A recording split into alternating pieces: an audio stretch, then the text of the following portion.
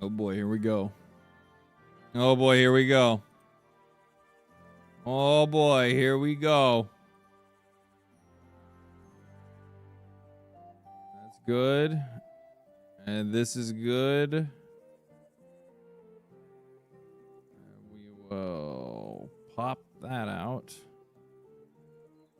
Bring this over here, and we are good. We are good. 1 minute past schedule. Yeah, well, you know, some things happen every once in a while. Yeah, traffic, something like that, I guess. I'm not really too sure. Can't really make too many excuses. Whoa, on early. See, somebody said I'm late. Somebody else said I'm early. I am actually on, like, what, 2 hours earlier? I've switched 2 time zones. Not on West Coast time anymore. Not on West Coast time anymore. Yeah, I changed 2 time zones on the way here. How's the new place? I'm so happy, man. I am so happy. I don't even know where to start. I don't even know where to start. It honestly, it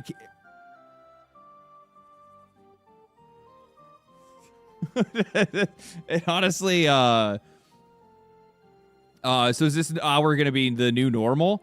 Yeah, because like starting at 4 o'clock ends up feeling like, you know, that's just kind of what I end up doing. It gives me plenty of time to do other stuff during the day before stream starts, rather than like pushing everything to the end. But part of me also kind of wants to change the stream day to Saturday, but I'm not really like completely sold on that idea yet. I haven't really landed on whether or not I want to keep it on Fridays or move it to Saturdays instead. But yeah. Nice place. Glad to see business is going well, mate. Yeah, I mean, it took a long time for me to be able to get up to the point where I could actually finally like get out of California and move back out to the Midwest where my family is and stuff. And yeah, it's been a really good deal, man. It's awesome being able to see my family members on a, you know, weekly basis again, like I used to. And it's just kind of yeah. It's also good to be back in like familiar territory where I don't necessarily need to be using like GPS to find my way all the time, and anytime I want to go somewhere, there's no traffic or anything like that. It's so good, man. Starting early today? No. I changed time zones, so it's still the same time I normally stream. It's just 2 time zones changed.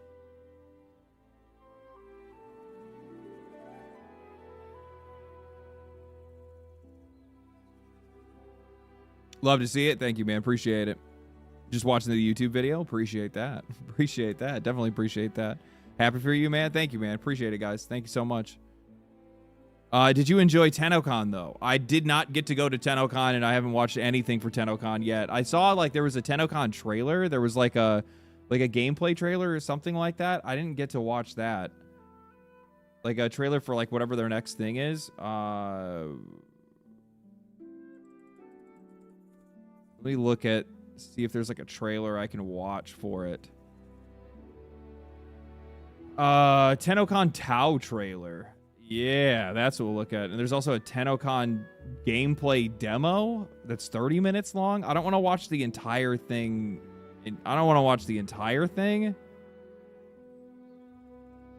That's like 30 minutes. I'll bring those up for later. Congrats on the no home. Appreciate it. Have you seen the Alters DLC Last Variable? No, I haven't seen that yet. New time zone drop. That's true. Yeah. Rindorn, thank you for the tier 1. Appreciate that. Thank you so much. Never catch you live, so this is a treat. Well, I mean, this is going to be I guess for now, this is going to be my new starting time, unless I actually move it to like different days or something like that. I haven't really figured out exactly what I'm going to do just yet. Everything's still kind of in flux, dude. I've been so busy, guys. Like, it's not only busy, but also like spending like way more money than I've ever been comfortable with spending. Like, I'm such a hoarder, and I don't like hoarder with like, shouldn't say hoarder. I'm frugal. I don't like spending any money ever, like for any reason whatsoever. Like, I'm not a big fan of doing it. So for me, like this entire excursion and me moving and then me buying like furniture and stuff like that, it's just like the entire time I'm like, I know I need this stuff, But like I would almost be completely fine with it just being an empty cave for the most part, right? Like the only spot in the house that I really care the most about that I'm like I need stuff to have is like this room here in the basement and then also a bedroom, right? But that pretty much outside of that, I don't want to have to do much of anything else. But luckily, I've had a lot of people to be able to help me with a lot of that stuff. I had a lot of people to help me with a lot of that stuff. Family members are obviously welcoming me back and handing over a bunch of stuff, trying to get me all moved in and get me comfortable. Austin, thank you for the membership, man. Appreciate that. And Uppish Doc, thank you for the $10. Getting screwed over on mail route by Amazon. Thanks for the stream. It keeps me sane. Oh man. Are you working for Amazon or are you getting screwed by not getting your delivery? I'm kind of confused. I've had to order so much stuff from Amazon. I feel so bad for the drivers who have to keep coming out to my house. These dudes are making like daily deliveries at this point. It's crazy. It's crazy. Tao, thank you for the 12 months of membership, 1 entire year. Thank you for all the support, man. I really appreciate that. Sup Legends, ready for the stream after 16 days without a day off. Looking forward to stream. Any topic you're excited to talk about. Brother, there's so much to talk about. It's crazy. I don't even know where to start. There's been so much. It's like the same issue that we run in any time that I take a break for even the shortest amount of time. Like I've really only taken about a week off, right? And even still then, I had a video that posted while I was gone, and then I did 2 videos the next week that I immediately got here, right? And there's just been so much stuff that's happened that I haven't even been able to react to half of it yet. So like there's a bunch of stuff that I still like there's stuff that I want to make videos about, and I feel like I'm kind of like late to the party on some of it, but also at the same time I also don't really care that much because I think some people still want to hear, you know, whatever I might have to say about it, I guess. But yeah, I don't know. What am I excited to talk about? I'm excited to talk some shit. I'm excited to talk some shit. I'm gonna be straight with you guys.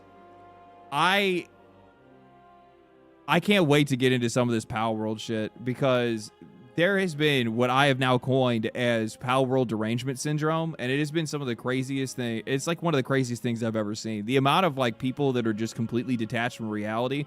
These deranged Pokemon fans. After I made the video where I very lightly talked about some of the things that those people are saying, now I want to make an entire video where I'm just showcasing just how absolutely just not toxic. Toxic's not it's not heavy enough. You need a better word than toxic. Corrosive, cancerous. These like deranged, weird Pokemon fans are. It's just, I've never seen anything like it. And it's not even just them. I almost kind of want to talk about like fandoms in general in some way, because like there's also the stuff that's like going on with GTA as well that also is like really interesting to me, but I don't know, we'll get into it. Thank you for the membership though. It's really J. Cole. Thank you for the $6.99 Canadian. Appreciate that. You look so happy in the new crib. Would love to see it. Hope you got a killer backyard. Have you seen anything for Planet Zoo 2 yet? No, I haven't seen that. Surprisingly, my most hype. No, I haven't seen anything for that. I don't have like a huge backyard or anything like that. It's more of like a front yard kind of situation. There's some space. There's a good amount of space, but I didn't really get myself out in the middle of nowhere as much as I wanted to. Decently in the middle of nowhere, but I got a great spot. I picked a great place to live. That's for sure. I would hope so. As I've, I don't want to send the wrong message. While YouTube's been a massive help to be able to make something like this possible, at the same time, I have been quite literally saving money for like 10 years for me to be able to get to this point. Like I'm gonna be real with you guys. Like I beat myself up. I beat myself up for like the last 10 years to do this. So that's like the whole, like it was part of the whole motivation of like, there really wasn't a whole lot of work where I'm from just because it's just the nature of the area. Most of it's all service work around here. So I ended up taking travel work and construction and moving across the country for a good 8 years straight before I could finally, before I ended up getting laid off and then got into YouTube. But the entire time that I was doing that was all in service to this goal specifically. So, Videos this week have been fire, man. You made some great points and articulate them well. Hope the new place is welcoming and treats you well. It does treat me very well. Thank you, Infernal Hades, for the membership. 3 months in a row. Appreciate that. Holy shit, man. Am I missing anything else? Oh, there's another one. What is this here? Hellish Hands. I'm an old head. I've been waiting months for you to say the gaming version of Andy Rooney from 60 Minutes, if you know what that is. You're the gaming version of Andy Rooney. That name is really familiar to me.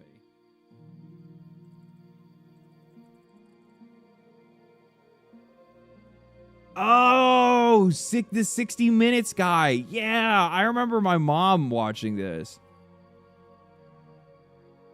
The guy had such a good narration voice as well. I'm going to take that as a massive compliment. Appreciate that. I remember Andy Rooney, who was always grumpy about stuff. You know what the funny thing is? I've been hearing a lot of people lately talking about how I've been hearing a lot of people, not a lot of people. I've just seen a couple of comments where people have been like, man, is this guy happy about anything? And I'm like,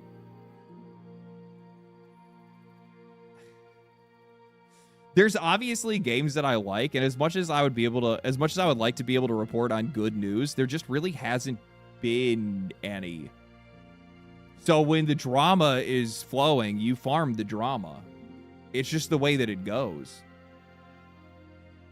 And also at the exact same time, like, I'm also not, I'm not going to deny, and I'll fully admit, I'm just a critical person. Well, like, I'm a very fun and happy-go-lucky kind of guy. At the exact same time, this is one of the reasons why most companies don't even want me working for them. This is one of the reasons why I'm sure I was probably top of the layoff list when the last company I worked for got rid of me, because I criticized things a little bit too heavily and stuck my nose into everybody's business probably a little bit too much, which, you know, it is what it is. Is what it is. Damn that love that OG Game Boy in the background. Yeah, it's actually made of Legos. My actual one, I have to pull out of storage. This is a Lego one. My mom got it for me. She picked it up for Christmas. I think it was like last year or something like that. But yeah, it makes a good display piece at the very least. I do still have my original, like, gray brick Game Boy. I also found my Game Gear as well, which is really sick. Love the Gears of War statue. Yeah, Gears of War 3 Collector's Edition, I think is what that's from. You know, back when they used to give us shit? Remember that? Remember that? Remember you used to get stuff? I think they also gave you...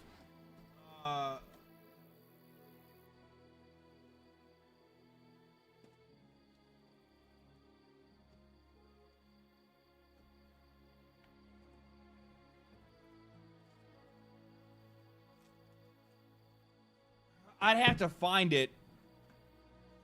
I don't know where it is, but they also gave you a like a cog, like a Medal of Honor or something like that, which is really cool. Yeah, you got the gear medallion. Yeah, that's what I was looking for. I know it happened in one of these drawers, but I don't know where it is. A canvas bag. Fallout 76. Man. I'm an old man. I'm just thinking wood and carpet, and I like the floor color. Thank you. Yeah, no, so, like, one of the biggest problems that I had with the old apartment was the fact that, like, since all the walls are white, it bounces light way too much, and I don't really get much lighting control. Here, I get tons of lighting control because I just had them paint basically the entire house charcoal. Like, it's basically, like, multiple floors of the house are charcoal. Pet the kitty. Yeah, he's kind of bugging right now. I can't show it right now. Okay, I can't show it right now because they have to stay separated. But he has a sibling now. He has a sibling.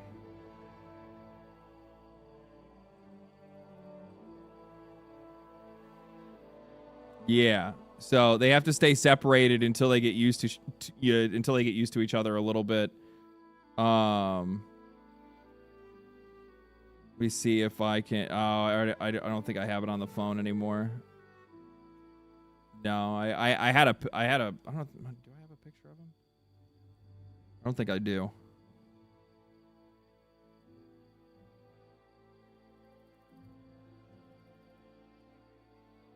No, not yet. I had one from like his adoption form that I'd filled out, but I guess it goes away when after you click the link.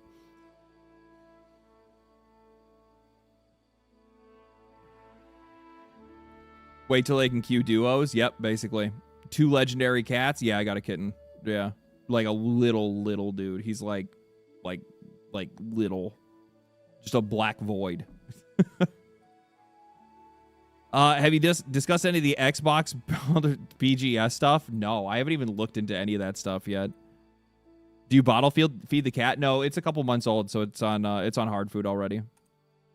It's on hard food already. I would imagine probably by the next stream, I'll probably be able to show him off. I haven't even picked a name yet, so. Bubba LaRue, thank you for the Prime. Appreciate that. A dog? No. I would like to get a dog at some point, but with everything else that's going on, cats are just easier to deal with. I'm just gonna be straight with you. I'm kind of a low maintenance kind of person when it comes to a lot of this stuff, so it's just a lot easier for me to just, have a cat because it's just, they kind of just do their own thing. While I love dogs, dogs are also dogs need a lot. Dogs need a lot. Why so early today? I'm on a new time zone. I moved halfway across the country. I changed 2 time zones. That's why. That is why, my friends. That is why. All right. We got a lot to get into, man. We got a lot to get into. Let's actually get into some stuff here. Let me get this all. There's been like so many different things that have happened over the past couple of weeks. It's just been wild, dude. It's been wild. All the layoffs and stuff like that. I saw this, dude. So Polygon and like both Polygon and Kotaku have been rage baiting so hard recently, and it's normally like one thing where I see like a lot of these journalists that are doing this kind of stuff, and it's just like, oh god, you don't hate journalists enough, right? You don't hate journalists enough. And then I come to realize that I actually think that it's something deeper than that, because they started making these like hot take posts and stuff like that where they've been the Odyssey silences all of its haters as Nolan's rises to the highest tomato score ever. I mean, those are also critics, so I'm not really like, I want to go see the movie for myself, but I'm not really like, what do I care about the fact that there's a bunch of critics that say that a movie is good, right? Like that's the same thing for like video game journalists. Why would I give a shit that you guys all say a video game is good, right? There's been plenty of games that you guys have scored, 10 out of 10 and 9 out of 9 and said it's one of the best games ever made, and then I play it and it's absolute garbage. So I'd rather just kind of go off my own opinion on some of that stuff. Just because critics say something doesn't mean you're actually giving it any level of credibility. You have no credibility anymore. Journalists completely they've given that away by now. They've given that away by now. But they started doing a lot of these like rage bait posts and stuff, and one that they did recently is I want more in PlayStation discs. So, seeing all the forced rage bait, someone has been threatened with layoffs again. I looked it up, and Kotaku and Polygon both had their layoffs about 6 months ago.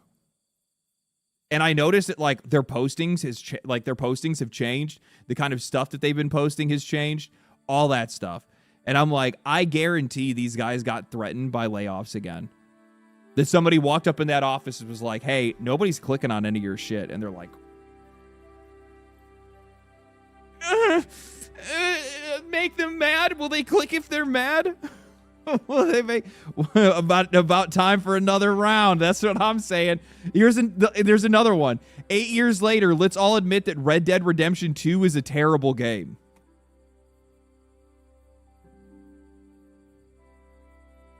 Can you not smell the desperation? Ugh. Ugh. You reek. I see you for what you are. I know exactly what this is. Please, please pay attention to me. Please look at me. Anybody, please. I'm gonna lose my job. I'm gonna lose my job. Games journalism is losing relevance because they openly resent today's audience and don't represent them. Polygon. This is the kind of thing they say, man. This is the kind of... You gave them a like? Of course. That's how I save posts. What am I going to do? What am I going to do? Archive and bookmark everything? I'm not going to do that. If anything, if you see me like a post that you put up, that's a bad sign. That's probably not a... That's a bad sign. That means I'm probably going to talk about you, and you're probably not going to be very happy about that. You're probably not going to be very happy about that.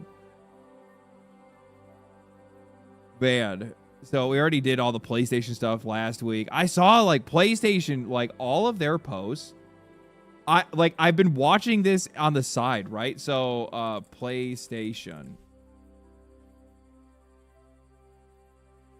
All of their posts. All of PlayStation's posts after making the announcement that they're moving away from physical discs, every single one of them is getting community noted and absolutely obliterated. And nobody is let up. Well, there's been a couple accounts that I've seen that have been trying to report on like, oh no, it looks like the people that are complaining are finally starting to give up, which honestly feels like, oh, I don't know, like it kind of feels a little bit coordinated by PlayStation's social media team in some ways. But Rockstar are not releasing GTA on a physical disc. The physical version is just a code of the digital version inside of the game. This is important via PlayStation end user license agreement. You are not guaranteed to keep the game after purchase, and it could be taken away at any point. Here it is. Important information about consumer rights. Sony is currently attempting to establish a digital monopoly by eliminating physical media and, as a result, free competition in the distribution of PlayStation video games, providing users with a non-transferable, revocable license instead. Now, this has been, and even if a post isn't community noted, if you click the post,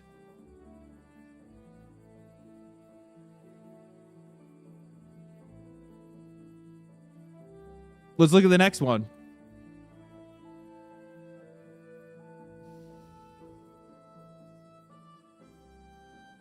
What about the next one?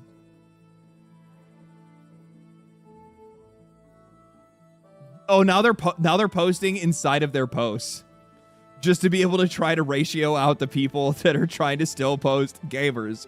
Where are you all going?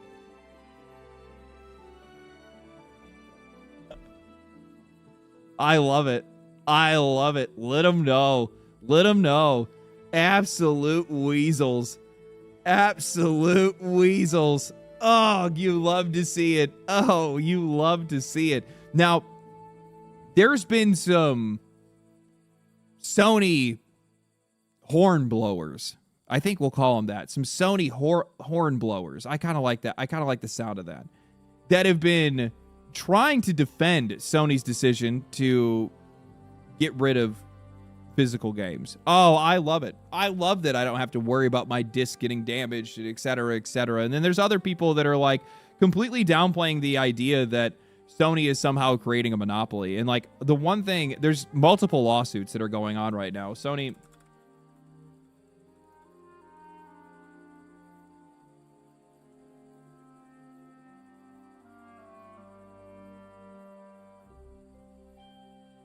Can the European Union regulation allow third parties to sell PlayStation games? This is from July. Dutch Consumer Group is suing PlayStation, argues that the end of physical discs just proves a point. Sony alone decides what a game costs and even how long you're allowed to use it. So you even have the Dutch that are coming after this as well, right? You got a bunch of people that are jumping in on this. There are multiple lawsuits coming from basically every single end at this point.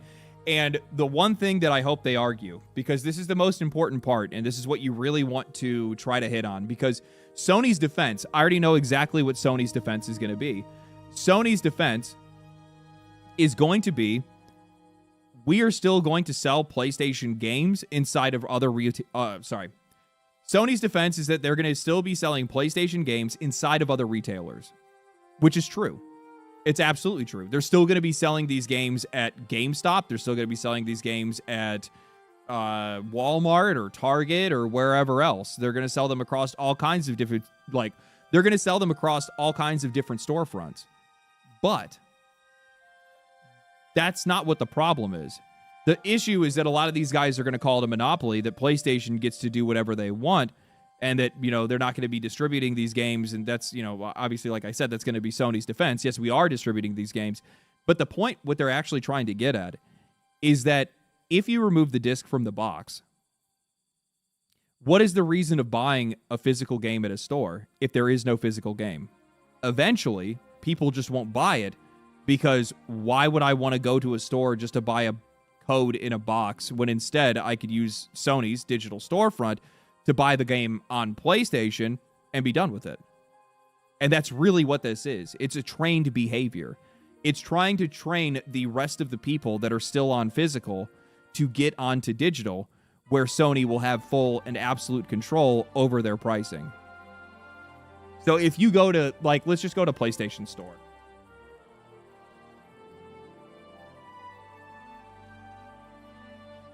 If we go to PlayStation Store and we grab a game like, I don't know, what's a good example of a game? Let's say Red Dead Redemption 2. Red Dead Redemption 2 it is currently on sale 75% off. Currently on sale for 75% off at $15. Let's go to Walmart.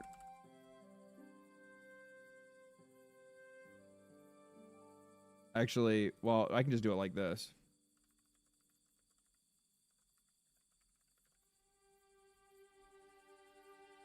So there's a current sale that's going on, and actually, so this is a blanket sale that it looks like specifically Take-Two is probably running. Yeah, it's a sale that Take-Two is running. So this isn't really going to be effective because Take-Two is the one that's actually executing that sale on digital storefront. So they're actually the ones that are doing it. However, if you go and you look at some of these other game prices, this is a static discount that Walmart is running right now for like $31.99 for the PlayStation 4. I don't think there's a PlayStation 5 version of the game yet. They didn't make a remaster for it. But essentially what this means is that, and we've already seen this with multiple games to begin with, is that there's plenty of times where the physical game at Walmart is significantly cheaper than the game you would actually buy on PlayStation, where Walmart will execute their own discounts because they buy the games in bulk and then put them on discounts whenever they want to. Check Astrobot. Okay.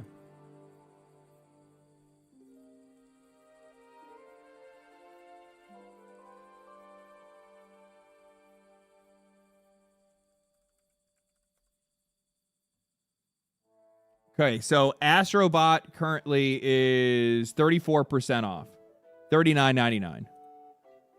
And if I go to...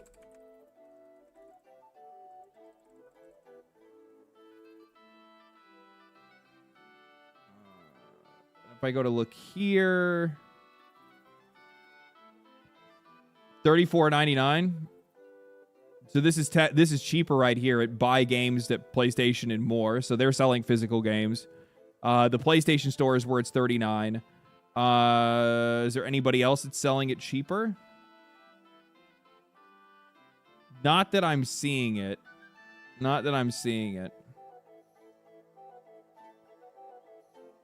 Regardless, it doesn't really matter much because you can kind of switch. Love the new room. Thank you, man. Thank you. KCD2 music? Yeah, it's exactly what it is. $50 pre-owned at GameStop? Yeah, GameStop has fucking weird prices, but those guys are struggling to begin with.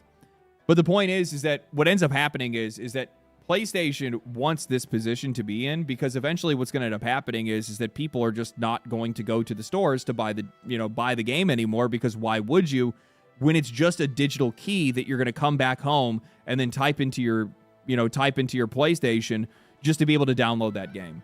Most people are just not going to mess with that anymore. There's just no reason to. It's just an extra step for absolutely no reason. So they're just going to completely avoid it, which means you're going to have more people that are going to be just buying the game straight off of PlayStation. And as a result, PlayStation gets more control over the cost of that game, over the price of that game. And that's all they need to worry about. This is the same thing that, like, you've seen with, like, I'm trying to think of another really good example of where you see this in another industry. Honestly, it's actually it's similar in a way to the servitization that we see in a lot of other industries, where, like, think back to, I don't know, man. Like, look at Adobe, right? Like, Adobe used to walk into a store, buy the physical version of Adobe, and then you own that physical version of Adobe. You put the disc in, or you download the key, and then once you have the key, then it's all good. It's yours. It's done. Now, they've gotten rid of that entirely. You don't pick up Adobe at a store anymore. You pick up Adobe from Adobe's website and nowhere else. And you're not going to be getting it for any other price other than what Adobe sells it for. And Adobe doesn't sell it anymore because Adobe has it on a subscription service, and et cetera, et cetera, et cetera. Same with Windows. Windows is another really good example. These are effective monopolies in the industry because you cannot buy them. Windows you can buy. You can buy Windows keys for cheaper if you want to. But a lot of these companies are moving more towards services because they get more control over how much they're charging for everything. For the games industry, I just view this as another step towards that future. That's all this is. It's just another step towards that future. Eventually, what a lot of these guys are going to want to do is they are going to want to get everything on... They're going to want to get everything, and I mean everything, onto a subscription service, because it's the best way for them to be able to control their costs, and for them to be able to control their profits, and for them to be able to control their consumers. I'm missing out on some super chats here, I think. Let me back up a little bit. Make sure I get everybody.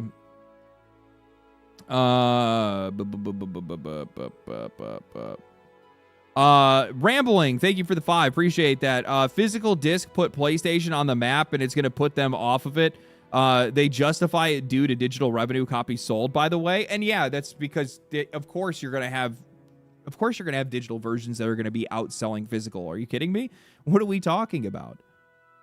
It's far more convenient, and a lot of people, this is the one thing I think a lot of more older video game players have kind of lost sight of, is that there's been an entire generation of kids, 2 generations at this point, that have grown up on just downloading the game and not buying physical.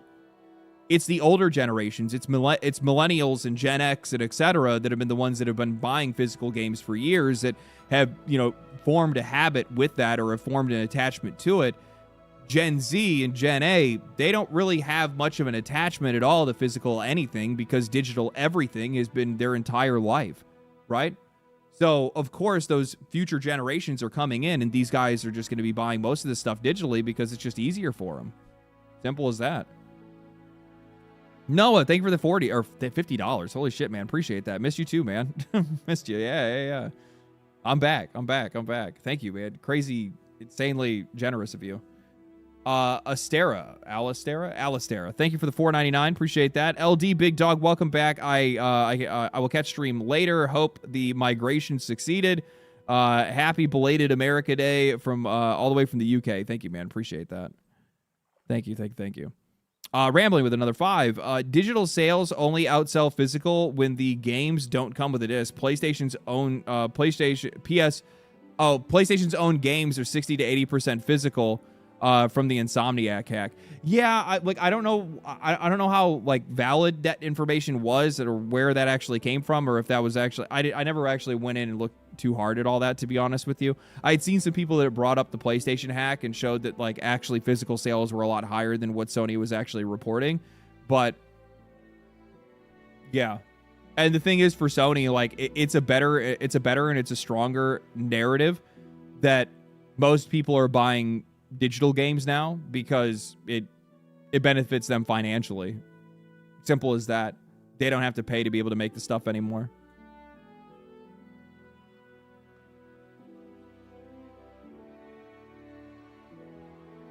The winner of this console generation was Steam.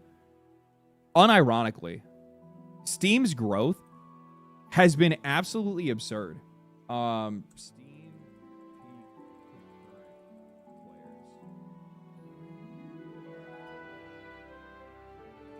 So if you actually look at Steam's, like Steam's concurrent player numbers, if we can see.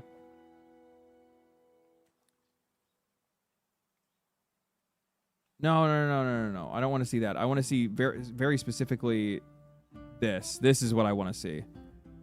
If we look at, so this console generation 6, look at this incline. So in August of 2020, this is when the new generation of consoles came out or were coming out, right? They've gone from a 24-hour peak. Yeah, they've gone from a 24-hour peak of 20 million players. They've more than doubled. Steam has more than doubled their players during this console generation. That is insane. That is insane. That's actually insane. Like, I haven't even looked at this. Steam has absolutely won this console generation. And it's not even close. It's not even close. Like, I would imagine the vast majority of these players are actually probably Xbox people. If I had to take a wild guess, it's a lot of Xbox console guys that have moved over into this space. I'm sure there's some people that came over from PlayStation, for sure. I guarantee it.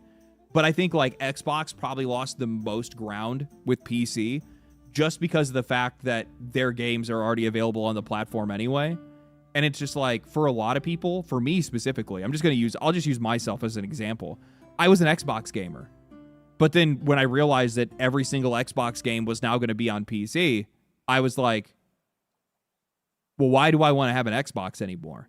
If I can just save up the money and buy a PC, aren't I going to be better off just owning a PC instead? Because I'll still get all the Xbox games, and then plus I'll get this massive library of games on PC that I've never had access to.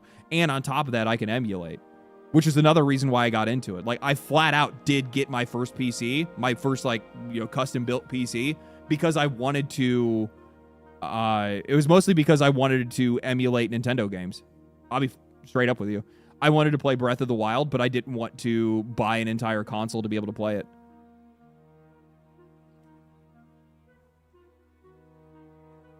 And that's exactly what I did. That's exactly what I did. I built a PC, ran an emulator, and then played Breath of the Wild at 60 frames per second at 1440. And I was like, I made the right choice. Nintendo lawyers on the way. They can't find me. So you bought a whole ass PC. I did. I bought a whole ass PC. Well, I built a whole ass PC. But that, again, like the Nintendo games part of it was just a piece. Because it was just like, I'd weighed all the benefits where I was like, if I dug deep and I just saved the money, I could totally build myself a PC. And I'm like, I'm already spending the money on this console. I could get rid of this console and pay it forward for the next, piece of hardware that I want to get. And then plus on top of that, I get all these extra options. That's exactly what I'm sure a lot of these people right here have done over the past couple of years. That's how you see Steam over essentially, over 6 years. In only 6 years' time, they have doubled their player numbers. And that's largely coming off of the back of people just being like, there's just so much bullshit to begin with when it comes to console games right now, But even more so, it's just the freedom. The absolute freedom.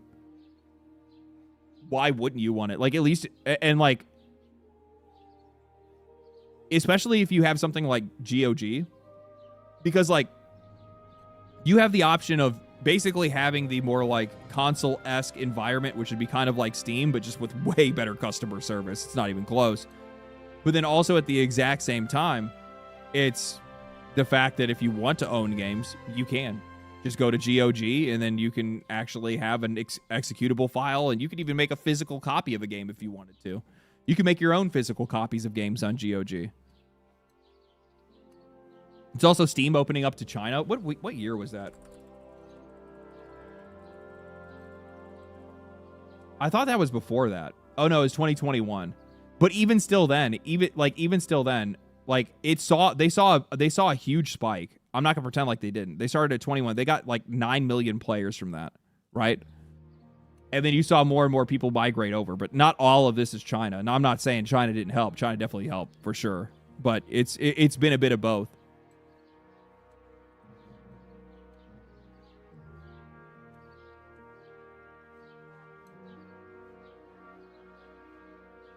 How does GOG maintain itself now that they're not under CD Projekt Red? It's just a current. The people that were running it became the owners of it. Essentially, they just didn't see the point in the two companies being like connected to each other anymore. As somebody who has been a PC gamer pre-Windows existing, Jesus Christ, a lot of PC players are treating the whole console market as secondary. It's never about cost but access. Yeah, it's been that way for a lot of people. But yeah, the whole PlayStation thing. Those guys are cooked, man. Those guys are cooked, absolutely cooked. We covered a lot of that stuff already. Every time the games did, yeah. We already did that. I saw this. Bethesda employees. I wanted to cover this so bad, and I think I still will have to figure out a way to cover it because I'm just gonna do like the whole thing, right, rather than like doing it in pieces. Bethesda employees say HR made them remove a small memorial that they made for co-workers that were laid off during the Microsoft recent Xbox job cuts. According to Bethesda Game Studios Union, employees in Rockville, Maryland, put together a celebration of service display with photos of former co-workers to thank them. The union says that HR had taken it down right away because it was in a shared office space. Unfortunately, HR made our office manager take this down immediately. They said it was because it was in a common area and it had to be removed.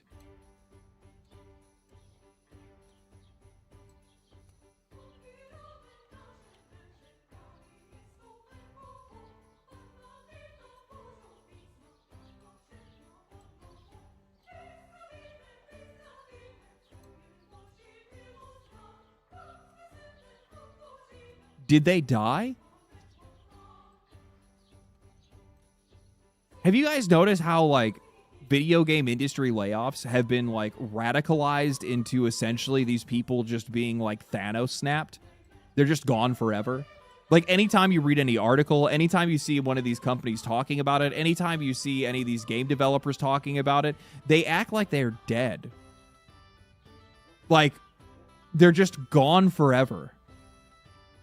And it's just the weirdest thing that I have ever seen. I've never seen a group of people so soft over something like this. Now, don't get me wrong. Like, I can understand you wanting to be there for your employees and your fellow coworkers. And I'm sure that a lot of these guys have worked together for a really long time. But when I see stuff like this, this tells me that Xbox missed a few people.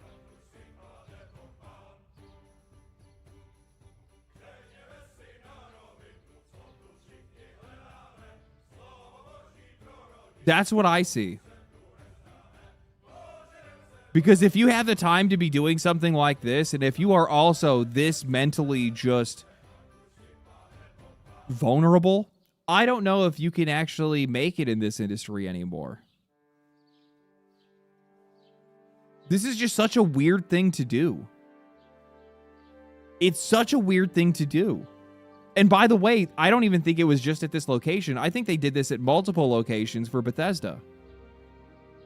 And that is frightening. This is the same kind of memorial that you see on the side of the road after a car accident. What is wrong with these people?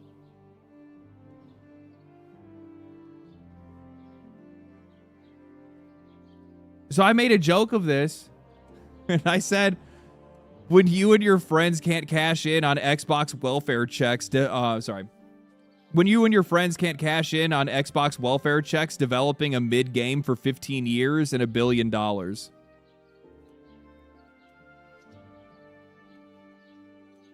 They're over here creating a Vietnam veteran wall for the employees that get laid off. For the ones that have fallen.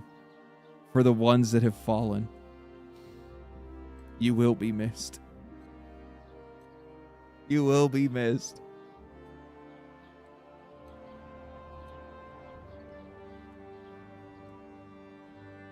There's a similar memorial in Starfield about the deaths in the colony war.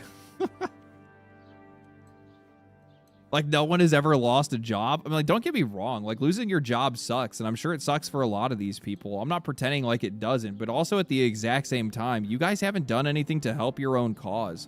Like, I totally get where the games industry is coming from by pointing the finger at Microsoft and Xbox, because ultimately, they are the original sin in all the issues that these companies have. They are the ones that lack the strong leadership to be able to make sure that these companies are actually outputting games that people actually want to play. But let's not fucking pretend like the people that are working at these companies are not contributing to it, because nothing was stopping these guys from making something that was actually worth our time. Nobody told these guys to go make the games that they made the way that they made them.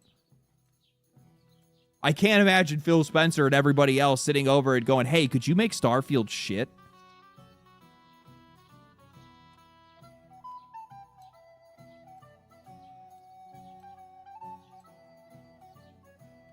We know for a fact that these companies under Phil Spencer largely had all the leash in the world to do whatever they wanted. That's been part of the conversation and part of the interviews and everything that's been discussed, is that nearly every single one of these studios basically could do whatever they wanted to. They were just given absolute freedom to do whatever they wanted. But it just so happened that Xbox and Microsoft had high expectations for what those companies would achieve by giving them all that freedom. And what they did is they tied a knot with that, in a rope, with that freedom, and they, you know. This is not Microsoft's fault. There's certain things that you can blame Microsoft and Xbox for this. This is not one of them. This is just not one of them. The gravy train stopped running. That's exactly what happened. Like, I think that people really need to do, like, I think people really need to understand that when it comes to the, like, most recent Xbox layoffs, I love them. I love them. I think they're great. Are you kidding me? Look at all the things that Xbox has been doing. Look at all the changes that they've been making. Some of these changes are like changes that we've been asking for as players for years at this point. Like, see if I can find any of the Xbox stuff really quick. This is some bullshit. This is some bullshit. ZeniMax Online Studios leaders, including the studio head existing as part of Xbox cuts. Studio veterans promoted to take over. I mean, in some cases, this is just the natural order of things that probably should have happened before, where they should have been moving some of these people up a little bit quicker. I know that Elder Scrolls Online is a game that's beloved by a few people. It's not the most popular game ever, but it's done well for the people that like enjoy to play it. And I also know that a lot of people have said that it's improved a lot over the years, but at the exact same time, if it's not making the money, it's not making the money. You can't just keep pumping money into something hoping that it's going to spit something out when nobody's going to be interested in it anymore.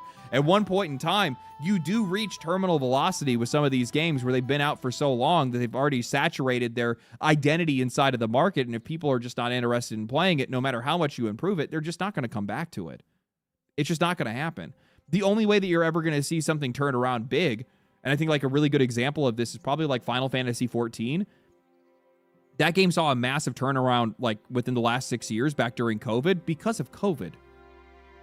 I mean, don't get me wrong. There was a ton of game to play and there was a lot of things that they did, but also at the exact same time, like, let's be real.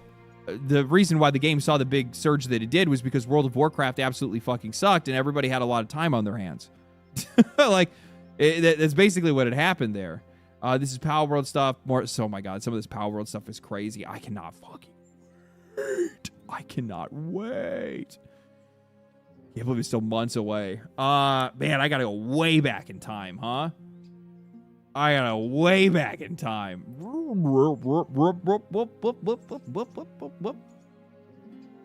There's been so much that's happened. What is this here? This is Ubisoft. Yeah, according to Chris Avalon, Bethesda made a PowerPoint on everything Obsidian did wrong with the game. So now what has ended up happening is is Obsidian is going to be making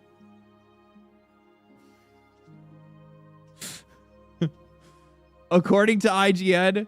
So, like, here's one of the changes that, according to IGN, recent layoffs at Bethesda Game Studios could further delay Elder Scrolls 6. That's not going to happen.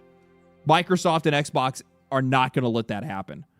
The report says that more than 50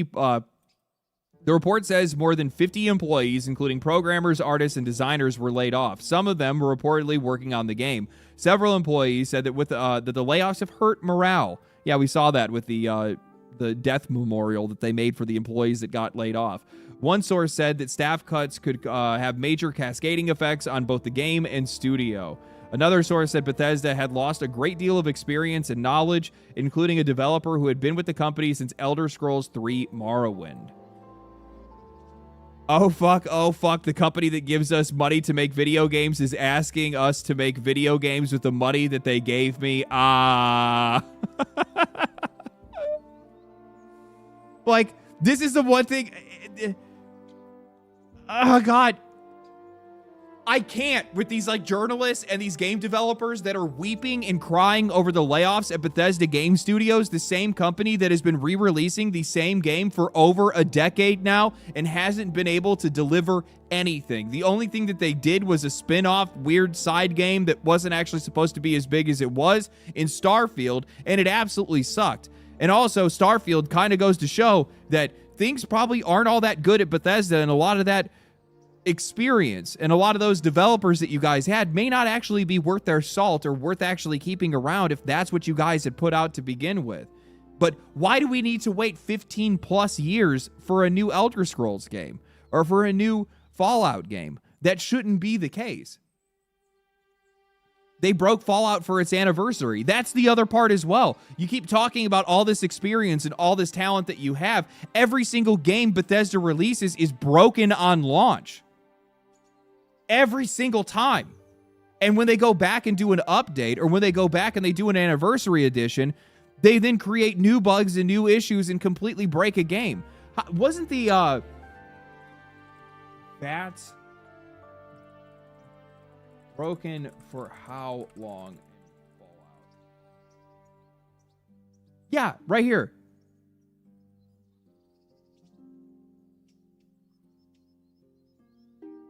After a decade, Fallout 4's busted VAT system is getting fixed. If you've ever raised the eyebrow at the game's shooting mechanics, you weren't imagining things. Yeah, VATS was busted for like the longest time. That's part of it, but there was actually another one that was there was another one as well. Yeah, in Fallout 4, VATS was notably bugged for approximately 18 months. The broken state, which caused 0% hit chances, visual glitches, and wall targeting, began in April 2025 began April 25th, 2024 when the game did their next gen update launch. Bethesda officially fixed the system on November 5th, 2025. With an anniversary update. Like, these guys will not fix anything unless they don't have to, because Bethesda has always taken the position that they just let the players fix their problems for them. They let modders fix their games for them. They purposefully and regularly put out half-finished products and expect the players to clean up their mess. Every single time. Every single time. But this is the company that people want to cry about. This is the company that they think that these people need to stick around. These are the developers that need to stick around. This is the experience that we need to hold on to. Really? Really? Is it? The guys that can't release a game, and even when they do, it's absolutely broken? They need to be on a leash. They need somebody in there, like, slave driving them. They need to turn that place into a sweatshop.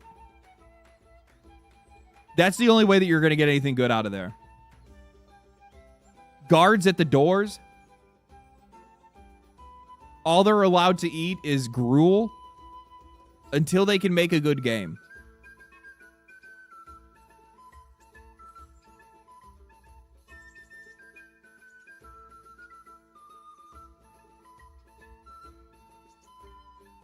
let's see here. So then there's like id Software layoffs. I'm sorry, man. What do you guys expect? Like, I understand that people have a soft spot for id. I understand that people really like that studio. Doom the Dark Ages was mid. I don't understand where all this like defense is coming from, where you have all these people that are like, no, what are you talking about? Doom the Dark Ages was great. Doom the Dark Ages was great. Doom the Dark Ages was great. Was it? Was it? What are you supposed to do with this? What are you supposed to do with this?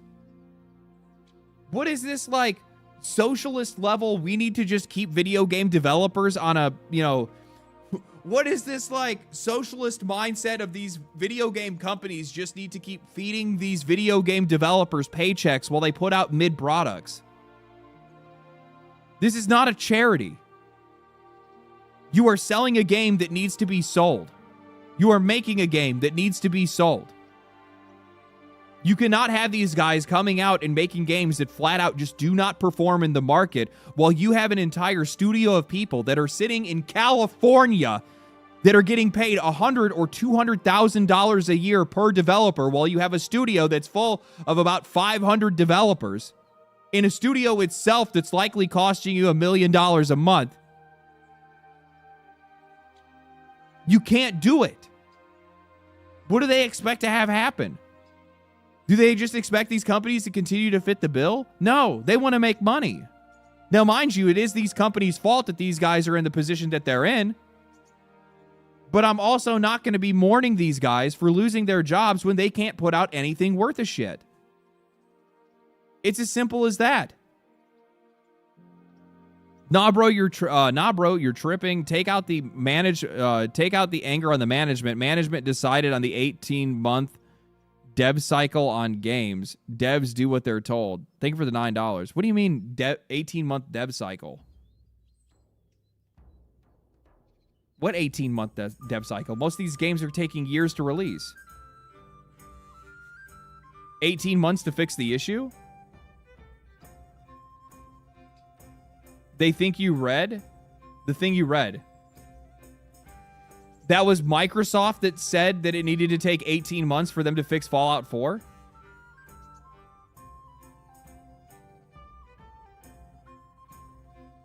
That was Microsoft and Xbox that made that decision.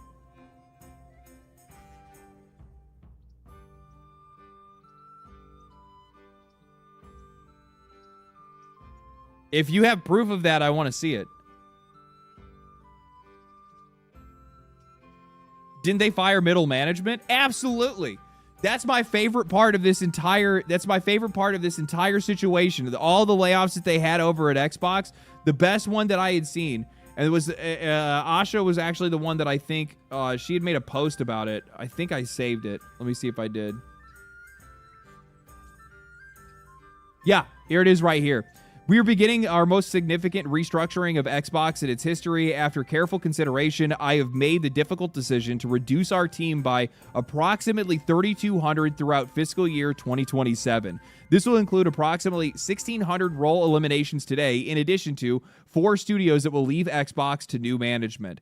I recognize that a year-long restructuring creates additional challenges. Unfortunately, it is not possible to make all the necessary changes in one single day, and I want to be direct about its scale. I know this is painful. These changes will directly affect people who have poured their creativity into building Xbox. Many of them joined us through acquisitions, while others were recruited here, or sought us out because they loved the industry and they loved Xbox. Today's decisions do not reflect their talent or dedication. I'm sure they don't. I'm sure they don't. I'm sure you blindly started firing people. Come on, Asha.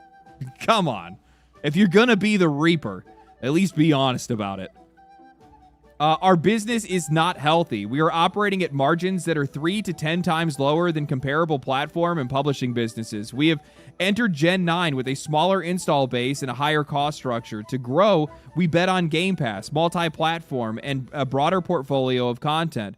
While those businesses have created meaningful value, they did not grow at the pace that we expected. As a result of that, our core business weakened, and we added more teams, more investment, and more time, hoping for a better outcome.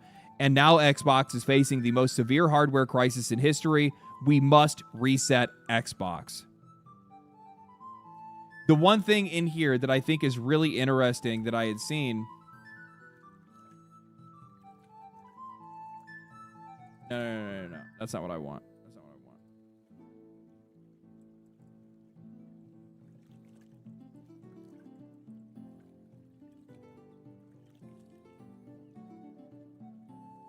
Sorry, I got a new keyboard, so I'm like fumbling around. What is it?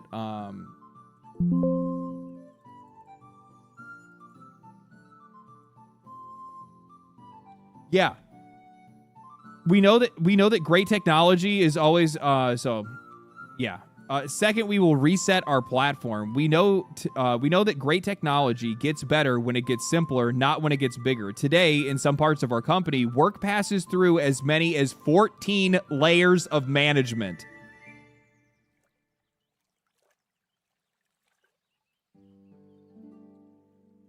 Please tell me that you guys remember me bringing this up in multiple videos, basically across the past 2 years. I have brought this up and I said, I know this is what their issue is. It's never been talked about before. I'm like one of the only people that's ever been talking about it. And I've brought it up in multiple videos where I'm like, I know for a fact that these guys are making video games by committee and they have so many layers of middle management that nothing ever gets done. And anytime anything ever does get done, it goes through so many hands that you can't even recognize it at the end of the day. I had talked to somebody that had worked for Diablo and they had told me that they're like, we have changes that don't even actually happen because they'll get to the last person in the ladder and the last person will shut it down. But the thing that actually gets to that last person isn't even the original idea anymore. It's a game of telephone. It's a game of telephone. So not only does nothing get done, but anything that does get done isn't even what actually needed to happen. That's what ends up happening. It's legit Office Space with the 8 bosses clip.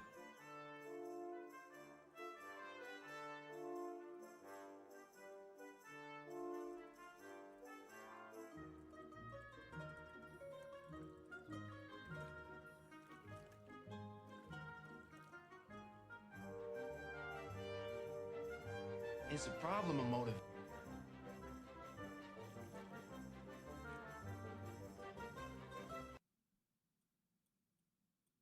It's a problem of motivation, all right?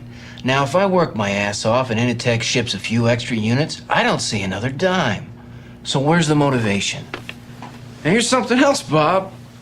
I have 8 different bosses right now. Beg your pardon? 8 bosses. 8? 8, Bob. So that means that when I make a mistake, I have 8 different people coming by to tell me about it. That's my only real motivation, is not to be hassled. That and the fear of losing my job. But you know, Bob, that'll only make someone work just hard enough not to get fired. It's true. It's true. Great movie. One of the best movies. Literally one of the best movies. I used to, like, anytime I had a bad day at work, I would rip I'd rip the song that they played during when they were like smashing the printer, the Xerox copier or whatever it was. Such a banger movie. Such a banger movie. You need more flair. You need more flair. And also Jennifer Aniston.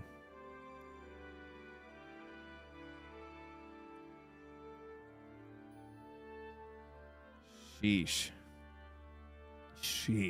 Seiji Tamichi, thank you for the 5. Appreciate that. Cool to finally catch you live after all this time. I follow you.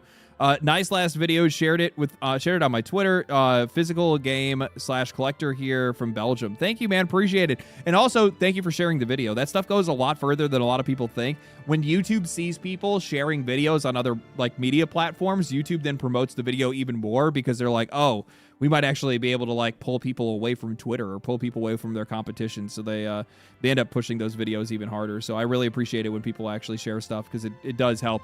Even though you might not see a bunch of comments or likes or something like that, the video is getting clicks and it is getting promoted, which is really sick. I appreciate that. And Seiji, thank you for another 2. I hope the move went smooth. Cool place, by the way. The the move went as smooth as possible. As smooth as possible. It was perfect. Black Ant, thank you for the 5. It was management's fault, not the devs. I bet management is still convoluted and the remaining devs are working 80 hours a week. I mean, that's a bet I wouldn't necessarily say that's a bet that I would take. I would need to find out and see some proof with that stuff. And by the way, in the post that Asha had made, where she was talking, and I somehow lost it for whatever reason. Let me see.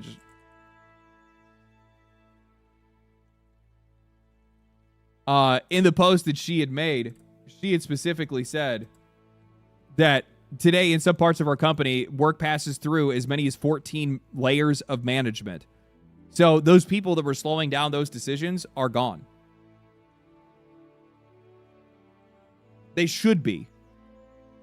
Our platform teams are 40% larger than they were at the start of the generation, even as our player base and playtime has declined. That complexity slowed down decisions, blurred accountability, and made it harder to deliver for players. As we reset Xbox,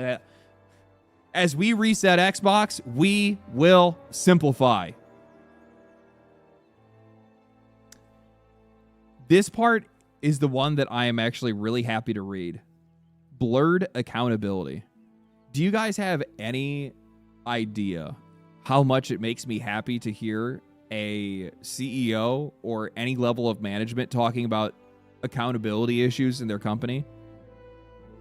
The biggest problem that you run into when you have 14 layers of management is the fact that you have so many people to essentially make blame nebulous. So if there's a bad decision that gets made, it's never just put on one person. It's diffused across the entire team. Which means nobody ever really gets punished for anything. Nobody ends up racking up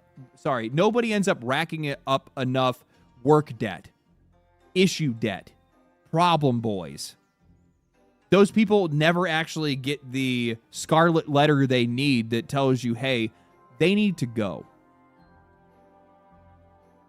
And when you simplify that structure and you bring it down to a more distilled layer of management where there's only just a couple of people that actually have to talk things out or have things, approved or pushed forward or whatever it is, well, now you have very few people to be able to point and say, oh, that's the problem. I guarantee in these Xbox layoffs, there are some people that should not have gotten laid off. 100%. I guarantee there are some people that should still have their jobs. And I guarantee I 100% will tell you that I know for a fact there are people that should have been laid off that didn't get laid off, and that we cannot trust any of these companies, whether it's Xbox, whether it's even just the studios that are underneath them, whether it's PlayStation, whether it's EA, whether it's any of these guys. We can't trust a single one of them to ever make the right decision to be able to fire the right people, because they are the ones that got themselves and that company into that position to begin with. They were the ones that made those wrong decisions to lead their companies down that path, to ruin their games, to ruin their player bases, to destroy their sales, destroy their profitability, to absolutely shred themselves. You cannot trust them to make the right decisions. Why would I be like, oh yeah, no, these Xbox layoffs are great, when I have no idea what Xbox has actually done? I'm just happy to see that these guys are getting smaller. That's all I care about. So when I say these Xbox layoffs are great, I think it's great because at least it does seem like they're moving in the right direction. And two, regardless, and I need you guys to really understand where I'm coming from with this, I want all these companies shredded. Absolutely obliterated. Absolutely obliterated. I want them tore down to their nuts and bolts because they're too big. They're way too big. All of them are too big. Whether it's Bethesda, whether it's Halo Studios, whether it's Ubisoft, whether it's who, it doesn't matter. They all have too many people working for them. So when anybody goes, oh, no, it's not their fault, don't get rid of those people, they don't need to be there. It's too much. You've taken things too far. This industry has gotten too big. They are spending too much money. Video games are not supposed to be making the kind of money that these guys think that they're supposed to be making on a regular basis. It's just not realistic. I'm sorry. You are not Grand Theft Auto. Nobody is. You're not Pokemon. Nobody is. Except for maybe Palworld. Right? Like, let's just be realistic about this, okay? You do not need every single company out there. When we're talking about the average cost, today's average cost to make a AAA game being $300 million before marketing, that's clown world behavior. It should not be that expensive. You should not be spending that kind of money. And while over time it may cost that much just because of inflation, that's not what's going on right now. We know that's not the case because we see way too many of these companies with massive headcounts that are hyper fixating on the finest details of their games while letting the gameplay and the actual player experience fall by the wayside.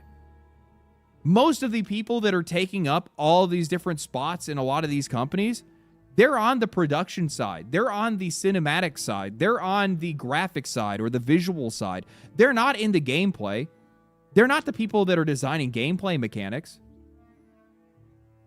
It's everything else. It's how these games look. Because there's really only a handful of people that actually decide what a game plays like. We know that's the case because look at any indie game in existence. Look at any AA game in existence. The vast majority of people that are on their teams, I'm actually curious. Let's take a look.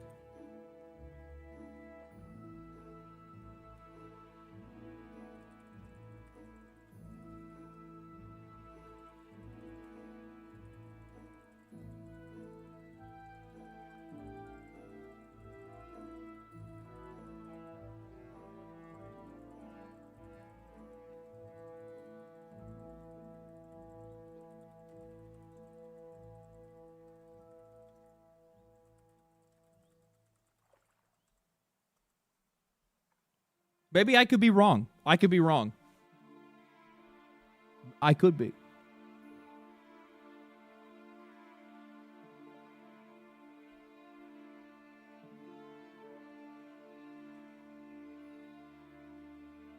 I got a new water jug, by the way. Look at this big ass motherfucker. Entire gallon.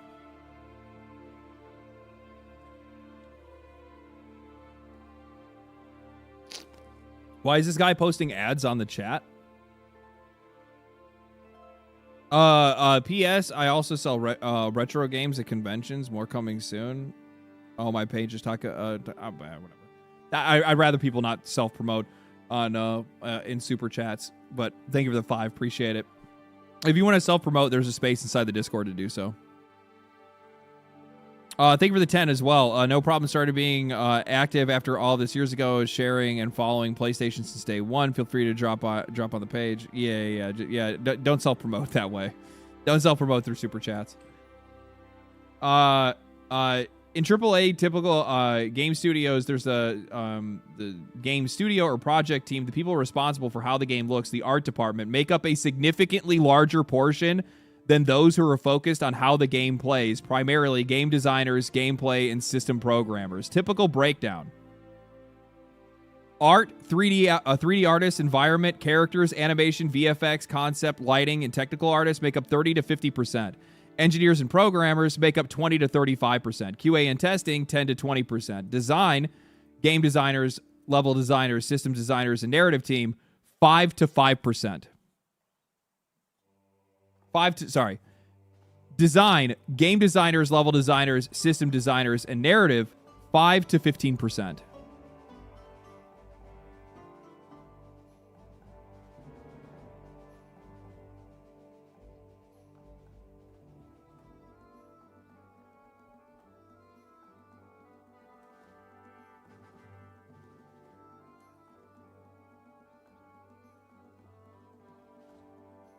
Five to 15% is huge.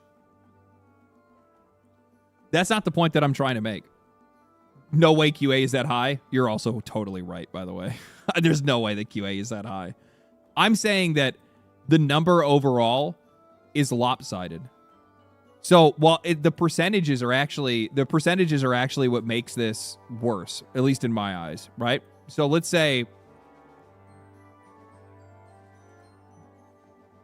Well, no, it's easy. 1 second.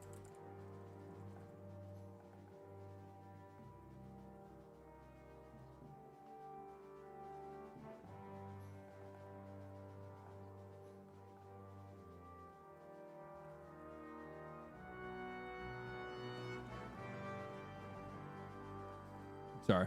Okay. So the percentages are actually what make this even worse. Because let's say you have a studio that has 1,000 people, okay?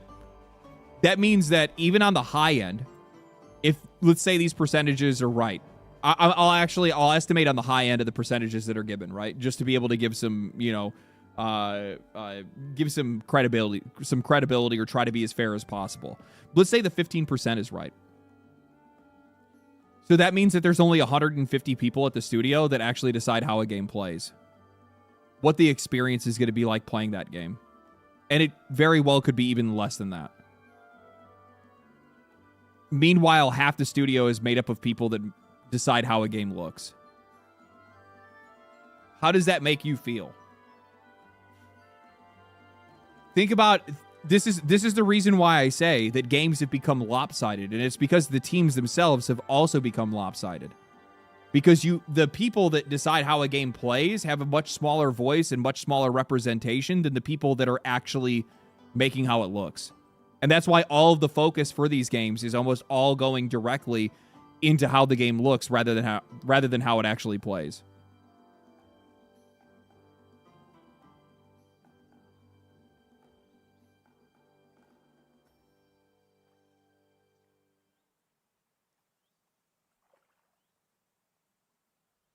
I like your point, but I think it's too specific on something too nebulous. For AAA, yes, they probably have too many. But, like, do you need 100 enemy types in a game? People need more? No, that's not the point that I'm trying to make. I'm not trying to say that these... Oh, man, I don't know how to say this properly. I'm not saying it needs to be one-to-one. I'm saying that their voices and how the game is being made needs to be represented more than what it is. And it's not being represented effectively because they are being blotted out by the sun of how many people are there specifically to spend all of the money. This is the other thing to keep in mind. To spend 50% of the budget on the people that are making the game look a certain way. Which means they also get the priority of management. They get the priority of just about everything.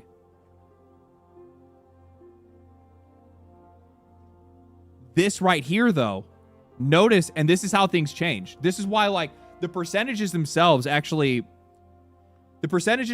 make the picture worse because of the size of the teams themselves. But think about if you switch this and we drop that from 1,000 to 100 developers instead. And now you have 50 people that are working on how the game looks, and you have 15 people that are working on how the game plays. Doesn't that seem a little bit easier to communicate? Doesn't that seem like those teams are probably going to have a little bit more equal footing on how the game is actually put together and how that money is spent?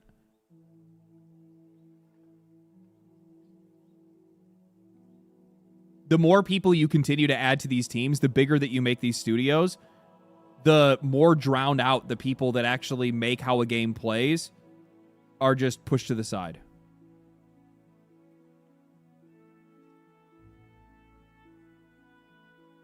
My experience is with indies, so it's hard for me to follow. That's the point that I'm trying to make here. So if you knock that down even further to like 50 people, that's not even, we're not even an indie. We're still in AA at that point.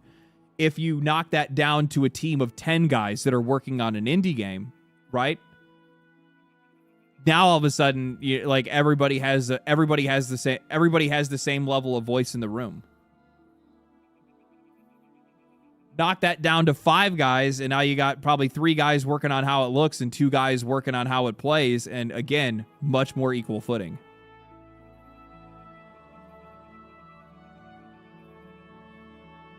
I think 30 people is max on an indie or AA. No. Indie studios can get up to 100 people or more. Or not indie studios, but AA studios can get up to 100 people or more. Enshrouded, as an example, I think they have like 90 guys working there at Keen Games. They didn't start that way, but they grew to it. Palworld is another example. Palworld had only started with about 30 guys when they started working on Palworld. Pocket Bear had a few developers that work on their previous games that they had made, but they only had about 30 people when the whole studio only had about 30 people with Palworld. That's grown to like 90 people now at this point as well. They could be over 100. Probably over 100 now that they're working on other titles for Palworld, and they also just put out a card game as well, right? Ralcaro, thank you for the tier 1. 3 months in a row. Appreciate that. I'm an HVAC tech, and over the years, I've noticed how much the company grew, but the new employees are mostly management, supervisors, HR, and then they outsource a bunch of labor to a bunch of cheap contractors. Yeah, that's usually what ends up happening. Yeah, that's pretty par for the course. The other part of it is the other part as well is that this production and management team, which is all overhead, by the way, because they're not actually contributing to the actual game itself. This is something that's really important to keep in mind. This is also one of the reasons why this was targeted specifically by the last round of layoffs that they had over at Microsoft. And it's because these guys actually contribute nothing to the process itself. They are specifically there to manage the employees. They're not there to make a game. They're there to manage the employees. So they are fully on overhead. They're not a part of the project cost itself, though they add to the project cost. The size of this team grows, the more the studio grows. Because in a lot of cases, what ends up happening is that they have to do that specifically because of the fact that there's like certain regulations that are in place and certain demands for a company to have. The more employees you have, the bigger your HR team has to get, because you have like more people that you have to. So like, I think a lot of people kind of boil down HR into simply just being like there to like protect the company or to talk to the employees if they have a problem. Your HR people are also the people that are handling your payroll. They're handling your scheduling. They're handling your insurance claims. They're handling, setting up employees for insurance, benefits packages, retirement. And these are like constant communications that they're having. They're also talking to banks because they're the ones that are, pushing the checks out and stuff like that for people getting paid. They talk to legal. There's a ton of stuff. Like HR does a lot of things. HR is not completely unimportant. They are necessary, especially as you get bigger and bigger as a company. But it's making sure that they stay in their lane. And HR creates more problems than it solves as the size grows larger. If you have a team of just a couple of HR people that are specifically there for your payroll and your insurance and your retirement packages and benefits and all that stuff, then you're completely fine. But when your company grows, then the team sizes continue to grow, and you start adding in all of these people that just honestly don't need to be there. They don't have anything to really do. So they start finding things to do. They find ways to get involved. They find ways to be able to make themselves more integral to the process, more integral to the company, because if they don't find those things to do, then there's no actual purpose, and somebody's eventually going to notice, and then they're going to lose their job.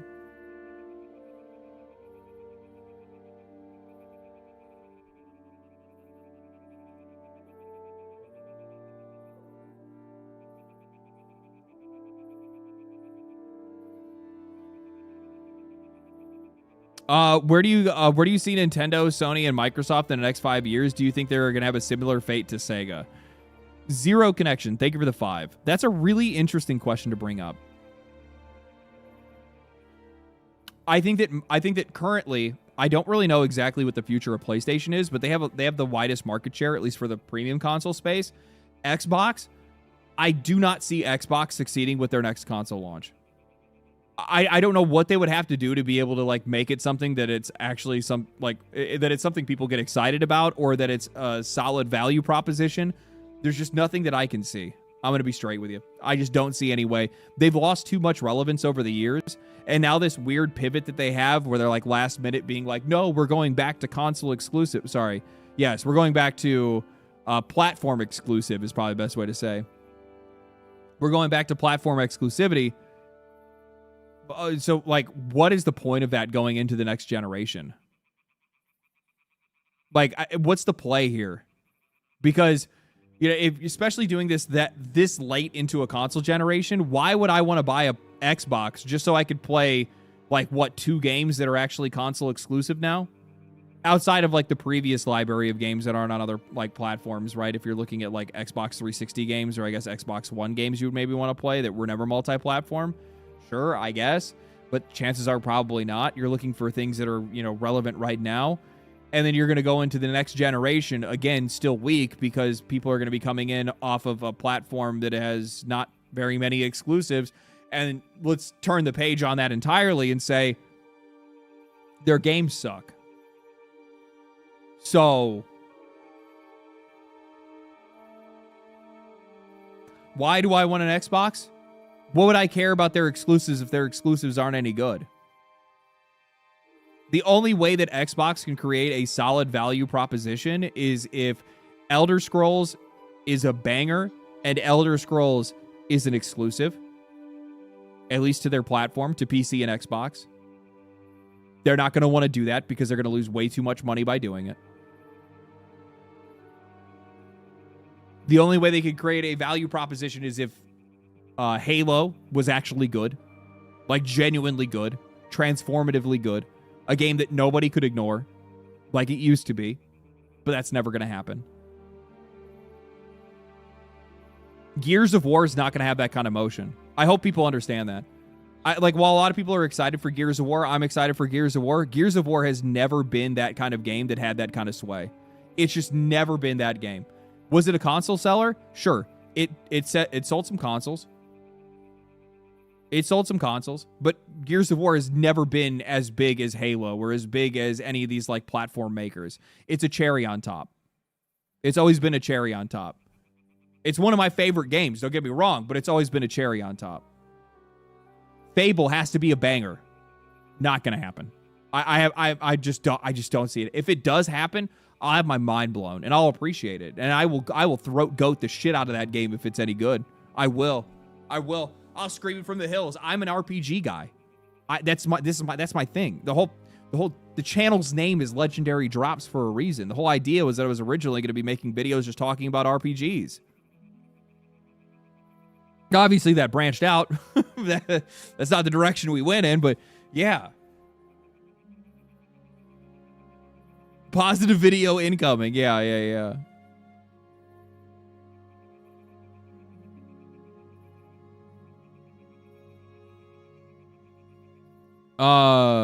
Saw woke purple in it, so I got afraid it's gonna be bad. I do agree with the fog and the weird color, and like it's not even just the purple, it's the purple, pink, and like neon green or like teal. It's the color purple is not woke. Colors are not woke. A combination of colors. A combination. Millennial purple. That's actually way more accurate. It's not actually woke. It's millennial. It's the millennial purple haze and the teal in the background with a little bit of like pink, in there a little bit. Soft. Millennial soft coloring. That's what it is.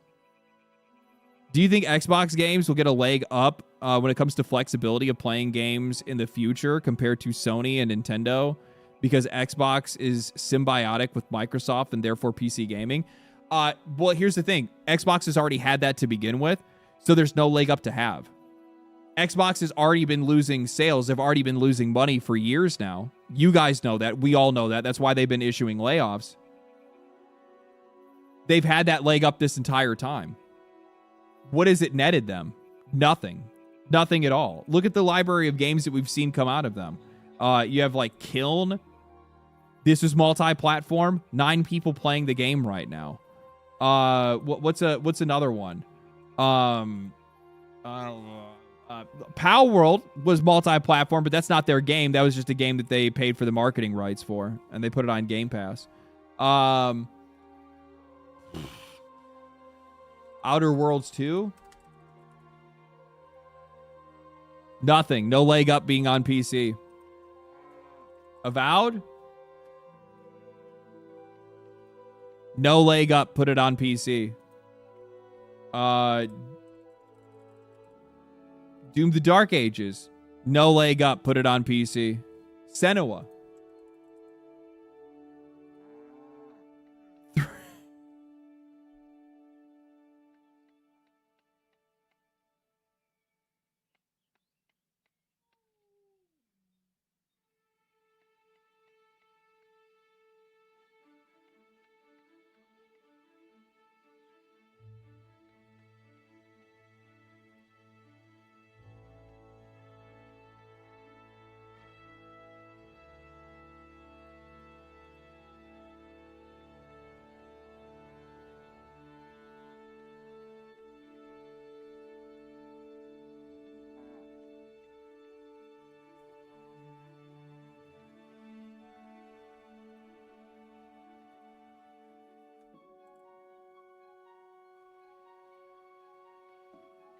Compulsion Games and Double Fine Productions will return to their own management and transition to being independent studios. Ninja Theory and Undead Labs have entered terms to join new ownership with funding to complete Senua and State of Decay 3. Who is buying these companies, and why would you buy? Why would you buy to build the next sequel for this game? Senua has never been popular. My question, like, very seriously, who thinks this game is worth investing in?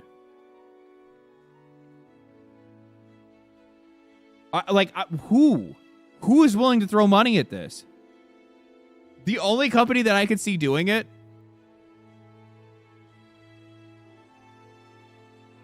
Oh my God, what if it's Sony?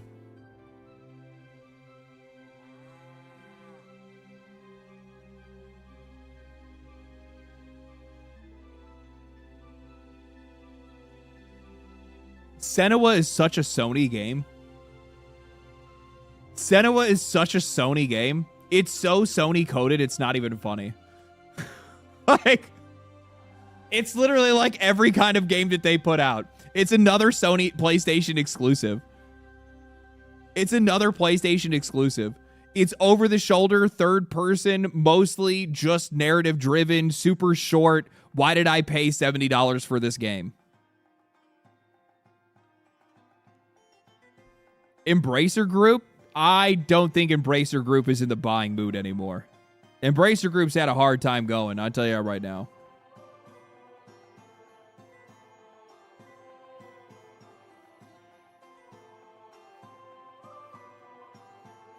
Blackstone?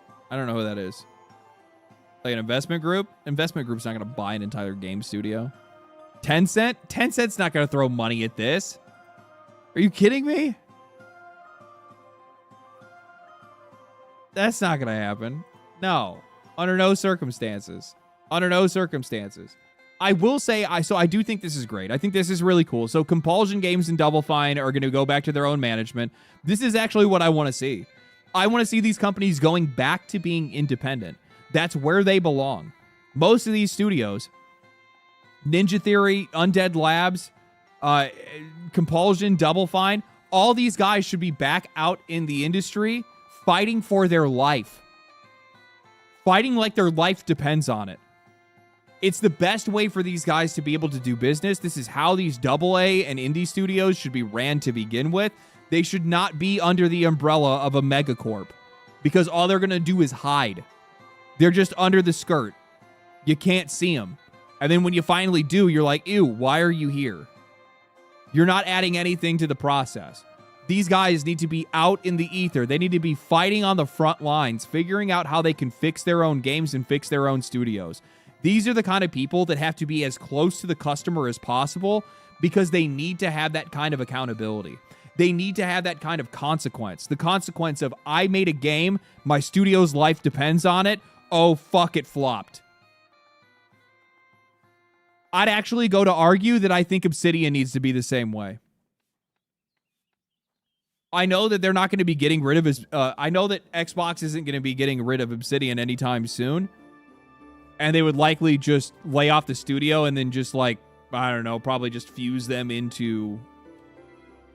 like, you know, fuse them into Bethesda or something like that, which would probably be their worst nightmare. But that's where these companies need to be. They need to be out there fighting on the front lines. These are the kind of guys that, like, genuinely need to, like, feel like their life is, like, constantly under threat at all times. Otherwise, they're just not going to be able to make the games that they need to. And that's just like and by the way, that's just the reality of AA and indie games. These guys are always on the razor's edge. And that's why more times than not, you almost always see these guys deliver in a lot of cases, or they just fail. And that's just what has to happen. It's just eat or be eaten. And these are the kind of guys that are supposed to eat or be eaten. But they haven't had to do that because they've essentially been put on life support by Xbox for the past X amount of years.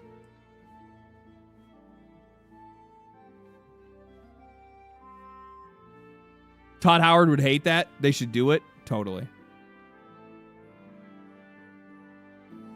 It's like having a lax boss or working for the government. You get away with blending in and slacking off. Exactly.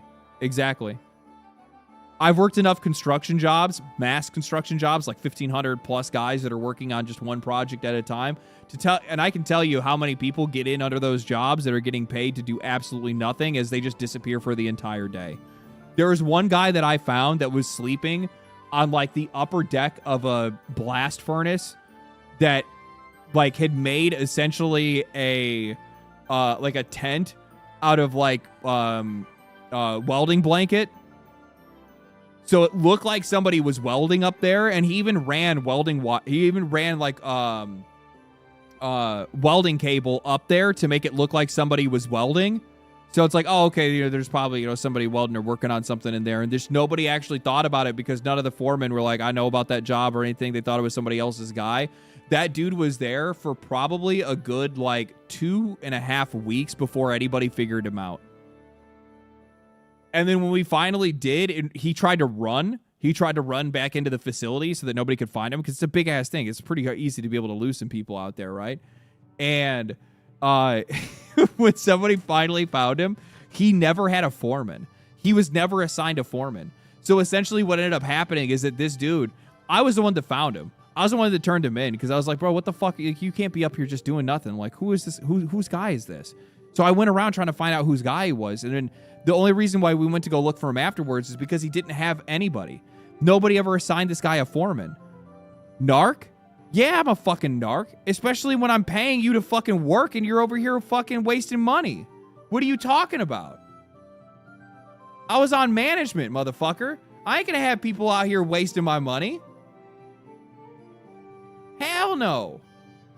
No, the HR people never assigned the guy to a foreman. So we looked at the list and we found out that there was one name somehow that had just slipped through the ranks. Some guy that had been getting paid for weeks that was never assigned to a project. And it's just like, get the fuck out of here. Like, would do the same. The other thing is too, was not your company. That doesn't fucking matter. Those are the kind of people that all they do is end up causing problems. Are you fucking kidding me? That's the exact kind of person that ends up getting hurt and costing you the whole fucking job. Anybody that works in construction knows exactly what the fuck I'm talking about right now. Anybody. Anybody knows. Like, no way. Such a white knight? Suck my dick. Somebody else finds him first. Somebody else finds him first. You get your ass chewed. Yeah, it's exactly what it is.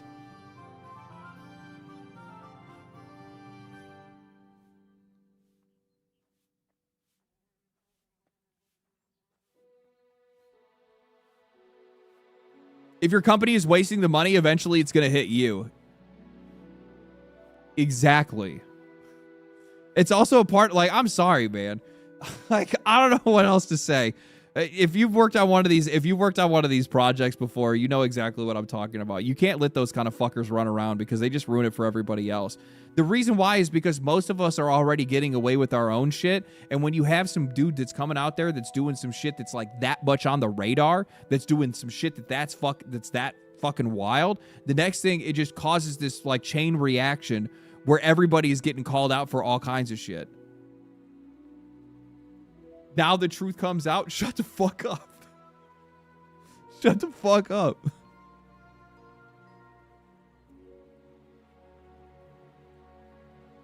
You can break the rules, but you can't break them like that. Exactly. Exactly. If a dude like that gets caught, the next thing you know is that like and everybody on a job, especially when you're on a long project that's going for months on end and it's like 16-hour days, like 7 days a week, and people are doing rotating days and nights.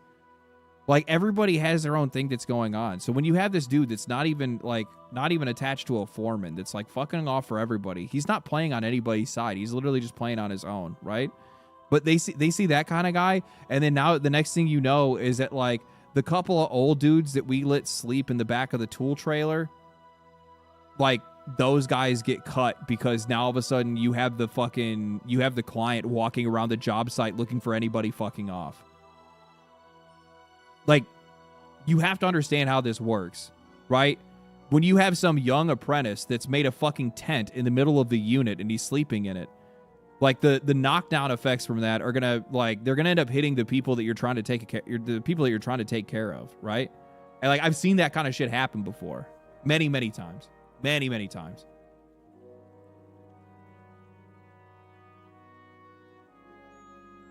We also had that with a young guy in our company. He told him to cut the bullshit, otherwise everyone in our maintenance team pays the price. Yeah, exactly.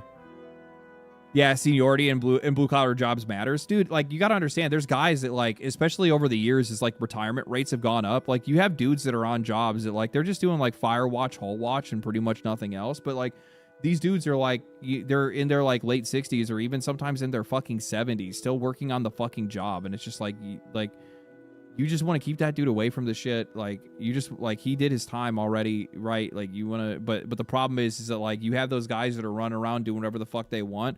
They put those guys under scrutiny, and all of a sudden you got to start cutting an old man that's been working for the trades for, like, you know, his entire life. And he's already paid the price with his body. You know what I mean? It's just like, come on, man.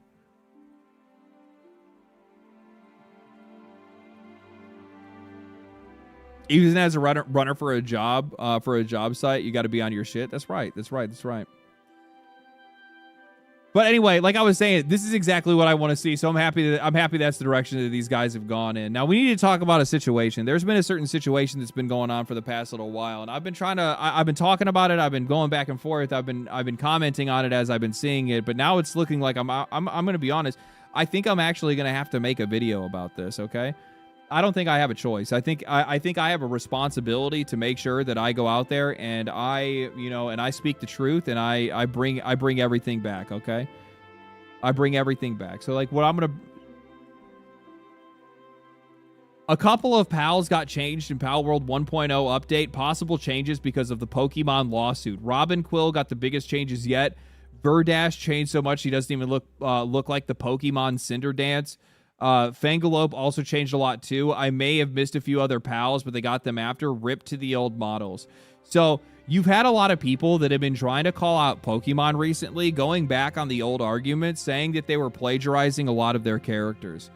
This has caused the recent success of Palworld has caused what I'd like to coin the term Palworld derangement syndrome.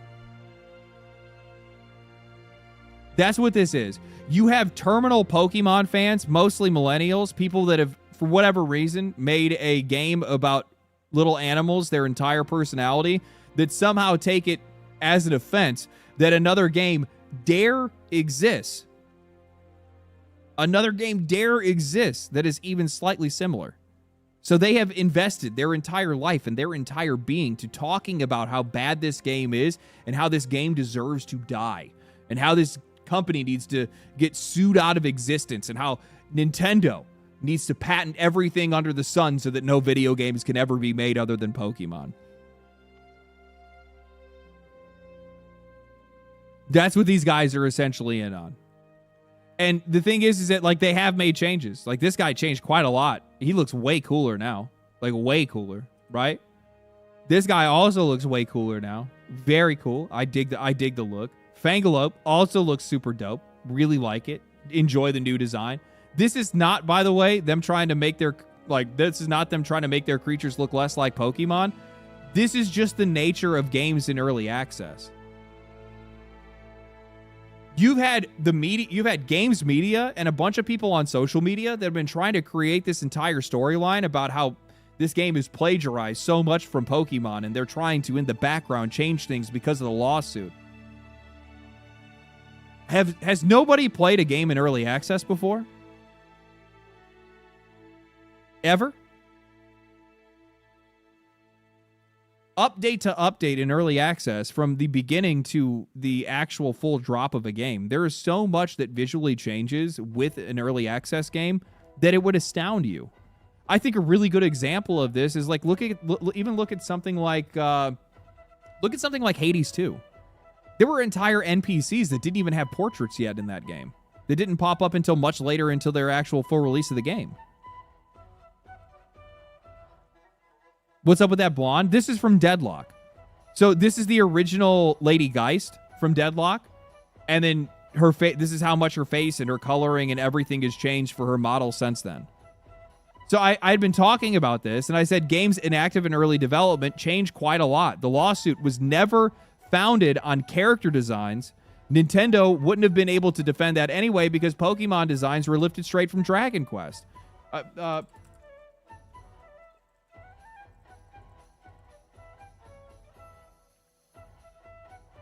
This is the image people oftentimes like to bring up, and this image is very accurate because a lot of the designs that Pokemon used for their game came directly from Dragon Quest and other properties as well. I think there's a couple other properties that they looked at, but when you look at some of these, it's really it's next to impossible not to see to draw the conclusion. Obviously, some of them are different. You look at, obviously like this bat creature versus like Golbat, and I mean, in most cases, when you have like a caterpillar is going to look like a caterpillar. This horned rabbit is, I mean, even not Omastar. Omnath? Is that what it is? Omnath turns into Omastar? Did I get the names wrong? I can't remember the name. Ammonite. That is what it is. Ammonite. Yes, Ammonite. Pinsir is nowhere near this. No, not really seeing it there. This is, I mean, Rhydon is a little, this duck Pokemon, Psyduck, and this, you do kind of see like almost kind of like a personality thing even with their designs. Graveler or Geodude. I mean, come on, man. Come on. You can see it. Gyarados is, I mean, pretty much a 1-for-1, but it's more of like an inspired off of like a Chinese dragon to begin with or something like that, or a Japanese dragon. The coughing one, though.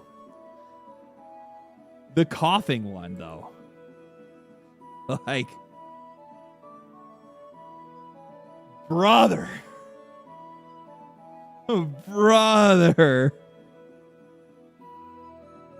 What's your favorite? What do you mean? Are you talking about like my favorite Pokemon?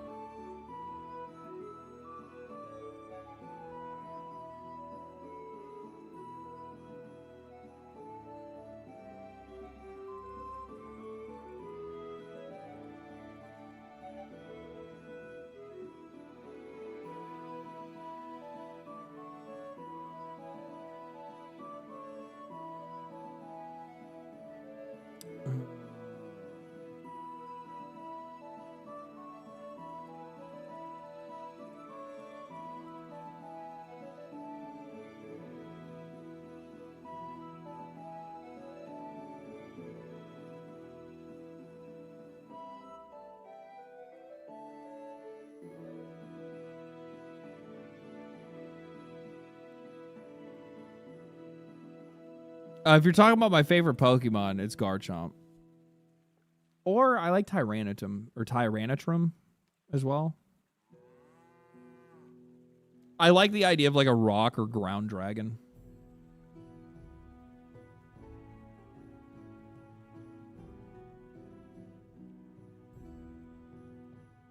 But yeah, these designs change quite a lot. And the other thing is too, and like this continues to go on, right? So like, and by the way, like after I'd seen this, I started getting fed like all of the like Pokemon like posts, all the Pokemon versus Palworld posts.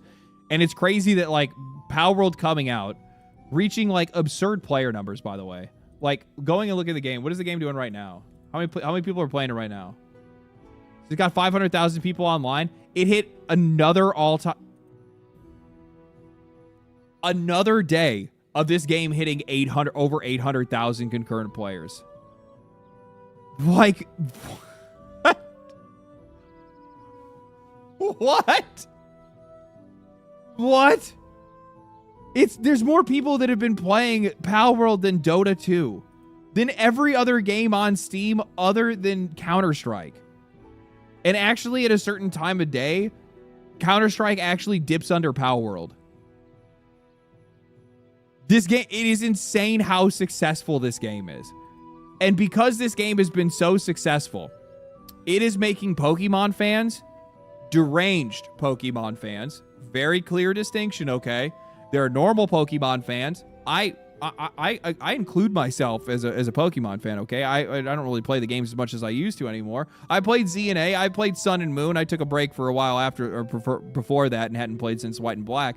But I grew up playing Pokemon. I consider myself a fan. I don't have my house filled with Pokemon memorabilia. I don't squeeze a Vaporeon plushie every single night before I go to bed.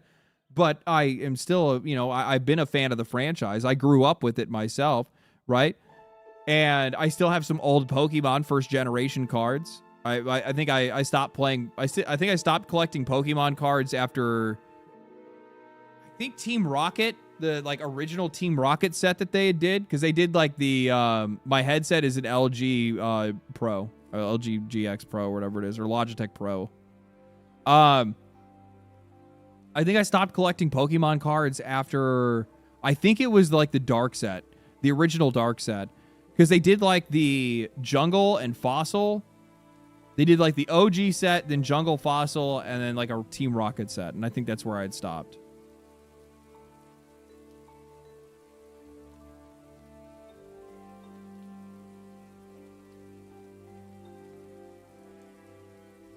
No way you don't enjoy Palworld if you like Pokemon. Oh, yeah, without a fucking doubt. I'm sorry. If you like Pokemon, you're going to enjoy Palworld regardless. There's no way that you don't. Anybody that doesn't is just forcefully trying to do it just because they need to hate something, because they need their game to be the only game and the best game possible. And it makes them feel threatened. It makes their identity feel threatened when they see a game that is somehow, in some way, now reaching a similar level of popularity. Palworld, Pocket Pair, if they keep this up, I'm just going to be straight with you guys. Palworld very, very well could become the multi-platform Pokemon. Because Pokemon is just on... It's also on PC if you want it to be, but... And it's also on mobile, too, if you wanted it to be. You could also emulate. But Pokemon is a Nintendo franchise. That is on their console. That means that the rest of the market is wide open for another competitor to take similar popularity. Maybe even higher. Maybe even better. And as we've seen, Palworld is one of the most profitable and one of the most successful games that we have seen released in this genre outside of Pokemon. Period. There has never been a game as successful as Pokemon in the creature collecting genre. Monster Hunter's never done it. Digimon has never done it. Monster Tamers or Monster Rancher never did it. Nobody ever did it. This is the first one ever to do something similar. And I would guarantee you right now, because how many...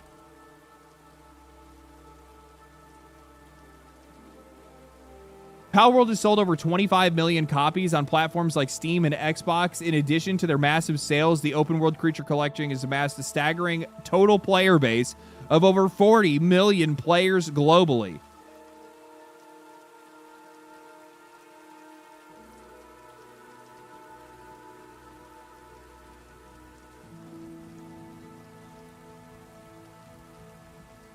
Pokemon sales by game. Unit sales, top to bottom. Red, green, blue, and yellow. Obviously, the GOAT. It's not even close. Everybody knows that's the case. Of course, that's the highest selling game they've ever had. What do you when you reach the peak? How do you go up from there? Right? How do you go up from there? But while I'm not going to count it in the same area as this, I guarantee that Palworld is probably going to hit 40 million copies sold. If it already was, by the way, Palworld hit 25 million copies sold 10 months ago. We have no idea. This is from 10 months ago. So 10 months ago, Palworld has sold 25 plus million copies. This is from Analea Analytics. So if this game 10 months ago had already sold 25 million copies, how many has it sold since then? And then also since its 1.0 release? Because I guarantee they got a massive amount of people that came in to come and play this game for its 1.0 release. I guarantee they got a bunch of people that came in and bought the game right now. So there's a really good chance that this game could... it's not even a good chance. I would actually guarantee, I would bet money that they've already hit over 30 million in sales. They have to be close. If not, they have to be close. And I guarantee this game is going to sell over 40 million copies. Because they're probably just going to continue to add content to it. Why wouldn't they? It's their most successful game. This game has essentially just made them a household name at this point. Of course they're going to continue to support it. They're going to continue to add content. They announced 40 million. They announced 40 million players. You know me. I don't play that game. I play the numbers. I have not seen 40 million sales. I've seen 40 million players.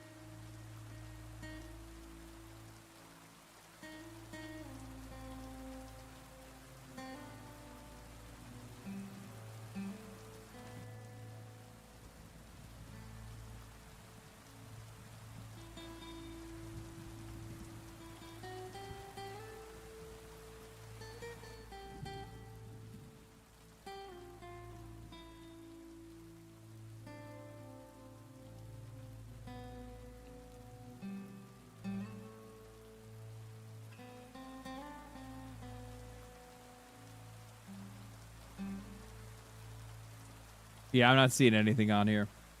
They haven't announced any sales numbers yet.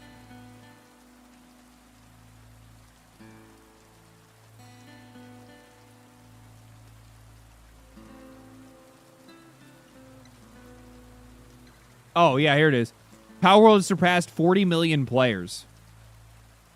There's a big difference between players and copies sold. Big difference. Because they're including the people that have been playing the game on Game Pass with this. Yeah, huge difference. We don't count that shit. Even for one of my favorite games, and even for a game that I know is successful, this is not what I want to see. Sales is what I want to see. And they were tracking sales at one point in time. They'll let everybody know when they finally hit some big some other milestones. Once the dust is settled over this huge push that they're getting right now with all these sales that they're getting over the game going to early access or coming out of early access, you're going to see a lot more. You're going to see them posting something pretty soon. But regardless, the point that I'm trying to make here is that did I lose it already?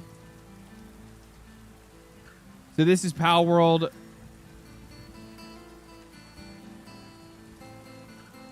Where did my other link go? I lost it.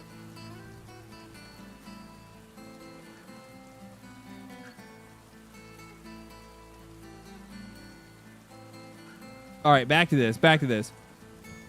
So if Palworld ends up hitting unit sales, which they're probably already in this range right here, which is in 1, 2, 3, 4, 5, 6. They're in the top 6 or top 5 of the best-selling Pokemon games ever made. When you're in that range, you are now direct competition, and you are a major threat. You are incredibly disruptful. And chances are what's going to end up happening is that our Pocket Pair is just going to continue to support Palworld, and they are going to be the cross-platform, multi-platform Pokemon game that people are going to default to. They're just going to get better at doing it.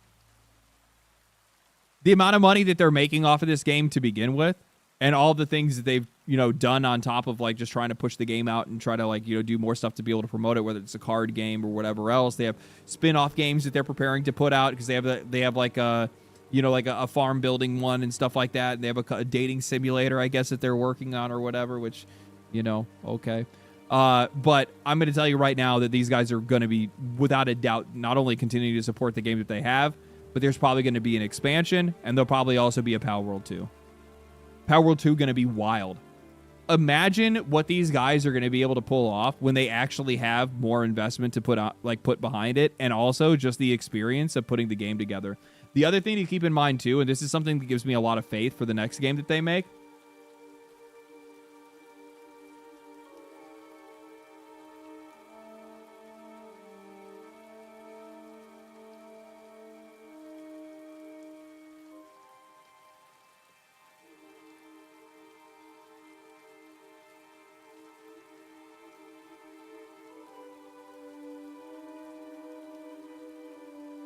Bucky, Pocket Pair CM, reassured that Pocket Pair has no investors, no backers, no sponsors, and it's 100% independent and self-funded.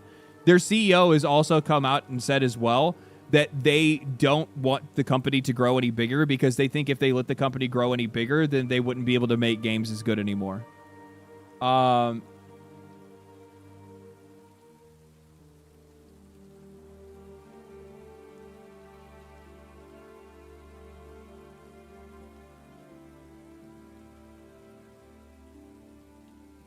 Pocket Pair didn't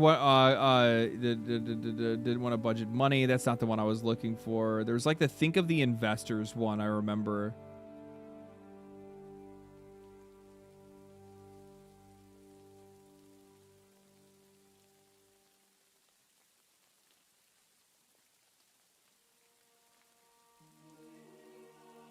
Dude, look at how these guys tried to fucking tear these motherfuckers down. Pocket Pair CEO is torn whether to turn Palworld into a live service game. That was never the fucking case. That was never the conversation. But all of these journalists since day one, since the minute that this game came into existence, every single one of them was like all over this dude's nuts. They wanted to tear this game down so hard. Not a single, the only person that I know of that was writing about Palworld that wasn't writing about it negatively was Paul Tossi, who just really liked the game. Everybody else was like, we can't let this survive. This can't be here. Nintendo needs to take care of this. It's going to get shut down by Nintendo. Play it while you still can. They're going to take your money and cut and run. This game is a sham. Like, it's crazy how far out of the way these guys went to be able to do this kind of stuff. It really is. It's crazy. Chud Tossi will rise again soon. I don't think he's there yet. I think it's going to take a while. I think the transformation takes some time. I really do. But yeah. So like these, I've already seen other articles talking about it where like these guys, they don't want to get any bigger. They don't want to take on backers or investors. They're not trying to sell anything. I know he had talked about how the guys that he knows that are in like Web3 and stuff like that wanted to get involved with the company, and he said, "Nah, I'm just not interested. I'm not selling shares. I'm not doing anything." And it's just like, that's what I like to hear. That's what I like to hear. Let's see here. What else? But this Palworld situation has just gotten completely out of control. This person here, by the way. So I said I nearly forgotten how I had nearly forgotten how disconnected from reality Pokemon Twitter gets over Palworld. They have to be having such a bad day. And I'm showing what the numbers are for Palworld because this person here had posted Palworld just hit its full release and can't recapture the moment it had at launch. Its momentum came in early with the early access label, and the controversy over creature designs were copy and pasted Pokemon. At what point do you admit that you aided scammers?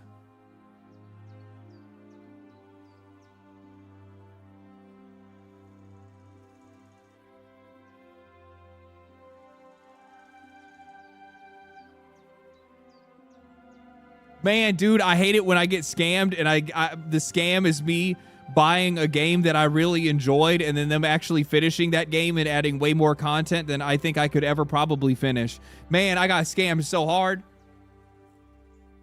I got scammed so hard. Somebody help me. Imagine talking shit about a game that's averaging over 800,000 concurrent players on Steam just because it's not pulling the same 2 million players that it had when it went into early access. Do you have any? That was 2 years ago.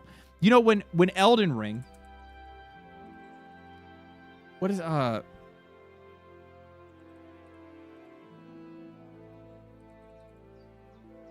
Elden Ring, heralded as one of the greatest games ever made, which reached almost a million players on Steam for its peak. It brought back What is that? 70%? Is that 70%? With a 950. No. That would be.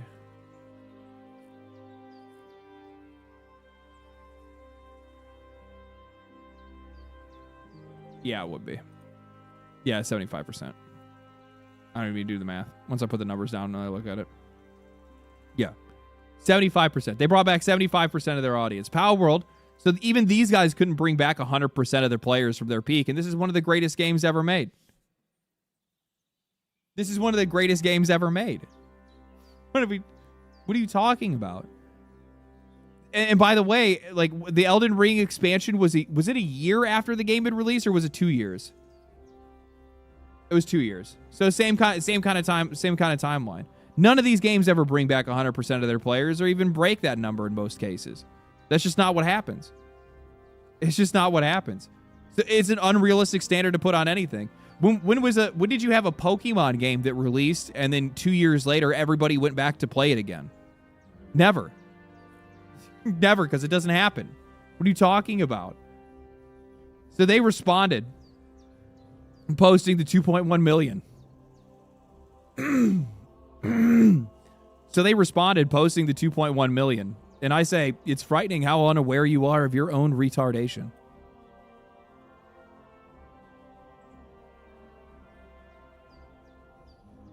It's...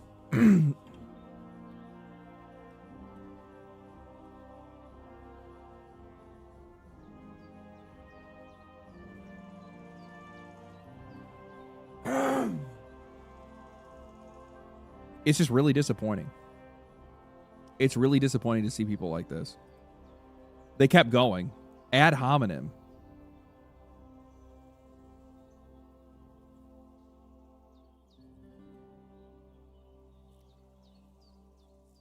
Ad hominem. They think that I'm trying to debate them.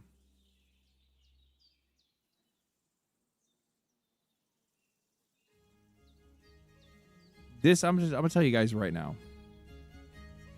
The best way to live a happy life is just to have the rule, the personal rule of don't argue with idiots. There's no point in it. They don't see your point. They'll never see your point. They can't ever see your point.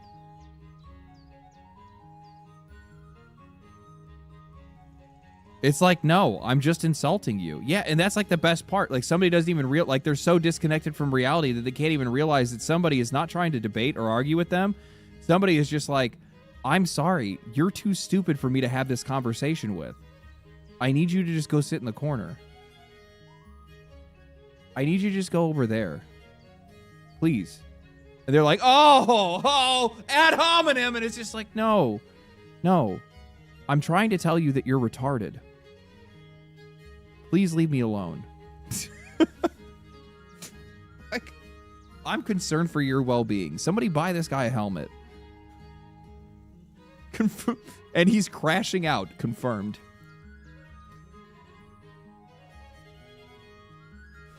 LD doesn't bully the mentally handicapped? Exactly. What is the point of me trying to have this conversation with a person like this? They don't even understand how numbers work. They don't even understand how early access works. They don't even play games on Steam. Let's be real. People like the average gamer N play only on this piece of plastic. They worship it every night before they go to bed. The people that are online that are complaining about Palworld, the only people that are online complaining about Palworld, I need you guys to make sure that you understand this. They have a Nintendo Switch fully enlarged in their anus at all times. That is where they keep it.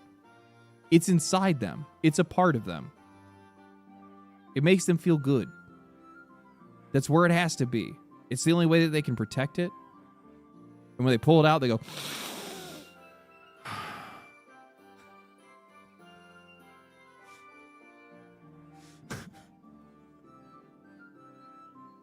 Like,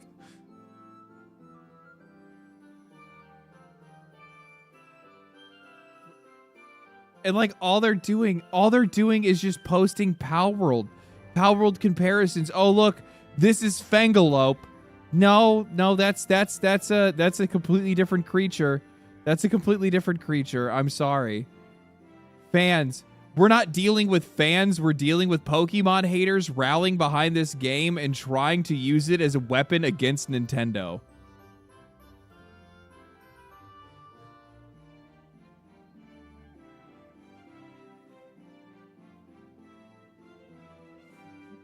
And all they do is just repost other people. This is the way the person gives valid and fair arguments without attacking Palworld. And yet PAL fans have commented still attacking. They're at war. They're at war. That's what's going on right now. It's just Nintendo, Pokemon, Nintendo, Palworld bad, Nintendo. Palworld bad, Nintendo. Isn't this the best weapon against Nintendo? Finally, a good alternative to Pokemon? For a lot of people, this is the alternative that they've been looking for. People do not want to buy a piece of plastic to play one single game. There's probably a ton of people that are out there that would love to be able to play Pokemon, but just haven't had the opportunity to because, guess what? They just don't want to buy a Nintendo. Now they have an opportunity to play a game that's like Pokemon in a way that they've wanted to play it. This is how I've kind of wanted the genre to be, or how I've kind of wanted Pokemon to mature over the years. Was it Pokemon with guns that I was looking for? No, not necessarily. But I wanted something with more freedom and more ways to be able to actually express myself through that gameplay. More than just simply pressing on, either pseudo turn-based controls or just flat-out turn-based controls of a rock, paper, scissors character of, hey, I'm using fire against grass. I win! Like, it's just like, I want something bigger than me trying to figure out whether a circle can fit into a circle hole or, I fucked up. I tried to put the triangle through the square hole. Like, come on, man. Isn't this the greatest game ever? It's literally a children's game, and you have like 30 to 40-year-olds that have quite literally made it their entire life to the point that they're running around on Twitter with images of like Pokemon characters that they've made their entire identity and that they want to sleep with and marry. You are mentally ill. People like you used to be in homes. It's concerning.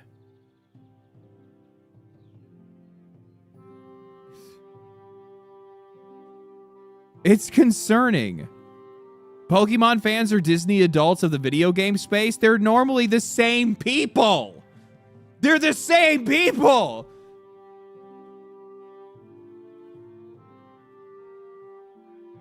Those are concentric circles that are just a circle.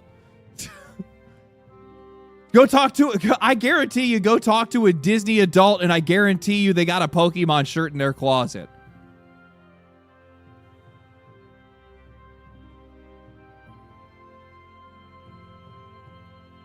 Look at some of these comments that I've had to deal with, though. Where is it at? Oh, look at this.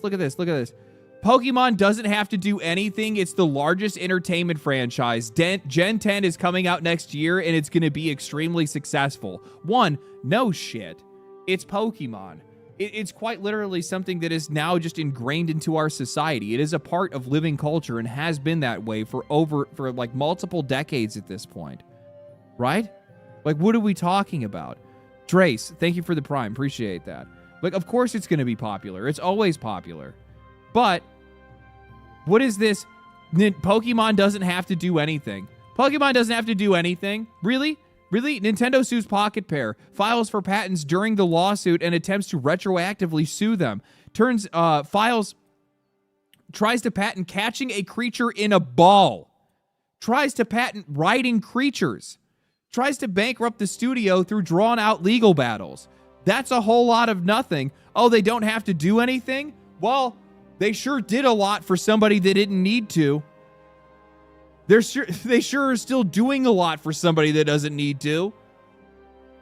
And also, a lot of their fans are running around online talking a lot for some people that apparently don't need to.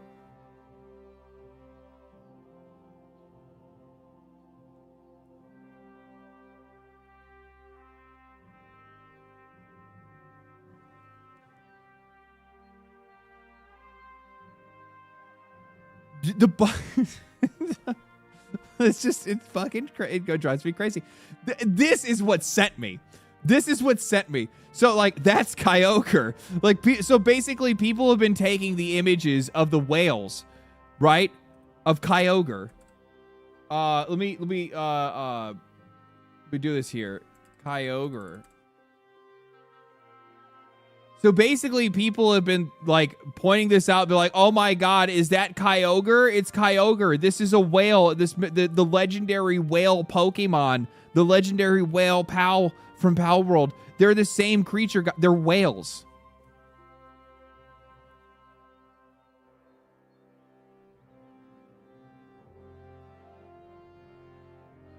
They're whales. Nintendo invented whales. Yes, Nintendo did invent whales. How else were they supposed to draw a whale? How else were they supposed to render a whale? These aren't even the same. So then you had people that were like, oh, people aren't believing. People aren't getting into the hype. People aren't getting into the, like, look.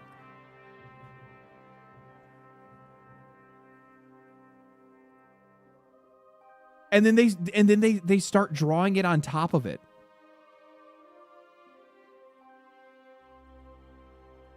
And then somebody goes, and then they start putting out pictures like this. You're telling me that Philanthus doesn't look like Kyogre.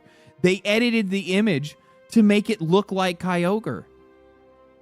Just to try to get people to believe the lie that they're trying to push.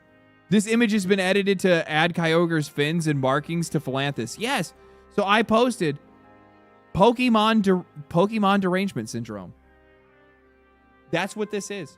This is Palworld derangement. This is Palworld derangement syndrome. These people have a mental illness, and they can't stop, by the way. I'm seeing posts about this game every single day, all from people that are going in. Look at this guy here. Come on, that's basically Come on, that's basically a 1-for-1 reskin of Kyogre. It's fine to like the game, but let's call a spade a spade. I told him the internet is so fried. This is an edited image. You have people that are just seeing this stuff. They're like, man, that game's ripping off Pokemon so hard. Oh my God. It's just like, guys, it's AI. Is that Bismarck?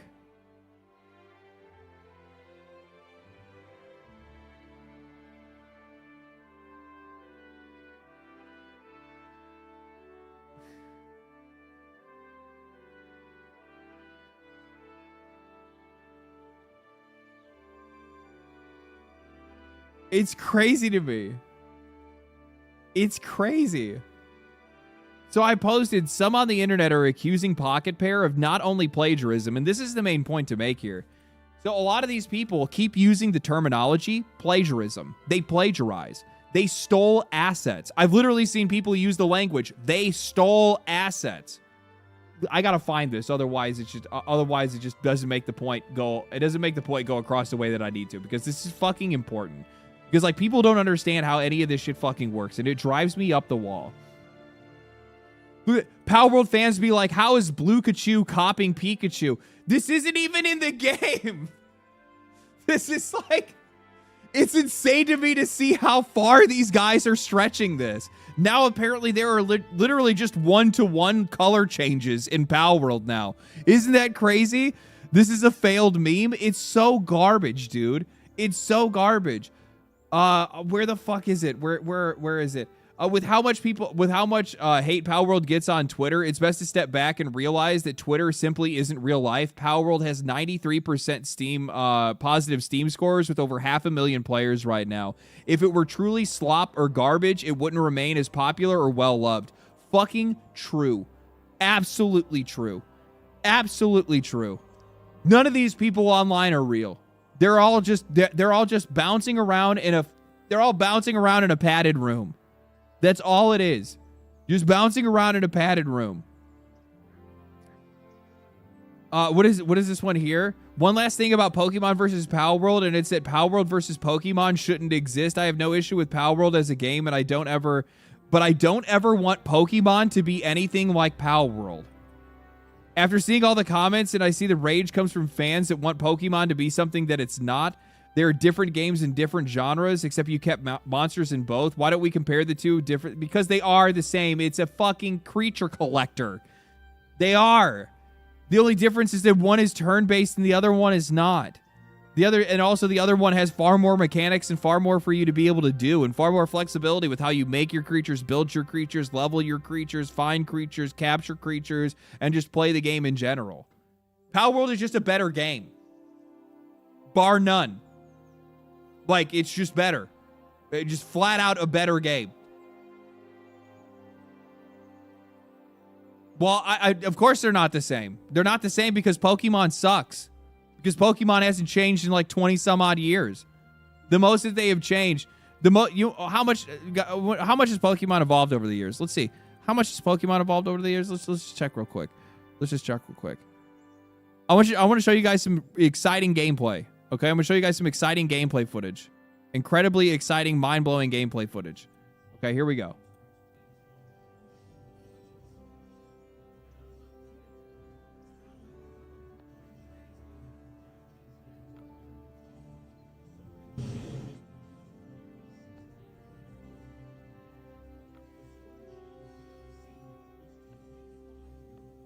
Oh, I got to run away from the attack. I got to run away. Okay, I dodged it. Okay, good. Okay, now I gotta pick up the orbs. Oh, now I gotta say a command. Okay. And I gotta move him. Okay.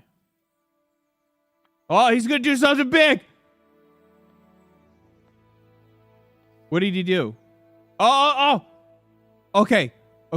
This part right here, guys. This is really hard, okay? This is really hard. So this part, you have to dodge the rocks because the rocks will explode, and when they explode, they deal damage to you.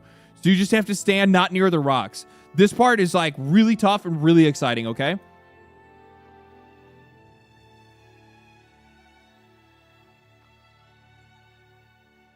Oh, did you see that? He put an AoE behind me, so then it was off camera, so it was really hard to see, and then it forced me to move, and I got hit by it.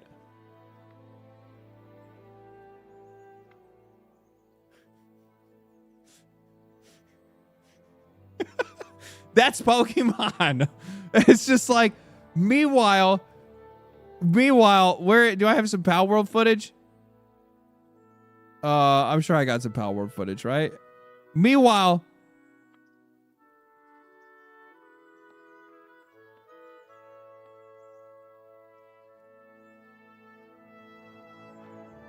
here's me flying around. I'm looking for some pals, looking to catch some stuff. Oh, here, I'm going to get into a fight here. Check out this battle. Okay, I dodged that. I'm riding on top of my pal using commands on it, getting off, switching him out, pulling out a different creature. Now I'm going to come in. I'm going to start doing some damage myself. I'm going to swing that sword. Bam. Oh, no, never mind. I was trying to capture him. But then it died.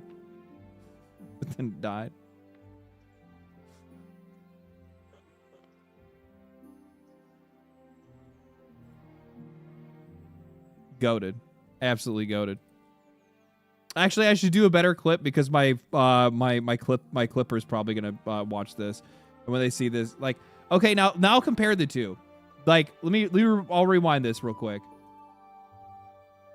So now I'm gonna be now comparing the two. I got him paralyzed because of my pal. Now I'm hitting him from distance. I'm actually doing damage myself. I gotta watch out because he's gonna smash me in the face if I get too close to him. Each of these pals have their own mechanics themselves. I also, at the same time, not only, like, I think something else that's really important to bring up here is that, like, I have a specific build that I'm using, right? It's not as simple as I'm just having two creatures fight each other while I'm standing around doing nothing. No, I also have these two pals on the side that I can summon out and stay by my side passively as long as they're in my inventory. So they're a part of my own damage that I'm building. Yeah, you made a comp. I have a comp for what I'm actually doing in the moment. It's not as simple as me playing rock, paper, scissors versus this creature. Now I got to dodge this ability here, move to the side, switch out creatures. Yeah. Which one looks more exciting? I'm not trying to say that, like, Palworld is the most, like, you know, complicated or mechanically deep game that's ever been in existence, but I'm just going to tell you right now, just giving it the eye test, this looks a lot more exciting than what I showed before. Which game would you play?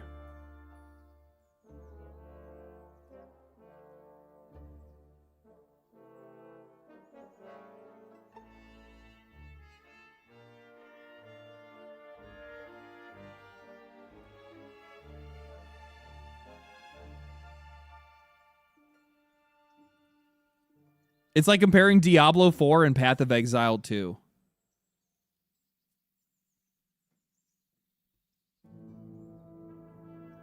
I'm not gonna lie, you cooked with that. You cooked with that.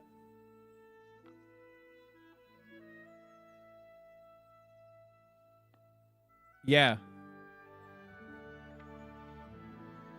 Yeah, you know what? Where you at? I'm gonna VIP you.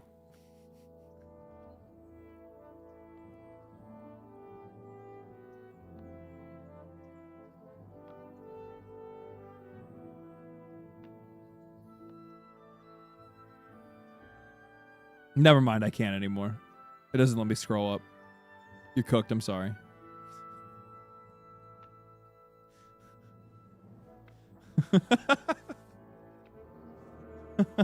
Super chats? Did I fall behind on super chats? I'm sorry. I'm sorry. Oh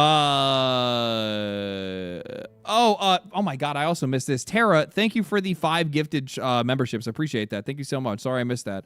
Palworld is releasing their own PAL cards. I did see this. I saw somebody actually opening a couple packs. I was like, man, actually, I might pick up some of these when I get the chance to. Thank you for the 2, Thunder the Lovable. Appreciate that. Appreciate that so much.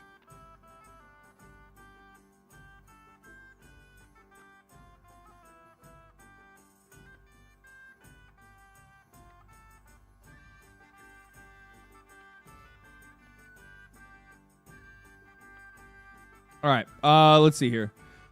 I like PoE too, but I prefer Grim. Oh, yeah, Grim Dawn's really good. I do like Grim Dawn. I like their build system. But no, like these guys just continue to post and continue to post and continue to go on. We got to go after that other stuff here soon in a middle. But like are these people literally just deleting their comments? Oh my God. Where do my replies go then? They just delete their comments and then repost them.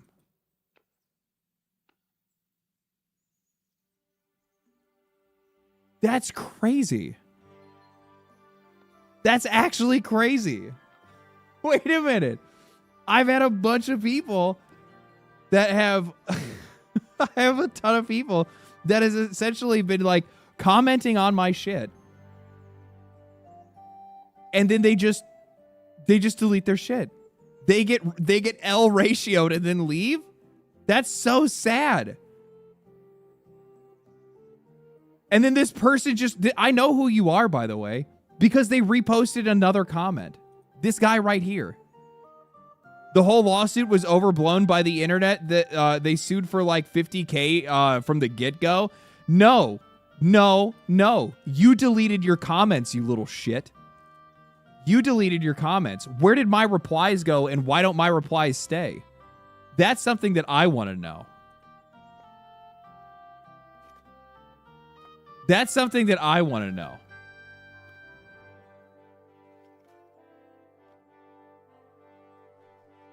Oh, and on top of this, I posted Palworld Derangement Syndrome. This guy goes name calling while being an Elon shill is crazy work. I don't understand why I'm an Elon shill, but okay. But considering you're on this app contributing to its success while broadcasting your fetish for cartoon animals, I can see how you would take this personally. My condolences. I don't know what the fuck is going on. When I see like the vast majority of people that are when I see the vast majority of people that are posting about all this stuff going on with Palworld versus Pokemon, if I click on any of their profiles, it is a radiation zone. It is incredibly dangerous to do so because I'd probably say like 75% of them, their entire like Twitter page is nothing but just furry stuff. It's Vaporeon with like 3 mile wide thighs and pregnant.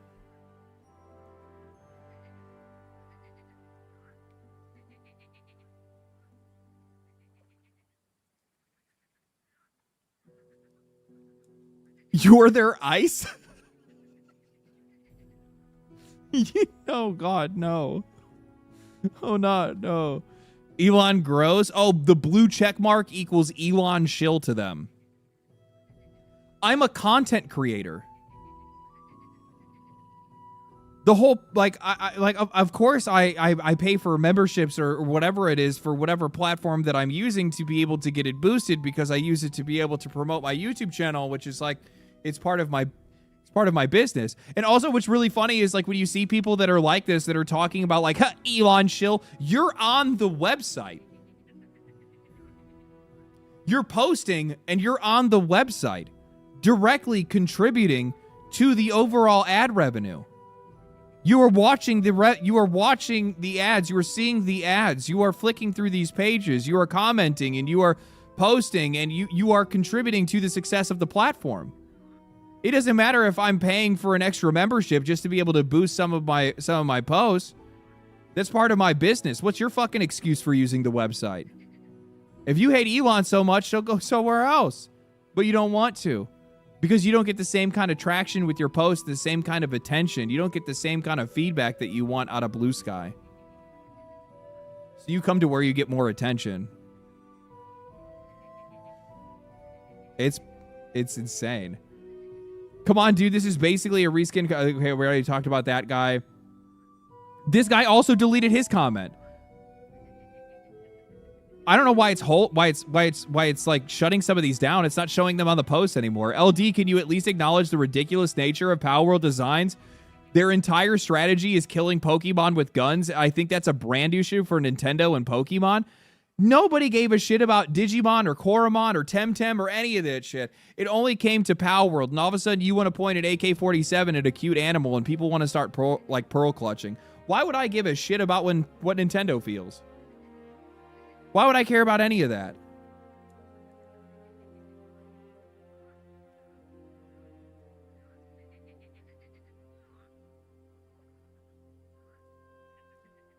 It's also, this isn't the real you, Mark. Yeah, true.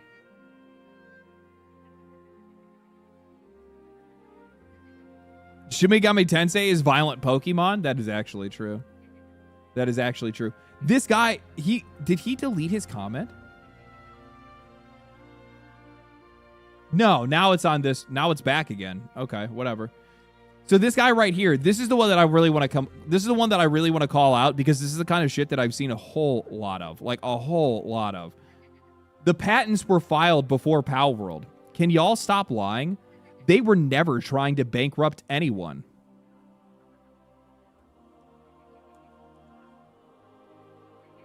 First,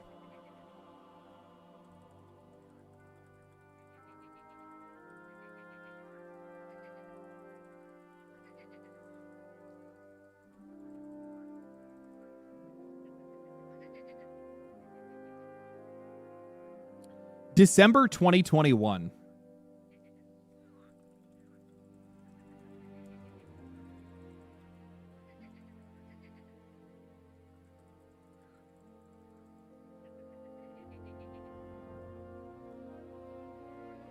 No, it was not in 2024.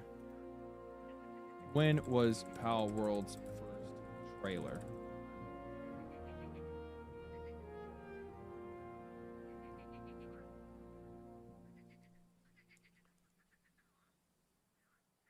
I'm pretty sure that they had their first trailer before that. I thought that they had their first trailer during December.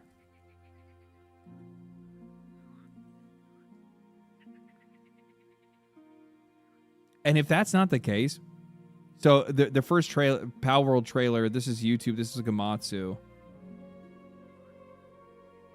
What do you think is the chances that they somehow knew this game was coming out? What are the chances that two Japanese companies, one Japanese company being all-consuming, found out that this game was coming? So these are the Japanese patents, by the way. So I responded to them saying, these are the Japanese patents and not the ones that were filed or tried to use retroactively, which is actually really the point that I was talking about, which is where they tried to retroactively sue them for patents that they were currently filing for during the lawsuit as it was going on. The patents filed during the case were the U.S. patents, some of which were denied. Games Fray had covered this entire thing in detail, which they did. They went through Pokemon and Nintendo Company versus Palworld, patent infringement lawsuit, attempts to monopolize game rules. This is when they were going through and they were actually just trying to essentially draft patents for basic gameplay mechanics. The ability to catch a creature with a ball, the ability to summon a creature with a ball, the ability to mount a creature that you own or summoned or whatever it is. Like all these very basic gameplay mechanics that could essentially just suffocate the entire games industry. All of these patents are being filed by Nintendo during this entire process. And I love bullying with opportunistically drafting patents. So the idea is to bully the industry out of being able to compete with these guys. That's what they've been doing since day one, essentially. I followed this case. I have an entire video that's talking about just this legal case itself. All the stuff that came from GameSpray. I have an entire video that documents this about a year ago that I had put together. They responded back. As stated, you can't amend a mid-lawsuit. You can have those changes applied. Nintendo didn't sue them on the amendments.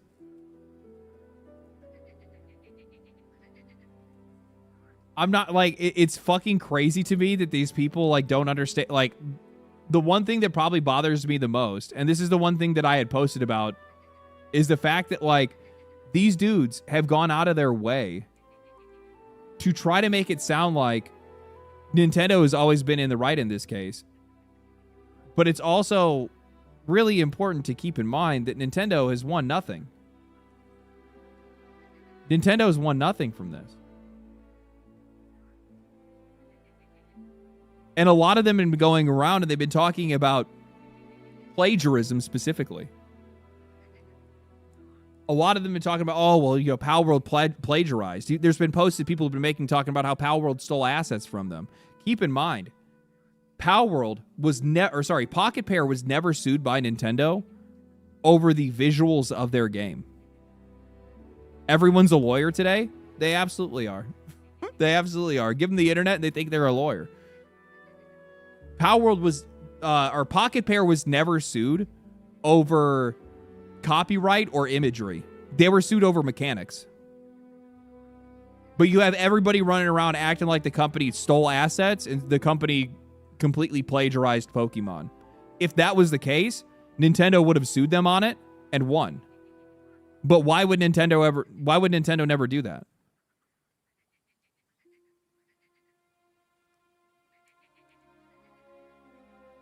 Because they can't sue them for it. Because they didn't plagiarize. And if they actually did go out of their way to steal like actual art assets and models, like some people are alleging, then like Pocket Pair would be nuked. Never happened.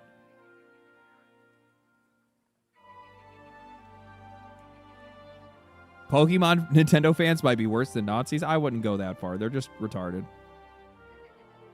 Oh, so moving on from the Pokemon Palworld situation.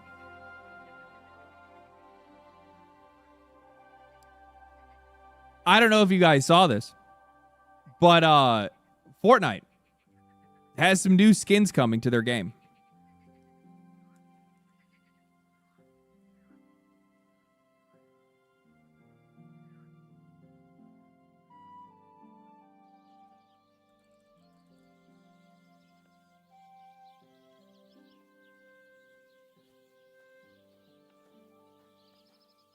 Oh, that's not what I wanted. I want Fortnite. Fortnite. There it is. Fortnite posting baddie alert. Where's the new trailer? Show it to me.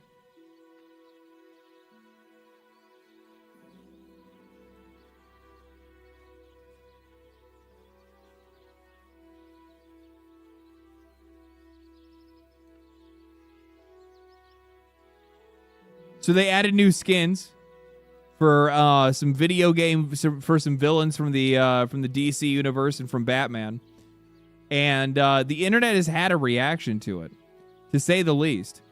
These skins are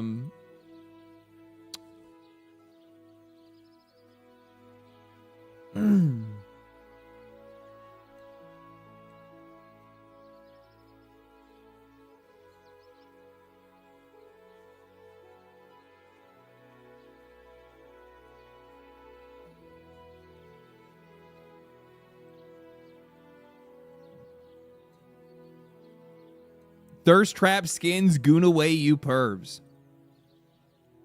So I saw all of this, right?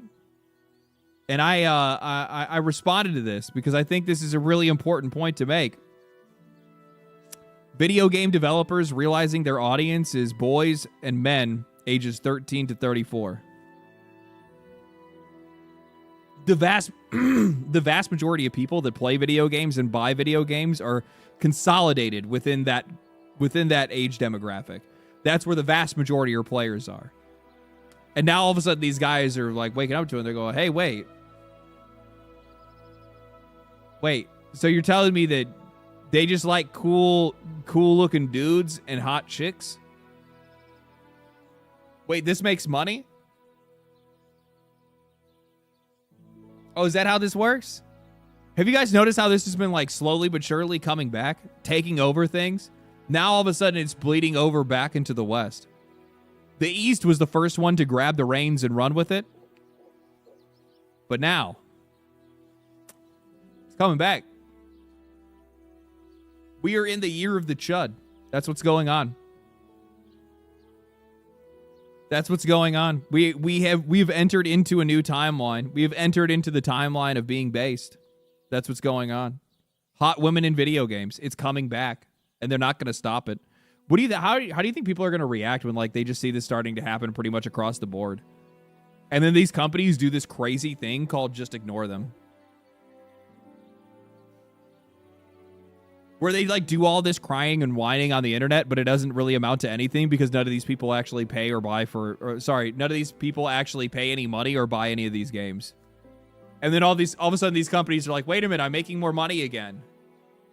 Wait a minute, you're telling me that if I just ignore the screaming banshees on the internet that I continue to make more money?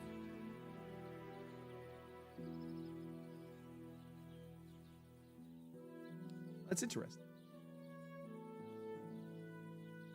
Well, that's it. That's interesting. Well, now wait a minute. Wait a minute. So I'd seen this, by the way. This person who posted this. Rivals, this is how you make your summer skins without over-sexualizing the characters, by the way. And let me just go ahead and make sure real quick.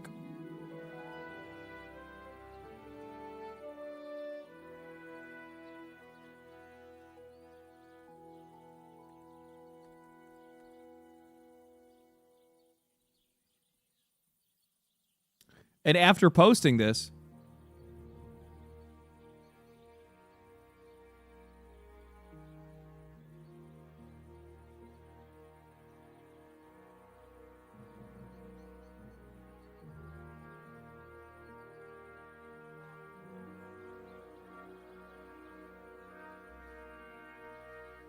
didn't want the smoke. It's funny that the people that start the fire aren't the ones that want the smoke. So I'd said, imagine being so soft that you post this and immediately delete your account at the first sign of pushback. You aren't the target audience. Sick of pearl clutching over games and needing them all to fit into one single box of taste and morality. Both versions can exist. It just so happens one version is going to be a lot more profitable.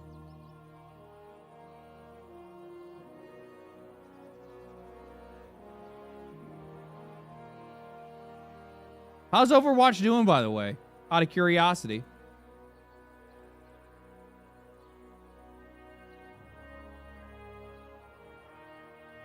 Is it Overwatch 2? Or is it just Overwatch?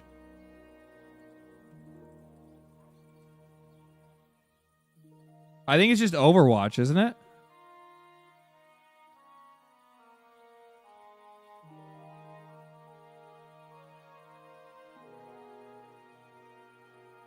Yeah.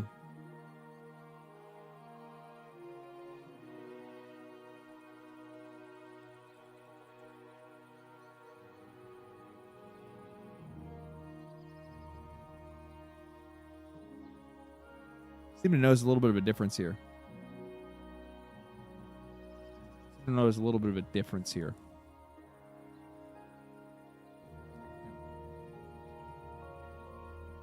To be fair, not counting BattleNet. I don't know. I guess like out of habit, sure. I don't know how big the difference would be.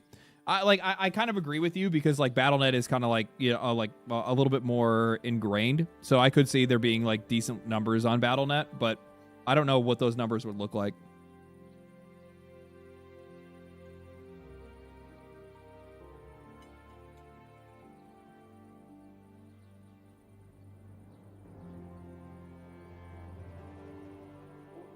BattleNet would definitely have a substantial base if we're talking about Overwatch, I think.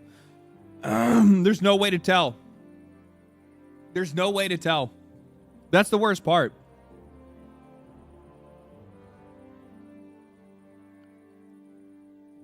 Basing that off of a feeling.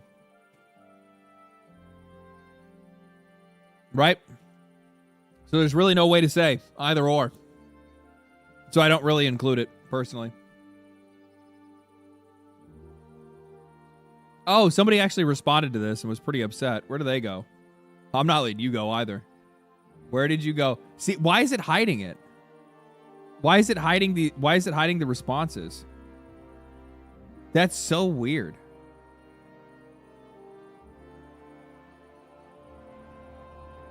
So I saw somebody that was crying about this post. They didn't like it. Yeah. This guy right here.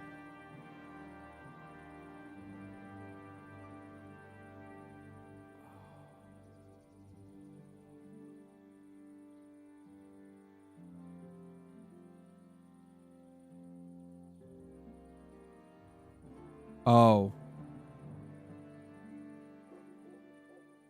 It didn't block me. But started editing things a little bit, I see. Started editing things a little bit here, I see. So he had posted, this is the post that was on there. I'm sorry, but this hypersexualized gooner shooters does border on homosexuality. When the entire game feels like Barbie Beach House instead of a cool game. Also, the fact that this is supposed to be a kid's game makes it even more hilarious. Sorry, but this shit is lame. Get laid.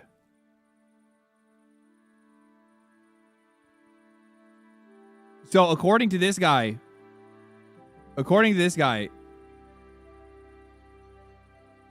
boobs are gay. Liking women, crazy enough, actually gay. Stop looking at those women. Stop looking at those women, you homosexual.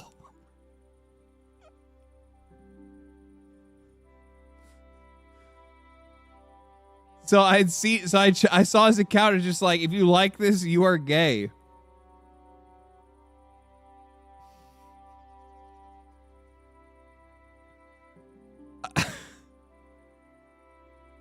I'm just like, it's all just projection. That's all it is. It's all just projection.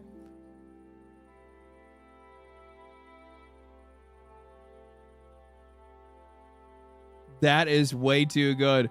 And then I'd seen in some of his other posts, because I don't know, this dude actually just kind of like jumped off a cliff after that. Like he just really started having some serious issues. But like it's really funny to see like gooning as a popular game thing taking over gaming is just lame, is just as lame as woke. I love sex and hot women.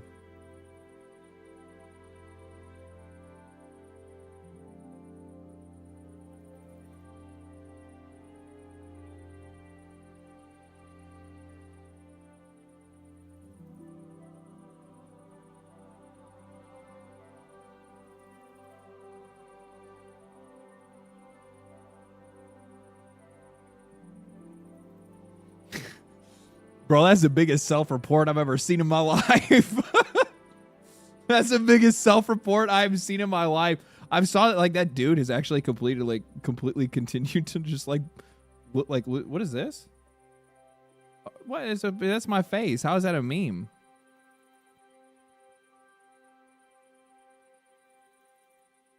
I was trying to see if he was still in here because that guy was like losing his mind in the comments. Like he started posting about my name and shit like that, talking about how like I don't know, it was weird, calling me like a gooner and shit, some fucking weird shit. Anyway, let's get back into the news. That's enough drama related like shit talking stuff. It's just these people are just fucking weird, man. Any of the people that are like trying to get like wild when it comes to like how video game characters look in a game, they're honestly. I think that like most people probably wouldn't really care all that much anymore about like how video game characters look or like the big difference in like visual scores that we see, where we see like hot women and ugly women and masculine women, where like it probably wouldn't even be a conversation if it wasn't for the fact that like there's just been this like overwhelming push in the opposite direction, where you've just seen like basically every like female character that's cast in the West is just drawn to look like shit. It's just, they're made in the game to look like shit. It's really bad. It's really bad. And there's like such a stark contrast between how female characters are designed in the West versus how they're designed in the East. And I think if there was like a little bit more balance, that people probably wouldn't even care about this stuff that much anymore.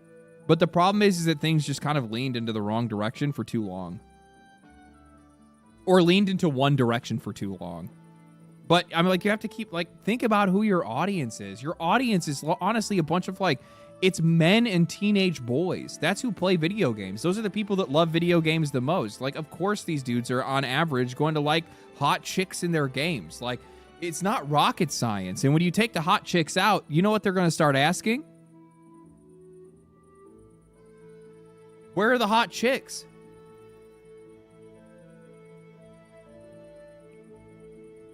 You know, I didn't bring this up, and I should have brought it up, and I was going to bring it up in the video that I had made. You know, when I went to Summer Games Fest, the developers that are working on Phantom Blade Zero, right? If you guys know that game, Phantom Blade Zero, it's another one. It's another like action RPG game that's coming out of China. It's coming out of the East relatively soon. Those guys, they had booth babes. They were the only ones. They were the only ones at Summer Games Fest that had booth babes. Really pretty Asian girls that are wearing like leather skirts and tops, that are like welcoming you in and bringing you over, introducing you with everybody, sitting you down. And I was like, they were the only one that had anything like that. And I looked around and I was just like, these guys are going to cook. These guys are going to cook. I can see it happening. I can see it happening. That's a pioneer right there. That's right. That's going against the grain. They're in the middle of all these like Western developers, and they're just like, we brought chicks. What did you bring?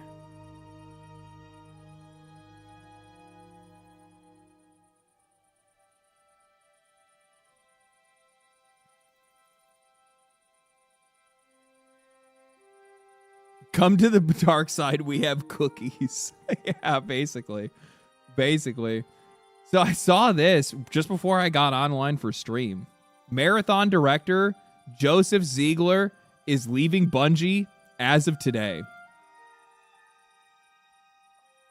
Didn't he come in specifically to do Marathon? Wasn't he the one that they brought on specifically because he has experience with Apex Legends, right? What studio did Joe Ziegler work at before Bungie?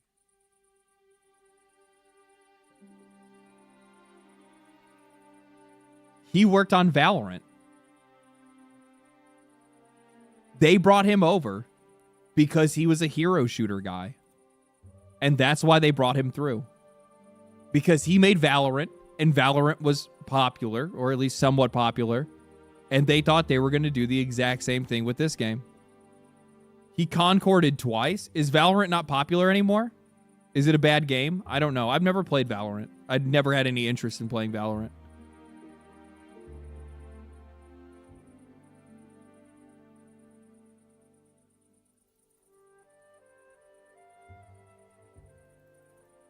Valorant found its audience.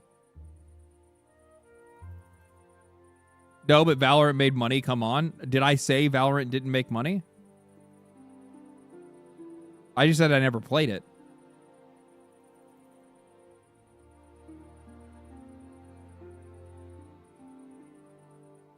Oh, arguing with the other guy. That makes more sense. Titanfall fans hate its existence. It's crazy, dude. This is actually insane. So now you're telling me that the game that Sony sacrificed Destiny 2 on the pyre for doesn't even have its director anymore because that guy quit. I wonder why he quit.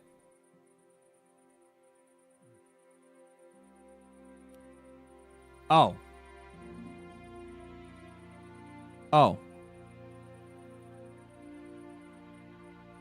The chuddening. Too much success, he couldn't bear it anymore. Is that what it was? Is that what it was?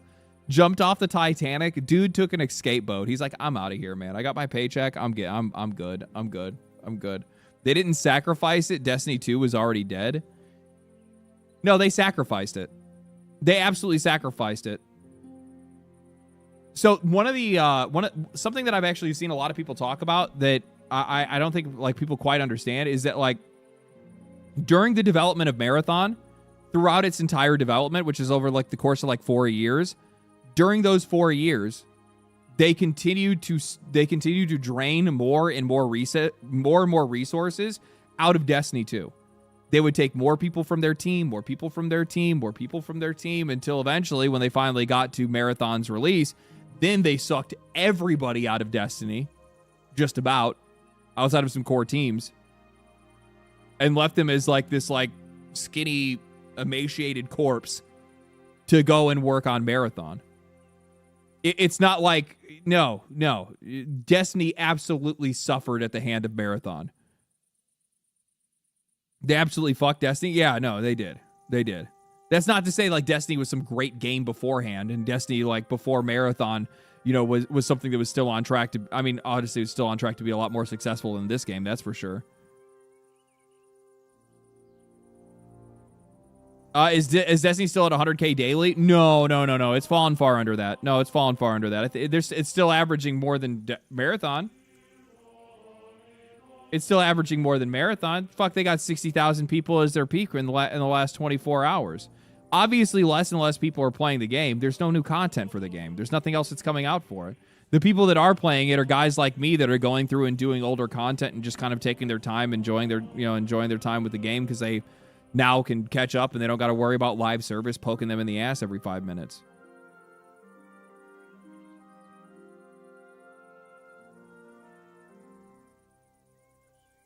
People saying their farewell. Yeah, I mean, guys, yeah. I'm like, and I mean, there's still plenty of game to be able to play for some people, right? I mean, like, I'm sure there's a lot of guys that have already done just about everything in the game, but yeah. But it's crazy to me that they've gone through all of this. They've done all of this. They spent all this money. And now this guy leaves as well. The guy that actually is running this game. I'm going to be real with you, man.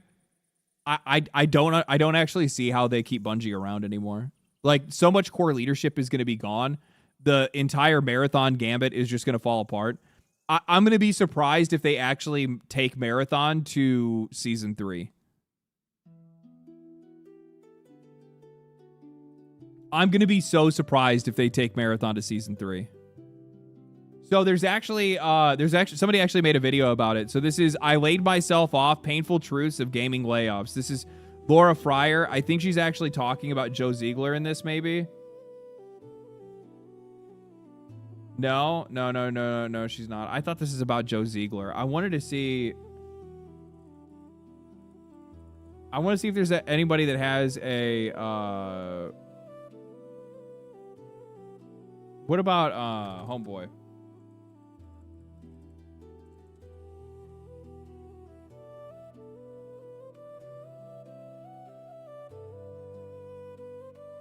That only came a few hours ago. I don't want to do that to him. Has anybody written an article about it? I'll steal a journalist's work.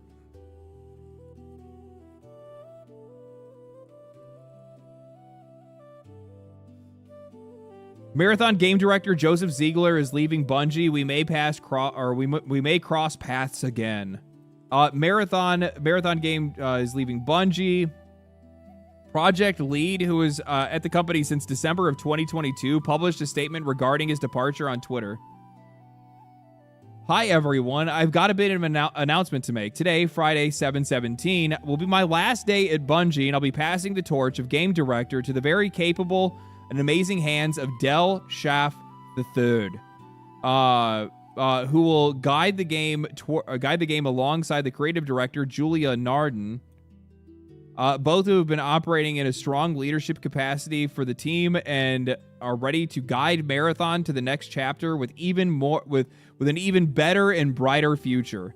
I'm proud of them. And excited for them to take the helm and see the future of the little crazy work that we've created together.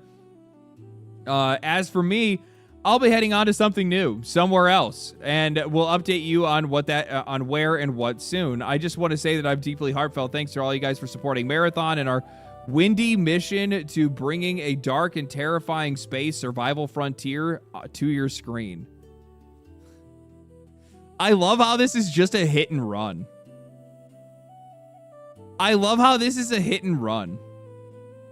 That's all this is. It's literally just like, so anyway, I'm on to something else. It's like this dude just like drove his car into your living room and he's just like, well, anyway, I'll see you later. He just backs out slowly as he drives off into the distance. Oops, my bad. I'm out. See you guys later. He was the one that brought in like the hero shooter elements. You already know that for a fact. Because he quite literally, like, that was the whole thing. That was like the whole thing around when he was brought in. It was like part of the discussion that they were going to make it a hero shooter. The mission will continue in supporting new and surprising ways, so stay tuned for what this team has in store for you. It's been a pleasure seeing all the stories you've created, all the clever ways that you find to murder robots and one another. I mean, there's not that many because there's not many people playing the game, so there's not that many stories, bud, but okay. Hopefully, as I move on to new things, you'll join me for those adventures as well.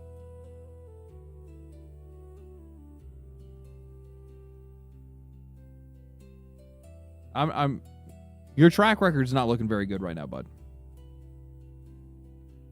Much love to the Marathon community and to all my friends and colleagues at Bungie. May we cross paths again. Keep it weird. Keep it real.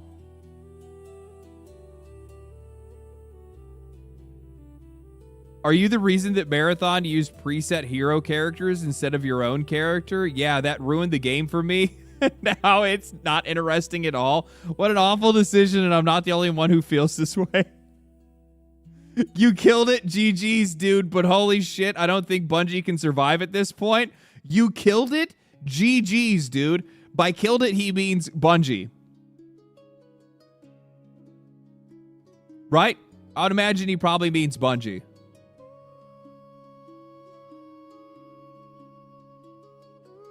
Thanks for everything. You were dealt a shit hand of circumstances, but the experiences you crafted were incredible. What the fuck? Who has an opinion like this? You were dealt a shit hand of circumstances? He came onto the team in 2022.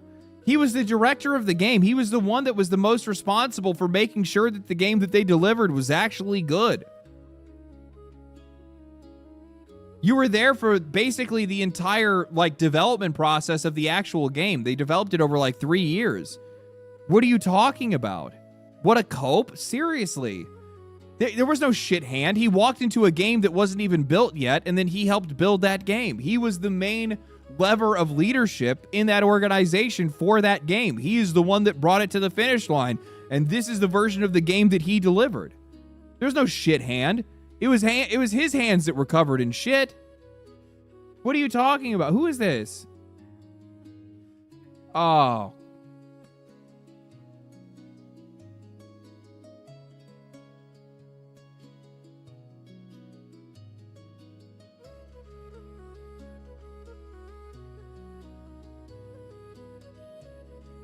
I'm not gonna start. I'm not gonna I actually really liked Iceman Isaac during Warzone when Warzone like first ripped off, and it was like absolutely fucking insane, and everybody was playing it. It was like during COVID lockdowns. He had some really good guides to like get into playing the game and stuff like that. But like, no, he's a first person shooter YouTuber. He's part of the like. Oh man, I'm gonna be honest with you guys. I think competitive shooters on the large, outside of like the most ingrained YouTubers and the most ingrained like content creators and streamers, is just completely fallen off, and it's just like it's way too hard for these guys to be able to find anything to do anymore. But I used to really enjoy his content.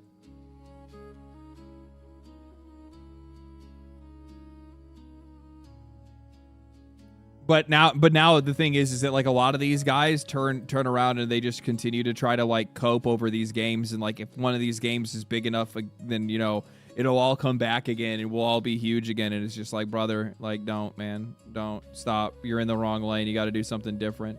Joe, we will never forget you. You'll be the one that killed Bungie. That's what I'm gonna say. Like, what are we doing here? Like, what are we doing here? This is done. Bungie's done. Like, who is actually left? Who is actually left at Bungie?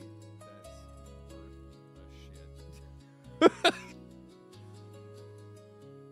After the brutal layoffs and phases and layoffs, Bungie is an entirely different studio. The development team of Destiny 2. Because the studio has pivoted its focus, several key directors and the studio leads have departed. Joe Ziegler, Justin Truman, Jason Jones. Jason Jones is the co-founder. That one hurts. Justin Truman, no, he needed to go. Joe Ziegler probably also needed to go.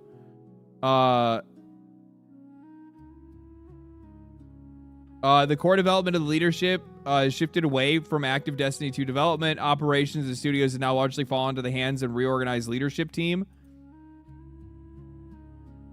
Horia Torkin and Del Shap. I don't know how long those guys have been there. Those aren't names that I recognize.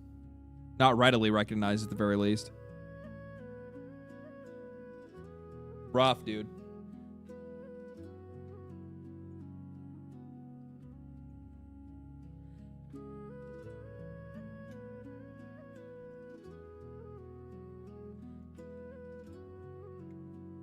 People working on gummy bears and whoever is at Marathon. Do we even know what gummy bears is supposed to be? I heard some like really dumb shit about what that game was supposed to be. LD, if you think Bungie gets let go by PlayStation, they go independent and go to EA, I mean it. They work so well with Activision.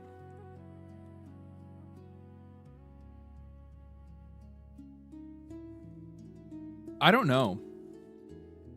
Gummy what now? Gummy Bears is a code name for the other game that Bungie has been working on for years. But like, I can't imagine you getting rid of like some of your core leadership and some of your biggest leadership, and somehow still being able to like come out on the other end of that and actually have like people that can actually make something worth a shit. It's just really funny for them to like go all in on like they're gonna shut down Marathon. If Sony does not shut down Marathon by the end of this year, I would be surprised.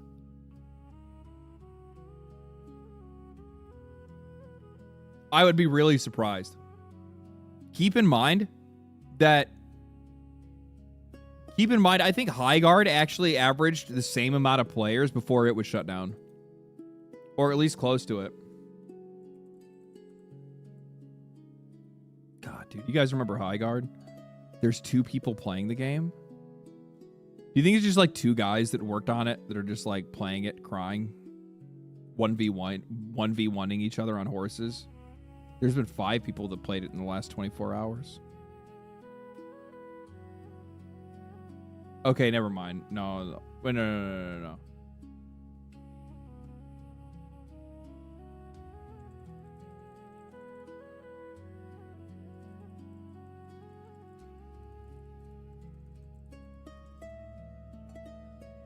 March 12th. It was shut down on March 12th.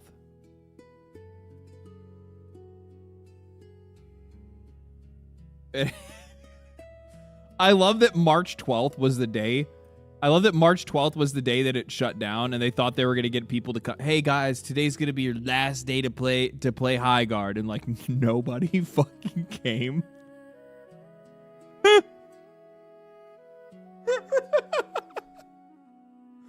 Nobody showed up. Guys, if you want to remember the good times of Highguard, come back and play it on the last day. Come on, it's your last day to play. And like, just nobody shows up. It's their farewell party, and nobody's there to say bye. So, okay, I guess they weren't averaging as bad. Or no, I guess they're not, Marathon's not averaging as bad anymore. But like that, it held strong, not really at all. That's crazy, dude. This game took basically, we'll say, a week. It was dead in a week. I mean, it was dead on arrival, but it was really dead in a week.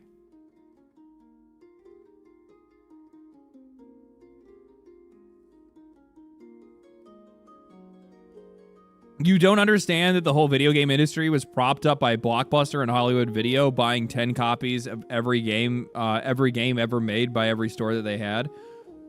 I'm sure that there was like some support of that.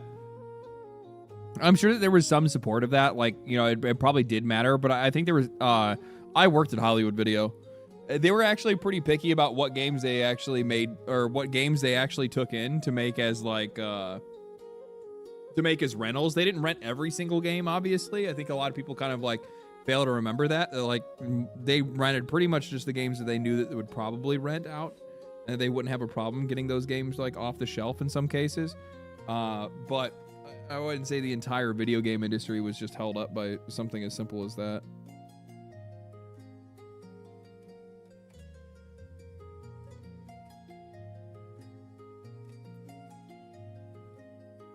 And even so, the people that were not the people that were benefiting the most from it were probably double A's at that time, because like they were actually getting some of their games picked up by some of that shit. So let's see here. I knew it. I knew Sony was just trying to kill CD platforms altogether. Fuck them with a stick. Sony owned Crunchyroll is now kneecapping physical anime sales.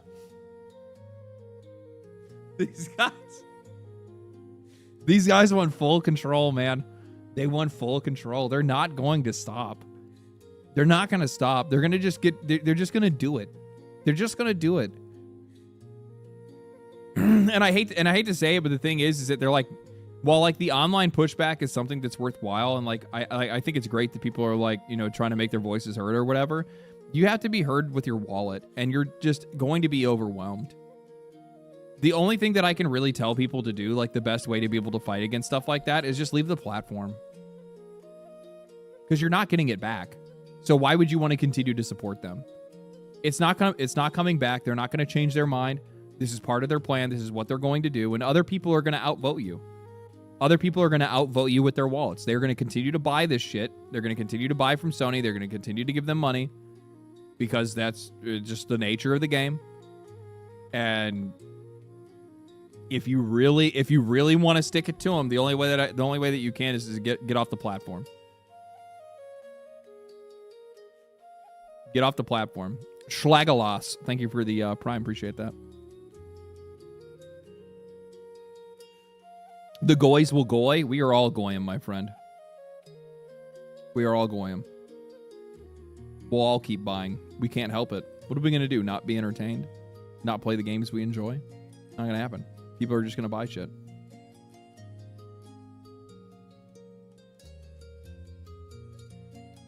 Let's see here. Yeah, like look at this. GameStop CEO says GameStop CEO says games are irrelevant to the company. Honestly, I actually think GameStop is probably just going to essentially turn into, and I wonder how this would work. I think GameStop is going to just turn into a collectible and card outlet. I think that they're going to try to become more of a, like, you know, Pokemon, Magic the Gathering kind of thing. Like, I think they're really going to try to push onto that more than anything else. Funko Pop store. It is actually crazy how many Funko Pops they sell. It's actually kind of disgusting. It's a bit disturbing. I thought they already were. Like that's the thing. That's one of the things that I've noticed is that like more and more. So like after I moved, I started looking for like places to go play Magic because I'm like I want to go. I still want to like every week go to play Magic. It's kind of a ritual of mine that I enjoy, right? And that's a little bit difficult where I'm at. But come to find out that like GameStops out here have Magic nights, and I'm like, what the hell? So like they're now getting more involved in like trading card games and board games and stuff like that, which is I think it's good. I mean, like fuck. I hope it actually works out because I think that kind of stuff should take off. It's not necessarily just like Magic the Gathering, but I think that in general, like more in-person games should take off. What Magic format do you play? I got in with Commander, so I only play Commander, which at one point in time I will build like a modern, probably not modern, but like a Legacy or something. I don't know. I'll play like a standard format at some point. I want to go to a draft at one point. I've never done that, and that looks really fun.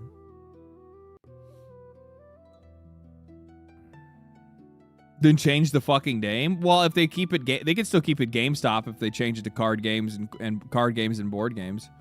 But I don't think we really have any national outlets that are specifically around those kind of things, and those places do really well. Like, as long as you're like budgeting the store well and you're not filling it with a bunch of product that's not going to go anywhere, like those places actually do relatively well. They are really popular. Like as somebody that has frequented card stores and card stores and tabletop games, whether it's like Warhammer or whatever else, like those guys make a lot of fucking money. Those guys make a lot of money. The Warhammer shops, good God, the amount of money that people shovel into their gullets. Dude, holy, Warhammer guys are, it's not all of them, but a lot of Warhammer guys are loaded. Loaded. The amount of money they spend on this shit is crazy.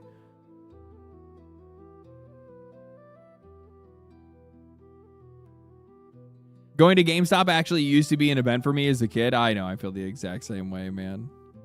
Bricks and minifigs, GameStop, maybe. Gundam TCG is popping off, maybe. So maybe.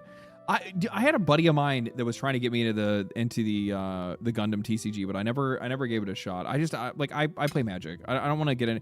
The last thing I want is something else for me to fucking waste my money on. Okay.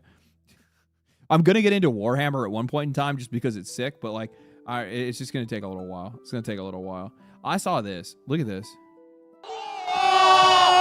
斗牛士不会又晕了吧？哦！正面的倒地 ！Oh my god！ 客气了。哦，但斗牛士很快进行了还击，梅开三度的这双方势均力敌。哎，这个飞踢要救了！哎，我感觉斗牛士的头，他晕了，他晕了，他晕了！斗牛士受到重创。哦，摇头晃脑中啊。不会打，哎，不会爆。This like fucking heads all like flopping around and shit, bro. Part of me is terrified of this, and then the other part of me is just like, this is so fucking cool.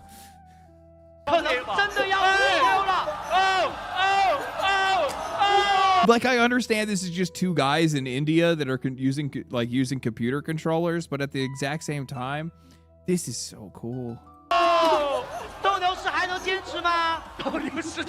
I think it's dumb. Did you never watch BattleBots? Did you never watch BattleBots? I did? Then how do you not think this is cool? The only thing that's missing, you have to understand, this is just the first step. Once these dudes have like lasers and guns and flamethrowers and like chainsaws attached to their arms, this is step one. When it gets to step 3 plus, I'll be in. Okay, all right. I just want to make sure. 真的是太顽强了。他还在努力。 Knock his fucking head off, though. 斗牛士他还在坚持。但我觉得这个需要裁判的一下判定了啊。我觉得这个体育精神是可歌可泣。体育精神这一块，我what if they're having him emote on him? They're having him emote on him. 还真是。是的。厉害啊！我们看得出来，这个斗牛士的主创团队真的很用心了。对，现在有怎样的一个优势呢？我投掉了，你就踢不到了。少了一个得分部位。对，我投掉了，你就踢不到了啊。Oh shit! 又是正面的击倒。Bro, it's so obvious that this one is better, is like way better built. Like, it's so obvious. PVM, I know, he literally just dropped a fucking emote on him like mid-fight. I can't wait to place bets on robot fights while doing Mortal Kombat executions. That's exactly what I'm talking about.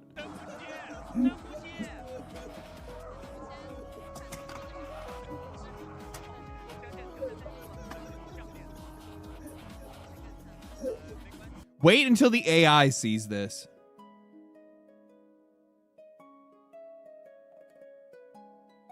This is the shit that's gonna get us killed.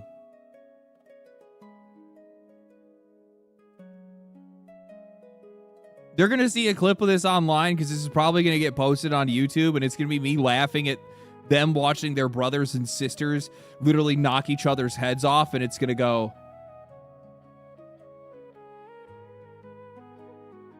no more. And then we're gone.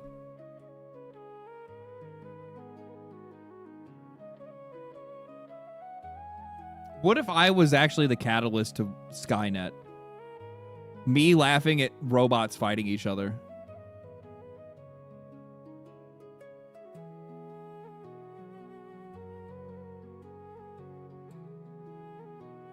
That'd be kind of cool. That'd be kind of cool. I'll be all right with that. Is that how I went? I was the one that ended the human race? Yeah. Hey. Somebody had to do it, I guess. Class action lawsuit has been filed against YouTube over its ad-free subscription claims. Plaintiff argues that YouTube Premium still shows ads because creators include sponsorships in segments of their videos.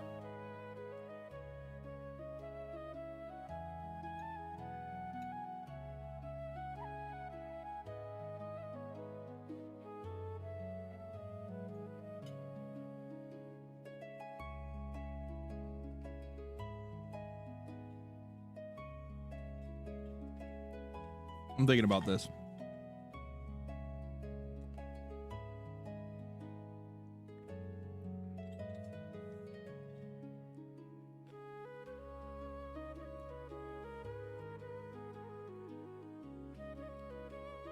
As a viewer, I would agree, except for the fact that, like, you're not forced to watch.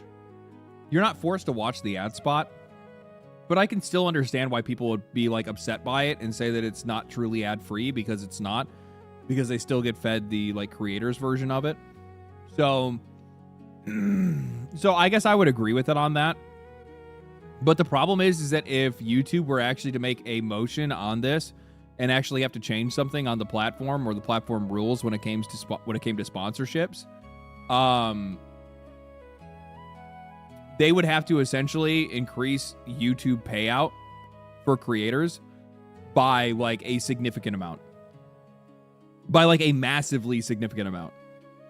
Because otherwise, the amount of content on the platform would essentially evaporate in a minute. Well, like, there's plenty of people that I think can actually make, like, a shitload, like, probably make, like, more money than they know what to do with. Like, I'll be straight with you guys. If it wasn't for sponsorships, I couldn't do this. Like, the money wouldn't make any sense. Like, and it's just like, I know some people are like, oh, it should be a hobby. You shouldn't be doing it as a career. Okay, I guess, or whatever the fuck you want to say. But, like, at the same time, it just makes the content, like, it would wash out the content to the point where the only things that you would be getting on YouTube would be, ironically, what it would do is it would kill YouTube.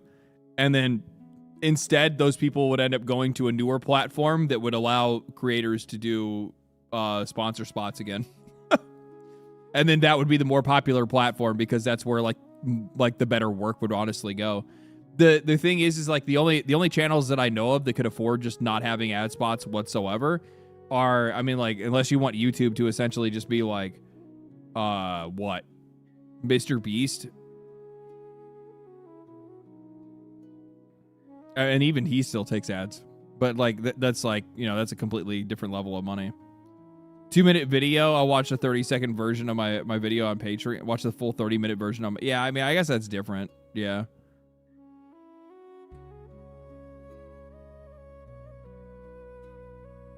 An idiot is only just making things worse. Yeah. Asmon? Yeah, I guess Asmongold too. Yeah, I guess it would. Yeah, so Mr. Beast and Asmon. Essentially, basically, anybody that's able to just make so much money passively that it doesn't even matter.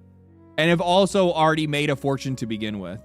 But for anybody else to break in, it would be next to impossible because you just wouldn't be able to like dedicate the time to be able to do it. Right?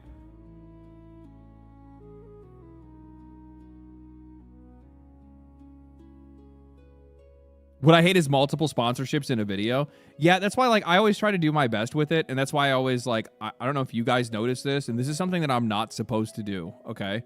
But it's something that I've told anybody that has sponsored any of my videos. I put in timestamps so you can skip it. If you don't want to watch the ad, you don't want to support the ad, I put in the skip. Like I don't have a problem with that, right? Like I get it if people don't. I don't really like watching ads, but at the same time, like I honestly would not be able to afford to do any of this if it wasn't for the fact that I, you know, if I didn't, you know, take a couple sponsorships here and there.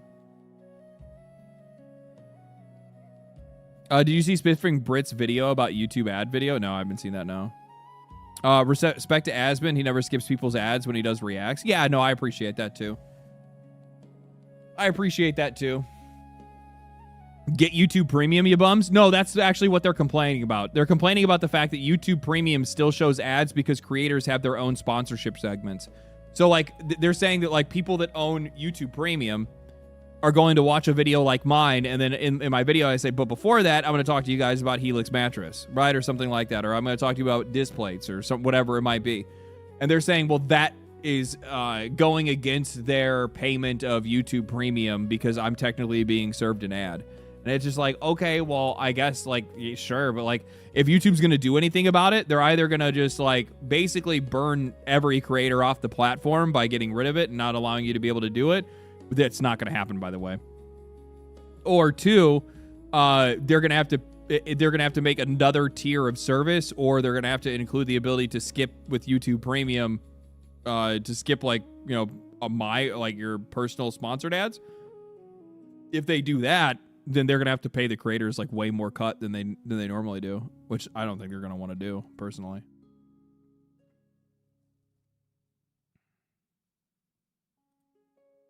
LD got a Helix sponsor? I did, yes. I did. Actually, they're like a long-time partner now. They're a long-term partner. I mean, at least for the, you know, at least for the time now. But yeah, they're a long-term partner of the channel now, which is awesome because I fucking love my bed. Like, I fucking love that thing so much. And on top of that, those guys actually sent me a new one for the new house. I was like, holy fuck, thank you. It's huge. mattresses are a fucking thing. But their shit's really good, man. They're really good. I know mattresses are super expensive, but if you get the money to, I'll at least try one out. Because they do like a sleep trial, so you can like keep it for a certain amount of time and use it and see if you like it. If it doesn't work out for you, just return it.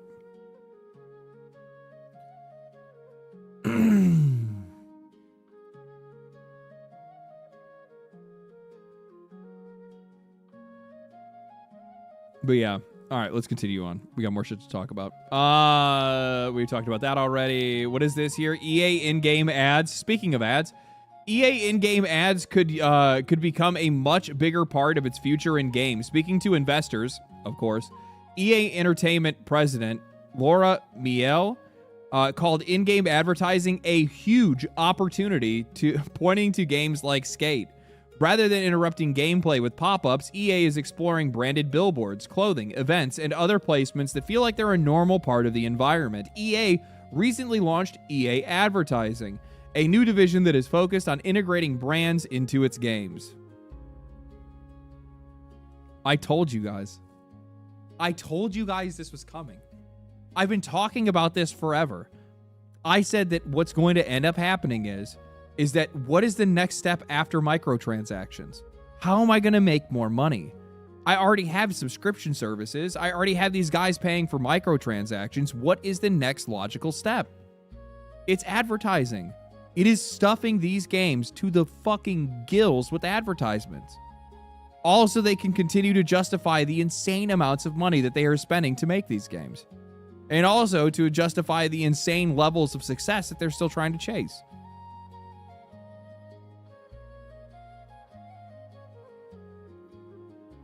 Like it's gonna get bad. It has to get worse before it gets better. And you're just gonna see these guys continue to push it. I'm gonna be really interested to see because I don't think I saved it, but I don't know if you guys saw, but they just closed the Saudi. I think the EU is set to approve the Saudi deal with EA. So the EU is doing it, but US I don't think has made a deal yet. But I am so sure the US is absolutely going to do it. Like our current administration has such a tight bro-ish relationship with the Saudis right now that I just don't see it not happening. It's literally like the Saudi prince buying EA. Like, come on, man.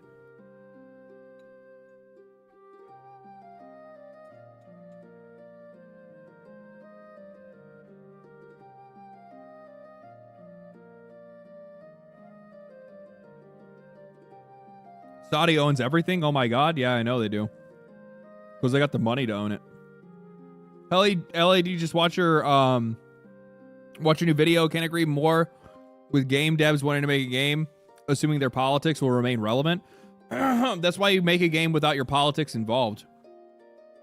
Like, it's really as simple as that. Notice, like, and this is something that I try to do, and I really do try to do my best. While I do call out very specific things, none of it is an indictment on people's beliefs. I always try to do my best to be able to do that. And I understand people probably think that's me just being a fence sitter. I don't think that it is, because I think that even like, I feel like politics on either side of the fence today are just not going to age well in the next decade anyway. Like a lot of the same, like that's just how society moves nowadays. It just is what it is. And like when you're building products, right? When you're building products off of like, a future generation, the idea is you should be aiming for something more timeless rather than something that's more in the moment, right? It just doesn't make any sense to do that.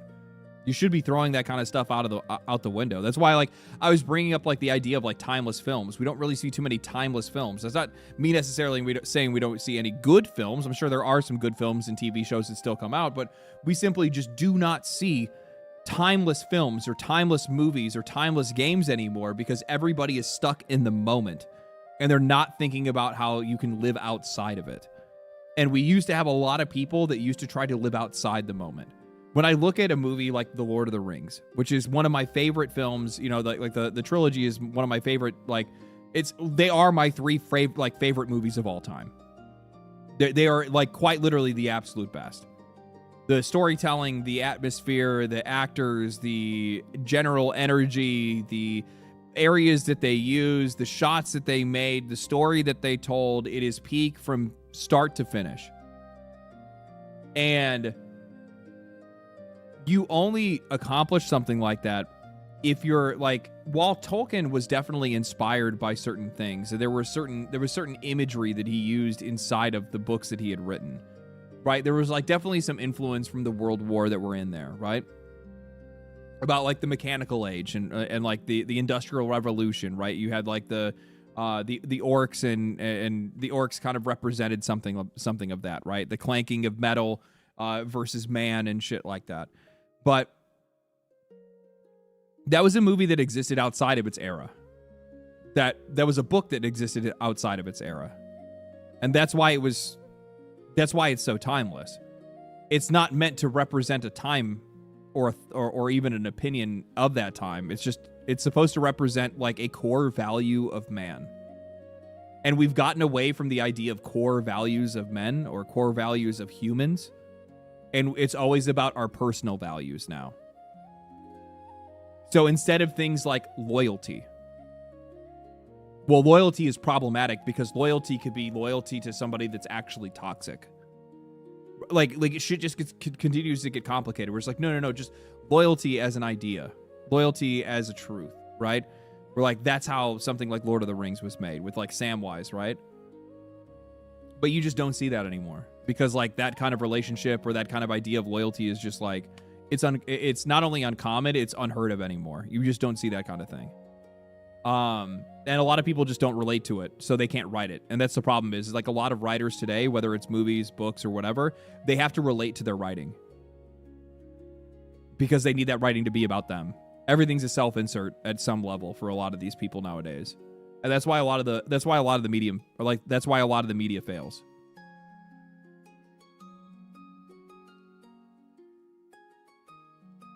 Deconstructing our heroes, yeah, because they believe that universal goods shouldn't exist because universal good doesn't exist in their eyes. So the way that they they think their best way to create is to destroy, essentially. It's not even just being nihilist. I actually think it's like nihilism for vanity's sake.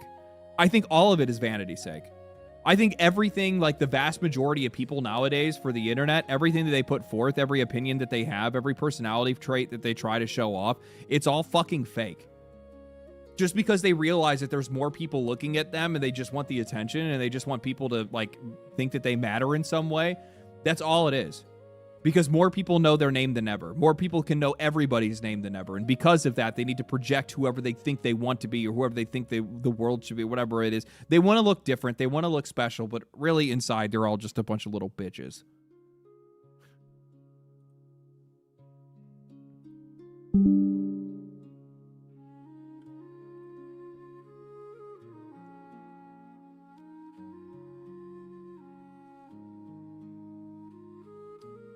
Speaking of, great timing, by the way.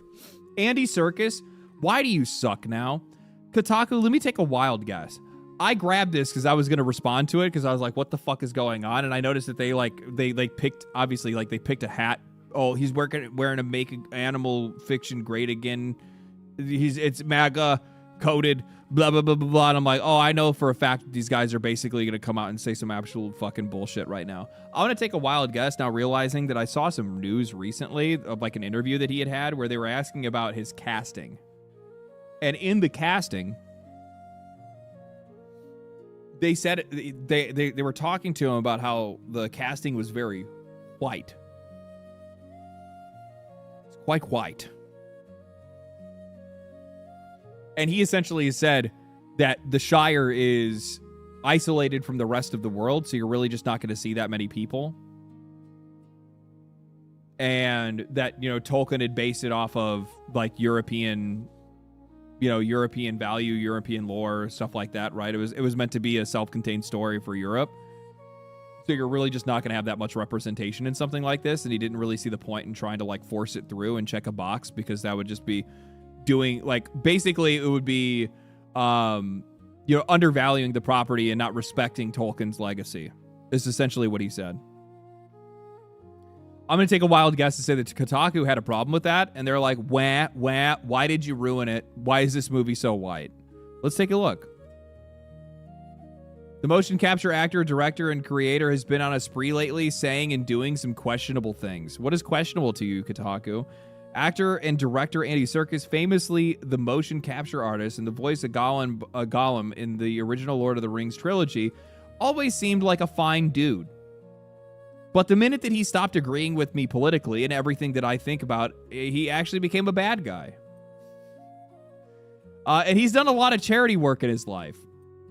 Yet over the oh my God. Yet over the last few years, he seemingly has turned into an anti-cancel culture AI apologizing doofus who recently responded to the upcoming Lord of the Rings movie having an all-white cast by saying he isn't concerned about politically correct casting.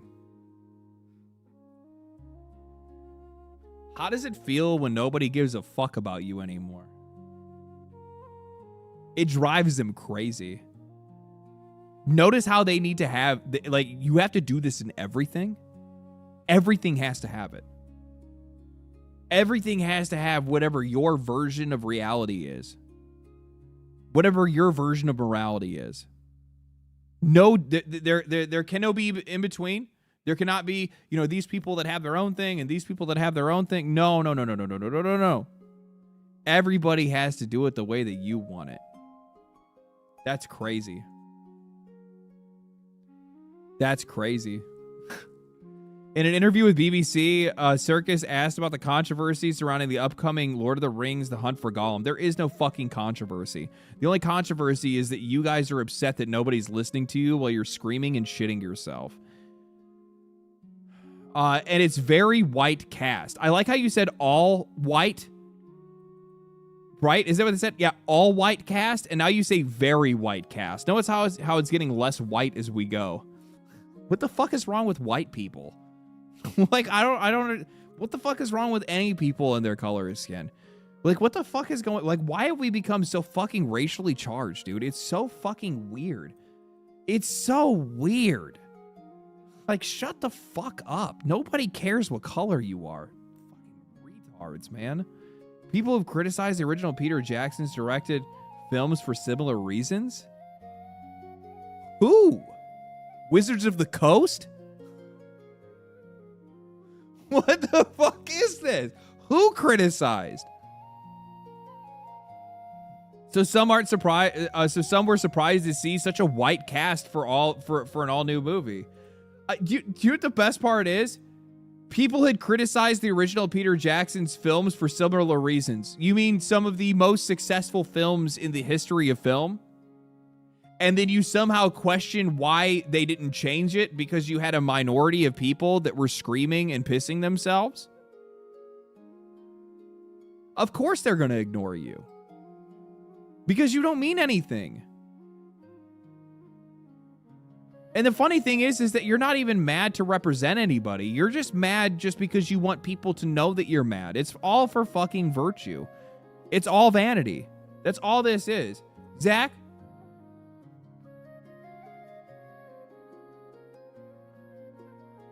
I wouldn't have guessed it. I could have never saw this coming.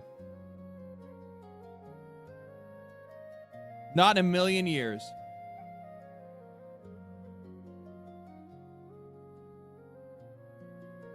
I'm fucking real, dude.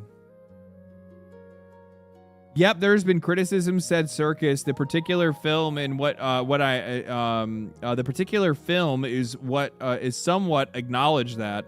But I think that we are doing, but I don't think we will be doing politically correct, just casting for the sake of casting and ticking boxes version of the film. So it's relevant, basic. So it's where it's where relevant, basically. So it's where relevant. I don't understand what that means. This particular film is somewhat. This particular film is somewhat acknowledged that. Where is this? Can I see the video? Is there a video of this?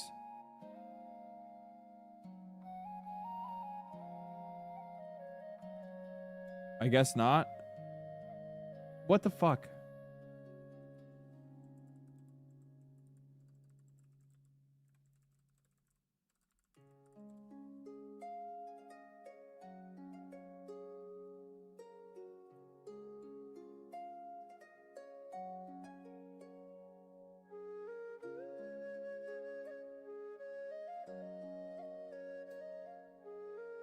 No, that's not going to be it. I have no idea. I thought there was a video of it somewhere, but I can't find it.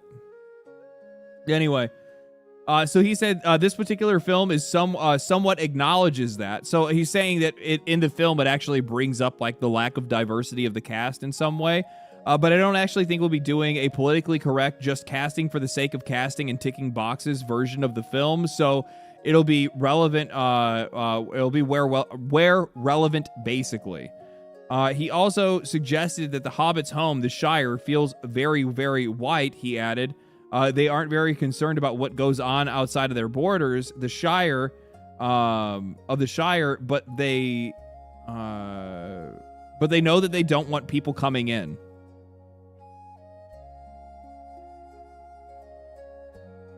How do you not just...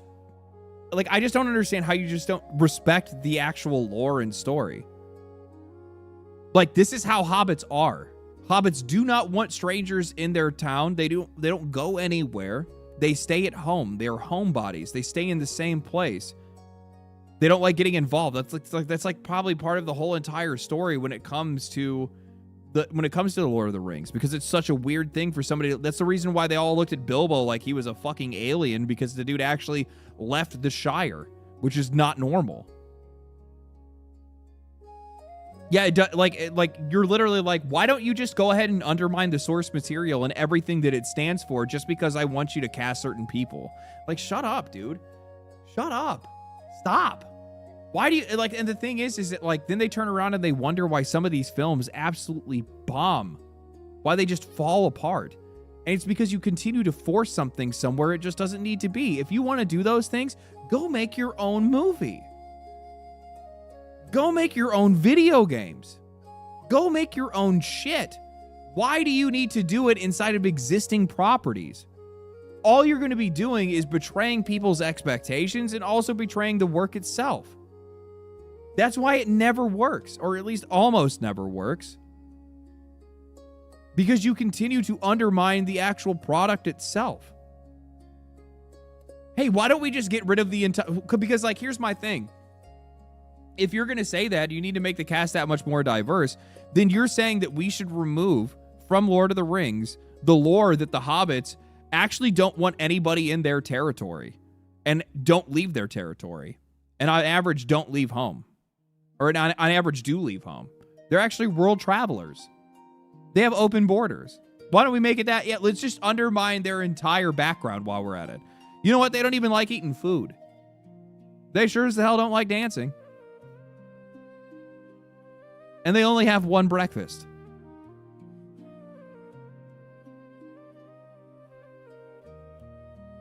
Skinny hobbits with tiny feet.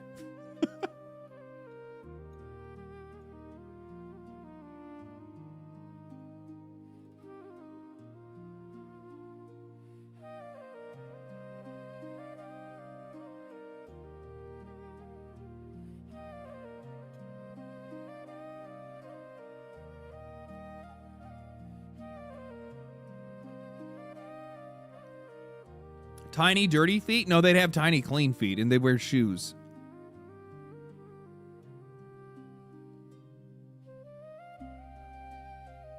Yes, and they're all 6'4". Yeah. Why not?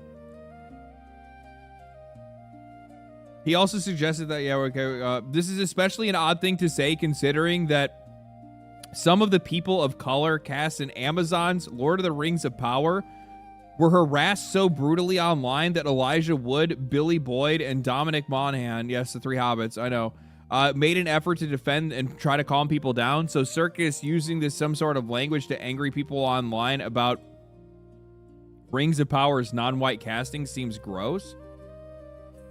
He never pointed a finger at the Rings of Power. Do you notice how these people do this?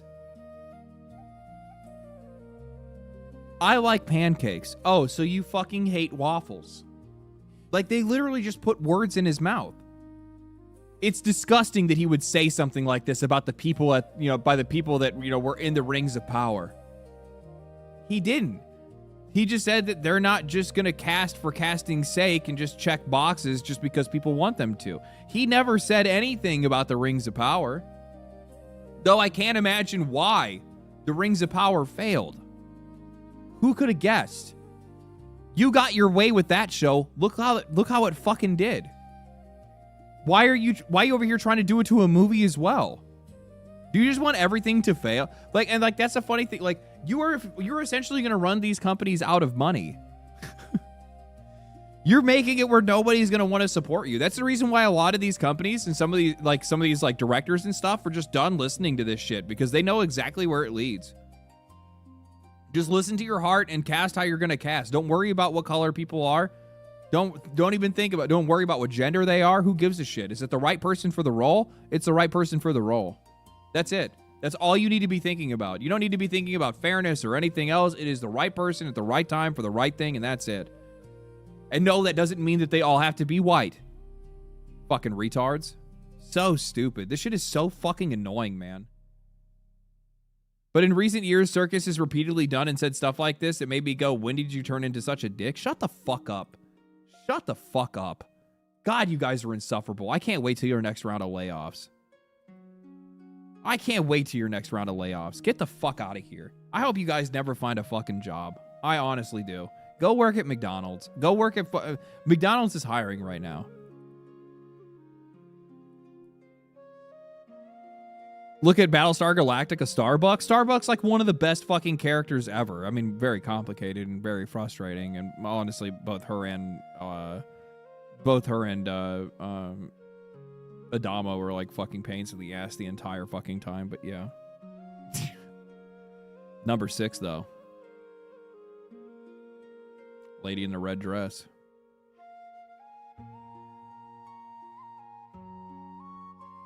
The gender swap for Battlestar was good because it was written well. It was written really well.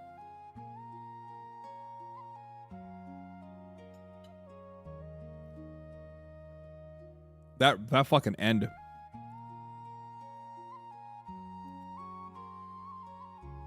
I think that they ended Battlestar Galactica really well.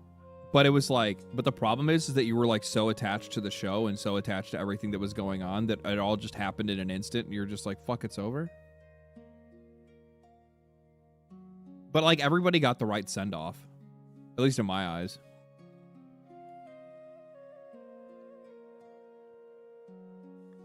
Absolute fucking peak television. Absolute peak television.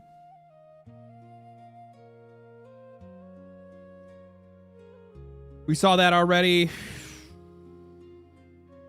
I love this. We live in an era in which one of these games is for 18 years or older. Sorry. We live in an era in which a game for those 18 years old is more censored than Fortnite. Brother.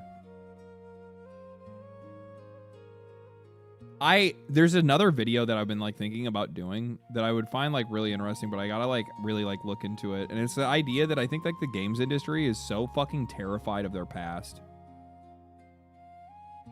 It's really weird to see these companies go back and like retroactively censor these games when they go to like remaster or when they go to like do remakes. I think it's really gross, dude. They're just afraid of their past. They're afraid of who they used to be. We're different now. We have different values now. That's crazy because your customers don't. Your customers don't. I'm gonna tell you that right now. I just see stuff like this and it's just weird. It's just like, so why did you have to make her slack-jawed and why did you have to cover her up like that? Like, she's like, this is like pirate era. Like, these chicks aren't walking around like looking like they're fucking Amish, okay? Meanwhile, Fortnite's like, you know what? We're gonna give this women are hot thing a shot. People are saying they like it. People are saying they're into it. Let's bring back jiggle physics, which I think they did this in the same year. They brought back jiggle physics and made their characters hotter in the exact same year. I don't give a lot of credit and I don't give a lot of props to Tim Sweeney, buddy. Good job.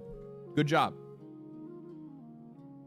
You know, I might actually go play some Fortnite. I'm not going to do it tonight. I'm playing Palworld, but you know, I might play some Fortnite again.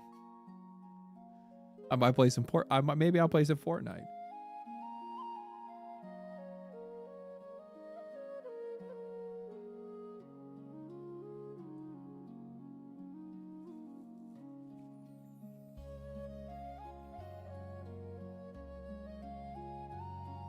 He did a good job now instead of talking about Steam for once. Now he still does that every single day, so I can't give him too much credit, to be honest with you. They really brought it out there like that, huh? You know what? I appreciate the fact that these guys didn't just like stick their toe in. They just jumped in the pool. They just straight up jumped in the pool. They didn't, no edging here. They just went right for it. I appreciate that. Good for you. Good for you. Japan Patent Office rejects Nintendo's touchscreen monster capture patent and its attack on an indie gameplay video as prior art. Yeah, so I don't know if you guys know about this, but Nintendo just tried to file for another patent that they were trying to like basically touchscreen monster capture. So you weren't able to like throw a ball at a creature and catch it on a touchscreen. Because somebody did like an indie game or like a fan-made game mock-up. And then Nintendo sued them for the mock-up. The fan-made game. This is the company these people are defending, by the way. These are the I'm almost positive. Let me double check and make sure that I'm not just making shit up and pulling that out of my ass.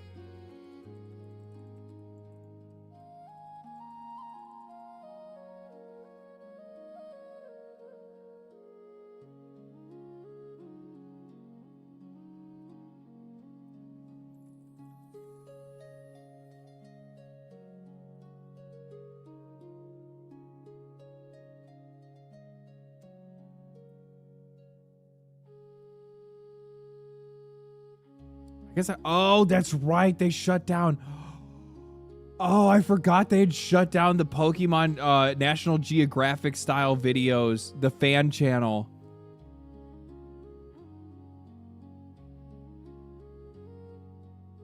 That's so rough, dude. I forgot. I loved these videos. I thought these were Within so the Hoenn cool. region lies the small canyon desert of Route 111. I This thought these land were is home to so some of the cool, hottest dude. and driest landmarks on our planet, and is frequently unenterable Nintendo, you fucking suck, dude. due to its You intense suck. sandstorms. This desert holds many secrets of science and history hidden under miles of sedimentary rock, as well as many oddities milling about its surface. Baltoy, the clay doll Pokémon. Being a ground and psychic type, Baltoy moves while spinning around on its single foot like a top. Some Baltoy have even been seen spinning on their heads. Primitive wall paintings depicting this Pokémon living among people were discovered in some ancient ruins in this very desert, confirming Baltoy's deep history with people and culture. As soon as it spots others of its kind, Baltoy congregates with them and then may begin crying noisily in unison. Despite its history with humans, it greatly prefers the company of other Baltoy, or even its evolved form, Claydol, looking to its stronger congregates as a sort of tribal leader. These guys did like such a good job with these videos, and like everything that they put together was essentially just like they used most of it like from Pokédex stuff, but they also used it from like lore books and things that like the directors had said about certain stuff. Like these guys went above and beyond to make these fan videos. And were they making money? Absolutely. They were killing it. They were crushing it on YouTube. They had some of their videos had like millions of views, tens of millions of views in some cases. And these guys did such a great job though. They did like such a great job. And instead of hiring that creator, they just shut him down. Yeah. Like you could have just kept this dude on the fucking payroll, right? You could have just kept this dude on the payroll and then just had him go through and had him like do these kind of videos on your YouTube channel, right? That's what I would have done. I would have just had him continue to do all that shit on the YouTube channel. Like you could have like not even sponsor him. No, I'm not even sponsoring. You hire the guy, you shut his YouTube channel down, or you take his YouTube channel over, and then you just get a percentage of the cut. The fact that these guys want to like shut down creative works and interesting things that people do, it just sucks, dude. It's free advertising, but no, Nintendo ain't about that. Exactly. Like, what the fuck are you doing? You suck so much, man. Nintendo sucks so much. But then you'll still have these like Pokeball fucking guzzlers, these like Poke garglers is what I like to call them. That like will see that and they're like, yeah, Nintendo should do that. I saw this right here. This guy responded to me where I was talking about like I posted like the GameSpray article and he says GameSpray, holy keck. Oh my God, look at GameSpray. And then he goes and he reposts an article from a Blue Sky account that just watches Nintendo patents and posts about the Nintendo patents positively.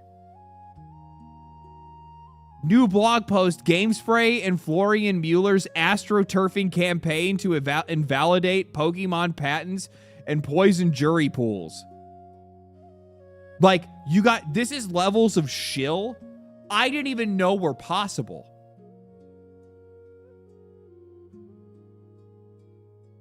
Nintendo's schlong has gone through their mouth, back around again.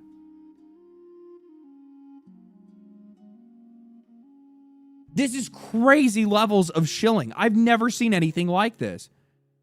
This is literally Nintendo Patents Watch. You made an entire... Imagine being such a Nintendo shill that you made a social media account that you post for, that you specifically just follow all the patents that they do. And then you talk shit about any of the companies and any of the journalists that are talking shit about trying to get those patents to go away. This post is a compilation of my recent Blue Sky threads. Hope it's easier to read it this way. Game Fray AstroTurfing campaign. And like the funny thing is it like...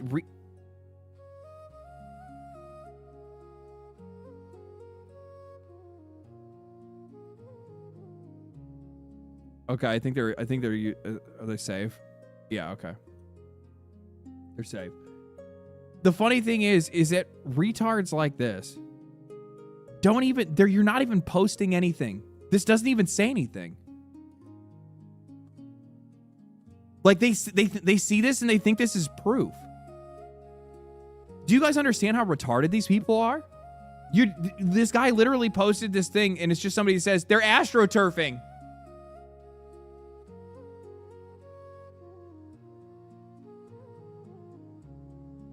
This doesn't even say anything. There's no proof here. You're just saying a word. And then it's literally not even, this isn't even like a fucking official thing. This is just another retard like you on Blue Sky that's reposting a bunch of their own shit. Oh, check out my own thread that I made of this, all these things and my opinions on it. Shut up. And you go and look at their account.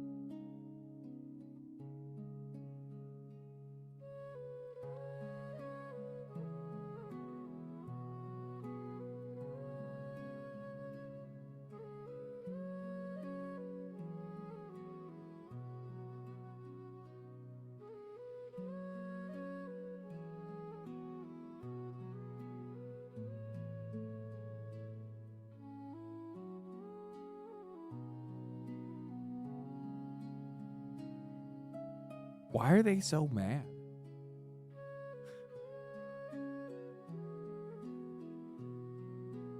I don't even know what to say. I'm lost for words. I'm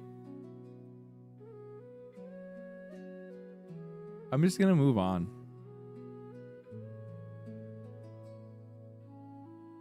I'm just gonna move on. That's concerning. That's concerning.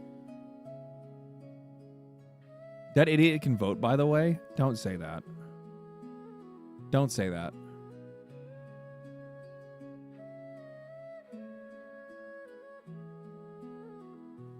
Now I'm sick. I'm sick.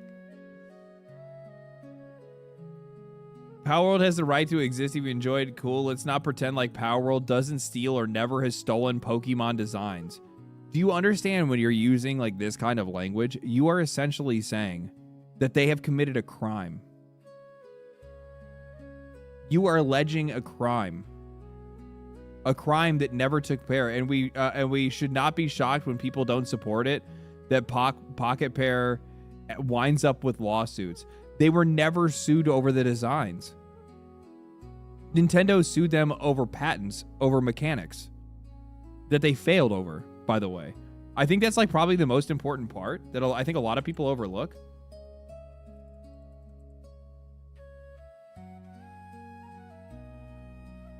Nintendo may only win $30,000 payout with Pokemon legal battle with Palworld developer Pocket Pair, IP says, or IP expert says.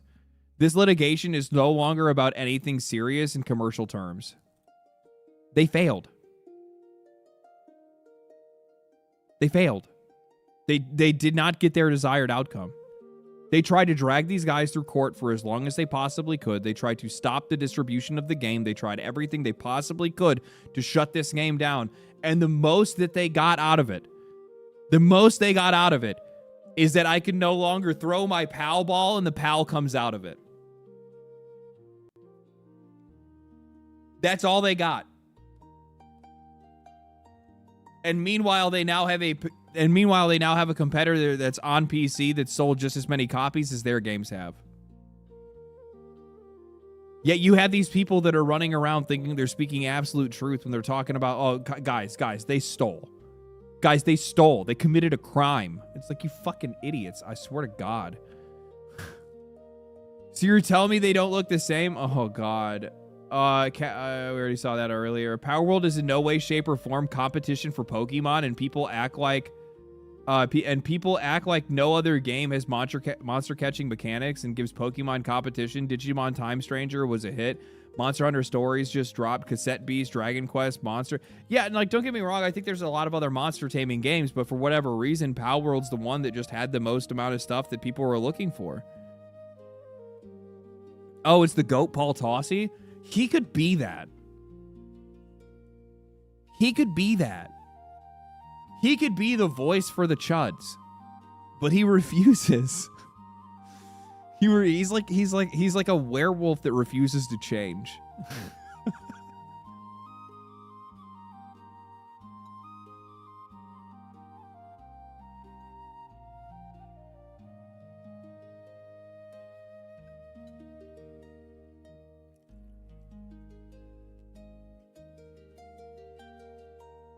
Conveniently forgot about Digimon. I literally said Time Strangers. Monster Rancher fell off. Don't even fucking pretend like it didn't. Monster Rancher on PlayStation was sick though, when you could put the discs in and they would, in like different memory cards, and you would get like different monsters from doing it.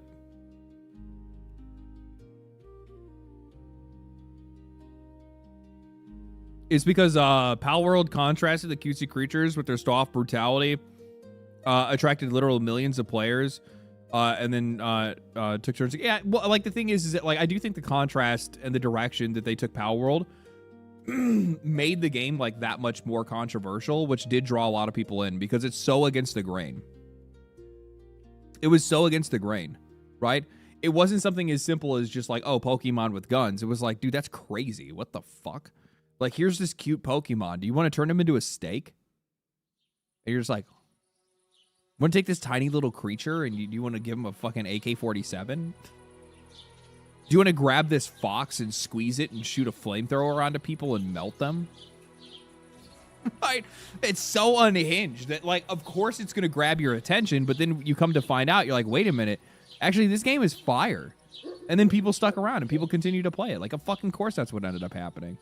Oh, From Software has the, so this is they're going to start the network test for Dust Bloods on Friday, August 21st to August 24th. I'm gonna try to get in on it. I gotta go to their website, I think, to do it or something like that, but I want to get in on this. I have a Switch too, so I kind of want to make sure that I do.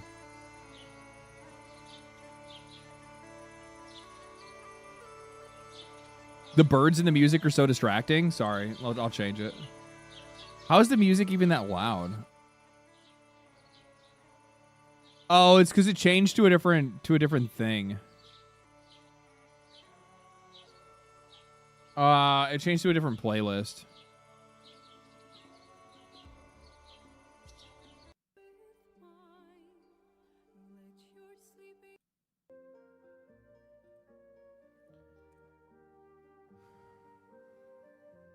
Right click and loop?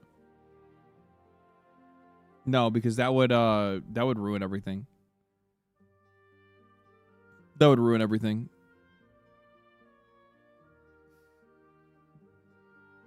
Some marathon players are organizing a community event called Marathon Rival Week.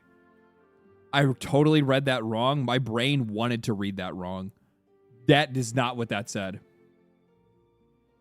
Excuse me, what?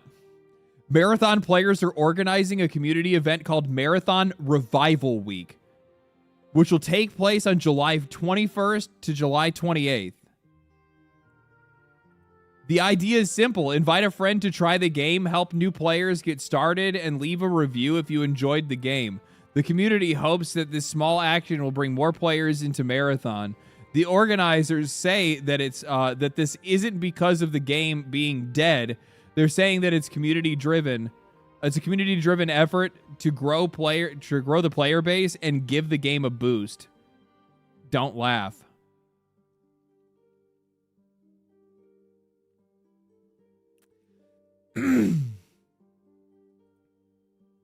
Marathon Revival Week. This is not because the game is dead. Then why would you call it Revival, you fucking idiot?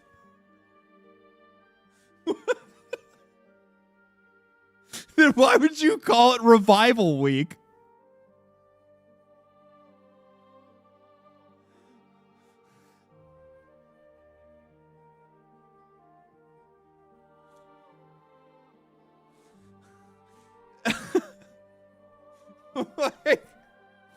It's not because it's dead.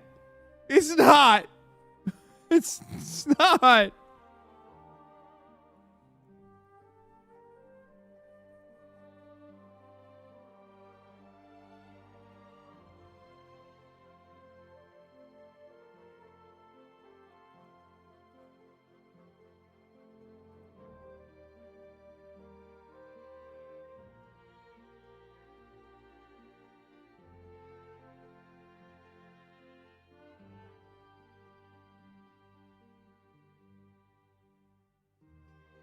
It just keeps getting worse.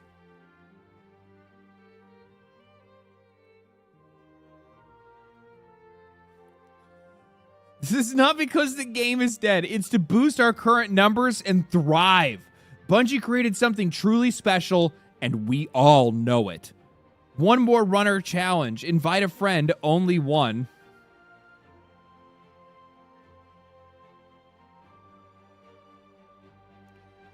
Not several and not your entire gaming group. This is written by somebody that doesn't have friends. Who says this? We want the game to thrive. Don't bring all your friends, though. Only one.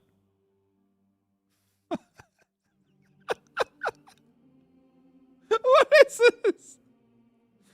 One is more realistic and definitely impactful if you show them the ropes. Buy them the game if you have to. I've done this twice. Tell them that they can refund it if they hate it. Know a streamer? Ask them to help. People follow streamers and influencers. It may only take one to truly make the difference. This is sounding increasingly desperate for a guy that starts off saying, this is not because it's dead, but maybe if you could bring a streamer. Shift the culture for a week. Use proximity chat to be friendly and help newcomers. Hop into an looking for group Discord and help guide folks. No rook killing unless they shoot at you first. Take someone on their first compiler or cryo run. Post content and clips with a unified hashtag. Maybe Marathon Revival Week or Marathon Lives.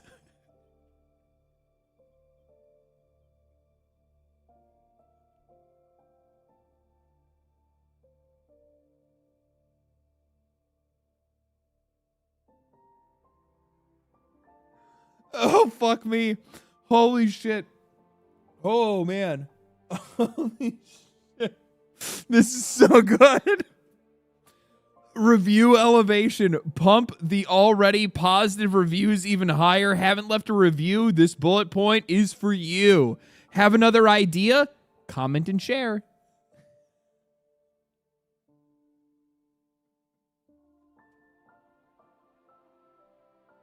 This is so good. I hope they don't shut this game down because it's still going to be really funny to listen and hear people cope when there's like 150 people left in the game. Sounds like a Reddit mod. You're not wrong. You're not wrong. Let's see if Marathon Revival Week takes off on the 21st. Let's see if it takes off. Holy shit, that was funny. Holy shit, that was funny. Good Lord. This is why I pay for the internet. This is why I pay for the internet. Holy fuck.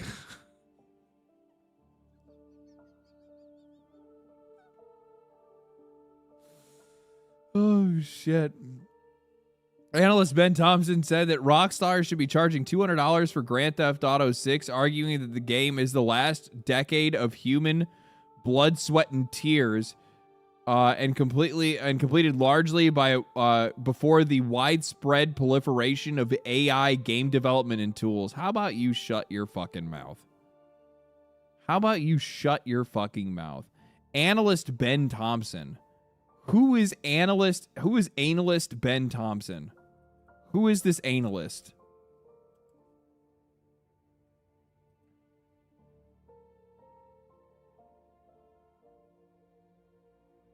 You look like you're made of AI.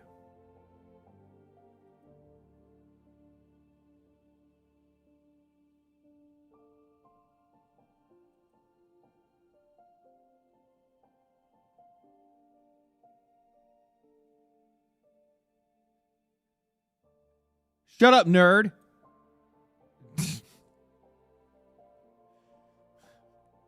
I don't even have anything to say anymore. We already know what the price of the game is, so what does it matter if these guys want to debate the price of games? I mean, like, I don't think he's necessarily wrong that it's gonna be like one of the last games truly built off of like one of the last biggest games that is like truly built off of human effort. I guarantee. Yeah. But also to say, like, I mean, I don't fucking know. Maybe I'm too much of a fucking bitch when it comes to this like AI shit. But like, also, didn't that AI come from human effort as well? I don't know, man. I don't know.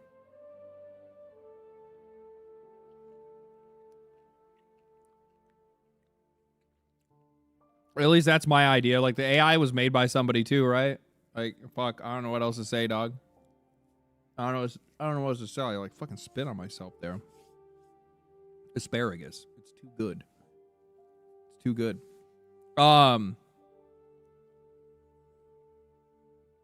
Unreal 6 will be full of AI stuff. Yeah, I mean, like, who gives a shit? I don't really fucking care anymore.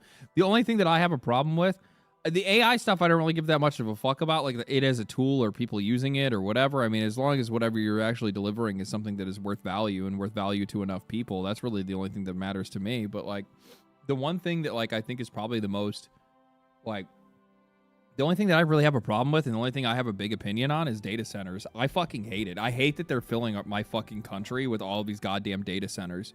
I fucking hate it. It's just, they're loud, they're disgusting, they're destroying the fucking environment, they're destroying the housing market, they're destroying fucking towns and cities and other shit. They suck. They suck. Move them somewhere else. Move them out into the middle of the fuck off desert. I don't care. I don't care. Just stop dropping them in the middle of towns. They just did that into like one of my like my hometown. They just threw one out there, and it's just like it's so bullshit. And these guys keep like fucking lying and getting their way into the pockets of these fucking mayors, and the mayors then slide the things in, even though the people vote them out of the city. It sucks, dude. Like, do this somewhere else. There's remote places that you could be building these things. Okay, there's remote places you could be building these things that are highly autonomous to begin with. Do it somewhere else. Stop doing it in the middle and the heart of the fucking country. Stop selling this country's soul for a few extra dollars just because you have the opportunity to right now. It is howling out the fucking country. It sucks.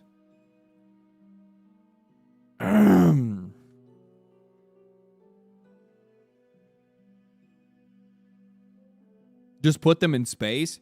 Based. Yeah, who lives out there? Nobody.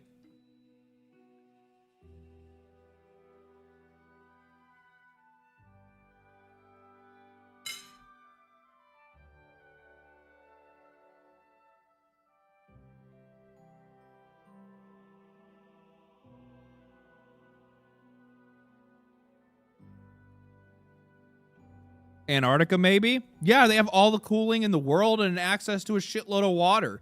Yeah, why aren't they building them in Antarctica? That's a really good fucking point. That's a really good point. What the shit, man? You gotta document these people? Brother, I'm already on it. I'm already on it. Bruh, Palworld doesn't even care at this point. That's literally Kyogre. Oh my fucking god. I gotta probably go back to like some of the older stuff to see like what else is going on. My marathon stream got reported for being self-harm.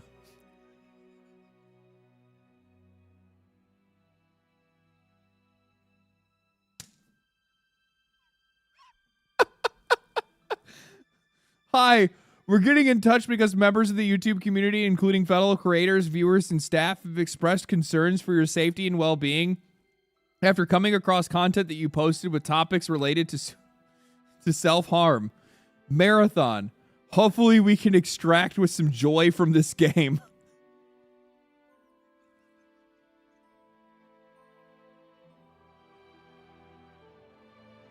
It just keeps getting better. It just keeps getting better. Holy shit. God damn it. Oh, man. Monster Hunter Wilds is getting a permanent price drop on August 5th and August 5th, 6th with the new DLC bundles launching at the same time. Capcom will also discontinue the current deluxe and premium editions and replace them with a gold edition that includes all cosmetic DLC. Sick. I love seeing that. I'm happy that they're like, a lot of these companies don't even bother doing this kind of shit, honestly. They really don't. I mean, it's a W on Capcom. I think they've done this with, I think, if I'm not mistaken, I think they've done this with most, right? Most of their games they do this with.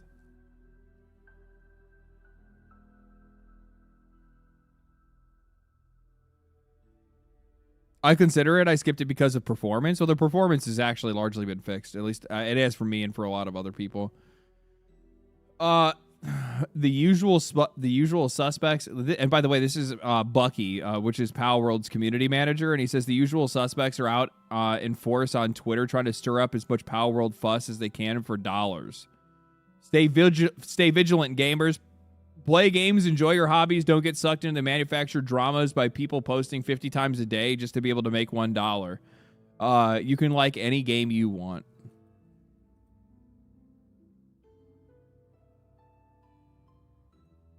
So the rent is due. People are back at it again. True. True. I bet if I scroll down far enough, I'd probably start seeing those same idiots again pop up. Those same Pokemon people. I'm not gonna do it though. I'm sick of seeing them. Unpopular opinion. Marketing for GTA 6 has been absurdly horrendous.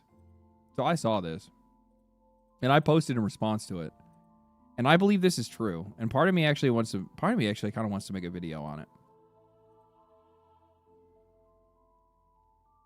What did I say?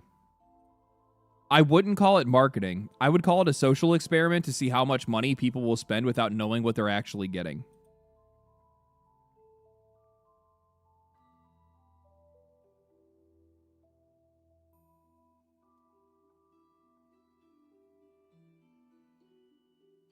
That's what it feels like to me. Like, I mean, how would you not? Like, if I was in their marketing department, or if I was for basically in any financial position at any of these video game companies, that would be the first thing that I'd be doing. I'd be sitting there thinking to myself, like, wait a minute, these guys are like, Imagine if you're EA. Imagine if you're Xbox or PlayStation or whoever else, and you're just sitting there and you're like, they got how many pre-orders and they didn't even show these guys what the game even looked like? Could we sell people a game without them even knowing what it is?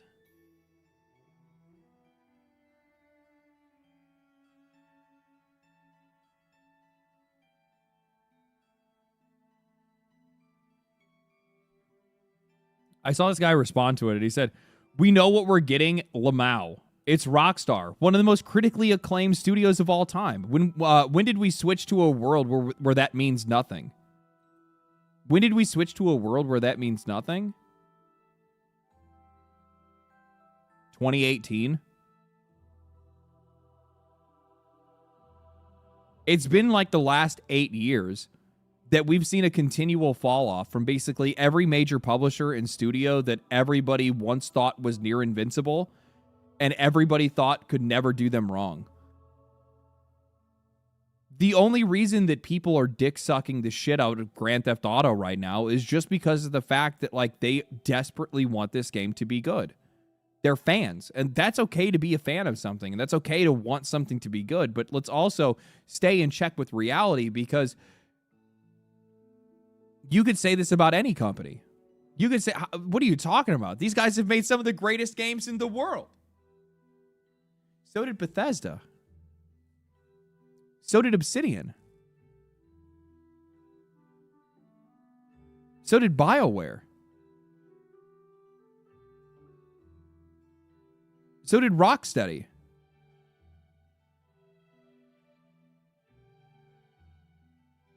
What does blind faith earn you? What is the point of blind faith? It earns you nothing. It gives you nothing. You feel good in the minute. You cope and hope for the next, few years. I guess. I don't really know. I desperately hope the Elder Scrolls 6 is good, but part of me is coping. Yeah, but the thing is that look at the difference, though. Do you think anybody is going to... Do you think, like... What would you say the percentage of, like, Elder Scrolls fans, okay?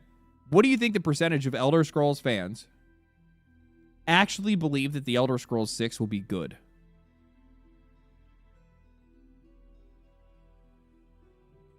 I would probably say it's 50-50. It might even be less than that. It might very well be less than that. And like what I don't think, like, what did I say to him? I said you could change that to say that about nearly every publisher and studio. Things change. While I want the game to be good, I'm not committing to anything without seeing it first. Pre-ordering is pointless and waiting costs you nothing. This is like the main point and the one thing that I continue to bring up. And it's like, for some odd reason, guys, I'm going to be straight with you. Like, I love Grand Theft Auto, okay? I've played every single one of their fucking games, like every single time one came out, okay? I don't play the online. It's just something I didn't really get into, but like the Grand Theft Auto community is like the first one that I've run into where me saying something like pre-ordering is pointless and waiting costs you nothing, and they're like, "You're stupid." And I'm like,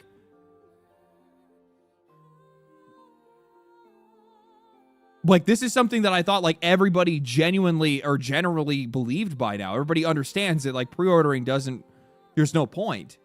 Why would you pre-order something when you have no idea what you're even getting at this? Like, I don't even pre-order games that I know exactly what they're going to look like. Why would you pre-order something that you have no idea what it's going to be? Well, it's going to be good. What does it matter? Why do you need to pre-order? Why do you need to pre-order? How dare you speak ill of their money usage? That's usually what it comes down to. Then people flip back and they go, "Don't tell me how to spend my money." And it's just like,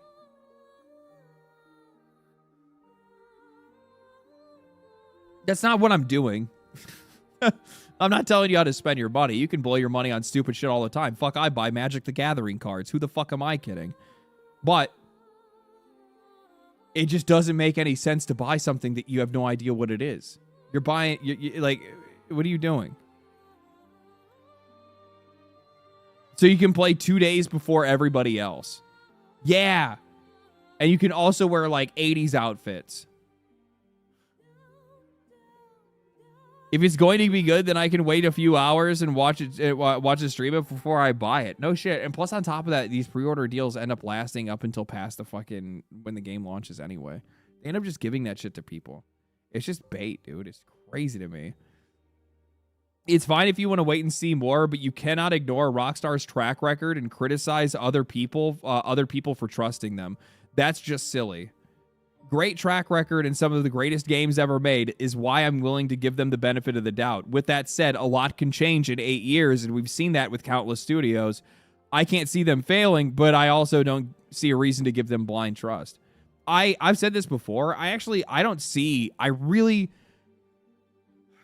can't believe I'm going to say this, and I feel like this probably seems so out of character for me. I think that Grand Theft Auto 6 is likely going to be a really good game. And I also have come to mind that I actually think that Grand Theft Auto 6 might be one of the last good AAA games. Everything else is going to be coming out of independent.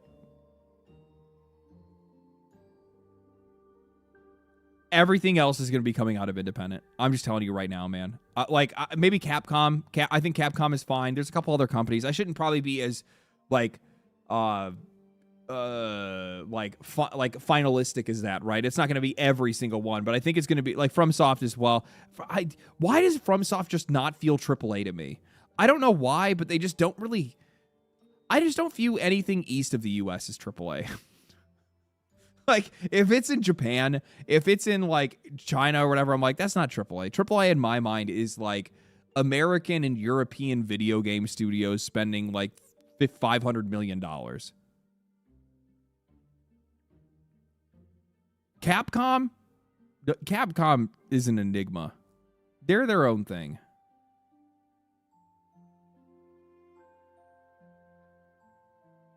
What the fuck you think, LD? You think we Asians can't be AAA? No, I think you guys are all the same.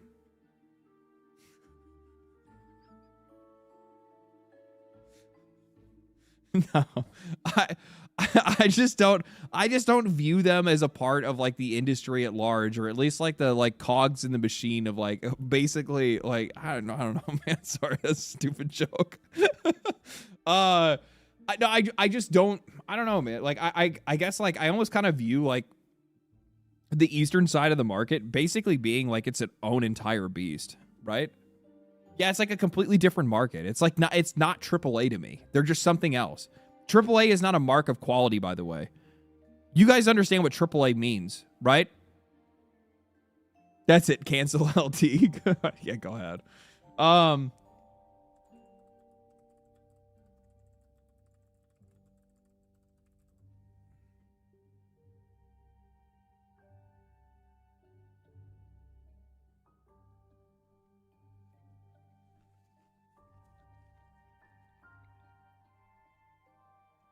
AAA games is a video game equivalent of a Hollywood blockbuster. They are high-budget titles developed by large, well-funded studios backed by major publishers.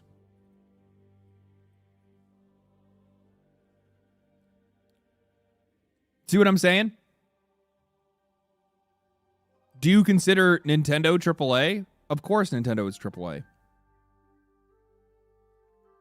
I don't consider Nintendo Asian.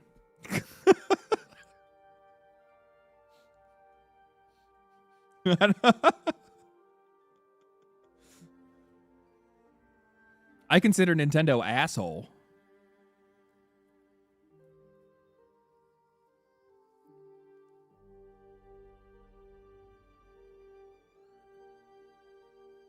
I don't know. We'll see what ends up happening with the game. I'm not really too sure what direction it's going to go in, to be honest with you, man.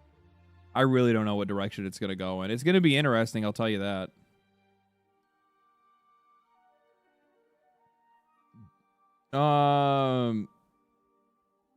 It's actually crazy how fucking lame this game looks.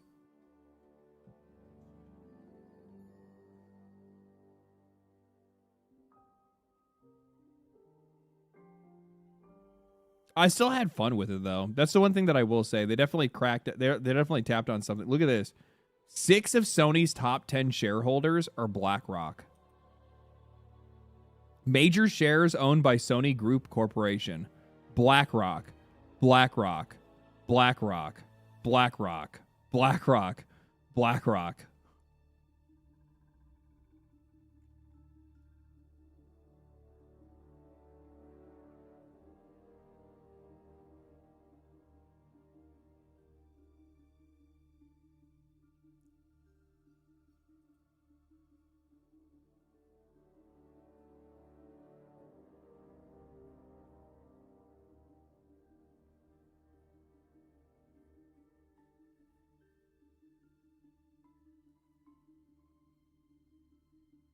It's actually crazy how fucking stupid people are.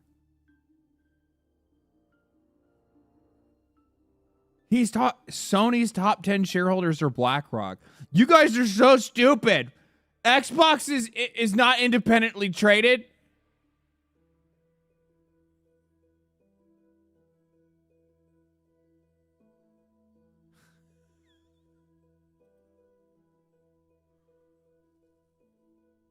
It's a bot, it has to be?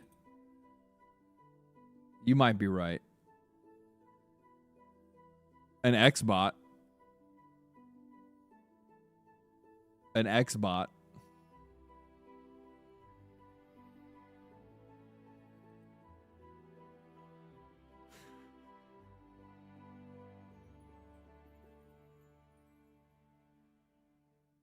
That's correct. Like, I don't even know what to say with this, man. Like, when I see like a company that is like this heavily invested in by like the same, like, it kind of does go to show that their influence over every decision that company is going to make is going to be to a much wider margin than anybody else.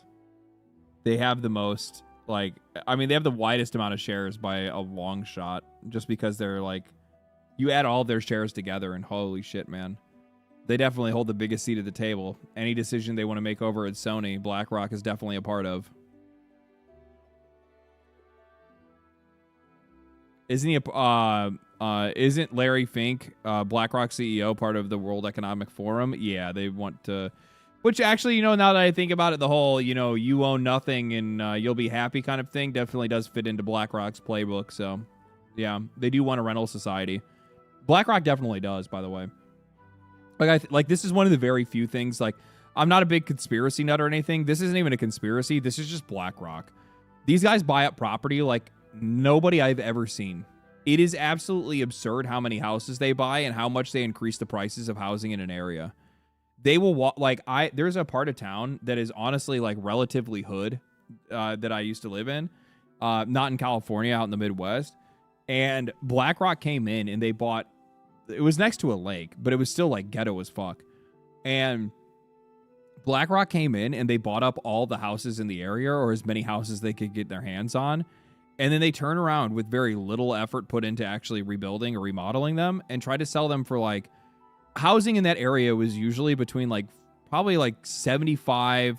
I mean 75 on the low end for like a really small house, but like most houses in that area were like probably 150 to like $200,000 probably. Right around there. There weren't nice houses. It's not a good area. It's near water, but it's not anything crazy. BlackRock turned around and started selling those houses started pricing those houses at like $750,000 to $1 million. In an area where like the medium income is like, I don't know, probably $75,000 a year. Nobody could ever afford those houses. They legit just walked in and cranked the price, bought the houses, and then cranked the prices higher than anybody could afford, even in the entire town. Fuck, probably even the entire township.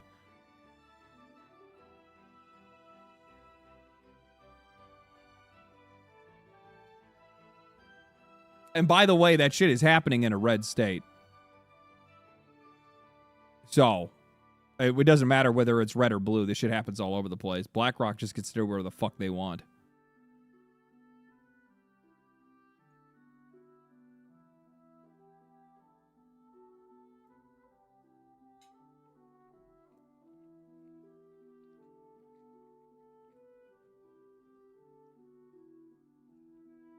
How did they make their money back? It's actually pretty simple. Outside of the government stipends that these guys get, what they do is they jack the prices of housing in an area to make it basically unaffordable for you to be able to actually buy a house. And then they also are the ones that own all the rental property in the area. So they essentially just force you into going to buy rental property. Eventually they'll put the houses back up for sale, but they wait until they've like filled out their rental properties first. It's a trained habit. They try to train the people to get used to being renters instead of buyers.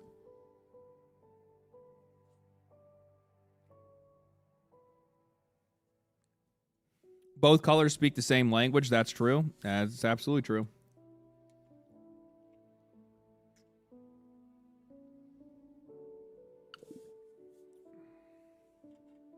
Smart motherfuckers? Nah, I mean, it's about as easy as it gets. It's not necessarily the smartest thing. It's just like, oh, what if I buy the town? What if I buy an entire town? What happens?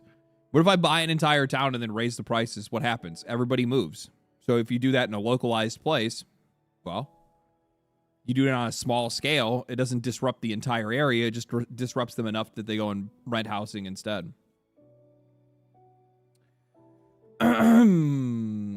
Yep. They did, dude. This shit, like this right here, they were so out of pocket. I haven't even seen. Like, I got to go out to the desert. I still haven't been to the desert area yet. Palworld absolutely popped off, by the way. Like, absolutely absurd numbers. It's crazy to me that this game is still doing as good as it is. It really, like, it's not crazy because, like, it is. Okay. I need to actually say something now that I think about it. And I haven't really been able to talk about it because we've been talking about so many other things. Oh my God. 827,000 players for their 24-hour peak. Absolutely insane. They fucking cooked. They cooked with this update. There's so many good things that they added to the game, so much content they added to it, so many different places to explore, so many different systems and things to build and pals to catch and things to do. And then there's like end game systems and the breeding stuff, and like there's the IV and being able to like fully level out different, give them different skills and all kinds of things. There's just so much stuff, and it's $30, and it's so much value for your money that it's like. It might actually be the best value for your money that any game has ever given you, ever. And I'm going to be straight with you, where originally it was kind of like a heartwarming experience to see Palworld slowly but surely grow into this game that like is actually like the original Power, like the early access Palworld was a solid game. You could see the vision. You could see what was going on. It was a little chintzy. It was a little cheap in some cases, but it was made by a couple of people. We're talking like a handful of guys, and most of the people didn't really worked on a whole lot of games before, or any games at all in some cases, with a couple of the guys that they had. So it was kind of surprising that they were even able to pull off what they did. Now, the game, as what it is, guys, I'm just going to be flat out with you. Like, shut down the debate, shut down the bullshit. Who cares about anything else? The Pokemon versus Palworld or whatever it might be. Palworld is actually just flat out one of the best games that we've seen in the last 10 years. Is it the best game? No, absolutely not. But it doesn't have to be. It's just a really good video game. It really is. It's just a really good video game. It's just a very fun and systems-filled and goofy and playful, and it doesn't take itself too seriously. It's just, they're just trying to have a lot of fun, and the players are having a lot of fun playing it. And, any and all other drama aside, it's just a good video game. And the result of making a good video game was over 800,000 players showing up to play it and continuing to play it. For Palworld released on the 10th. 7 days later, it's still averaging over 800,000 players. That's insane. That's actually insane. I mean, obviously, its initial numbers were even crazier. But for the fact that these guys 2 years later were able to bring back this many people is just crazy. It's just crazy. That's how much content is there. Dude, I haven't even scratched anything. Like, while we've been talking, it's still going in the background because I'm having them make me like materials and shit, right? Like, I got these guys cooking up some shit. Oh, one of my pals got a sprain. Hold on. I take care of my pals, okay? I'm pals with my pals, unlike some streamers that I see that treat them like shit, okay? I take care of my slaves. I mean pals.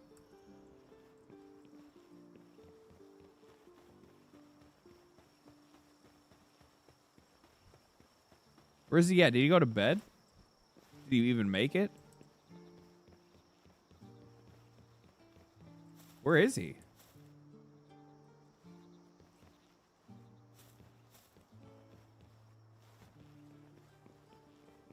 Materials is the place that I'm like struggling the most with right now, so that's why I have these guys working overtime.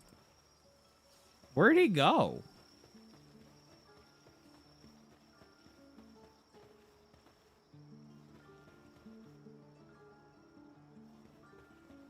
Oh, there he is. Oh, he was in the spa. He was in the spa. Okay, okay, I found him. Hey. Hey. I got something for you.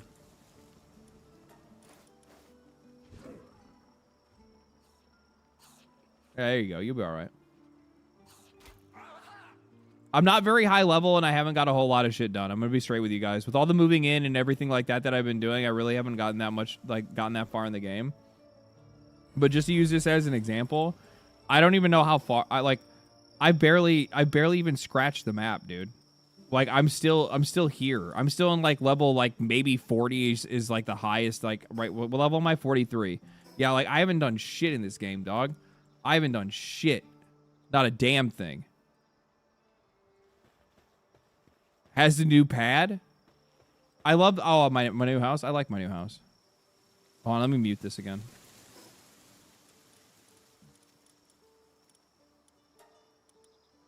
But I'm having them work overtime to make fucking... To make materials because I need them to. Can I play Palworld single player? That's how I play the game.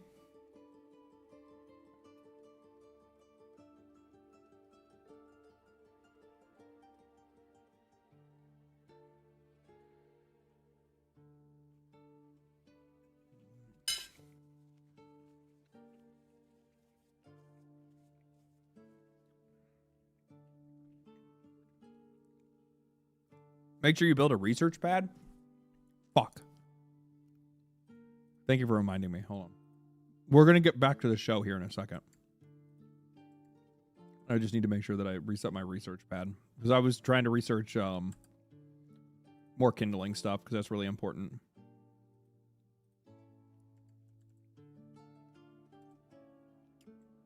Sorry, just one moment.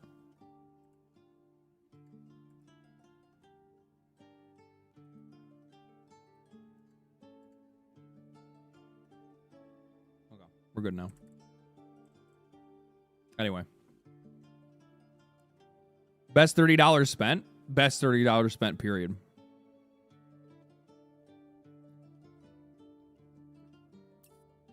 You gonna play Palworld Live tonight? Yeah, I'll play a little bit. Yeah, for sure. No, but it's absurd. Like, the game, like, I've played the game for, like, how many hours have I played Palworld? I'm actually curious. I have 129 hours in the game. Most of it was for my first playthrough. I probably have like 30-ish hours in this current playthrough, probably. Palworld is good value, but nothing beats PoE 1 or 2. Why would... Like, I'm not disagreeing. Like, I think they're great games, but like, why would I compare Palworld to Path of Exile? Apples to oranges? More like apples to asparagus. That's just it's a weird thing to say. Both starts with P? That makes sense. That makes sense. True. Let's see here. Whatever else. Oh, I saw Assassin's Creed Black Flag Resynced. Bro, I've not put any time into that game. I downloaded it. I played it for 2 hours. I want to play it. I want to beat it. I know it's a good game. I never played Black Flag. I just never had the opportunity to. That was during like travel time with me working and shit, so I never got the opportunity to. It is what it is. But anyway, so I definitely want to. But I see that like a lot of people like really ended up really liking it. It ended up doing pretty good. I guess that they're correct. I hate microtransactions in single player games, hell, even in multiplayer games. But when a devilish skin that doesn't suit the game's themes and vibes is only cosmetic, no gameplay effect in the marketplace, I couldn't care less, to be honest. I still just think it's fucking weird. I don't really care what anybody has to say. I think that having microtransactions in a single player game is just flat out gross. I think it's gross and weird, and I think it's there specifically just to be able to take advantage of your psychology, of like the psychology of weaker people. I'm really going to say it like that. I think the people that are buying microtransactions in a single player game are weak-willed. Weak-willed and impulsive. They can't help themselves. If you're buying skins, like cosmetic skins in a game like Assassin's Creed, you're fucking weird. I'm just going to tell you. I'm not going to change that opinion either. It's weird behavior where you're actively supporting a game that made their character, that put that kind of content into a cash register instead of just putting that kind of content into the game for you to be able to earn. And then you are rewarding them for doing that by giving them money so that you can access it. I think that's really weird.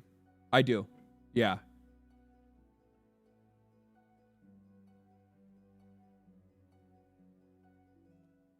Yeah, it basically tells him to do it again in the next game. That's the point that I'm trying to make. I buy Path of Exile 2 skins. Does that count? Path of Exile 2 isn't a single-player game. And it's also free to play.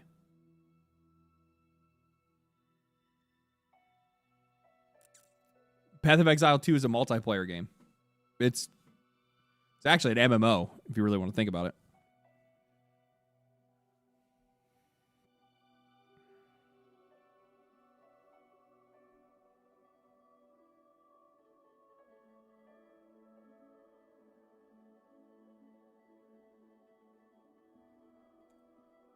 And you get rewards and stuff in a completely different game. So ads basically a reward. Yeah, exactly.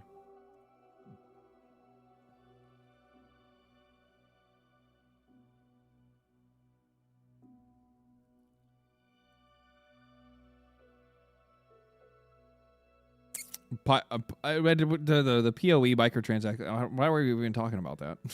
What does PoE matter in this conversation? I'm talking about single player games. Single player games. I play it single player. Heh. Shut up. Shut the fuck up, guys. I agree with you. Path of Exile is one of the greatest. I'm literally going to hang out with their developers soon. Like I love Path of Exile. I love their cost structure. I love what these guys have done. I love what but that's kind of outside of the conversation that we're having right now. My Path of Exile friends. Okay. Go farm your fucking orbs, okay? Go farm your fucking exalts and your fucking divine somewhere else at the moment, okay? It's not part of this conversation. It's distracting me. It's distracting me.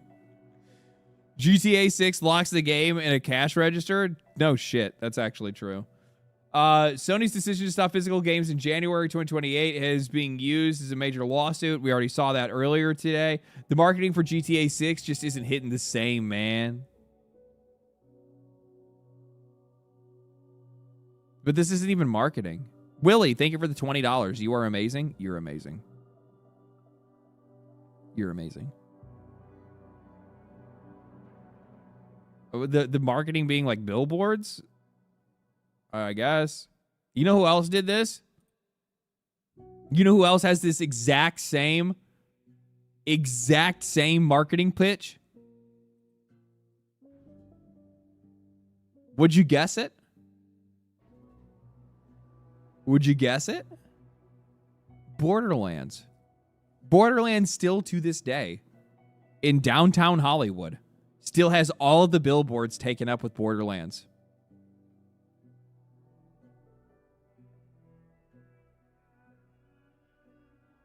Hey, dude, love your videos. WTX, thank you. Appreciate it, man.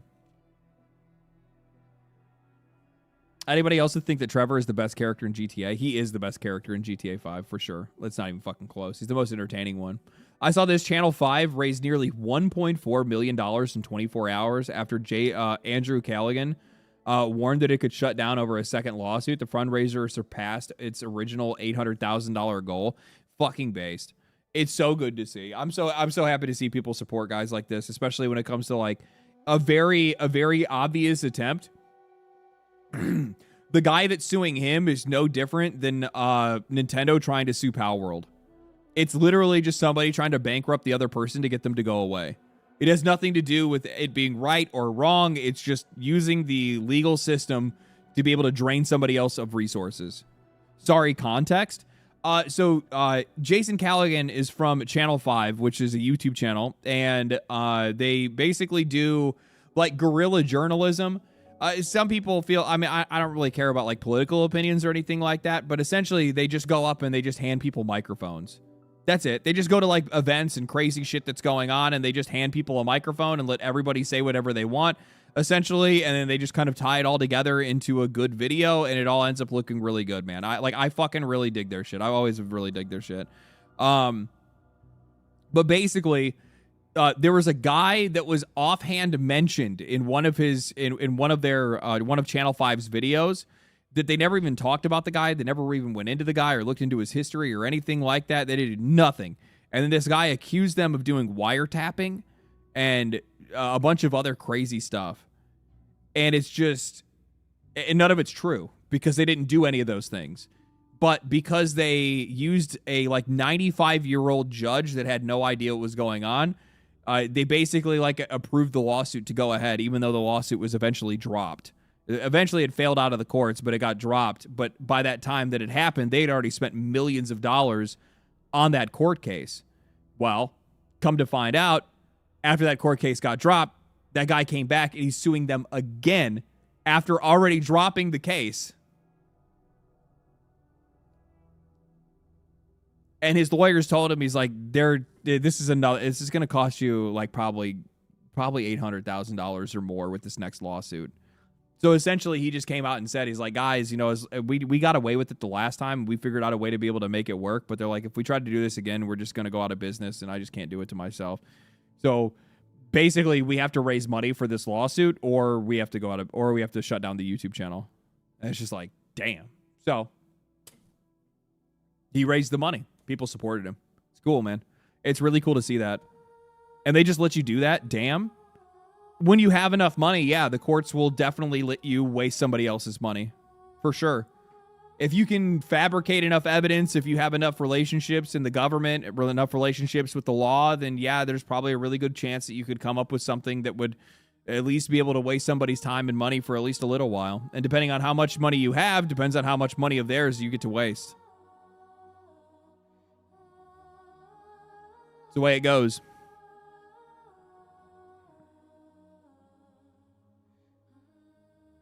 $10 worlds into power. I don't really care that much. I'm kind of over the Palworld stuff. Mexican lawmakers are preparing to file an antitrust complaint against Sony over its plan to stop releasing new physical PlayStation games after 2028. They argue that PlayStation stores become the only place to be able to buy new PlayStation 5 games. Sony could gain too much power over the prices and distribution. So something that I didn't really think about or realize is that probably in other countries, like I'm used to the retail structure inside the US. I don't know how the retail structure works inside of other countries. And I would almost guarantee that like places outside of the US and different countries around the world, depending on where you are, it might be next to impossible for you to be able to buy their games if they take it out of the stores. Because like if basically they get rid of the physical disc, there's just not really a whole lot of reason for most stores to even carry it anymore. And with like depending on where you're at, if there's not very many stores, that means that you're forced to use the PlayStation Store instead. And it likely becomes your only option to be able to buy games, which gives PlayStation ultimate and full control over those areas. So while like in the US, we might still have some options and we don't really have too many problems, I would guarantee this is something that is going to have an outsized impact on like second and third world nations. I guarantee it. Guarantee it. And that's usually who they try to target with most of this stuff because there's more of them than there are of us. Like we spend more money, but there's more people that are out there outside of the country. Imagine if stores internationally say, you want to sell PlayStation 6 here? Yeah, I'm good. I don't know. I don't know if I'll go that. The complaint was reported and filed by the federal representatives Irais Reyes. Yes, Irais Reyes. and Senator Luis Donaldo Colosio, with Mexico's competition authority. Somebody had said that they make the discs in Mexico. I don't think that they do. I think that that's not where they had like their main disc manufacturing place. It was actually somewhere in Europe. Dude, this stuff is just so fucking annoying. Why are these guys so terrified of women? This is what I'm talking about, how like the games industry is terrified of its past. First, it's like bringing up like the shirt on you know, the one girl character, the like bartender chick.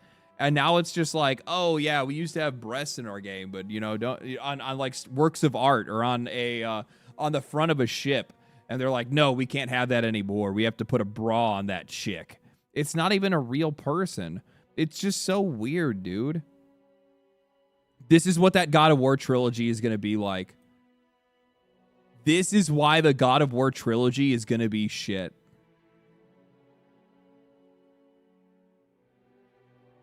I also find it really weird, and I think somebody else had posted it. I'd have to find out where it is. But they still left a dick on a there's a statue in the game that has a dick that's hanging out, and they left that. And it's just, I find it so weird that, like, tits? Dicks? Yes. It's like, what are we doing?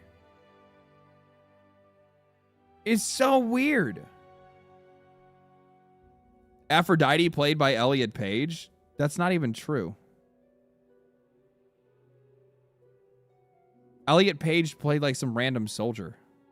Why did people think that it was Aphrodite?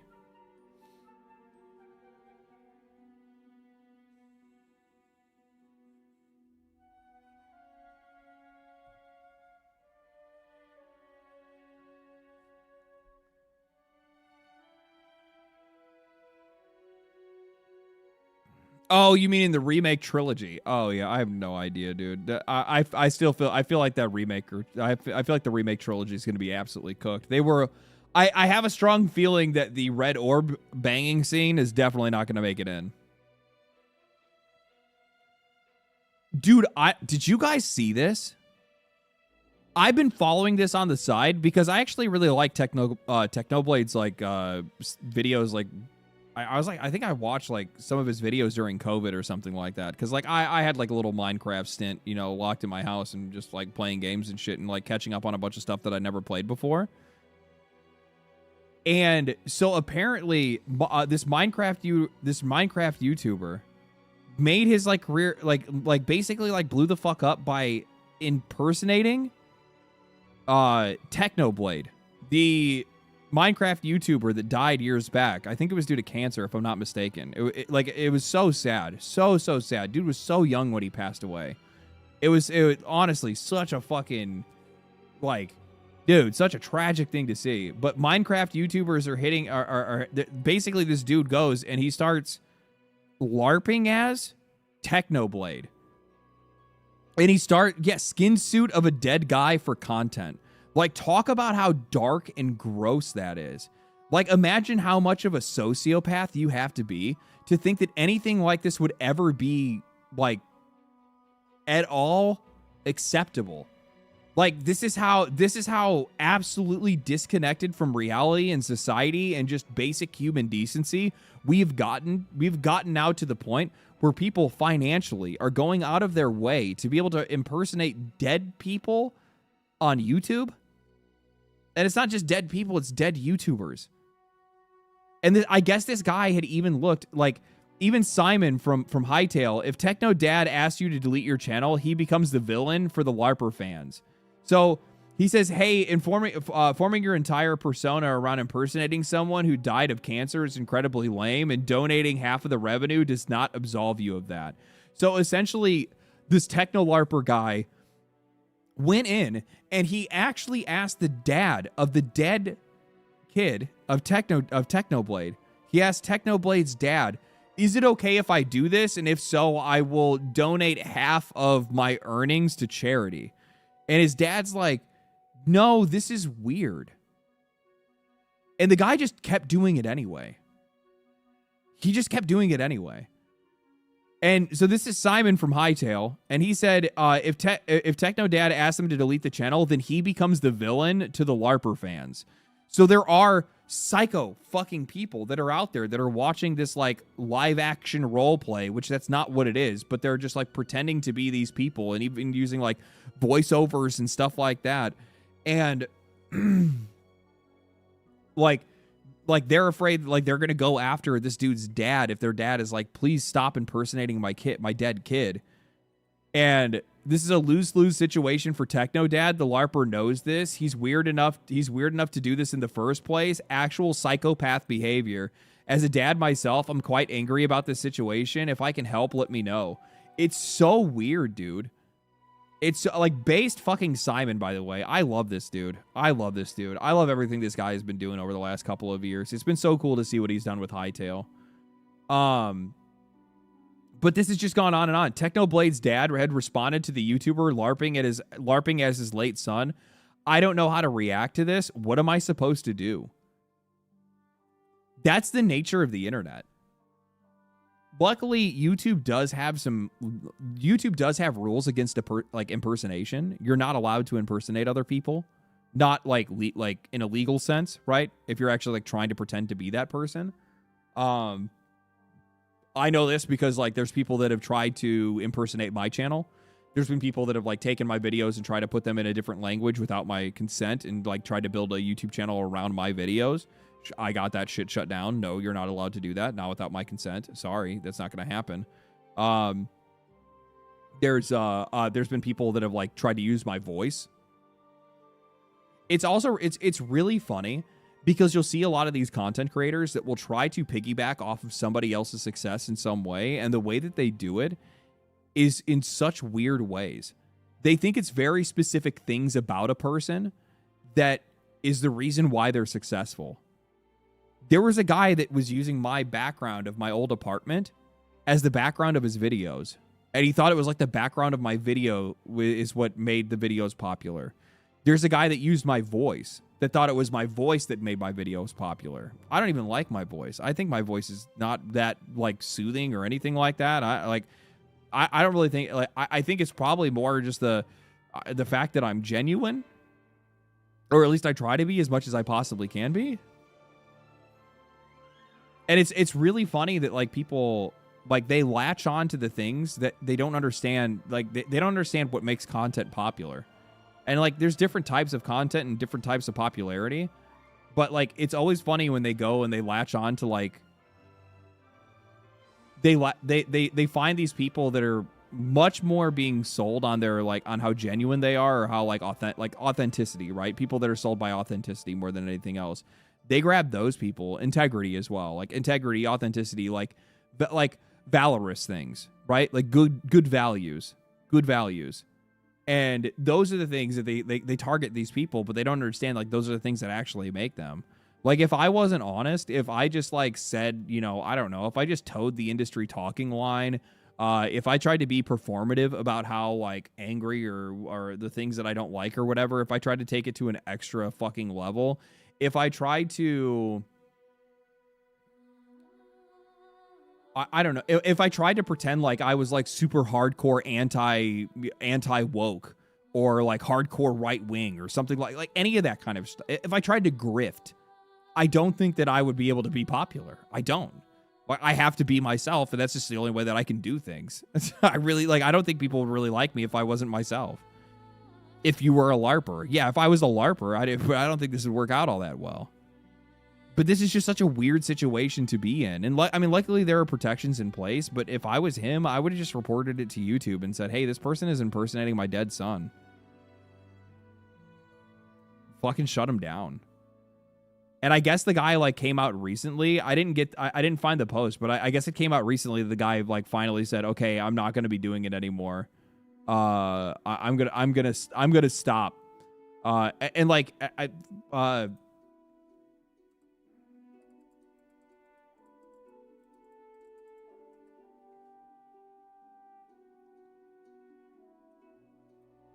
So the dad shared his final decision in a post. Technolarp is done. Techno dad ain't having any of this LARP of his dead son's legacy. So he basically said, hey, and he went through his whole thing and said that he's not putting up with it. He's not gonna fucking do it. This has to be Charlie's worst video he's ever made. Especially how is this? What is it? Pretty obvious he didn't do anything besides read articles. If he had watched the videos, he'd know that Technolarp isn't really impersonating Technoblade. He just did it because he sounded familiar.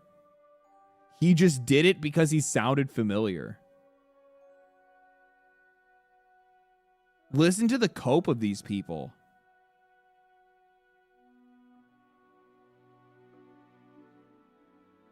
I just acted like this dead I just acted like this dead kid because we sound familiar.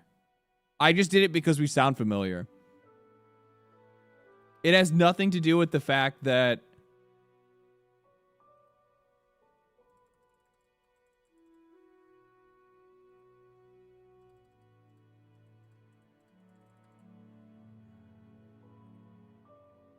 he had 22.6 million subscribers. It has nothing to do with the fact that every single video on his channel averages like millions of views every single upload. It has nothing to do with that. It's just because we sound the same. It's just because we sound similar. Okay. Right.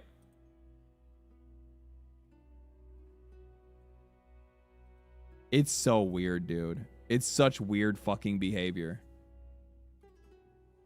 Very, very dark and weird days for the internet. That's all I'm going to say. Very dark and weird days for the internet.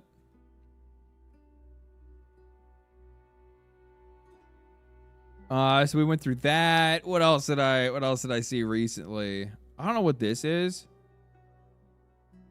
What is this fucking game? I hate that these end up just being, God, the pixel art on the animation looks gorgeous. It is. Okay, what is the actual pixel? What is the game? What is the game? Oh, there it is. Mariachi Legends. I might have to check this out. The art on this looks insane.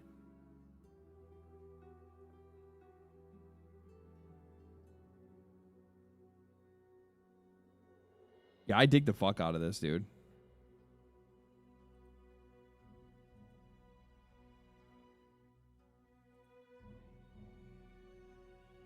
You backed the game on Kickstarter? It looks like Blasphemous. Yeah, but it's like Mexican Blasphemous.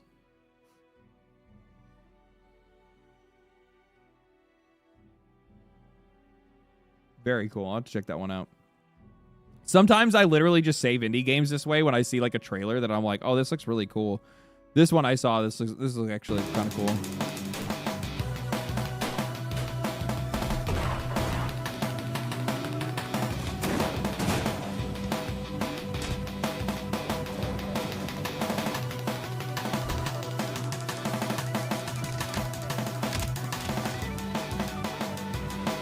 I've been playing Replaced a little bit here and there, which has also been really good. According to former Crytek developers, Rise: Son of Rome was supposed to be just the beginning. The team had plans for a full series that would move through different periods in history, including Vikings, feudal Japan, and the Ottoman Empire. They wanted bigger levels, better combat, more gameplay mechanics, vehicle gameplay, and PvP. Former director of the game, Patrick Hannenberger, said Microsoft called the pitch the most cohesive and well-thought-out IP pitch they'd ever seen. The developers of the series came to an end after the first game didn't perform as well as expected, and Microsoft and Crytek couldn't agree who owned the Rise IP. Rise: Son of Rome was so good, though. It was really good. It was a really good game.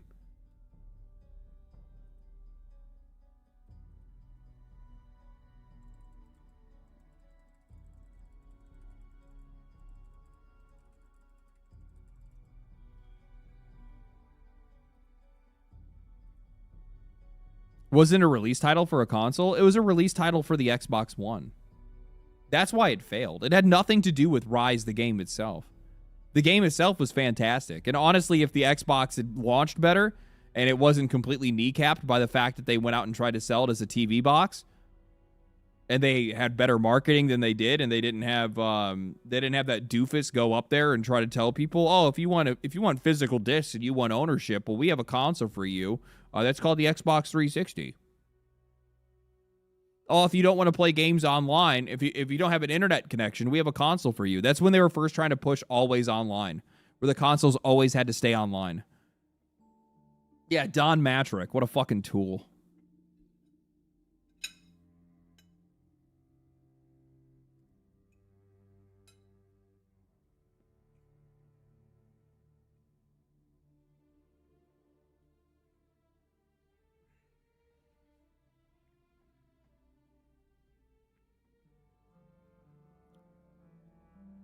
Xbox legitimately had better launch titles than all platforms. Yeah, but they had shitty marketing and they pissed off everybody. It looks like they were getting ready to it looks like they were getting ready to take game ownership away, and people back then, especially at that time when the Xbox One first hit the market, holy shit, could you imagine trying to tell people that you're not going to be trading in your games at GameStop anymore? What? Excuse me? That shit was a way of life back then. That's how the vast majority of people, especially middle, like lower income people, like I was, that's the only way we could afford games. Basically, every game that I played, I wasn't able to hold on to many of the, like, that's the reason why I don't really have much of a physical collection, is because I was poor. I didn't have any money. So anytime I got a new game after I beat it, if it wasn't something like Halo or Gears of War, where it was something I was going to be playing all the time, I had to turn around and I had to trade that game in and get rid of it. That's why I don't have a lot of games. That's why I don't have a lot of physical games anymore. I do for certain consoles before I got into the habit of being able to trade stuff in. But even on my older consoles, I don't have a shitload of games because we could never really afford it. I actually can't believe GameFly still exists. Yeah, it still exists.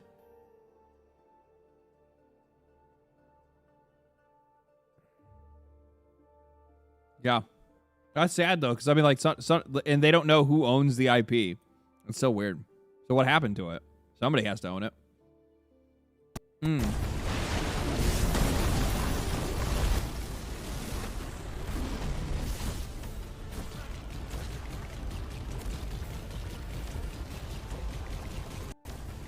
I had a really good time playing this game. So I got to play this game for quite a while, actually. I got like a full level in and a boss fight, and then another full level and a boss fight, and it was really good. The new Turok was a lot of fun. I had a good time. Now, mind you, I'm gonna be real. I was buzzed. Okay, I was buzzed, but I had a really good time regardless. But I had a really good time regardless. It was a lot of fun. It looks, by the way, I will say this: it looks very good. Like, it's very pretty. And it had really, really, really good performance as well. That was one of the things that I noticed. I do miss old Turok, but this looks fun. Yeah, I don't really know how to describe how it played. That's the one thing I don't really know how to say.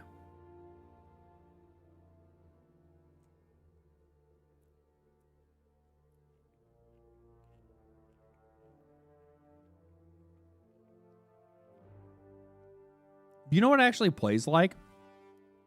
At least the levels that I had played, it kind of reminds me of like a Destiny Strike. The missions feel like Destiny Strikes.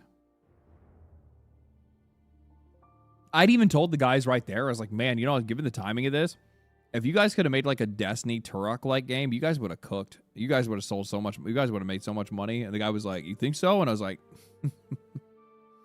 yeah. Yes. Yes, I do think so.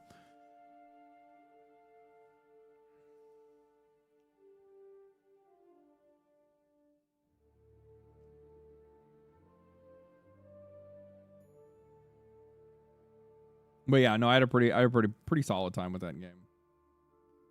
It's so funny how easily people are completely rage baited by this guy. Like, how do you not realize that he's literally taking you for a ride? Like, he does this fish-eyed camera lens to make his head look bigger than his actual body is. He always has this cross-eyed look on his face. He's so good at rage baiting. It's absolutely absurd.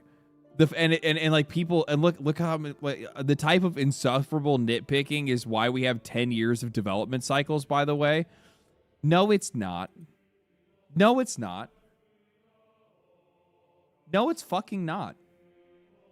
I can't believe 169,000 people upvoted this. 169,000 retards. That's what this is. You're fucking idiots. This type of insufferable nitpicking is why we got 10-year development cycles now, by the way. And it's because this flag over here, if you walk too far away, it stops loading the animation for it to be flying. No, that's not what happened. We don't have 10-year development cycles because of people making fun of shit like this. Because this is QA shit. This is QA-related shit. They don't fucking QA these games. What the fuck are you talking about? 10-year development cycles because of this. No, they have 10-year development cycles because you assholes run around and talk about how you can't see your face in a fucking puddle. That's what the problem is. Why can't I see the nose hairs of Aloy from Horizon? I try to look up her nose, but I can't see any nose hairs. And they're like, gotta get those nose hairs in. Brother.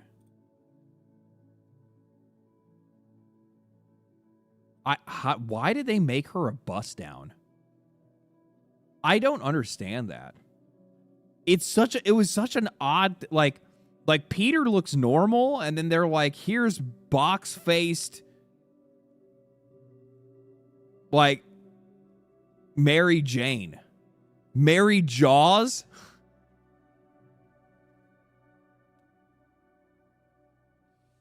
Oh, no.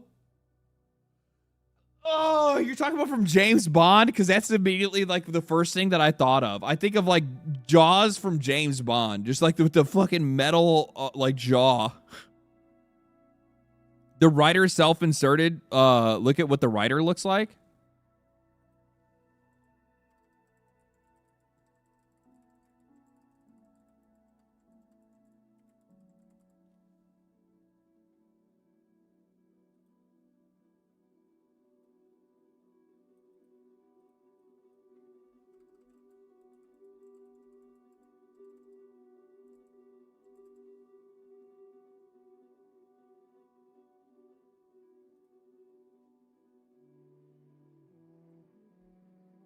Is this who it is?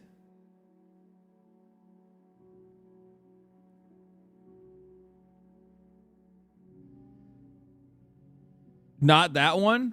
Oh, not the female one?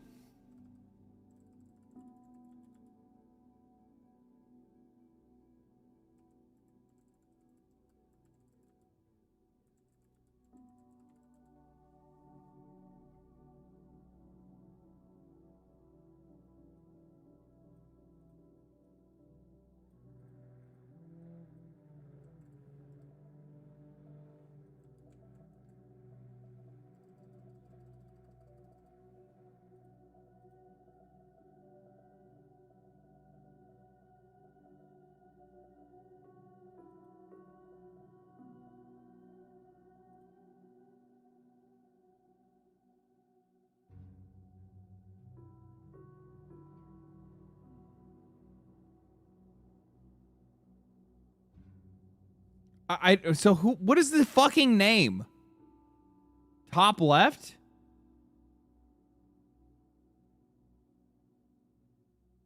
Who is this? I don't know who this is. So a writer did this. The writer. Who is it? What is the name? It's her. What is her name?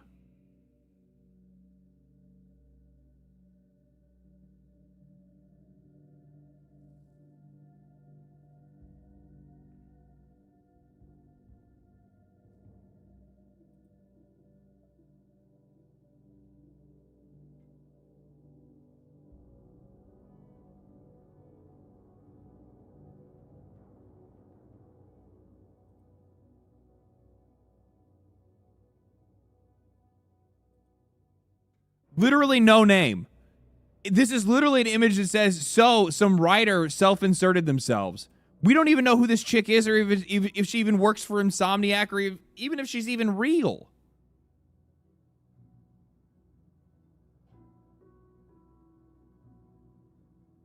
You got people coming around talking with like absolute truths. Oh, that's what happened. Ashley Poprick?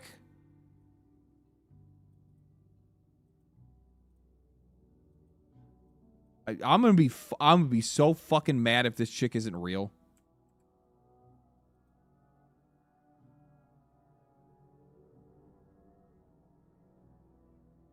Okay, she did work on Spider-Man too. She did self-insert. Okay. All right. You cooked. Okay. Okay. All right.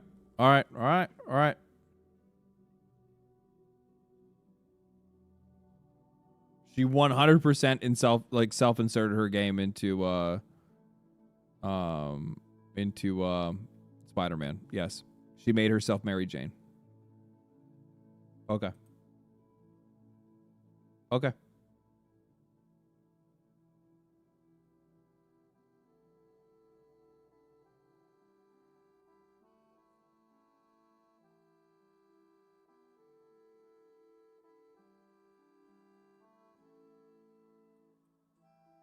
Okay, I'm not digging any further into this.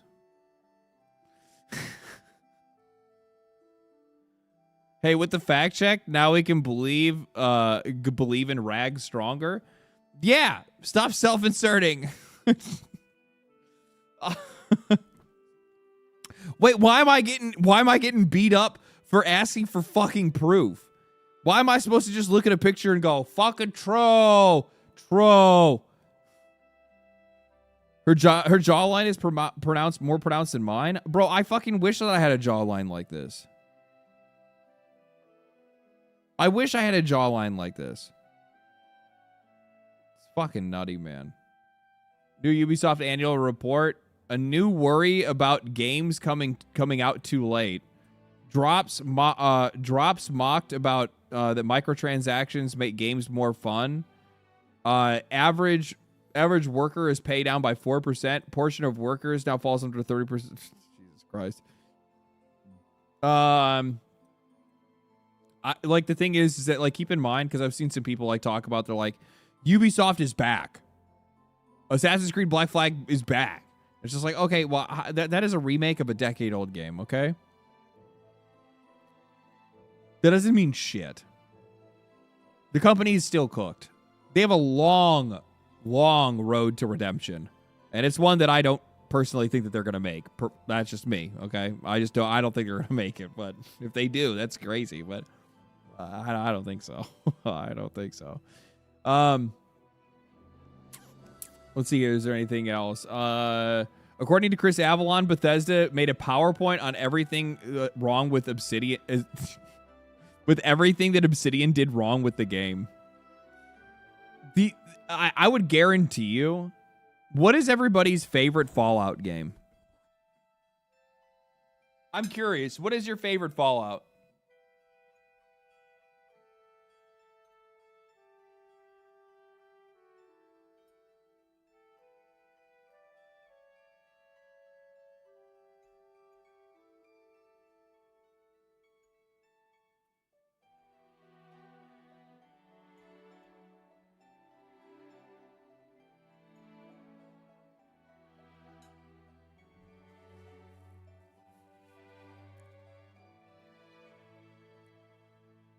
Fallout 4? Oh, I'm actually kind of surprised to see so many people really like Fallout 4. I like New Vegas, and I liked Fallout. I like Fallout 3 and 4. I don't really have a problem with it. I know a lot of people had a lot of complaints, but I don't know. I was easier to please back then.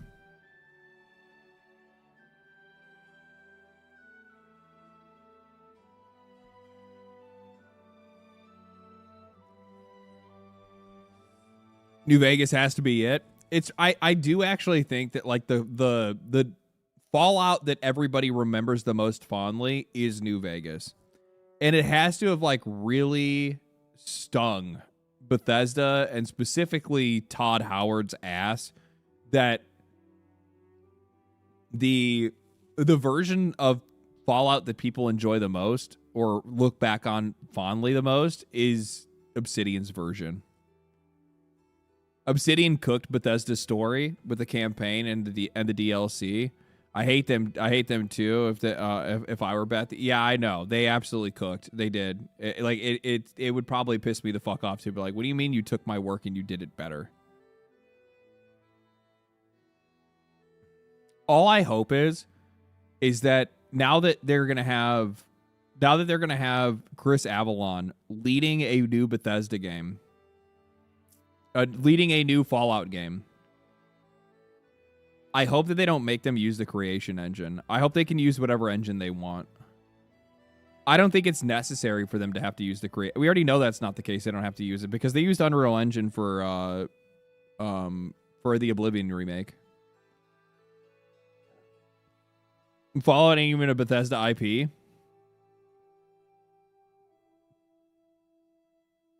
It's not Avalon. It's Josh Sawyer. Oh, it was Josh Sawyer, right?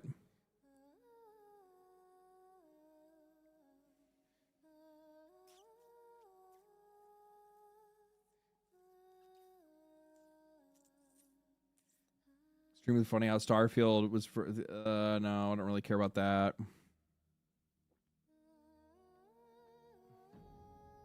I don't really care about that. Stop Killing Games has inspired a new bill in Brazil. The proposal would force publishers to keep their games playable for essentially... The thing is that you're going to probably see more and more of these kind of things pop up in countries where people just simply buy less games. Because they're the ones that are the most afraid, and they're going to be the ones that are going to be the most... They're going to be the ones that are going to be hit the hardest because of this. They will be. Josh Sawyer wrote one of the best characters in New Vegas.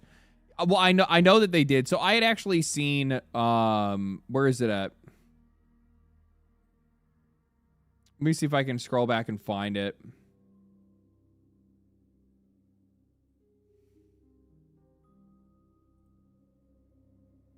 These guys are such liars, dude. These journalists are such liars. Xbox just killed its best shot at making the next Baldur's Gate 3. When has Pillars of Eternity ever been anywhere near, even in the same universe of relevance as Baldur's Gate 3? Even Baldur's Gate 2.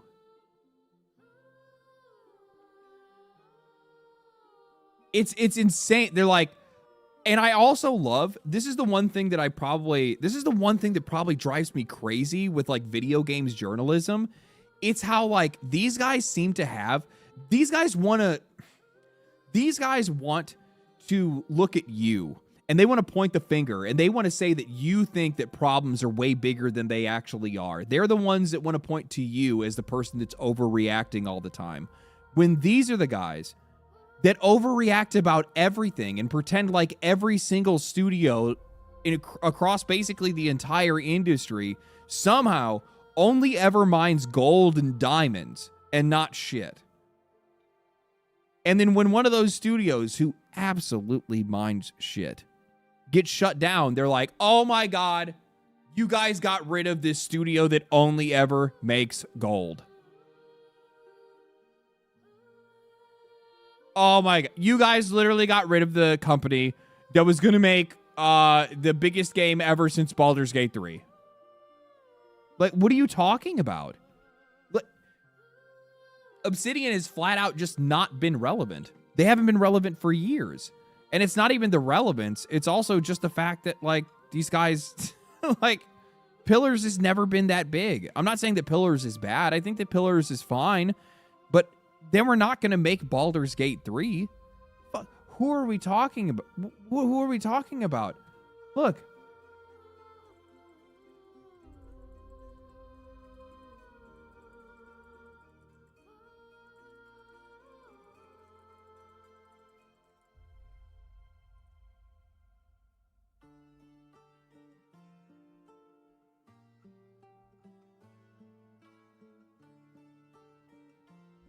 Why developers consider Baldur's Gate 3 an anomaly, not a new standard for RPG genre. It's Rockstar level nonsense for scope.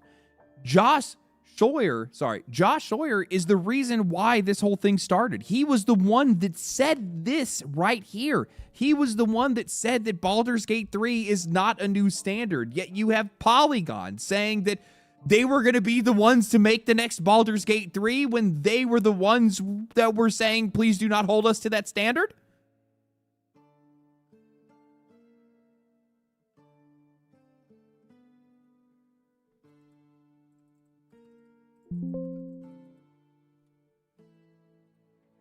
Obsidian Entertainment director Josh Sawyer noted, having the foundation set and the funding to build things on your own terms is invaluable. This is not downplaying the talented people that worked on Baldur's Gate 3, but acknowledging that in this case, it's atypical for the games industry.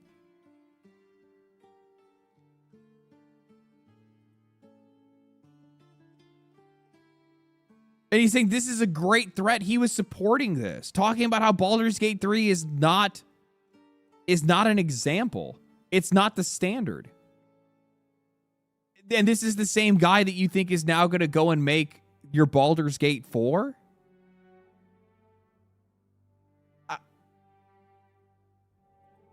What are you talking about? They're such little liars. They point the finger at you and treat you like you're the problem when they don't take even 5 seconds to look in the mirror. Not even 5 seconds. And also, I'm just going to be flat out honest with you guys. So a new Fallout game is moving forward at Obsidian. The game developer is being led by Fallout New Vegas director Josh Sawyer. Pog. It's cool. Awesome. Sick. Great. I love it. Also, keep in mind, Obsidian's reputation is all from this game.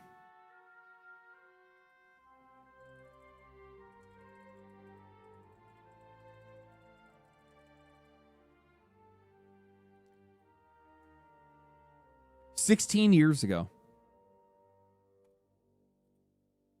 16 years ago. And Grounded, I know, I love Grounded. I'm not going to pretend like I don't. I love Grounded. Grounded is not as big of a game that I think a lot of people believe it might be in some cases. And I'm just going to be honest with you guys. It's not really a part of their legacy as much as people probably think that it is.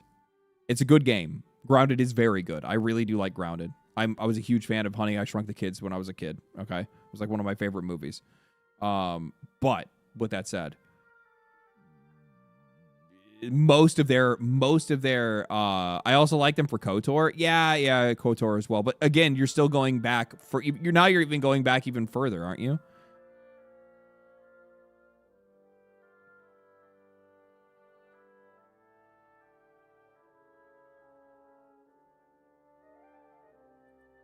Okay, you know what? How about this? I'm just going to say this. Obsidian's reputation is built off of things that they did over a decade ago for you. Tell me I'm wrong. Whether it's Knights of the Old Republic, whether it's Fallout, their entire reputation is built off of something they did well over a decade ago. All the hype built behind them, all the faith that people have in them is something that they did over a decade ago. And what have they done for you since? Avowed. Outer Worlds 2. Outer Worlds. Outer Worlds was a fine game. It wasn't really that good, though. Do you think it lived up to the legacy that they had in the past? I don't think so.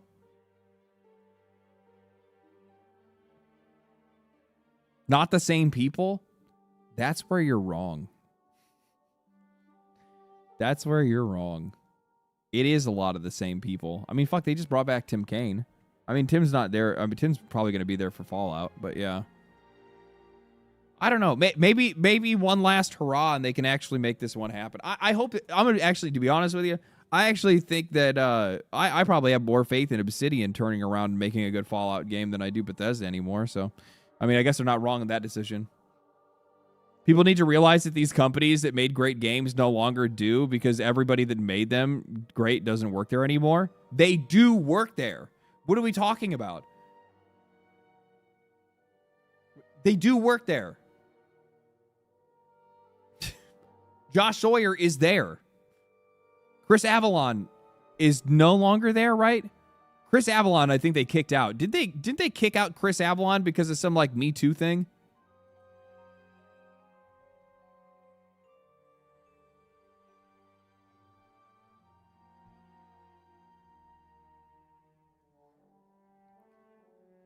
He got Me Too'd, and then it also got proven false in court, and then the company never had his back and never took him back. They PR'd the fuck out of his ass and kept him far away from the studio, even though he was proven innocent. Absolute rat behavior. Never mind. I forgot. I actually have no respect at all for the studio or anybody that works there. They're all rats. Never mind. Never mind. I take it back. Nah. No shot. No shot.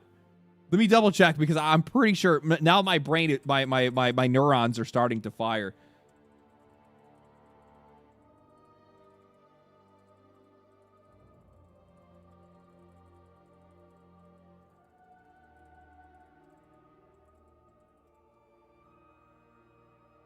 Yes, video game writer Chris Avalon was legally cleared after setting a libel suit against his accusers in March of 2023. His accusers retracted their claims of sexual assault and issued a joint statement clearing him of wrongdoing.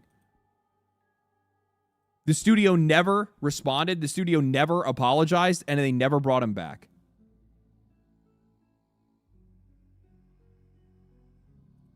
All of them are rats? All of them? Really? Yes. You want to know why I say that? Because not a single one of them ever came out and publicly said anything about it. About how he was treated, how he was kicked out, how quickly they removed him from the company. Not a single person. When you stay silent like that, you are complicit. In silence, you are complicit. And the fact of the matter is that nobody wanted to speak up about it, because if they did speak up about it, well, then they would probably be canceled just the same.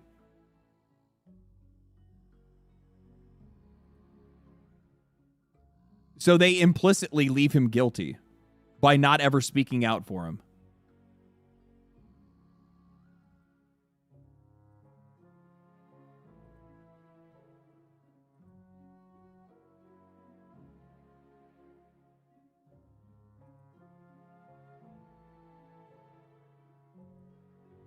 Then you can blame them for being quiet. Yes, I do. I do blame them for being quiet.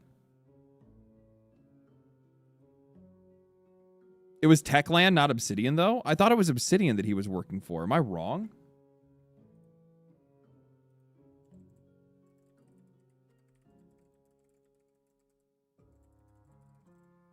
Maybe I'm tripping out for no reason. Maybe my memory's failing me. Okay, no, you're right. Following his exit from Obsidian, Avalon worked years as a highly successful freelance writer, and in 2020, the allegations actually caused him to lose subsequent freelance projects. Subsequent freelance projects he was actively working on at the time, including the Techland, Dying Light 2, and Paradox. What studio did the allegations come from? Where's my information coming from?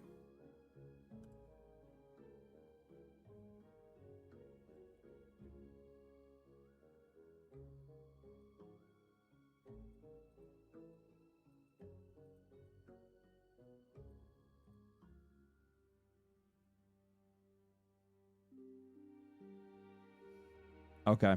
I'm just getting my wires crossed then.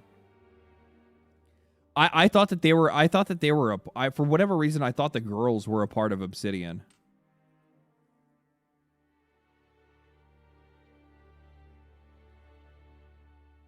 Jumping to conclusions there? No, I'm just misremembering.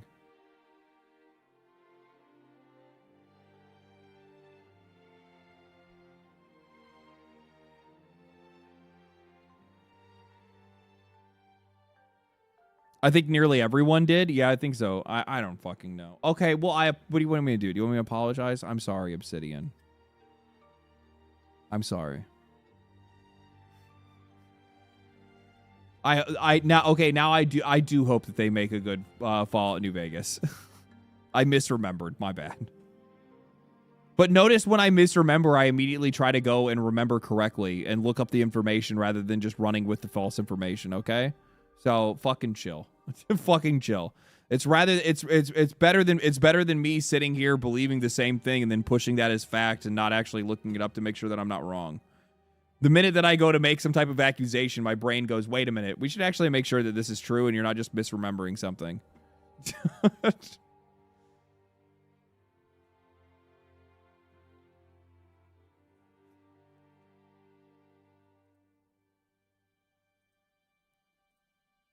They still suck, though. They do still suck. They do, at least in my eyes. I don't fucking know. I mean, like, I do really like Grounded, but, like, Avowed and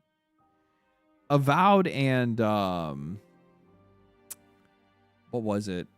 Avowed and Outer Worlds 2 were just not very good. And Outer Worlds wasn't really all that good either, to be honest with you. Like, I think Grounded is really good, but Grounded was just like a little side project that these guys kicked up. So it's like, I can't see how that would be like really, how that would be reflective of what they would be able to do with New Vegas. I still, like I said, I still do think that they'd probably be able to do a better job, both narratively and just like cohesively, like better than like Bethesda would. And also, they'd probably be able to turn it around a hell of a lot faster than Bethesda ever could as well. That's going to be the other thing that I think that these guys are probably going to find out pretty quickly is that, like, the one thing that I will give Obsidian credit for, they turn around games pretty quickly. Obsidian was, or Outer Worlds is better than Starfield. It absolutely was better than Starfield. I would agree with that.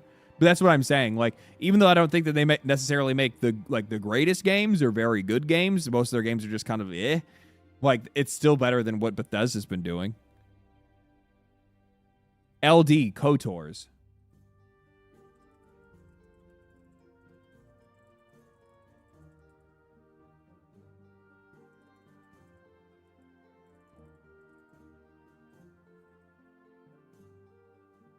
That was 22 years ago.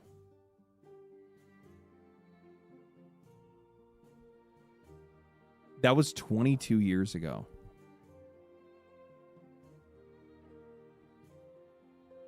Brother.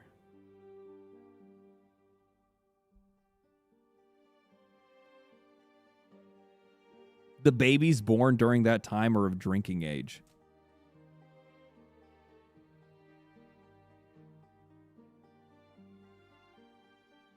Tim Kaine barely has any hair left.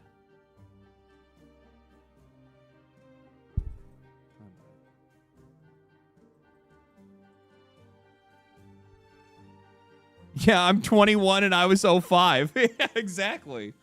Tim Kaine is pushing 70. Yes. It's not the same people. Most of those people, and they're not, but when I say it's not the same people, it could be the same humans, but they're not the same people. 22 years changes a lot of people, man. 22 years, a lot of things have changed since then.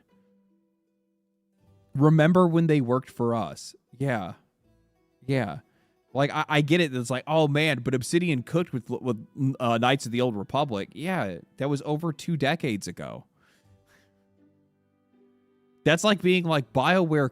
Dude, BioWare cooked with Dragon Age Origins.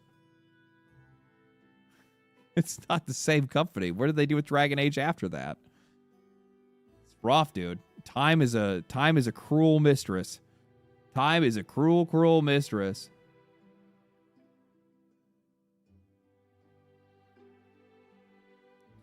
Sorry, Fallout fans, but Obsidian isn't really interested in making New Vegas 2. After all of the years of working on other people's games, the studio is finding joy in doing its own thing. Asha Sharma. Yeah, about that. Yeah, about that. So, we're going to need you to stop doing your own thing. And honestly, the funny thing is it's like they're finding joy in doing its own thing. The funny thing is that joy doesn't necessarily translate into income. I hate to say it like that, but in this case, joy does not actually translate into income, and your last 2 projects have likely failed financially for the company, and that means you have now lost your right to joy, and it's time for you to go back to work. You know, initially, I didn't really have a whole lot of faith in Asha Sharma. I got a lot more faith in her over the past couple of weeks. I'm going to tell you that right now. I'm like, wait a minute. I mean, she's at least singing all the right tunes for me, okay? She's singing all the right tunes for me. We'll see how it all shakes out at the end, right? The only thing that actually matters are the games themselves, so we have to see what they look like when they actually are finished. But I'm going to tell you right now,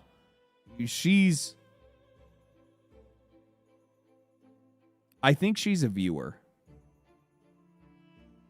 This chick has been like so hardcore tapped into like the gaming community and audience and like listening to a bunch of other stuff that's been going on. And like there's very specific things that she has done that it's like, oh, she was like diving into like hardcore Xbox fans for this. And then like there's some things that she did recently. And like when I was reading her statement about, you know, the layers of management that they got rid of and how their communication had basically turned into nothing because of the fact everything was going on. I'm like sitting there. I'm like, wait a minute.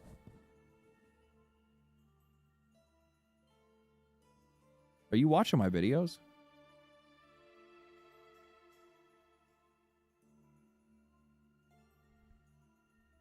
Like, I'm not tooting my own horn here, okay? I'm not tooting my own horn here. But it's the things that I talk about, I am a business analyst. It's what I went to school for, okay? While my prescriptions may not be the right ones, I don't fucking know. I'm just going off of what I can see, and I can't see what's going on. I can't see everything that's going on behind closed doors. It doesn't necessarily mean that, you know, the kind of changes, like, I am the kind of person that if I was actually working in a professional, if I was actually working in the profession that I went to school for, I would be the kind of guy that would be going around making those cuts. I'm not a CEO kind of guy, but I am the kind of person that they would send out to be looking into that shit to figure out whether or not they should be able to cut people. Now, if she was watching me, she would know that she needs to cut 343. Halo Studios got to go. You got to hand that game over. You got to hand that game over to Call of Duty. Hand it over to, like, I hate to say it like that because I fucking hate Activision, but everybody knows that Activision would do a far better job with Call of Duty than Halo Studios ever could. Ain't no way, brother. Who are you kidding? Why would we continue to? Are we really of the mind that for whatever reason that the studio that has been dragging this franchise for over 10 years is somehow better off than Activision?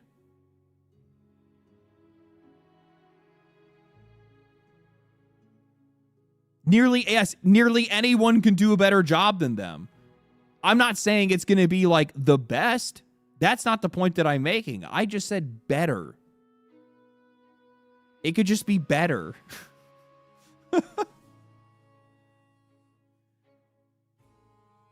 They definitely know how to monetize it.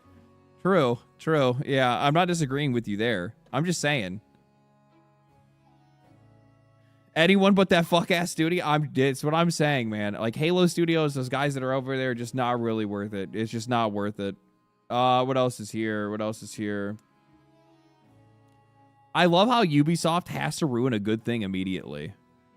Like, they make a solid game for once, and they're like, hey, what about $84 in DLC for this single-player game?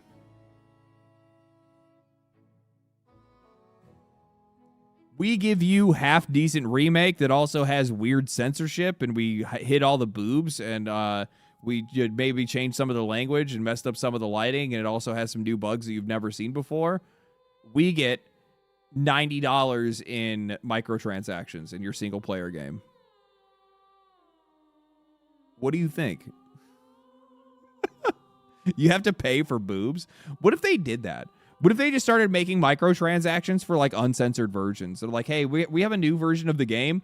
What if they had like the standard edition, the gold edition, and then the chud edition? And then the Chud edition is just an AI filter over every female in the entire game, and they just have like massive, just huge tits. And yeah. That's as far as my brain went. DLSS 6.9.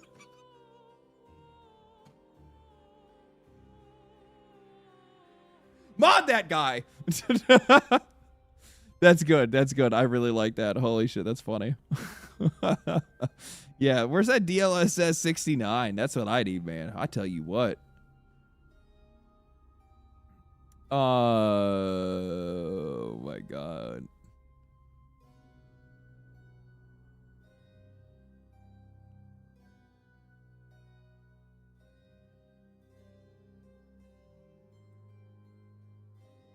The movie that all the rightoids rave about is one of the wokest moments ever put on film and would be absolutely ripped to shreds if it released today.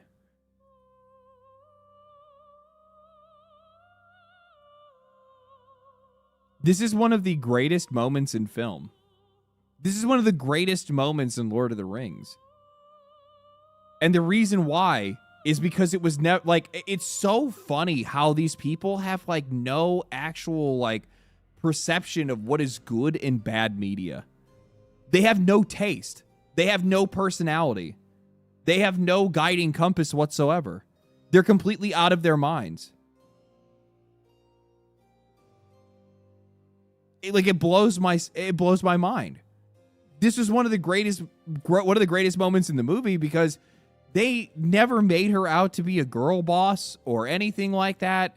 It's literally her just wanting to do this for her people, her wanting to do this for her father, her like it's her just wanting to be a part. She had character progression, real development. Yes, exactly.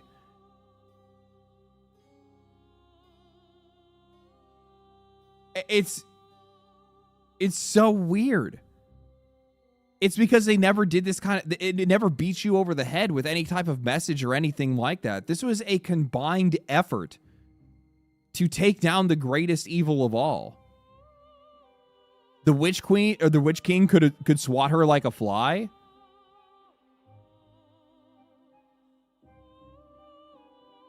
What do you mean? He did.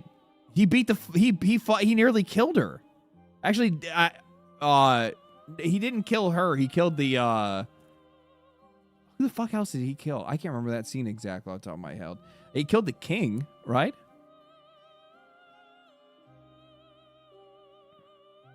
Yeah, he killed King Theoden. Yeah. And then he killed and Eowyn kills. Yes, exactly. Yeah, the Witch King killed her dad, and then but it was not a test of strength, by the way. And that's like the other part that I think that they really did really well with this scene, is that it wasn't something as simple as, oh, she just overpowered the Witch King. She was just so strong, and she just outmatched him with sword skill and yada yada. No, she's not a warrior. She's a shield maiden. It was her uncle, sorry. Uncle Theoden.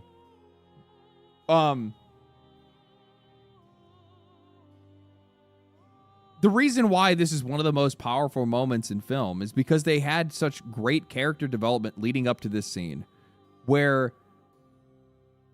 her uncle died. But this is a fight for survival for men. And she recognized when everybody was trying to push her to go with the women and children that if this war failed, they all die regardless. And she would rather be on the front lines of war with her people, dying with them, rather than dying as just a bunch of women and children that were pushed to the side. And she was not portrayed as this like incredibly strong and highly skilled warrior or anything like that. No, that was never the case. She even recognized that. Well, she was a shield maiden and she had a warrior's heart. Yeah, absolutely. She was not super skilled or super strong or anything like that. It was opportunity. It was opportunity and a moment of and a moment of weakness from the Witch King that ended up creating this moment. And also the help of, it was Pippin, right?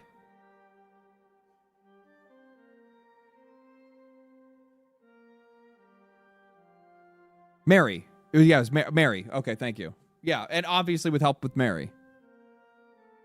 It's not something that she did on her own. It's not like she was just all of a sudden just, I'm the best, absolute fucking insane sword person ever. No, that's not what the case was. It's such a weird point to make, where it's like they did this tastefully, realistically, and grounded to the point where like you cheered this moment on. People thought this was so cool.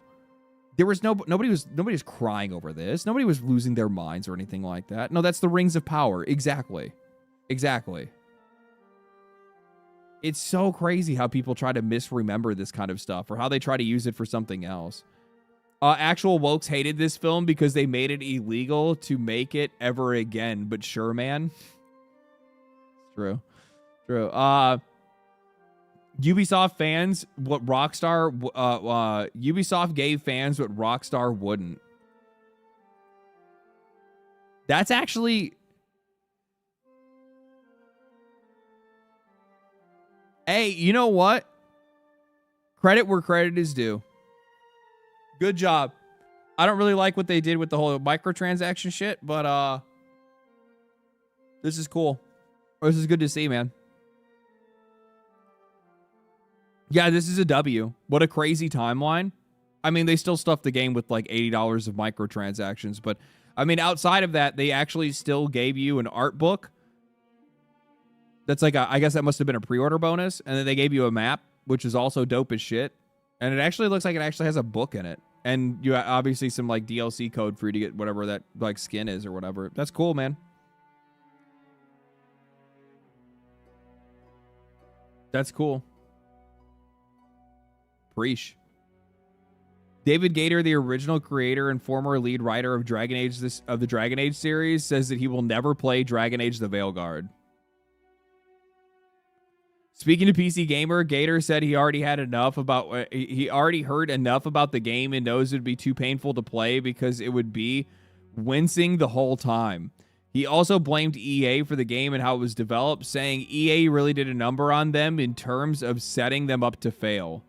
He also said he believes that the Dragon Age series is probably dead under EA. It's really funny that David Gator would say this when David Gator was the one that was also like defending Dragon Age the Veilguard initially when it came out. If was it Dave? No, No. David Gator did not say that. It wasn't David Gator. David Gator's a good guy. I'm thinking of that other goofball. I'm thinking of the other goofball.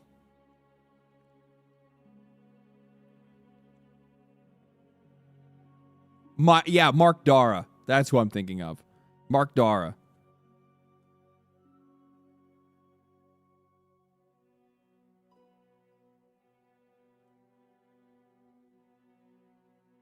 Too many goofballs out there? There are too many goofballs. Too many for me to count. We saw this already. That shit was so fucking funny, though. Is there anything else? Just days after PlayStation announced all of its new games will be all digital starting in 2028, Sony president and CEO Hiroki Totoki sold 225,000 Sony shares. According to a recent SEC filing, Totoki sold the shares on July 3rd and for an estimated $4.73 million. So the president and CEO is like, we're about to break some bad news. I'm just going to go ahead and sell these shares right now.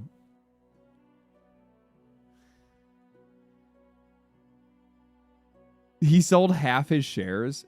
These sales represented 56.6% of his holdings in that class of Sony stock, leaving him with 173,000 shares.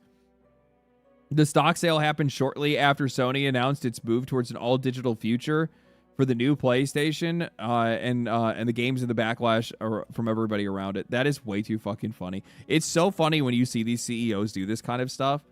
And it's also like it's such like a weird like insider trading kind of thing where it's just like you knew your company was about to make a massive PR stinker and you're just like, I'm going to sell.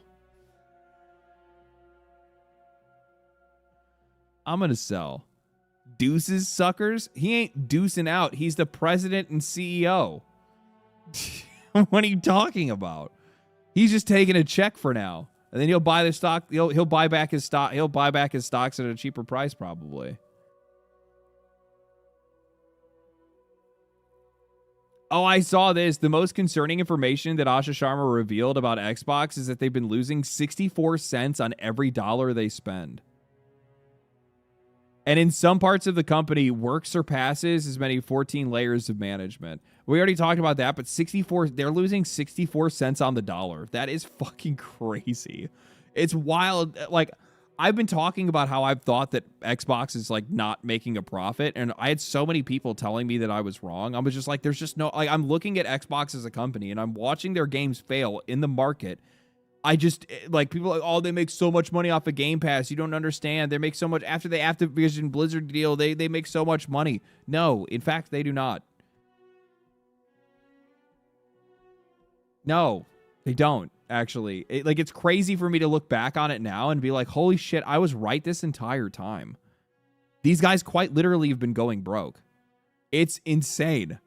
Like, Microsoft has straight up just been funding these guys. And while, like, Activision Blizzard definitely kind of like plugged the hole a little bit, they're still leaking. They're still leaking.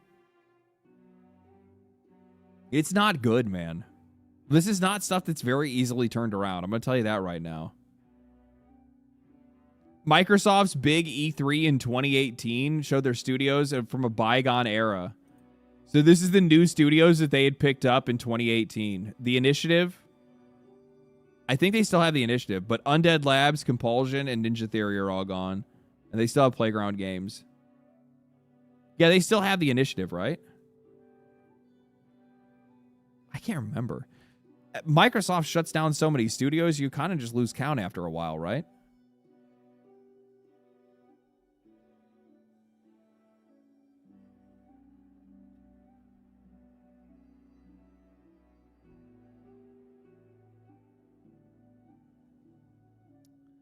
Well, we have Minecraft and Call of Duty, which is how much is our game division making? It's gonna be printing. What the fuck? Basically, yeah, essentially, Minecraft and Activision have been the ones that have been basically fitting the bill. But even now, and the thing is that, like, of course, they hit like their biggest struggle point when, Call of Duty has its worst year ever, right? The worst year in probably a decade. So I like after that, these guys were like, okay, you know what? We're kind of fucked right now. We need to do something about this. This is not good. Bethesda will be overhauled as a part of Xbox's changes to focus on key franchises moving forward. Fallout, The Elder Scrolls, Doom, Quake, and Wolfenstein. I saw another post on top of this where they had actually gone into it even further, saying that Microsoft and Xbox are now going to be putting expectations onto Bethesda to release their games in a timely manner. So it's not as simple as we want you guys to focus on your core franchises. No, instead, they're taking it a step further and saying, no, you guys need to release your games like quickly. You're not going to be doing any of this. Oh, we're going to be making the next, Elder Scrolls game for another 15 years. Which is like, Todd Howard has to be so mad right now. I can't imagine that dude being happy at all. Like, you have to keep in mind that that dude has just been absolutely kicking it ever since they got picked up by Microsoft, and he's just been able to do whatever he wanted. He's just been able to do whatever. Like, that's the whole reason why they've just re-released the same games over and over and over again. And keep in mind, the best release that we've seen out of any of their main core franchises was actually a remake that was done by a third-party studio. That was the Oblivion remake. Bethesda had nothing to do with that. That was a contractor. They contracted that game out to another studio that Microsoft doesn't even own just to get that game done, and that was the best game that they had released in years. It's crazy. I don't know what's going to happen. The funny thing is that, and I haven't really heard anybody really talking about this, I don't know what this actually means for Bethesda. Because I don't think they understand how to work quick. I don't think they understand how to be able to get things done in a timely manner. They've been essentially on cruise control forever. Able to do whatever they wanted to. Spend how much they wanted to. Take as long as they wanted to. And now all of a sudden they have a boss that says, no, Todd, you can't do that anymore. And he's like, but I'm wearing my leather jacket. And then Asha takes it off of him. We're taking the leather jacket, Todd. They're like,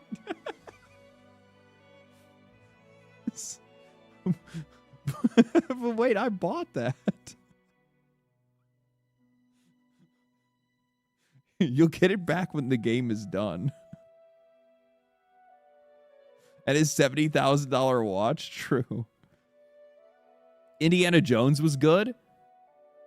Didn't make any money though. Guys, I'm gonna tell you this, man. I love good video games. And I want companies to be creative and free and to be able to do whatever they want, but these guys gotta earn it. And you can throw out some games that are out there that you know just aren't going to sell that many copies, but you can only do that when you're making a lot of money. And the fact of the matter is, a lot of these companies have just not earned the ability to make games that won't make a lot of money. It's okay to make those games, but you have to earn the right to do it. And a lot of these guys have not. Simple as that.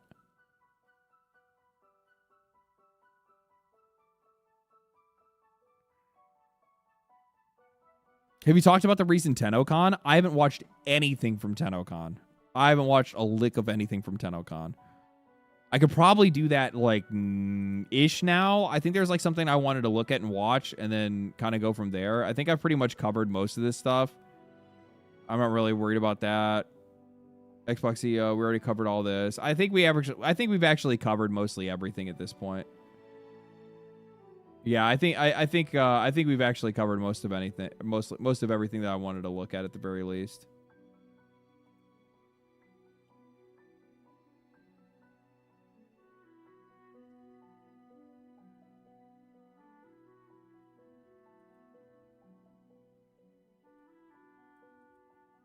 What? We have some sad news to share that Jennifer English will be stepping away from her role as the English voice of Gwendolyn, the main protagonist of Tides of Annihilation, due to personal health reasons. She will continue to support the project in an advisory role. Earlier in June, she informed us that she'd no longer be able to continue the role. While we were, of course, saddened by the decision, we completely understood and respected Jennifer in prioritizing her well-being. We also are grateful for the care and responsibility that she showed throughout the process. During this transition, she'll remain incredibly supportive, and she's remained incredibly supportive. What a weird... with Jennifer's support and recommendation, together with recommendations from other members of our voice cast, we've been fortunate to find an incredibly talented performer to carry Gwendolyn forward. Her recent work in video games has left a strong impression of, on both Jennifer and our team. Not only her performance itself, but the remarkable care and dedication she showed in understanding the character, and we're excited for players to experience her interpretation of Gwendolyn. Who is it? Who's taking over, though?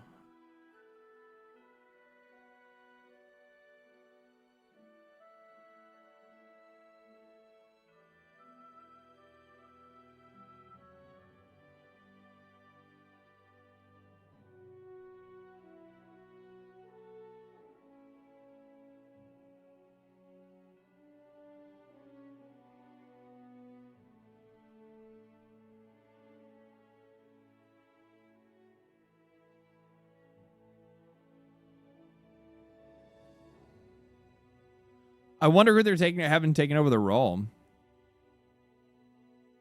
Kind of sucks looking forward to the game with her voice in it. Yeah, I actually really like her as a voice actor.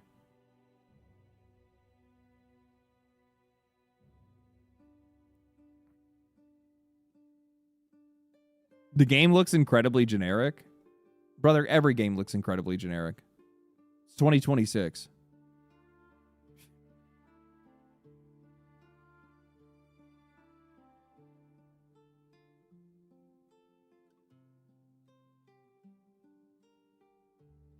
Did you guys talk about Joe Ziegler? Yeah, I talked about that already.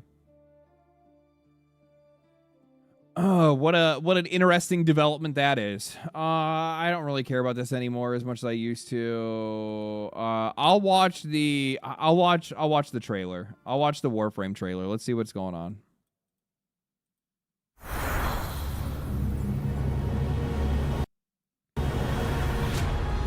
My child. My champion. What has become of Tau?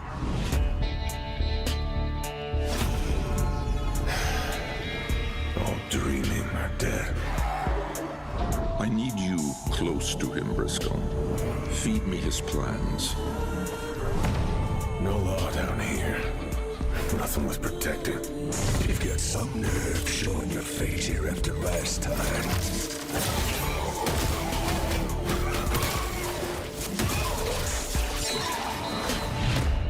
Like a Gambit character? That's kind of interesting. Your assignment has been upgraded to termination.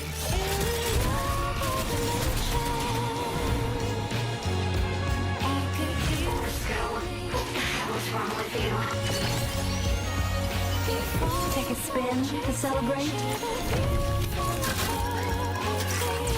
And there's gambling?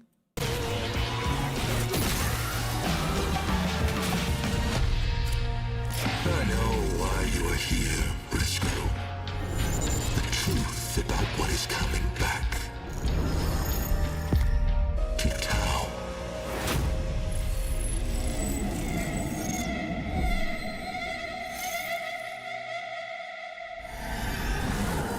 You could be anyone.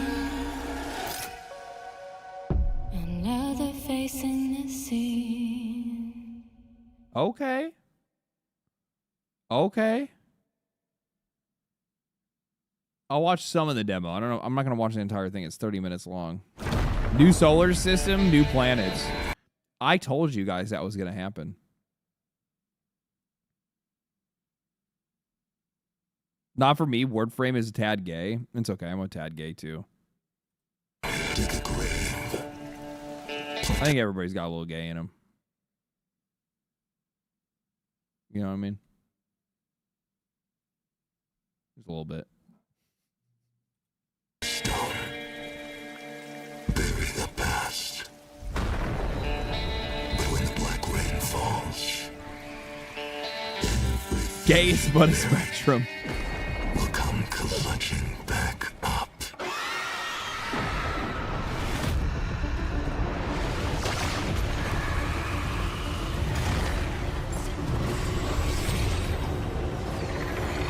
You promised that Tanner would be protected. But your people are persistent. Bro, I don't know if I want to... Do I actually want to watch this?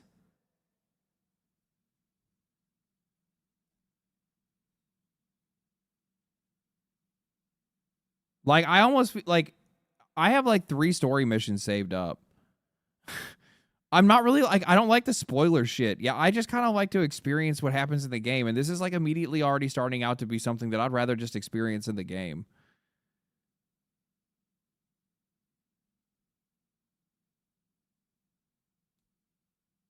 It's most of the story mission. Why would you show that as an entire gameplay trailer? I guess it's fine for people that have no idea what the game is, but for somebody like me, I just don't like seeing that kind of shit.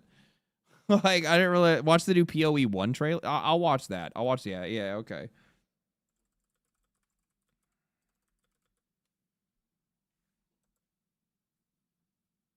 Content. These guys, I love how these guys just dropped a massive update for Path of Exile 2, and they're still continuing to like drop huge updates for Path of Exile 2 right now.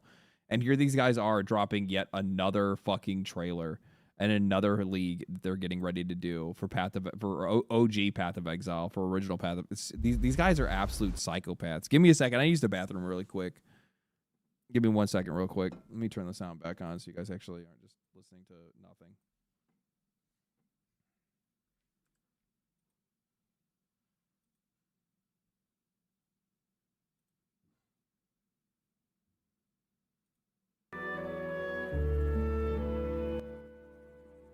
All right, give me a second. Let me use the bathroom quick.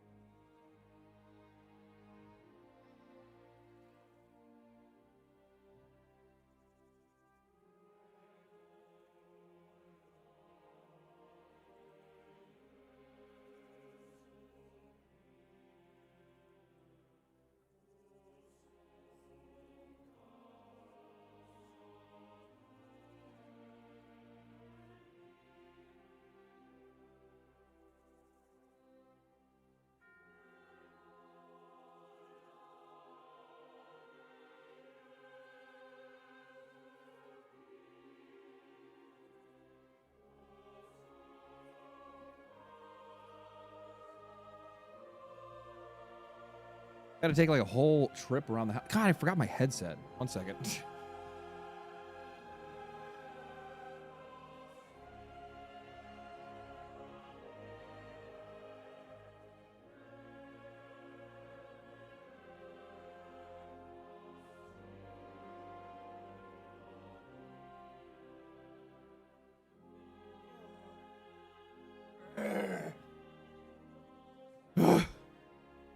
Okay, that part is not as fun. The like needing to go to the bathroom part, not as fun in this house. So I have to like go up like multiple stairs. Oh, I have to go upstairs 1 floor. To the other side of my mansion. It's not a mansion. The All-Flame calls us to the sea. To a lost wreck that still draws ghostly breath. A curse down below. That's cool. With my lanterns, we can explore the sea floor. What? We must find the source of the All-Flame before the brine rot. Oh, the dude on the fucking shores. In like the first area, right? The dude that makes you go find the like the all flame lantern that has the soul or whatever. That's cool. Somewhere in the blackest depths, bounty and death await. Curse of the all flame. What is this here now? Players have -6 to all maximum resistances, monsters. So you're adding additional modifiers while like mapping out the area you're going to explore. That's cool. All flame crafting. What the fuck?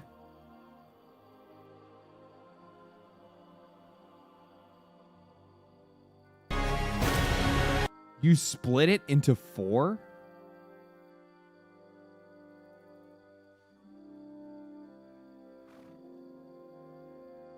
Didn't that just effectively like mirror? You can only pick 1? Still though.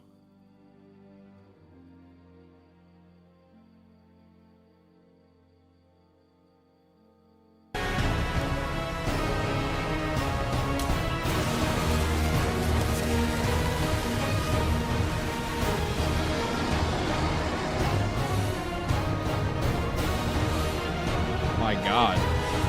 Wait, what is this? Festival Uniques? Origems. Cool.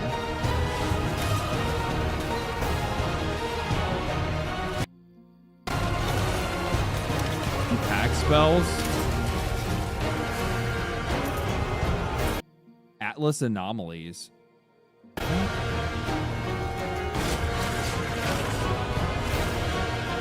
That's cool. Ascendancy class, the Luminary. What? Come find your fortune. A new Ascendancy in the class as depths well? of the sea. These guys are psychos. Like, the Path of Exile team is just psychos. They really are. They are honestly, like, one of the most, like, just unreal teams in the industry. Diablo who? That's what I'm saying.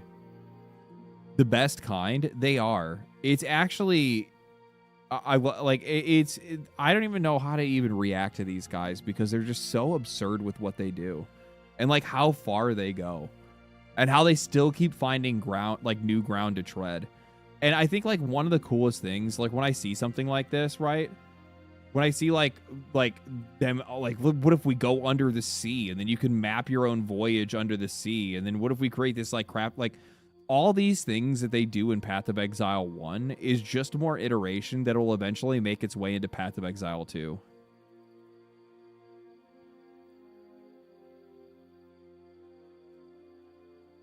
Like, and like that's like the best part about being like a PoE gamer is that like let's say like a Path of Exile 2, like, I don't know, you miss out on a Path of Exile 2 league, you can always grab onto a Path of Exile 1 league. And then also, since they're planning on supporting both games simultaneously with similar content, like I shouldn't say similar content, with similar effort is probably a better way to say it, with similar effort. Once it actually gets to the point where like these two games are like rolling, they're just going to be able to iterate on one and improve the other, and iterate on one and improve the other. I don't understand supporting the old game, to be honest. I totally understand it. They're completely different. They're completely different games. I think that like you only really experience that when you've played enough of both that you realize like how different the two games really are. I mean, just like something as simple as like skill gems in this game are entirely different than the first game, or in the second game. They have different metas, like, yeah, entirely different metas. They play completely differently. Path of Exile 2 has much more of a slower pace and much more of a focus on like more deliberate gameplay than just like both of them still have like the end result of you doing like some absolutely crazy stuff with your character and trying to like just make like the most absurd builds and crazy stuff, right? But it's crazy what the two games achieve. It really is. I like the skill system in PoE 1 far better than PoE 2. The skill gem system, there's a lot more flexibility with the skill gem system in PoE 1, that's for sure. Yeah, personally, I'm somebody that, like, I'll be honest with you guys. One of the things that really sucks about one of the things that sucks about being a gaming content creator is that, like, I just really don't have a lot of time. Especially with the kind of work that I do, I don't have a lot of time to just like full on deep dick a video game like I used to, where like I can just obsess over one game and then that's the only thing that I'm playing and I'll play it for like months and months on end. I can't do that. I can't, because it's too slow, and it limits my ability to be able to cover more things. Like I have to sting and move. Right? I like, that's basically how it is. Stick and move. That's my entire, sure you can? No, I can't. No, I can't. And it's also not how I am as a player to begin with. Like it can be. I'm one of those people where like sometimes I'll latch onto a game super hard and it's just like all that I'll play for like a super long time.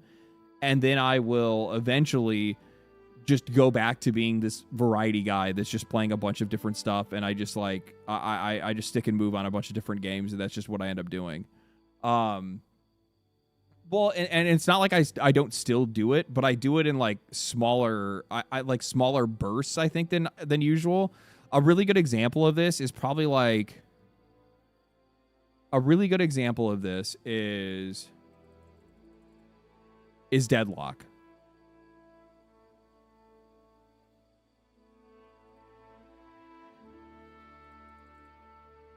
Right? So like Deadlock, I went in on Deadlock for like a good month and a half or 2 months. 225 hours I put in that game. Like I went in on it. I put a lot of time in. I tried to learn everything I possibly could. I'm not very good. Like I'm okay. I'm mid, right? I uninstalled every game on my PC right now. I'm like trying to reform, like move all my shit around and try to like get all my stuff. So I really don't have a lot of games that are on here other than like a couple things that I play, you know, or that I'm playing at the moment.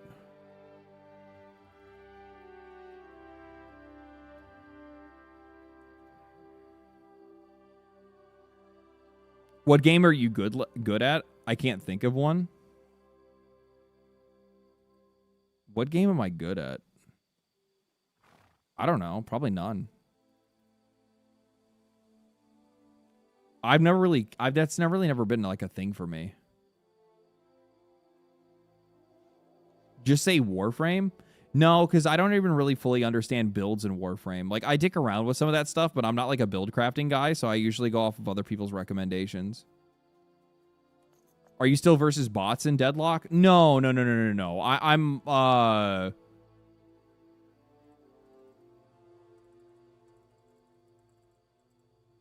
I'm ritual. I'm a ritualist. I'm in ritualist rank at the moment.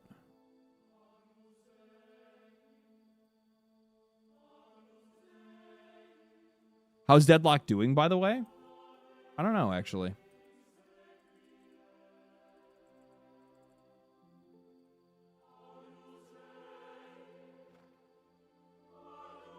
That's actually fucking crazy. Still, for a game that's in early access with no actual content updates other than just balance patches, that's like in closed beta, invite only, that's still averaging like almost 60,000 players a day is fucking crazy. Like, that's crazy. Imagine when this game is actually out. Like, it's gonna be like, it's gonna do really well. It's gonna do really well. That's a good graph. Again, this is not even a game that's released. It's not even early access. It's just Valve's game that they're working on in the background. It'll be a hit when it's released. It's going to be fucking huge. This game is going to be massive. It's really good. Like I can't not recommend it to people other than the rage that it's going to eventually induce into you because it's fucking,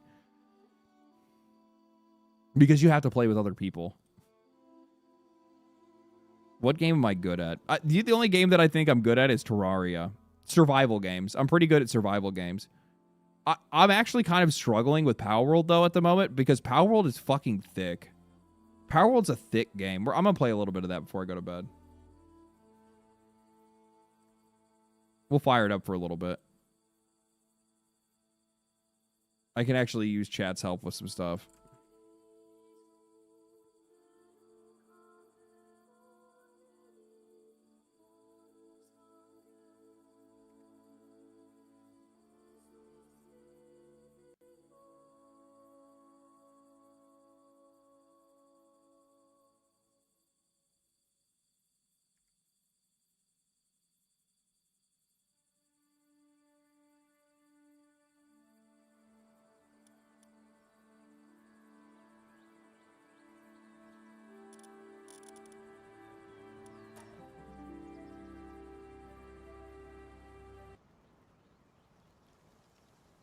You mean segment? Roblox? No. How thick is it? It's thick. It's thick. Palworld is thick. I ran out of food. We're running out of berries? No. They're just putting them in one.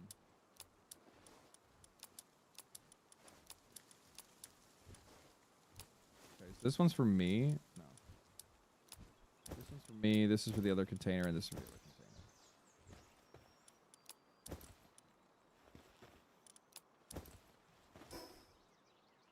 Okay, now I need to eat them berries.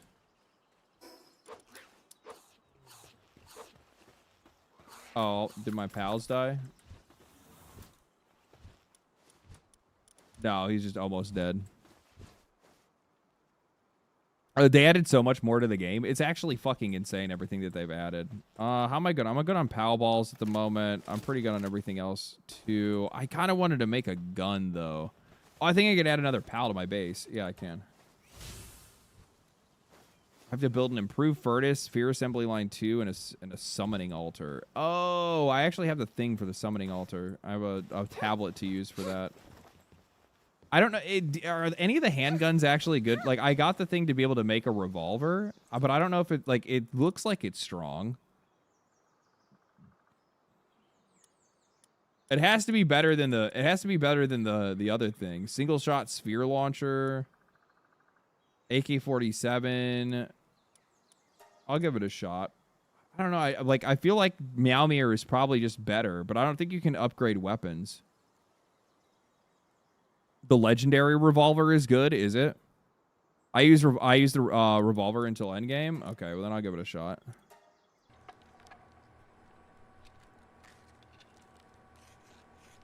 Triple shot bow carries until the third or fourth tower boss. Oh yeah, I forgot about that. Yeah, I guess I probably could have done that.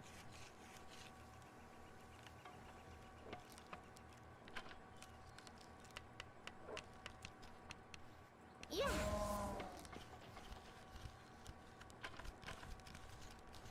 I just beat him with a stick. Oh, you just beat the entire game with a stick? That's good for you. I'm still using the blue revolver, and I'm level 64. Okay, then I'm chilling. Yeah, I'll go ahead and make this. I'll go ahead and make. I'll go ahead and get ammo made as well while I'm at it.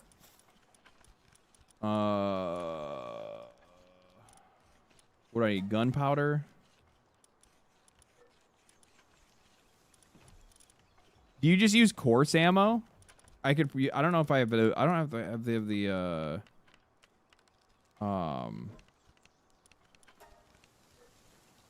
Let me look here. I have to unlock more shit on my technology tree. I have a shitload of points that I need to burn anyway. I try not to overwhelm myself and kind of like take things a step at a time. Oh, I definitely need to make that.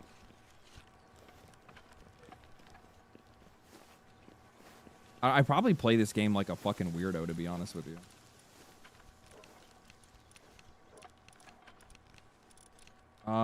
Where do you make it? Do you make it here? No. Do I make it here?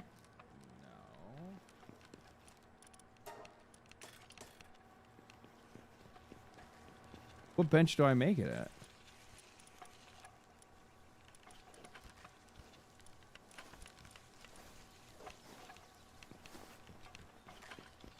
Do I have to use the assembly bench?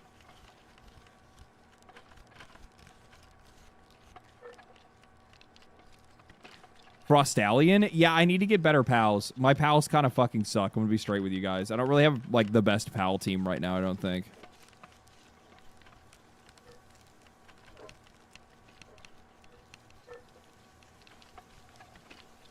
That's how you're supposed to play. That's how you're supposed to play games. Oh, just beat everything with a stick. That sounds about right. Yeah. Yeah, that sounds about right. Why they got my homie fucking Mossandra Lux working by himself? Yeah, my team's not necessarily the best right now. Just as a Azarobe, I pick this Elizabeth is just sitting in my inventory right now. I found a shiny Gobfin. I just put him on the team because I don't know why not. And then obviously Elfinidran. This is the type of game where you sit back and chill and just explore. That's basically what I've been doing. I've literally gone out with like no goals whatsoever for anything that I'm doing at like any given time. I'm just gonna be straight with you. Like I don't even think about it.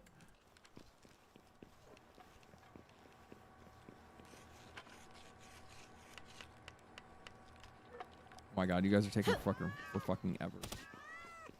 I will beat you.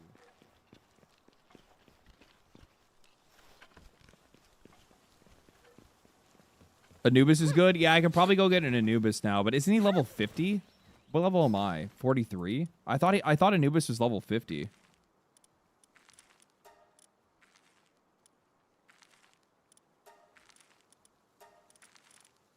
We need a good no. No.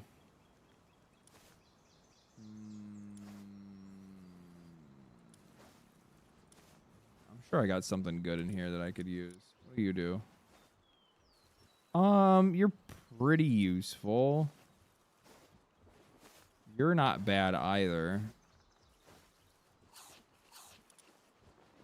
You're much more useful.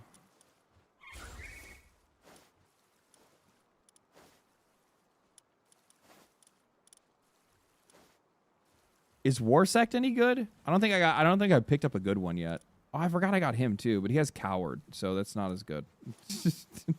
If he didn't have Coward, he'd be a little bit better, but yeah.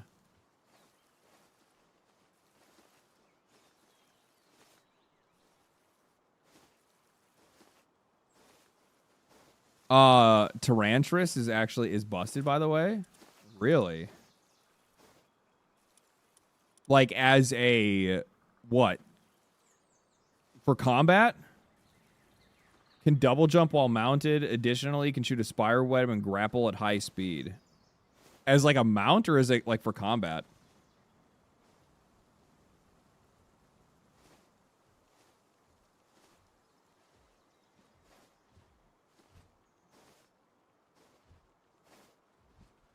LD, quit acting like you know what you're doing. I never know what I'm doing, so. WZ Thorn, thank you for the Prime. Appreciate that. For mounting, it's a good mount. She can rush and nuke outside of mounting. Oh shit. Okay. Increased movement speed on water. I don't think that really does anything for that. Fire attack damage also doesn't do anything for that. Whatever. I guess I could use one just to use it. Sure, why not?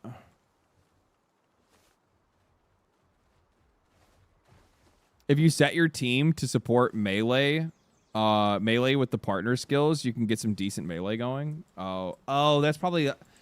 Fuck, dude. It's been so long since I played Palworld because I literally played the game like... I played the shit out of the game when the game first went into early access. I forgot that you want to get pals that are supporting your own personal skills and not just their own. So I need to look into that. Thank you for reminding thank you for reminding me that that is a thing.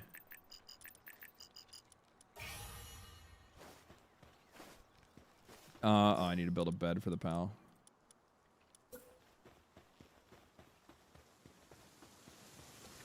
Yeah, I forgot all about that. Now that you mentioned that, now I'm like remembering back. I'm like, oh wait, yeah, there's actually a whole ass thing where you can just build a team out to increase like your gun damage or your range damage or your melee damage.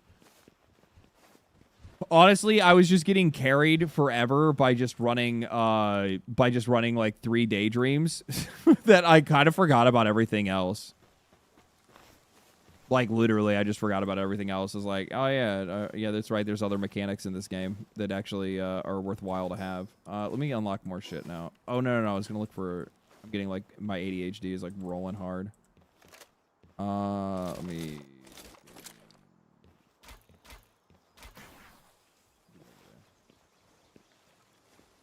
Those are new passes.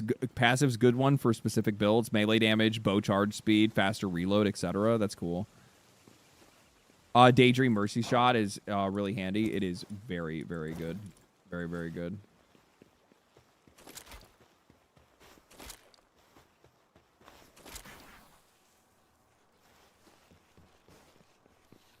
I regret. I think I probably should have made the other thing that I fucked up with this game though, and I don't think there's anything I can really do about it. Is that I didn't make my character's ass thick enough.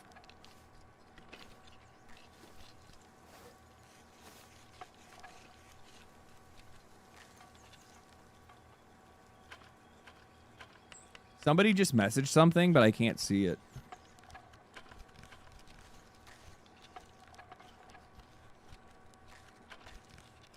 Yeah, I mean, I tried to make the thighs like the right size, but I kind of missed the proportions a little bit, you know. Gotta restart the entire world now. I know. Yeah. The makeover station, you can change your sex and appearance. Perfect.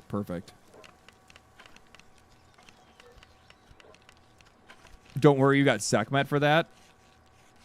Oh, you can antique dresser. Oh yeah, you're right. No more thighs. Yeah, well, I don't know. I don't know what the meta is. I don't know what the meta is. Ass man, 100%. Shamelessly.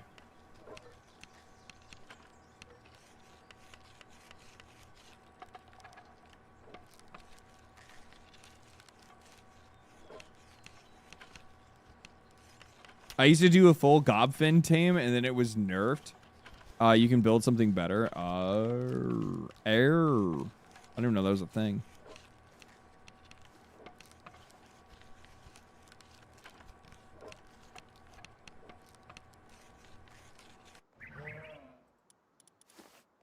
Wait a minute. So then where the fuck do I build the...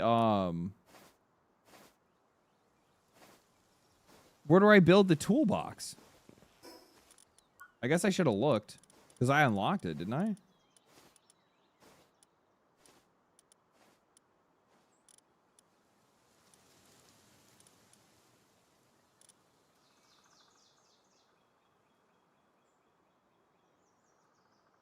Oh, it's in build mode. Oh. Well, shit.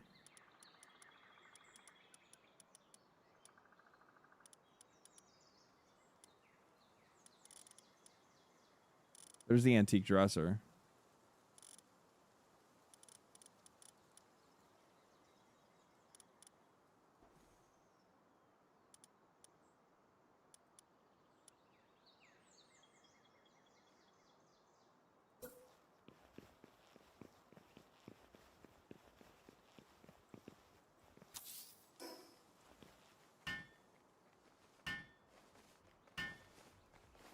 There's more that are like this too, if I remember correctly. There's more that like boost your build speed and stuff like that for the base.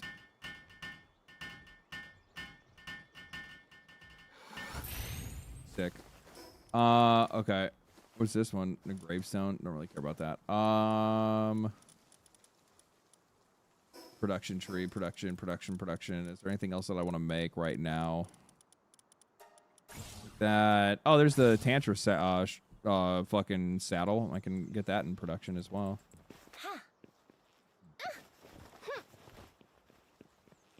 Oh, except for that's yeah, it's on the other thing.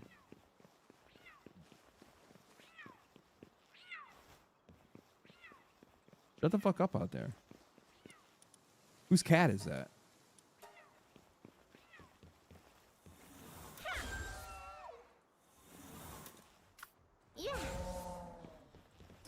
Okay, let's see here. What else do we want to unlock? Trying to see if there's anything important. Do you know what the funny... I don't know if anybody else does this. Do you guys ever use... what is this? Place at the base to improve fire making speed. I need more flame organs for that, though. Sun baton, high quality bait, flea market. What is this? Facility for selling items. By selling products on the sales list, you can sell to other players. I don't really care about that. Clock set. Desk. These are already unlocked, so that's all good. What is this? Homeward Thundercloud. Transport you to the nearest base. Cannot be used in dungeons. Oh, that's kind of cool. Dimensional PAL storage. That's for other stuff. Curve. Large feed bag. Alpaca. Bamboo set. Fluffy PAL bed. Improving the amount of health and sanity recovered while sleeping. That's nice. Medicine rack. Must research flower bed development. Oh, I need to do more development shit. Okay. Boost gun. Firing this at a pal in your team will temporarily boost the pal's attack and defense and making the enemy... Oh, that's really cool. Boost gun ammo. Ammo boost for the ones can be crafted. Ammo for the boost gun. Oh, okay, that's for the boost gun. I'm so stupid. Lettuce, frags, Hell Zephyr, makeshift SMG, lamps, human power generator. It's fucking stupid. Mounted crossbow, antique lamp set, hyperspheres. Okay, we're good for now. What does this do? Small pouch. Small pouch that lets you carry additional items. Holding this in your inventory slot increases your inventory slots. Oh, that's really nice. Okay, I'll have to get that at one point. I've really just been working on kindling like recently, but I guess I'm out of flame organ, so I need to move on to something else. Probably watering? No, I don't have any aqua pal fluid. Planting, electric, mining should probably come up, but I need sulfur for that.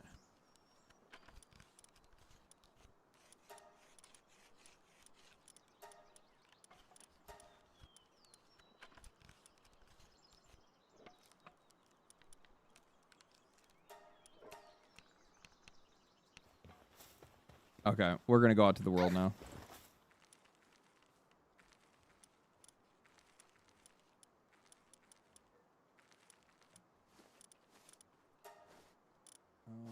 Three. I think these are all threes. Okay. All right, let's do that. Oh, let me send my guys back out again. I still got to go fight the other boss. That's the other thing I've not done yet.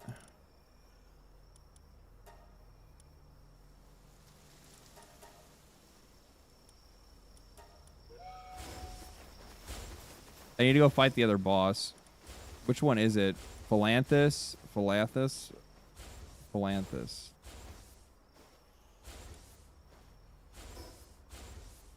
Oh, that's for a giant remains. That's not what I want. Search for the giant. Search the islands for the giant remains. Okay.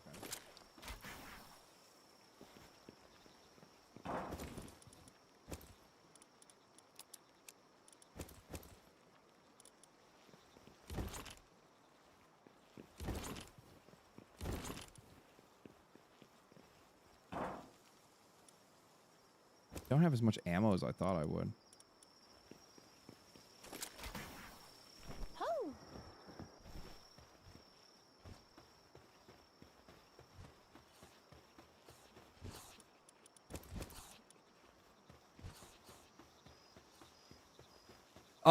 You want Key Spheres quest? Am I on the wrong quest? Is that what it is? I am. Gathering the Key Spheres?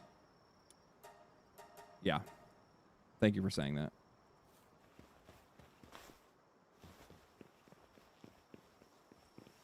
But that doesn't actually mark where these guys are. I still got to go look for them.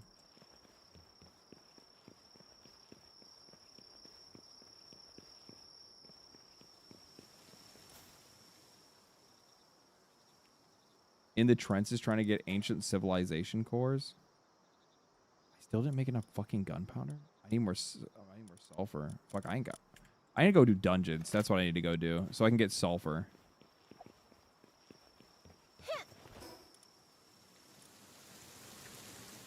Should I go? So I'm level 43. Should I go east or west? North is way too strong. I went up here and I got fucked on.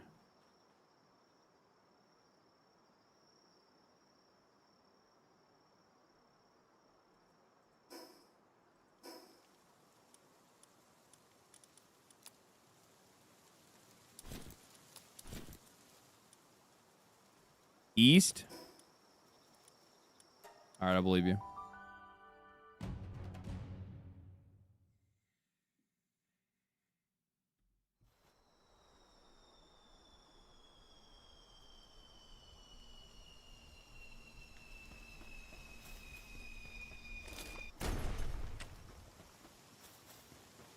We got a situation over here.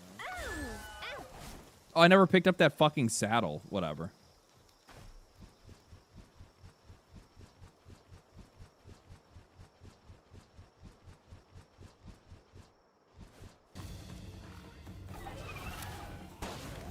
Oh, shit. Okay. That's what's up.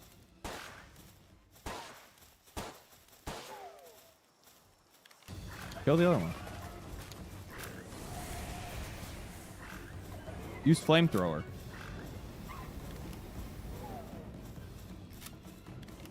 See, that would actually... I deposited the fucking ammo. I'm a fucking... Oh, I didn't. Does it need different ammo? What ammo does it need? Handgun ammo?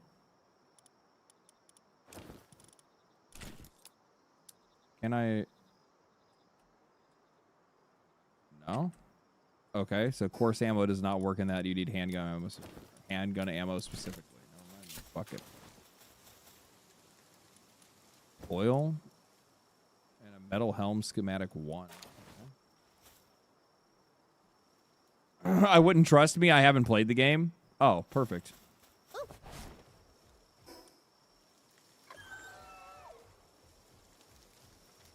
Voice activated skills? Yeah. Sure. Is that a huge lightning egg? Do I spy with my little eye? Oh no, those guys are dangerous. Those are big boys. It is exactly what they are. I like that.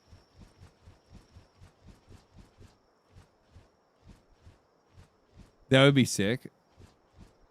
Blind leading the blind. That's what's up. That's the kind of, honestly, that's the kind of experience that I enjoy the most, especially when it comes to games like this. The one thing that I will say a game like this does kind of miss, and it's kind of sad that they don't really have too much of it. Like, it only happens like here and there. They don't have a lot of background music in this game, and it definitely, I think, would go a really long way. Like, I need to throw something out. Hold on. This is fine. But I need this to go to here, to go to this. And I need this to go to this, to go to this.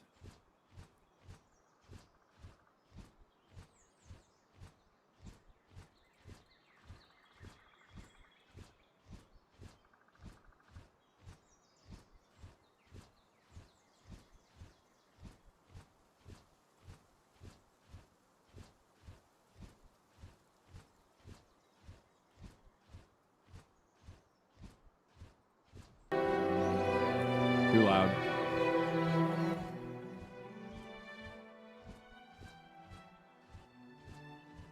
There we go. Maybe the devs play a lot of their own music while playing. Yeah, but that's not what everybody else does, right? So, like, people do their own thing, but still. Get your ass back here. I still need to catch 5 of you. Ow. Get in the ball. Pokemon theme on loop. True.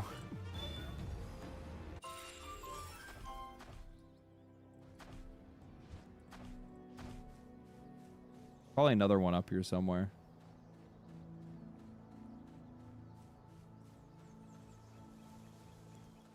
Yeah.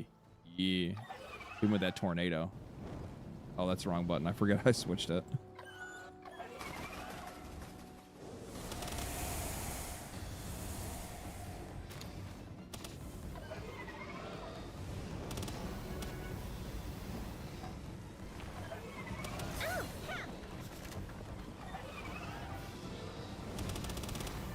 You fucker.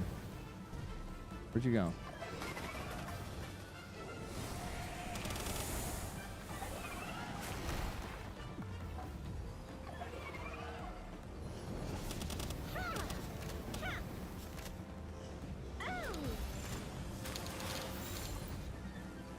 Give me your money. Stay in the ball. Ow. Stay in the ball. Stay in the ball. Stay in the ball.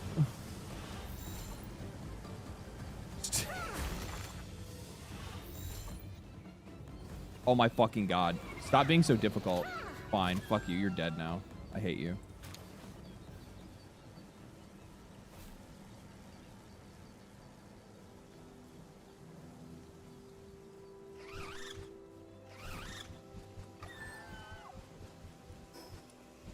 Oh, I kind of want to go the opposite. I'm gonna catch this. I'm gonna catch this last war sect, and then I'll go the other way.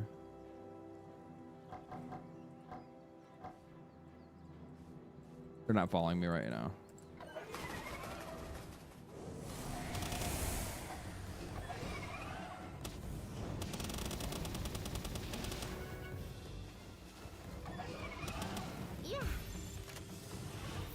You'll stay in the ball. You'll stay in the ball. You will stay in that ball. Stay in the ball.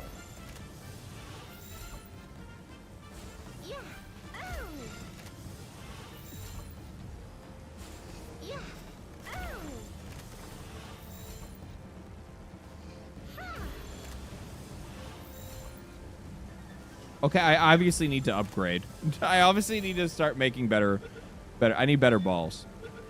Bigger balls. Wasn't even a good one.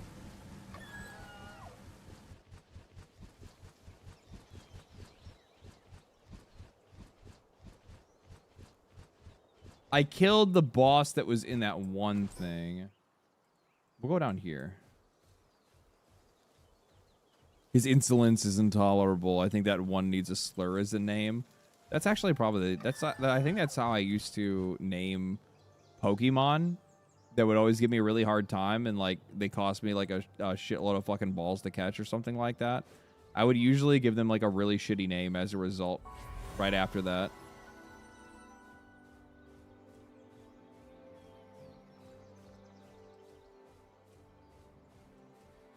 Hey boys.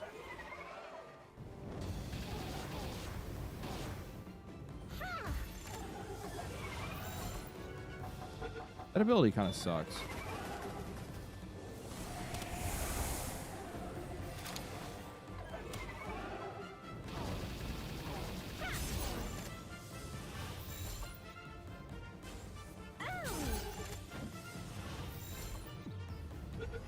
This one's dipshit.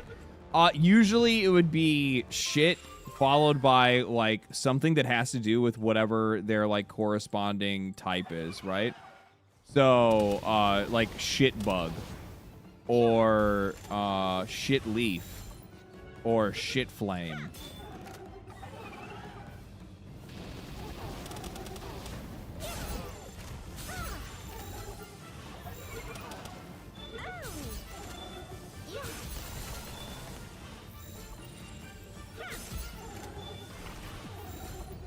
Stay in the ball.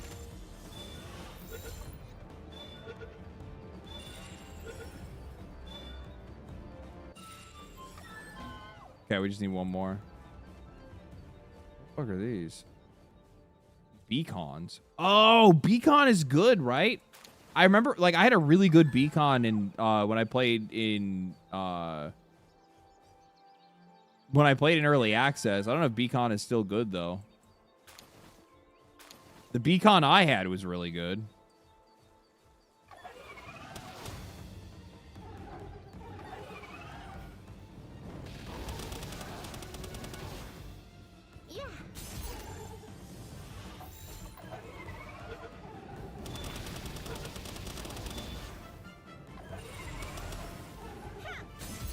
I didn't mean to do that. You don't have to stay in that ball. Whatever.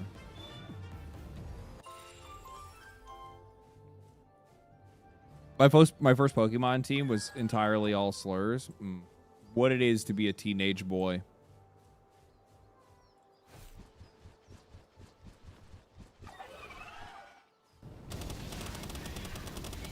To imagine that you were so based at one point in time, and then things change.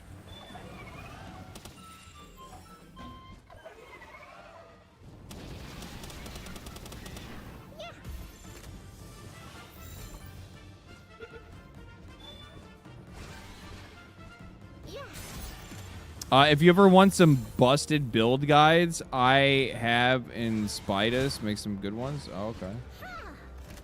God damn it.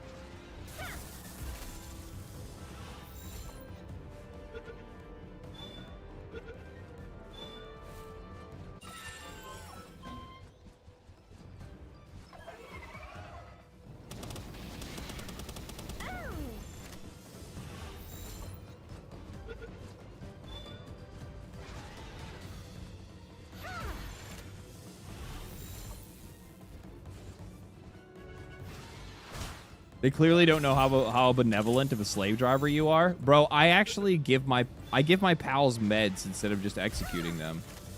Like, I could just, like, tear them apart. I could just, like, pull them out for parts, but no, I keep them alive. Even the ones that I think are useless can still find a use, you know what I mean? Yeah. Is this normal difficulty? I think so. I don't remember changing anything.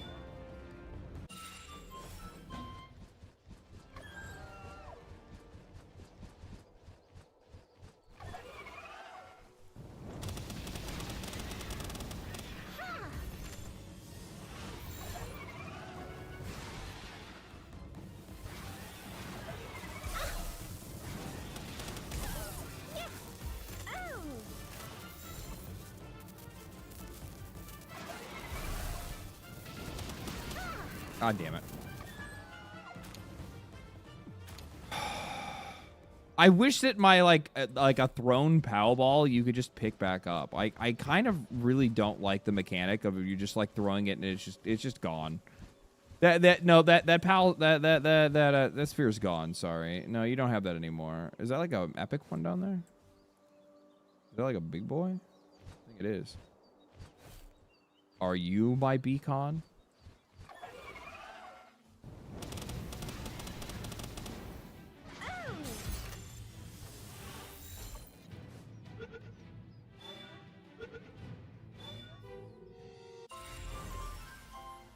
That is my beacon. I threw that ball by accident. I totally threw that by accident. I was like, I meant to hit him. I meant to hit an ability and just dunked him in the head with a POW ball. And he's like, all right, I guess I'm coming with you. I don't.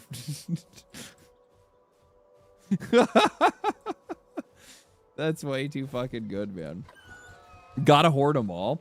Honestly, I think that's actually one of the coolest things about Palworld is that they actually like give a reason behind collecting the creatures beyond just like, oh, you know, I collect them because I want to fill out my Pokédex.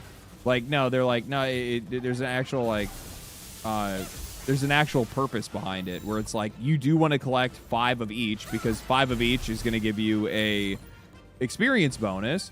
You can also feed 5. You can also feed pals to each other and fuse them and fuse their essences and make one pal even stronger. You can, and then you can also use them in your base for hard labor, right? So like that's also another part that's like kind of peak. Fuck off. Fuck off. I'm going in this dungeon. Here. Butcher them. Yeah, you can also butcher them.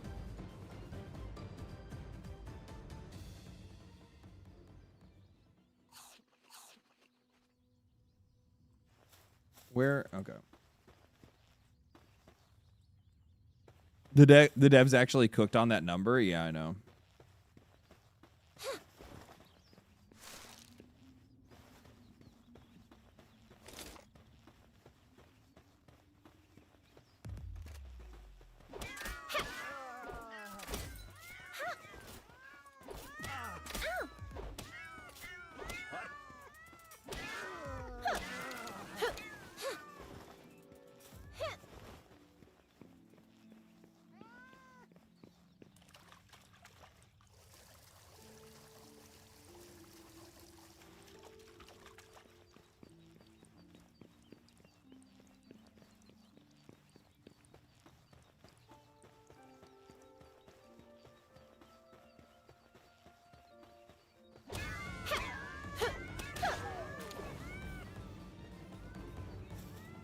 Ooh, I need another Catrice. Come here, girl.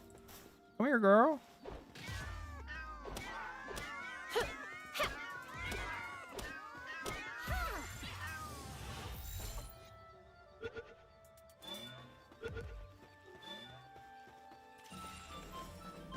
Those are really handy.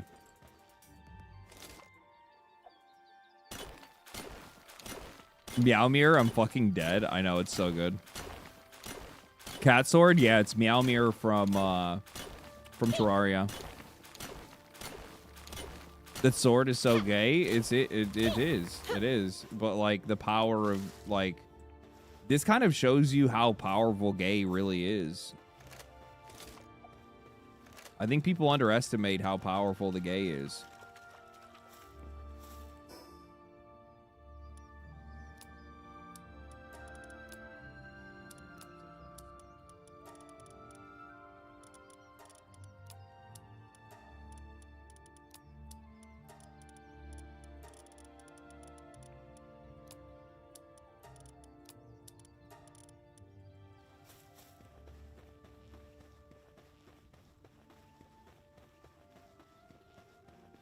How gay can a pussy sword actually be? Honestly, true. You got a really good point. I didn't think about it like that. And now that you say it like that, not very gay.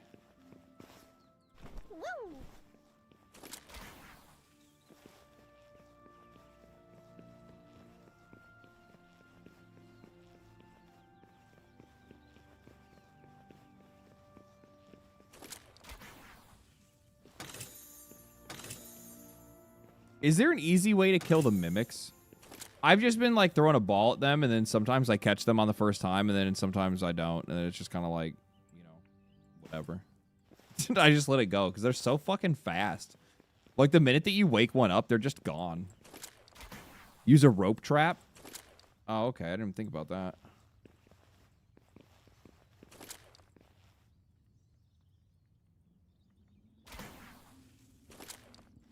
Trample them. Yeah, I have also done that as well, where I just had like a pal that I just ran into them with, and they just die.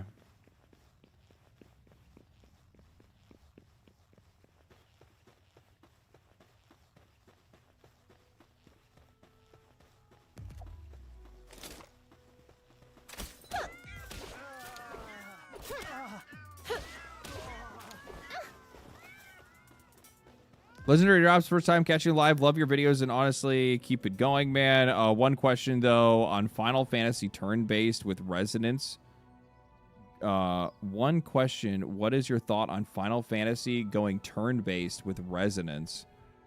I don't think that Final Fantasy VII Resonance is gonna Resonance is the last Final Fantasy one, right?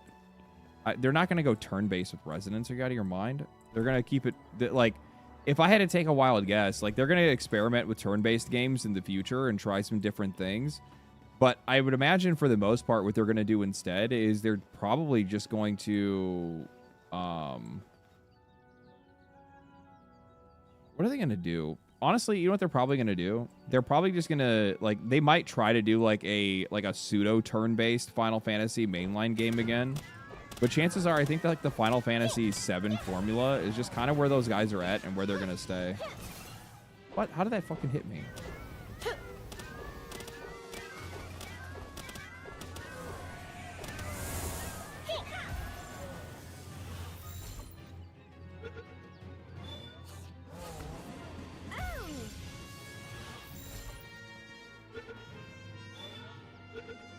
It has reach? I guess it does.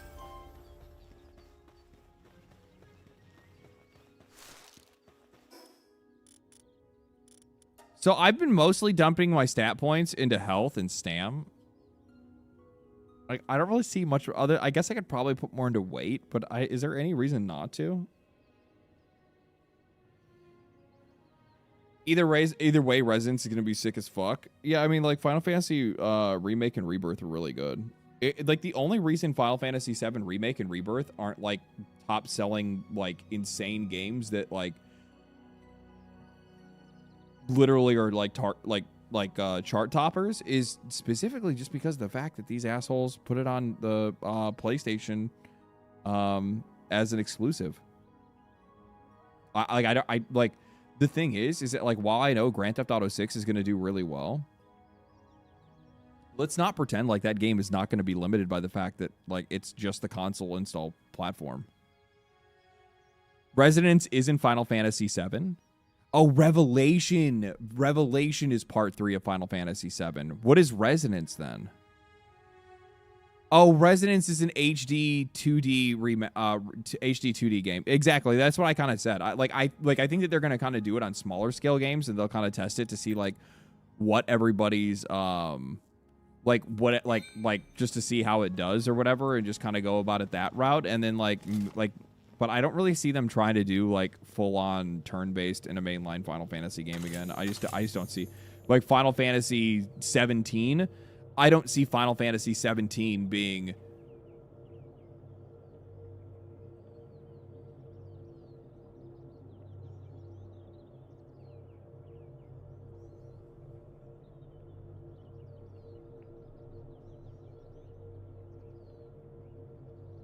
I wonder if Final Fantasy 17 is going to be a Final Fantasy 7 game. Not a part of the trilogy, but something else entirely. That's just a weird thought that kind of crossed my mind. That was like, it just so happens that like Final Fantasy 17 would line up as their next Final Fantasy game after like the Final Fantasy trilogy concluded. And it's a game that has 7 in its name.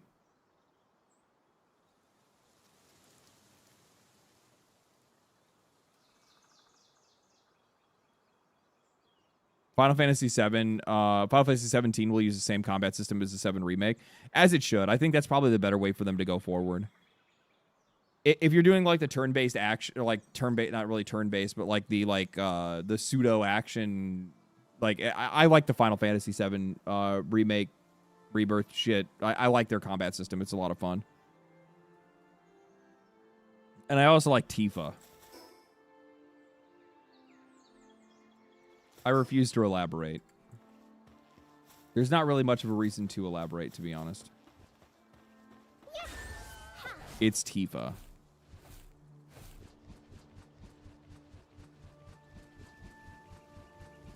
They really should. It's been their best iteration. Yeah, like if I'm not mistaken, I think the Final Fantasy 15 guy is actually the one that ended up doing like the Final Fantasy 7 stuff.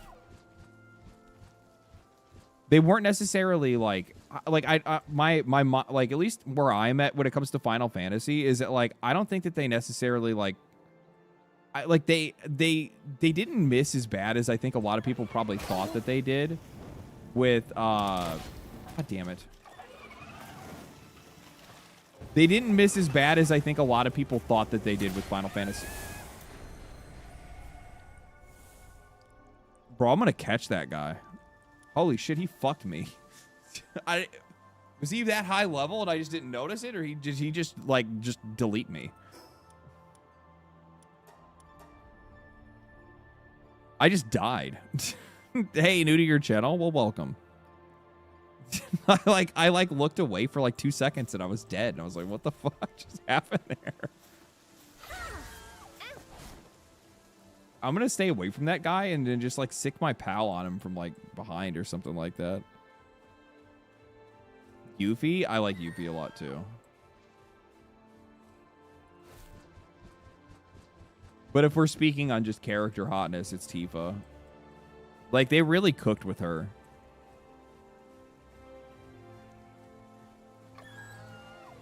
They really cooked with her.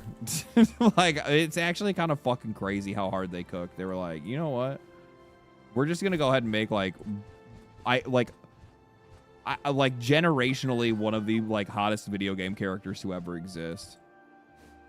Honestly, I think Square's kind of done that for years, though. Like, they've always kind of cooked with that. They've never had a problem making hot characters. I'll give that to them, that's for sure.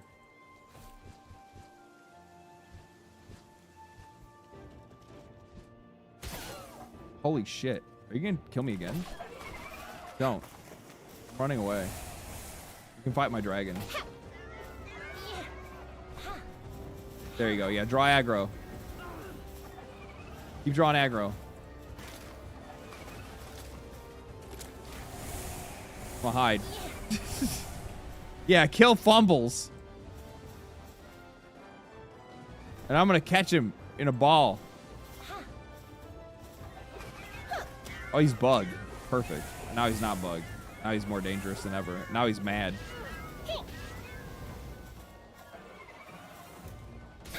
Oh no.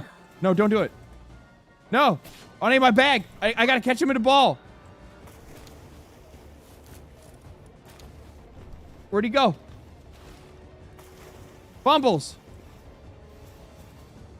Don't kill me. Did he fall all the fuck down there? God damn it, Fumbles. Way to fucking go. What are you doing? Be my slave. Be my slave. Be my ninja slave. Stay in the fucking ball, retard.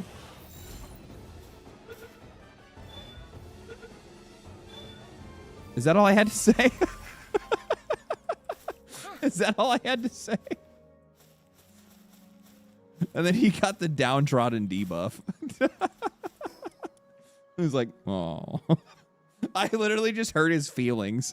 I hurt his feelings, and he's like, okay. I give up. Magic words, always.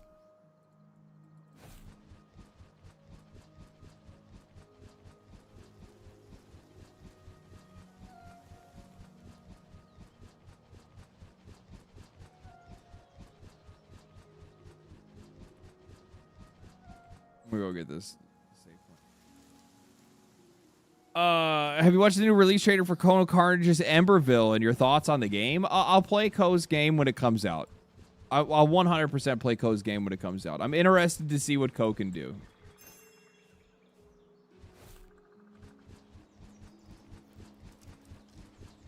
Oh, it's cold up here.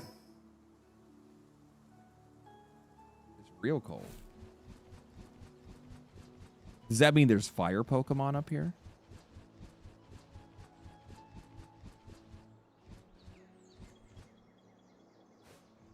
I heard there's like an amulet that you can get that can like basically like you don't even need to wear like hot and cold armor or anything like that. You can just completely negate that whole bit.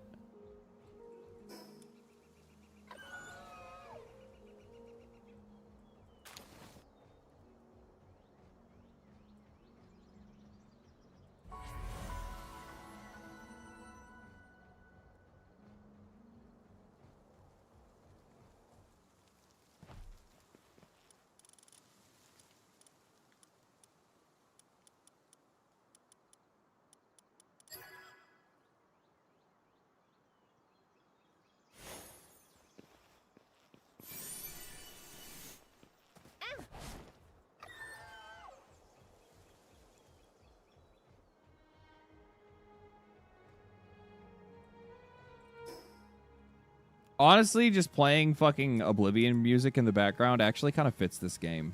Like, just, you know, keeping it a buck.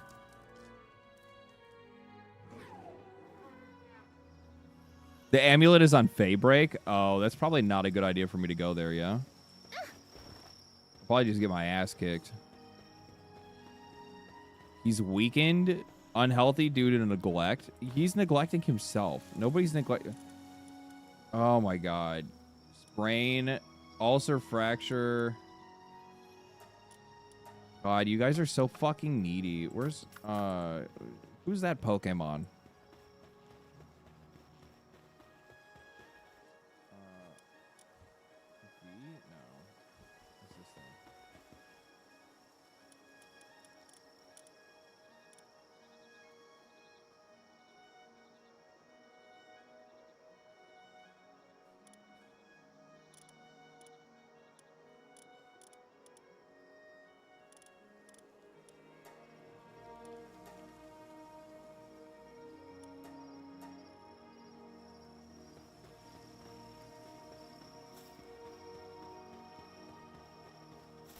Find a Pal Donald's? True.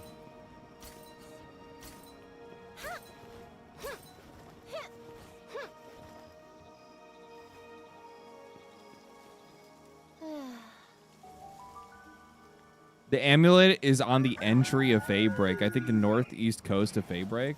I don't know where that is, but that sounds dangerous.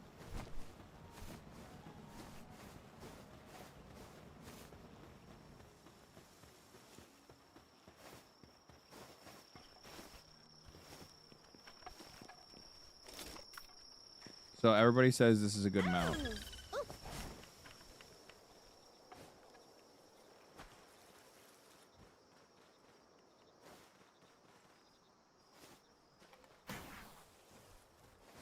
Oh, I see. Yeah, it's not bad.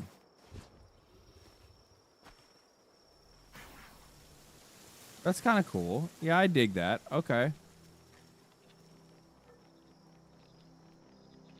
Hell yeah. Okay.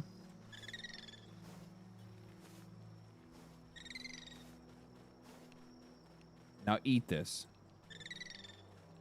Where, what else do I need to do? I need to turn my materials in.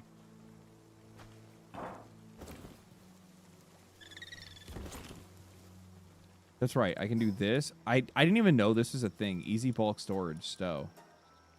I didn't even know that was a thing for like the longest time. Until like a day ago. And I was like, holy shit, that's life-changing.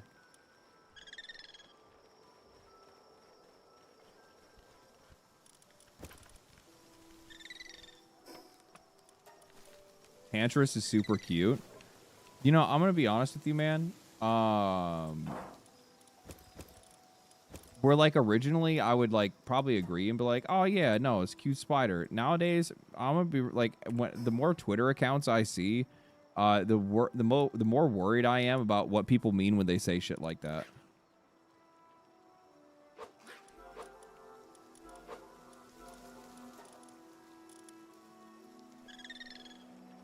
Just keeping it a buck.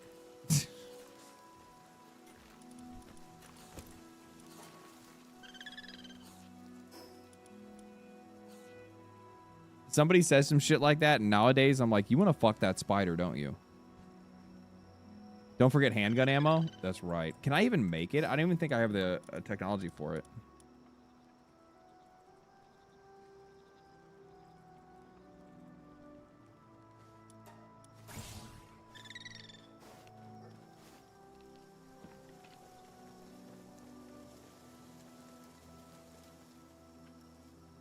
Clinic and Tech Tree level 24. When you get to reach 41, Alpha Wave Gen will keep them healthy. I have no idea what the... You're speaking Spanish, dude.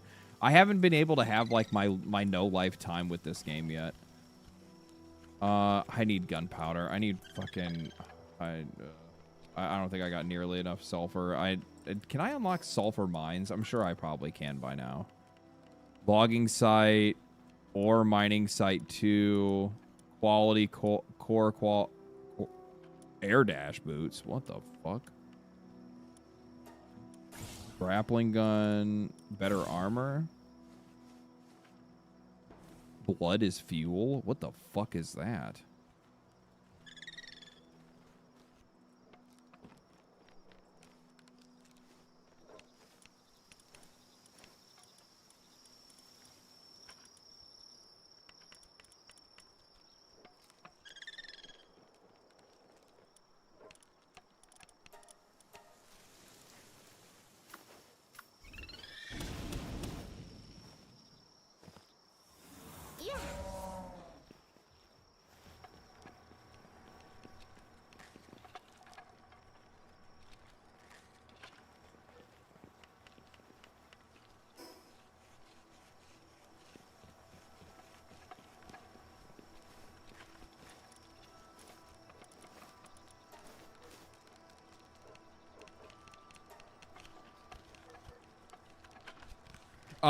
The legendary spider type clinic in the test. I think I already have the clinic, don't I?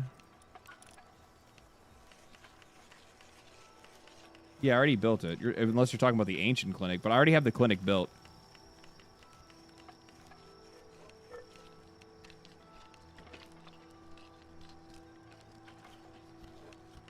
I bought this game because it had an ultra kill collab. Now I'm pal-pilled. That's fucking right.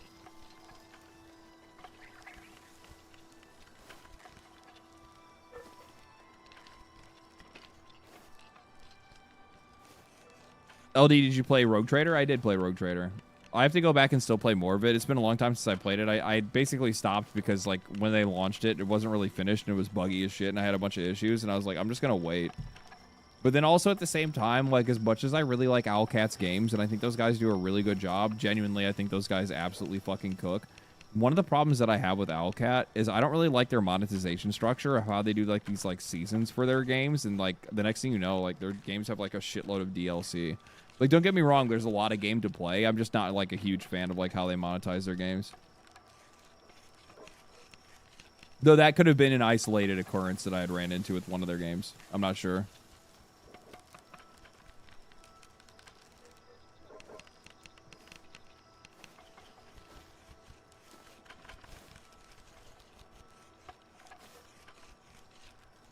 Definitely looking forward to their Expanse. I am 100%. Like, those guys, like, undeniably, Owlcat cooks.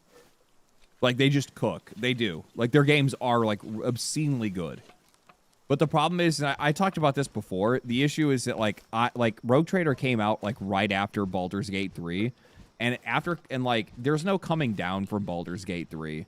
So, like, while it was a really good game and fucking Warhammer is dope as shit, the problem is that, like, it was just, in comparison to Baldur's Gate 3, from, like, a player experience, not necessarily, like, a game or mechanical experience, but from just, like, a gameplay experience, it was lesser.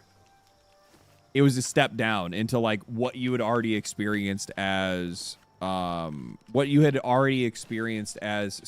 like, Pinnacle CRPG. Have you guys played Solasta 2's early access yet? Or their I think it's early access.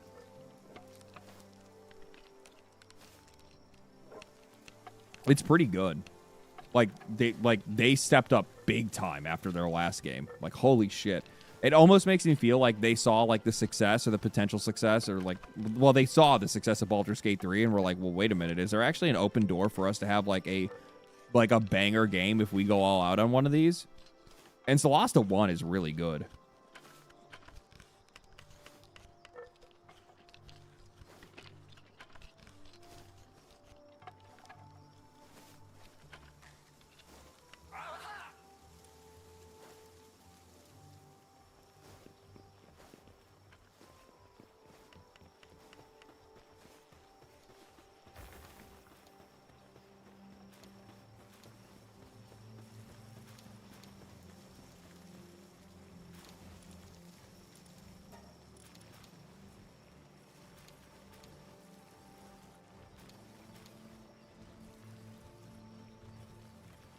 What?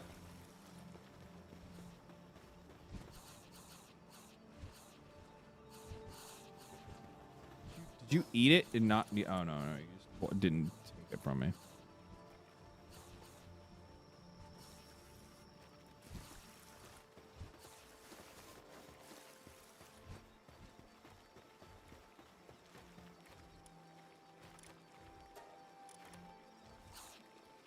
Did you see Destin's new interview with GGG where they talk about how they make so much content so fast?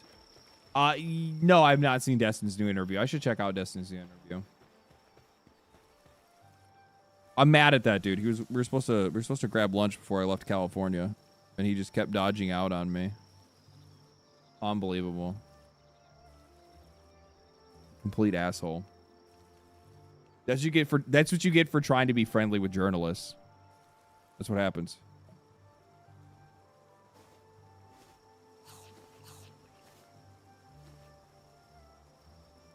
That's what happens. Gotta watch out for them people. Okay, now we just need to make the handgun ammo, and we should be good to go back out. Hello, kitty cat. Are you tired? Are you angry that there is a kitten in the house? We got a new armor situation going on here. Okay. I'm not as thick or as hot as I was before, but I do look really cool. So the trade-off is, I don't know if the trade-off is equal. I'm going to be honest.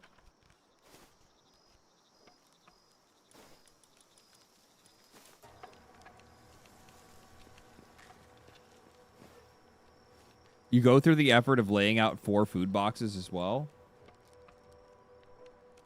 Yeah, can they all eat out of one? I don't know. I just did it because I felt it would help. It would help with their pathing better, so they get hung up on shit less.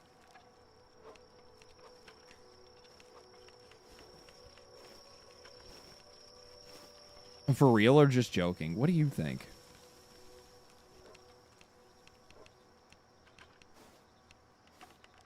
What throws me off is why the male has childbearing hips. I mean, you can edit the bit. You can edit the hips.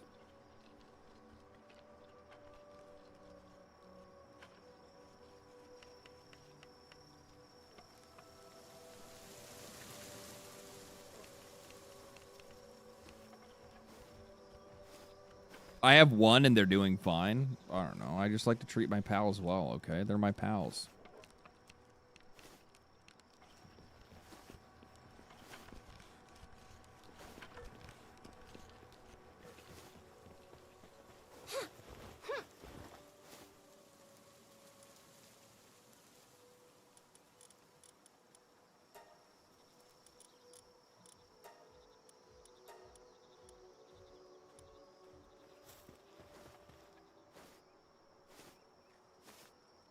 Trade-off is not worth it, G.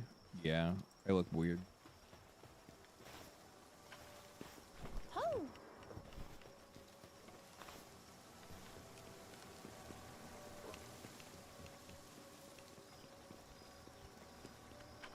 I made way too much ammo. I'm sure I'll probably use it, I guess. I don't really fucking know. I didn't realize it was going to make that much. Whatever. I can always cancel.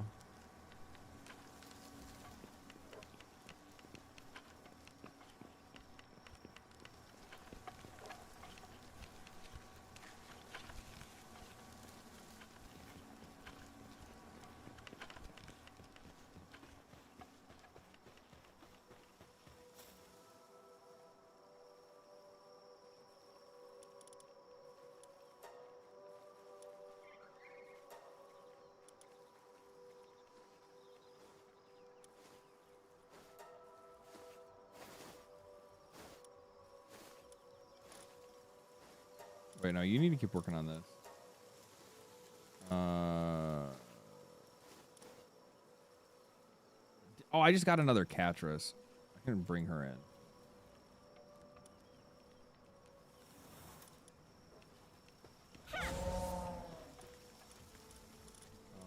Who do I swap her out for?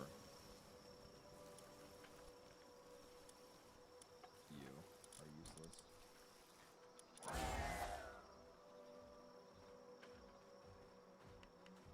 Humans are not pals, therefore they do not they do not possess partner skills.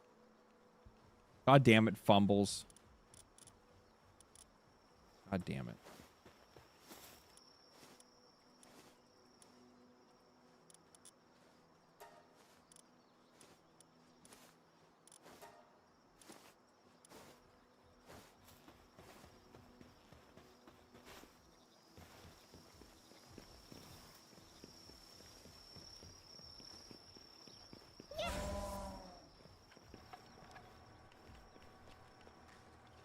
Guess that means no Zoe.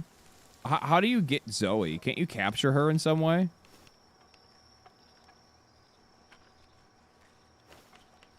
$1K bullet is a reasonable amount of bullets you need for Palworld? Probably, yeah.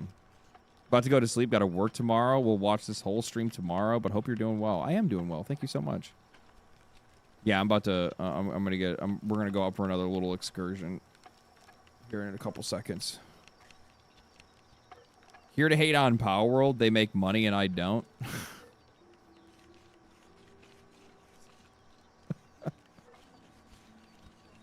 I mean, that's honestly, that's more of a valid reason to hate Palworld than any of the fucking Pokemon fans that have been screaming their heads off on Twitter.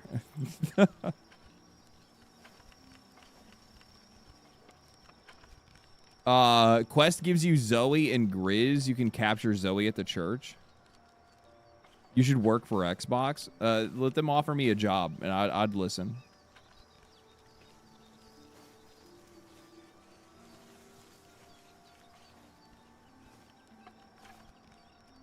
I've kind of like, I've been toying with the idea of potentially starting like a consultancy business of some sort, but I have to like figure out what the best way is to go about doing that. And I need to talk to a couple people about doing it, because like I've had a lot of people that have reached out that have asked for like a lot of advice on some stuff, or like what they would do in certain situations and what they should do with their game or whatever. Some indie stuff, which is fine. And I'll you know, I'll give a little bit of, you know, I'll give help where, you know, where I see fit.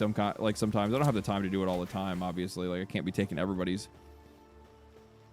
questions or anything like that, or taking time out to be able to do all that stuff, because like I have my own life to live and other shit that I have to do myself, right? Like I'm just keeping it a buck. But I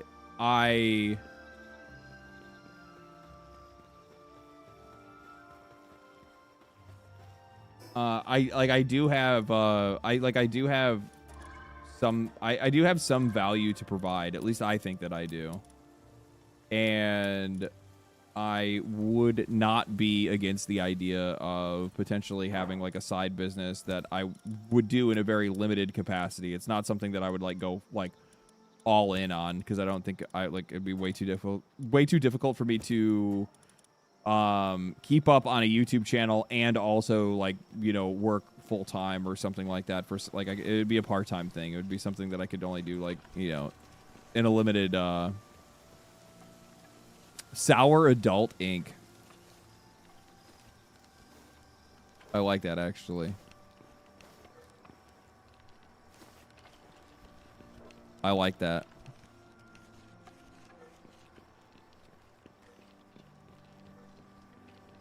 Once I'm a successful video game developer, I'll hire you as a consultant. That's going to be like 10 years, though.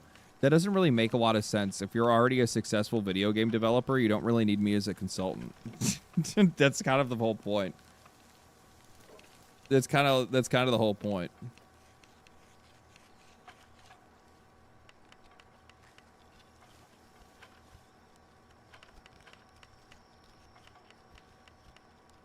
Hi, bud.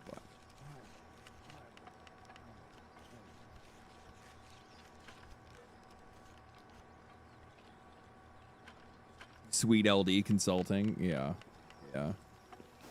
No, I like, well, because I wouldn't really be doing like, I guess it would be kind of the opposite, because I absolutely would probably, without a doubt, consult against what most consultancy agencies are probably like trying to get some of these guys to do. I wouldn't be like, but the thing is that like, I don't think I would necessarily work, like, the things that I would do, I wouldn't necessarily work in the capacity of, like, anti-DEI, because I feel like that's a bit of a red herring that I think a lot of people kind of get hung up on. And, like, while it's not, like, I think that it matters in, like, in a certain scope, but, like, not as, how do I explain this? While like it's an issue and it's something like it widely depends on the game and the studio and like what they're trying to do and what's going on. Like I can't sit here and like pretend like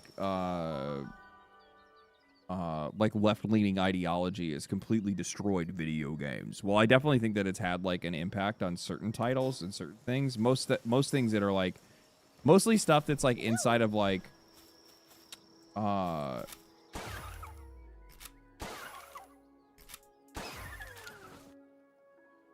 did that for no reason.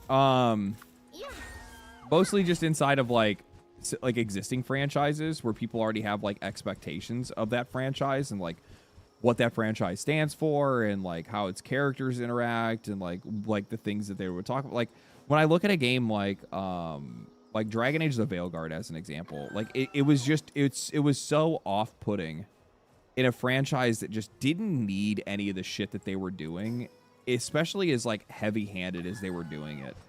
Where it was just kind of one of those things where you're just like, what the fuck are you guys doing? Why are you this annoying? Like, who talks about these kind of things? And who thinks that this is something worthwhile to bring up in a video game? Like, why is there actually a part in the game that, like, forces me to confront my own gender identity? Like, what the fuck are we doing? Like, this is just not normal. It's not normal behavior for a game studio to put that kind of thing into a game that has, like, a storied history to begin with. And again, like it comes down to like the expectations. Like games have expectations, and like people that play these games for long enough, like you know what the characters are, you know how they interact with the world, right? Like you have an idea of like what that game is supposed to be like, what its character's supposed to be like, what the narrative and storytelling is like. And like that's kind of like the problem that I like. That's where people get pissed off the most. When I look at like all the games that like, oh, did I scare the fish away? When I look at the games that like people get pissed off the most at when it comes to that kind of stuff, it's almost always existing franchises. What's wrong with your background? I can't see your kitchen. New house. Thank you, Tom. Thank you for the 5.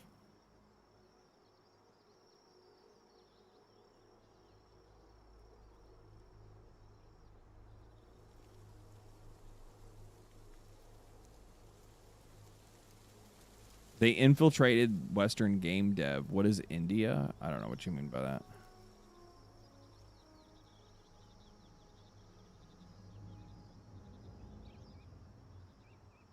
Have you touched the Doom the Dark Ages DLC? It fuses Eternal with Dark Ages in a masterful way. No, I haven't really had the time to. There's been way too much shit that's been coming out, so I honestly just kind of like parked my ass on Palworld for a little while. Don't shove political ideology down people's throats. Like again, like what I'm gonna say is that like I like heavy-handed the heavy-handed nature that people usually attack these kind of topics is exactly why like a lot of people end up getting like put off by it and ends up becoming an issue. But largely, I don't think it's as much of an issue if you're doing it inside of like your own game, your own thing, right? Like don't get me wrong, I think like a lot of people will try to go out of their way regardless and like talk about those games. But like the problem is like these guys oftentimes will make themselves a target, right? So like if I look at like 1368 or whatever the fuck that game was, Ex Voto or whatever, where it's like we are your modern agenda game or something, it's like something like that. Like okay, you guys just fucking cooked yourself. Good job. Congratulations. Like that's like the dumbest PR mistake that you could possibly make.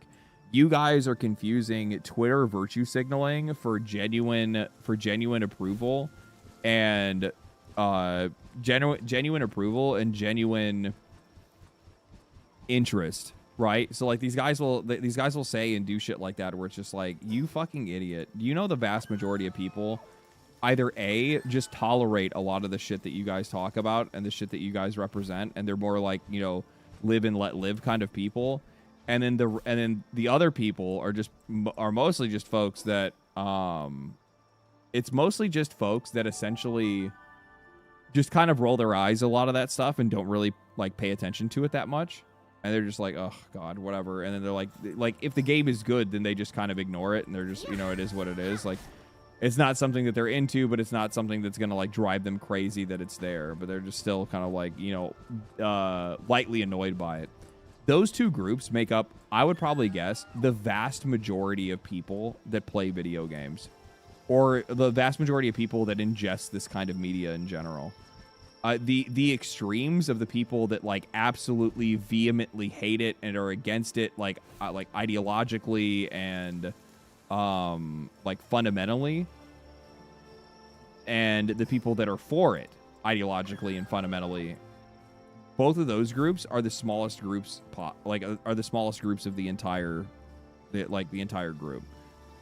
But the funny thing is that if you notice, like I had said, the people that are in the middle, the people that are just kind of like vibing and just don't want to be bothered, in more cases they end up actually siding with the people that are on the like vehemently opposed side, just because it's kind of like the path of least resistance for them in some cases, because like they don't really want to have anything to do with the shit, but they also don't care that if they don't care that much if it's there. But if they had the choice that it wouldn't be there, more people would probably just have it not be there and just have the game be kind of like normal, I guess, or just like not really include any like divisive social politics or anything.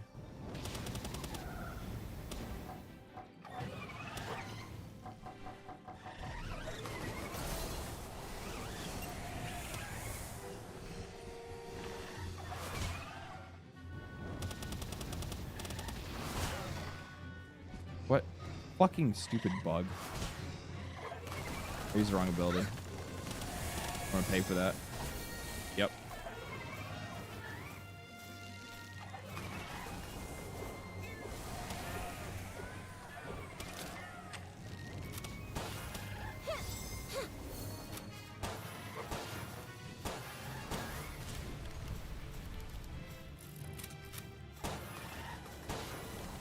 No! I really need to, I should try to catch her, actually. I need to actually get, like, I never run around with any, like, recovery stuff. Are you in a basement, bro? Yes. I live in my mom's basement.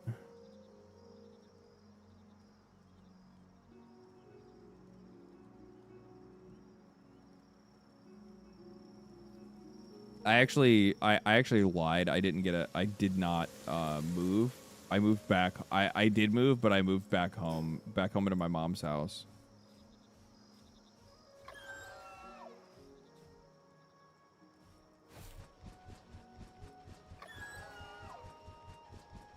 Basement, that's right. The only way to actually be based is to be based in the basement. Duh. Fucking duh. Damn, YouTube game that rough? No.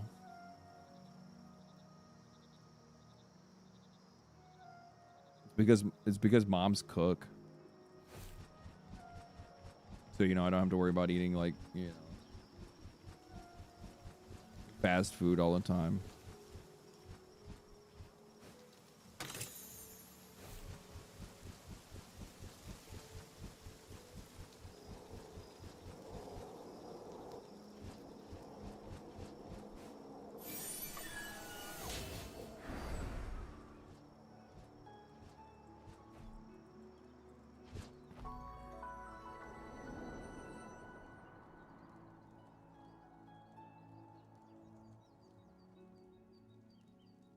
They really did a good job at making this game look a lot better, too.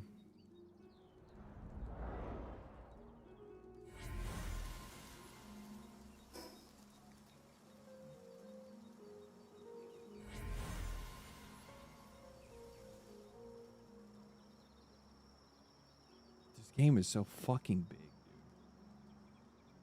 It's so fucking big.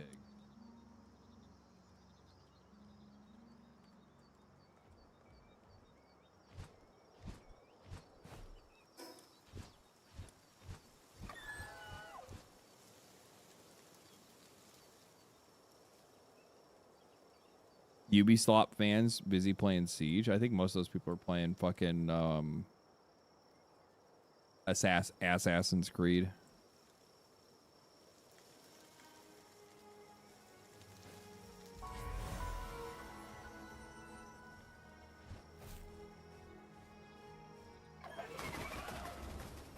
Whoever the blind guy in chat that's not even playing the game that told me to go east actually cooked.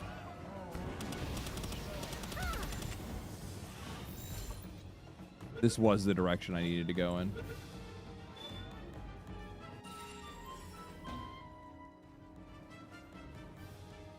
So cool to see Palworld succeed. I mean, technically it succeeded from the minute when early access. It had over 2 billion players on Steam, so the game had already cooked before. Like, the game had already, like, succeeded before they even released it. But now the game has, like, fully and ultimately succeeded. It's actually, like, kind of absurd, like, how well these guys have done at this point.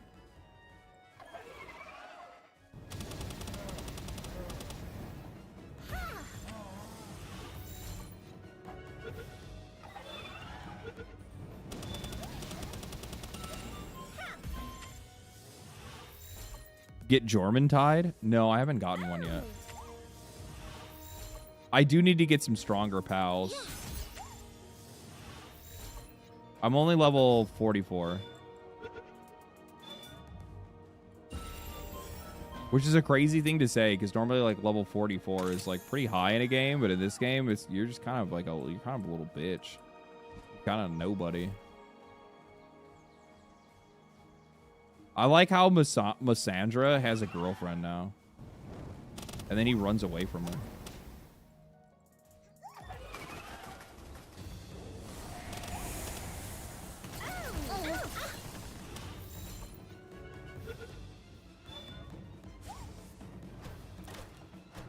What the fuck? Air kicking?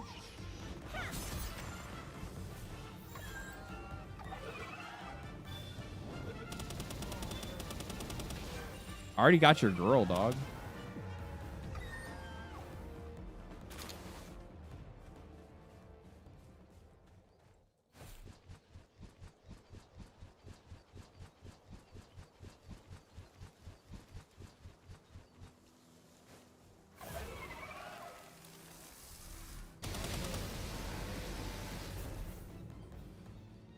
I didn't realize that powered up. I've just not been using this dude the way that I should, apparently. What the fuck happened? Did his ability evolve? Is that a thing? Oh, now it's Pal Blast. Charge the destructive energy, so it's like Hyper Beam. Cool. Oh, shit, there's some cool motherfuckers out here. Look at this dude. Robin Quill.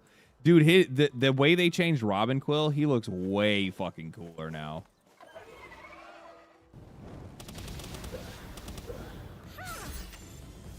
Way cooler.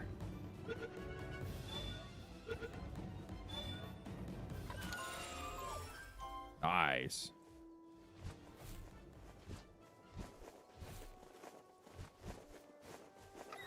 Your ass back here, bitch. You can't run from me. Hyper Beam! Oh. I didn't want to kill her. Luckily, this one's fine.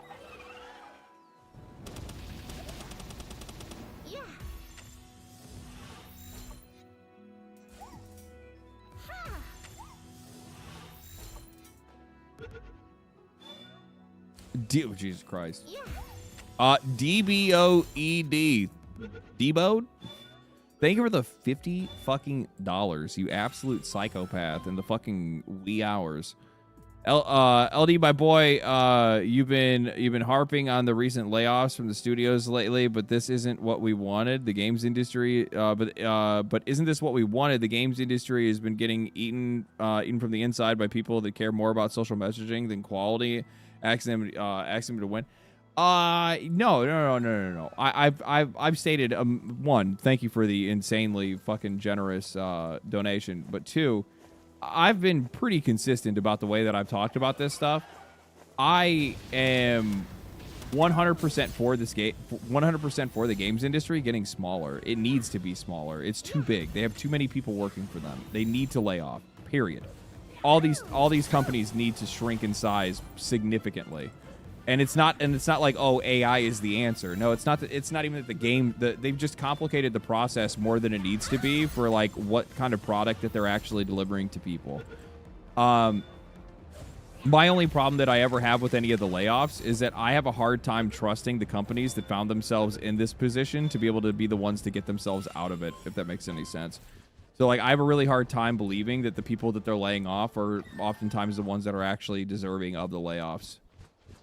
Like, if you didn't have the skill and the ability to actually, like, make the right decisions and hire the right people and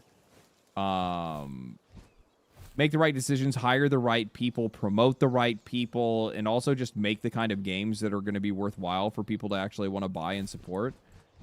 I have a really hard time believing that you also, but that for some odd reason you somehow have the ability to understand who is, like, who are the actual worthwhile people at your company, if that makes any sense.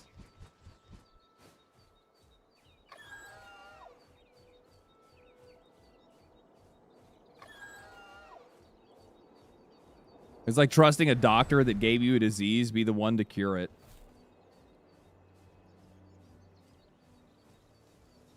Why the fuck did they need 14 layers of management in game dev? Infinite money glitch. Effectively, what happened is that I don't want the Moss Andrew out. Whatever.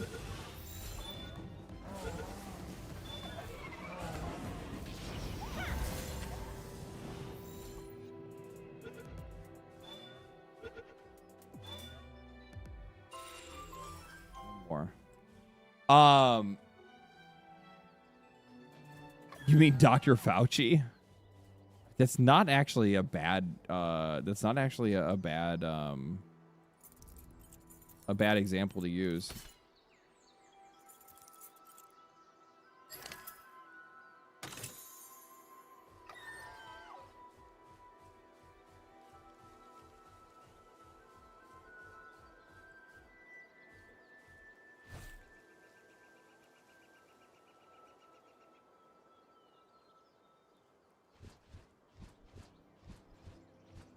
Like in ancient times, when you had a lot of servants, and you were the head honcho, it's like these big offices and a lot of managers become something of a status symbol. It's not necessarily a status symbol.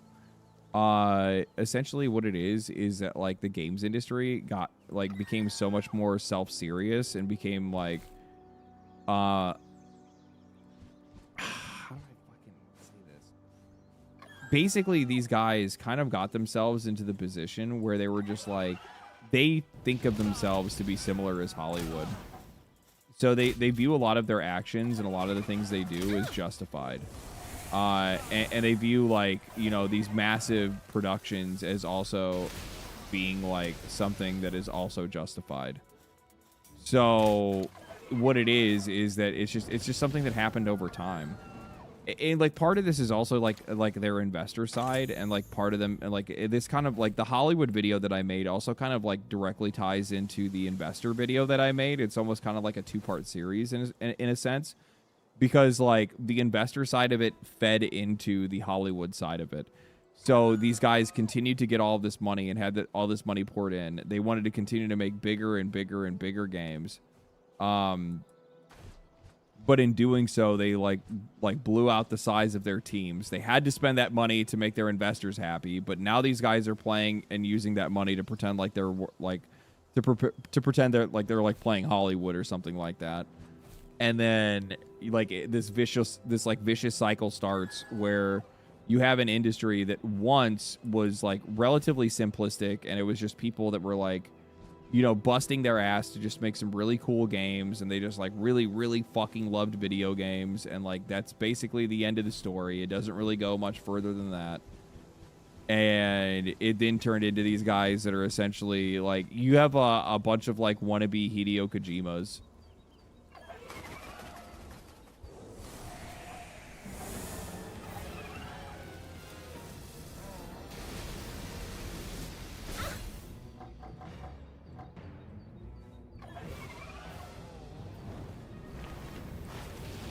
Ow. Okay. You got this.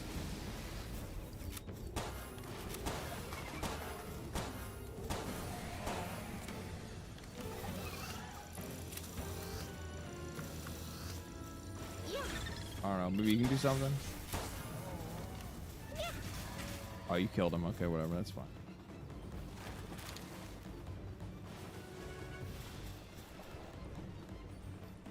That is not good. You can do something.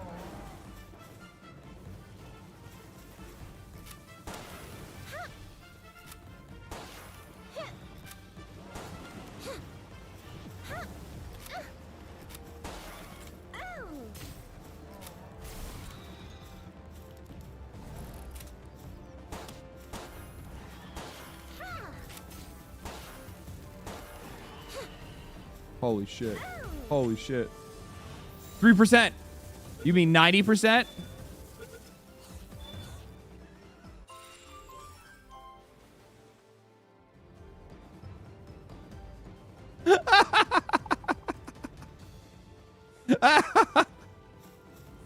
Oh, it's so.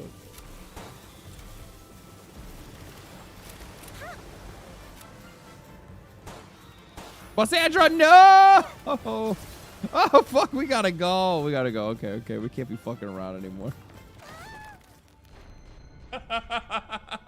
I totally had that coming. I totally had that coming. Oh, that's so funny.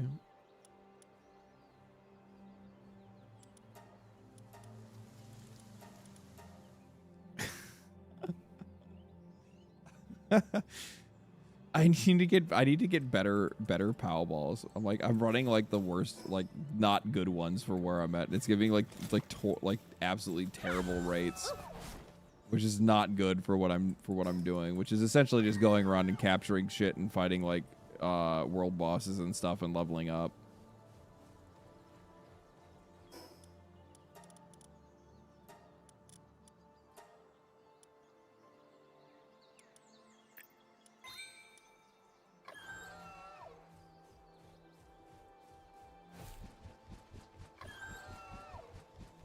But it's funny that they're dropping like they have the green Poweballs out here. Like that's so fucking useless out here. Strengthen your balls. Yeah, I gotta do some ball exercises.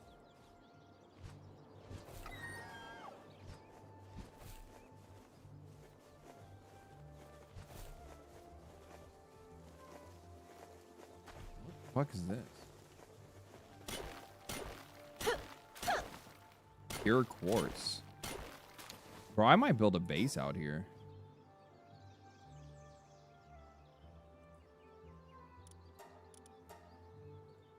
There's a lot of shit to be able to mine here. There's quartz. This is stone, right? Oh, this is sulfur. Quartz and sulfur. Which I probably need a good amount of.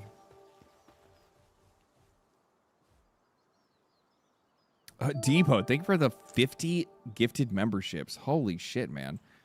Guys, make sure to thank him for the gifted. Holy fuck, man. Insanely generous of you. Super unnecessary. But I really appreciate it.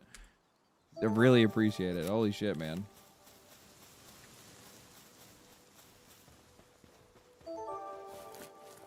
I guess I gotta leave behind the fucking...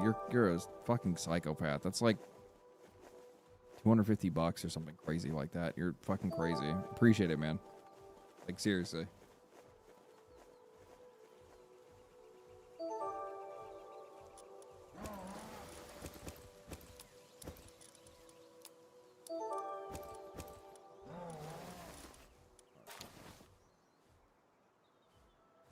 Cheers, my boy, doing the Lord's work out there. Hey, man, I'm just speaking my mind. Speaking my mind, man. Doing what I think anybody else would do, given the opportunity. I need to... Okay, I guess I'll do this really quick.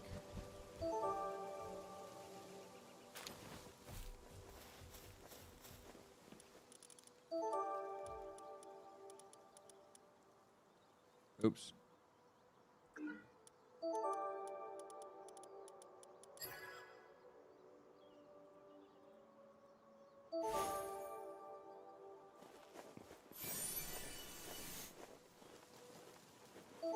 Oh my god, it's like continuing to just like give the gifteds away. I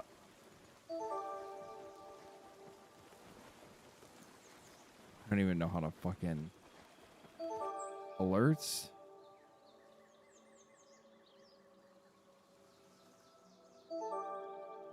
Oh my fucking god.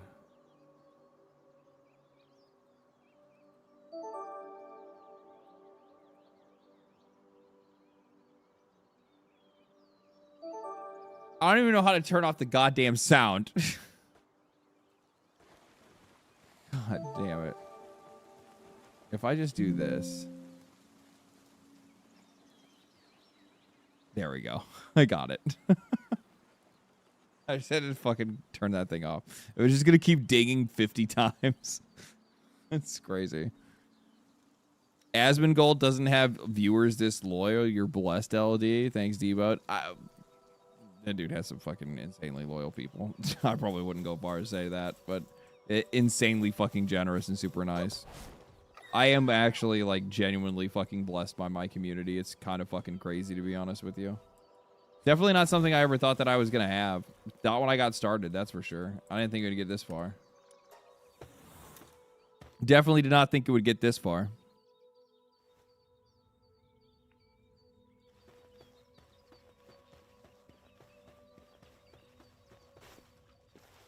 Really, bro? Really, bro, what?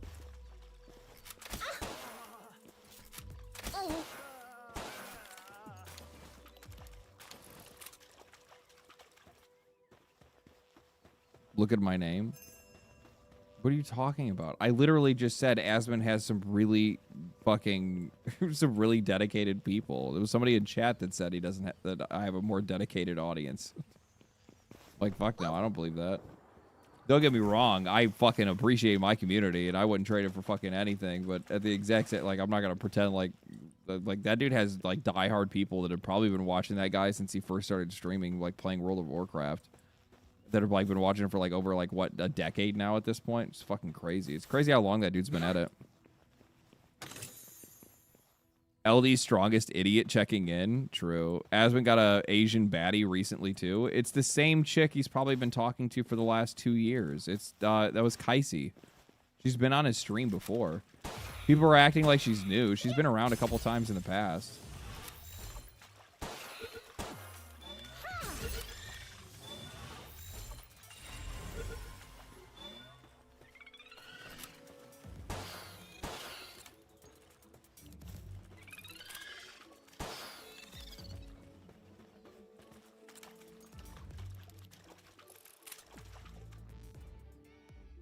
Your character is chill, so you attract a chill community. That's what, yeah. One of the things, so like I talked about this before, but like one of the things that before I ever got into making YouTube content, one of the types of content that I ended up like I used to watch a lot, just out of like morbid curiosity, just because I love documentaries. And I also love, and I like crime documentaries and stuff like that too, right? So I'd watch a lot of crime documentaries, but I also watched a lot of like YouTube, like what happened to this person, and it was a lot of like downfall content, like people like, not like drama content, no, like people like actually like losing their fucking careers. And I was like always interested, like how these guys that like were like absolutely just like at the pinnacle of success just like found their way to the bottom somehow. And one of the things that I had found from the very beginning that ended up being the like the true killer in most cases was that so many of these guys would pretend to be somebody that they weren't, and then they would not only fake it for the audience and fake themselves, but they would also like fake it for like even like what their like personal beliefs and opinions are and stuff like that, and like where their heart really lies, and you know what their real opinions on something is. They would try to hide that or obfuscate it or straight up fucking lie. They would grift, essentially, like genuinely grift. I think people don't really understand. People use that term the wrong way so much anymore that it's like effectively lost its meaning with most people. but you'd have a lot of people that would grift, and then they would get caught on it eventually, right? And like, you know, one of the places I saw it the most with was like the Minecraft community. Like, Minecraft community was so bad with that shit, where you had these guys that were like they were, you know, virtue signaling all the time. They were tone policing people constantly. But in the background, like, they were the nastiest little shits ever, right? They were like talking to like underage girls. They were doing all kinds of. They were fucking one. Like, there was one dude that was like beating on his girlfriend and stuff like that. Like, crazy stuff where these guys would pretend online to be like the sweetest, nicest people that you've ever met in your entire life, and they're literally like, they're as pure as the Virgin Mary. And then, in reality, they're actually like absolute fucking losers. And it's just like, you would have been way better off just being the loser from the beginning. Like, if you could have just made your entire career and personality off of being that loser or that asshole, rather than trying to be this like super nice, like pretending to be this super nice person, you probably would have like found better success, and you would have found continued success, because you wouldn't have to worry about like trying to pretend to be somebody else. Because eventually, like, when you do that kind of shit, like, the mask is gonna slip at one point in time, right? Like, people are gonna see you for what you really are. It's gonna end up happening.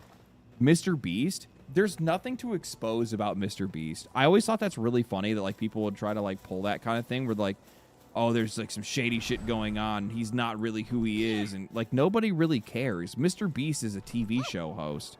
He's like, I don't understand how people haven't figured out that Mr. Beast is actually not a visionary in the slightest sense. He's not like obscenely talented or anything of that nature. All he really did, and I'm not taking away from it, like he is successful, 100% successful, and he is skilled. I'm not saying that he's not skilled. But all he essentially did was just bring like old TV, like shit that you would see on TV in the past, to YouTube. They're not like crazy original ideas that are like the most absurd thing that you've ever heard of. He runs a game show. It's the same shit that you'd see on TV all the time.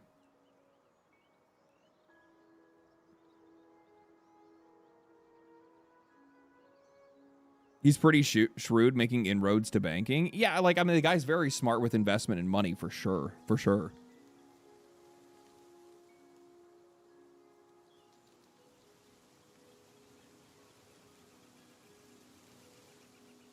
When's the next version of Jerry Springer, though?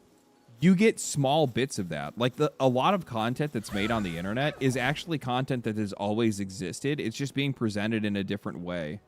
In a way that people aren't used to seeing it, right? So, like, Jerry Springer still exists on the internet. For sure it fucking does.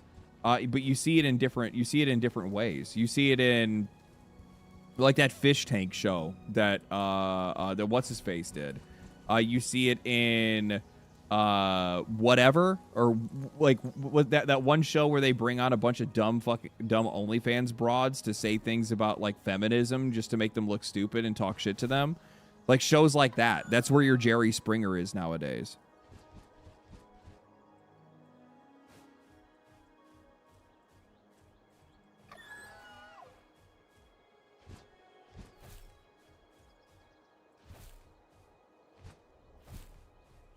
Like, the funny thing is that, like, you're no different. Like, people are no different than their parents, like, by generation to generation. Caleb Hammer. Yeah, Caleb Hammer is another Jerry Springer-esque type of content. What's another really good one to do? I'm trying to think what's another like pretty accurate one. God damn it, you fucker.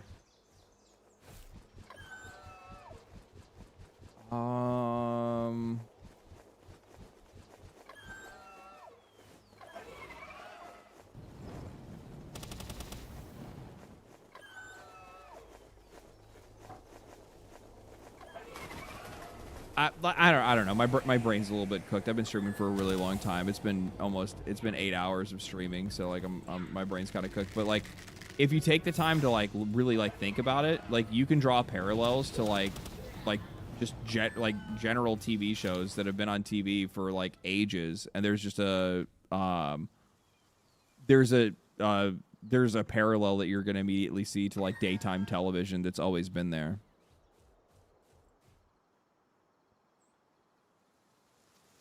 There's like a ton of catching your partner cheating shows. That's like most of the internet, honestly.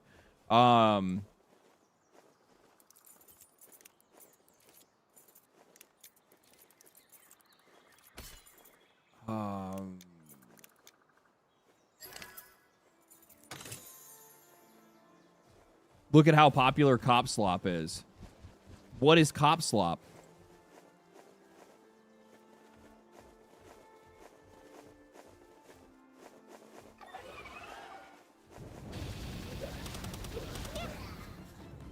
It's literally just cops. Body cam footage is literally just the show Cops.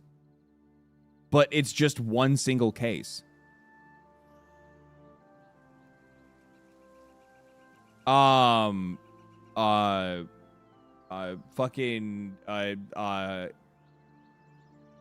Explore with Us. The people that do like the deep dives into like the murders and shit like that happen, and they get all like the body cam footage and the interrogations and whatnot.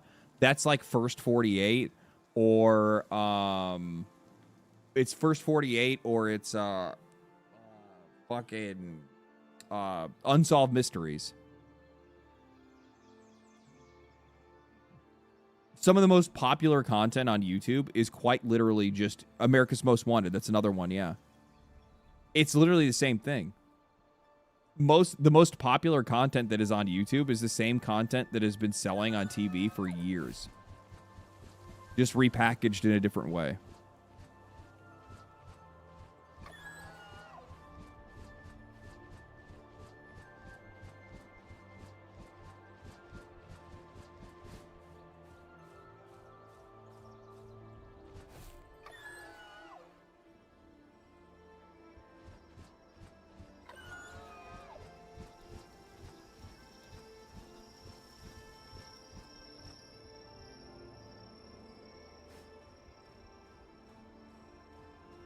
What would bricks and minifigs be? Well, bricks and minifigs, you're just talking about a saga of like of investigative journalism.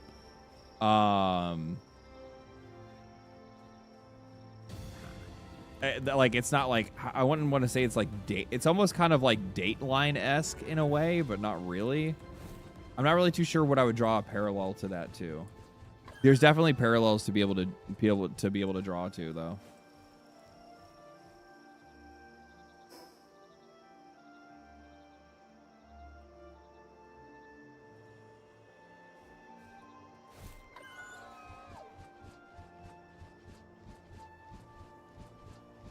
$60 Minutes used to do that kind of thing. Yeah, 60 Minutes. 60 Minutes, Dateline. You know, like they investigate like a local store. Like there's a local story that they hear about somebody getting ripped off or cars getting stolen or something like that. And then, you know, like, and then that kind of like blows up into its own thing.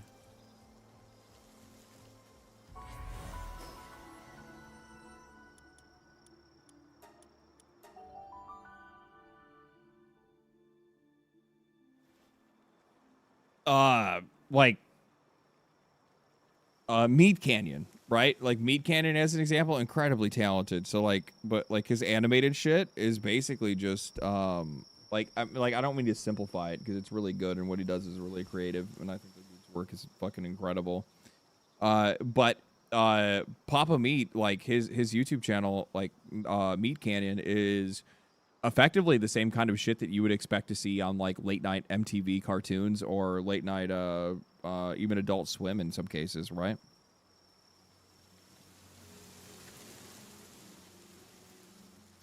Most of what people like on YouTube is essentially just what's always been shown on TV for years. Telling you. Honestly, if I could figure out how to like bridge that gap with my own content in a way that like makes sense and still like makes it mine, and figure out like what my like how to be able to like bring that like bridge that gap. Like I could probably reach a far larger audience than I already do. Takes some work to do that though. A lot of work actually. Does anybody actually give a fuck about cooling? I'm sure there's some cool shit that you can get out of it. There has to be some cool shit that you could get out of it, right?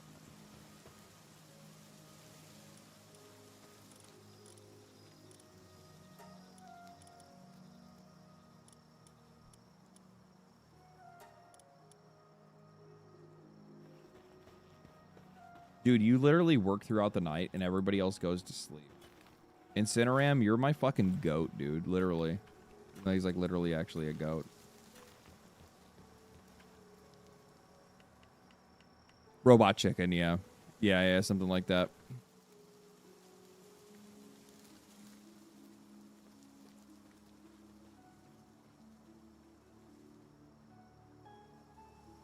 Modern day Ren and Stimpy. Yeah, actually that's pretty accurate. Yeah. Ren and Stimpy was fucking goated. Absolutely fucking goated. Also absolutely unhinged. Robot Chicken? No, he's not. No, he's better than Robot Chicken. Don't get me wrong. Robot Chicken used to make me laugh, but also I was smoking weed when I was a teenager, so a lot of things made me laugh.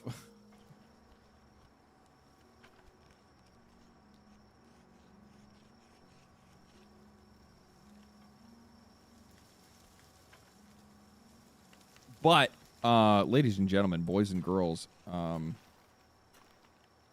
that's going to be it for the stream. I'm tired. It's past midnight. It's time for me to go to bed. I stayed up way later than I planned to. I planned to not even stream this late. I was going to try to get off a little bit earlier, but I went a little bit later because I missed everybody. It'd been a while since I'd streamed and needed to get a good one out. We had a lot of shit to talk about and a lot of shit to do, so I would, yeah, I wanted to be able to get a good stream in. What would Fleek be? It's not everybody. I'm saying like to the most popular, like the higher echelon of like YouTube that you usually see. Most of it has they're like direct parallels to be drawn to like daytime television.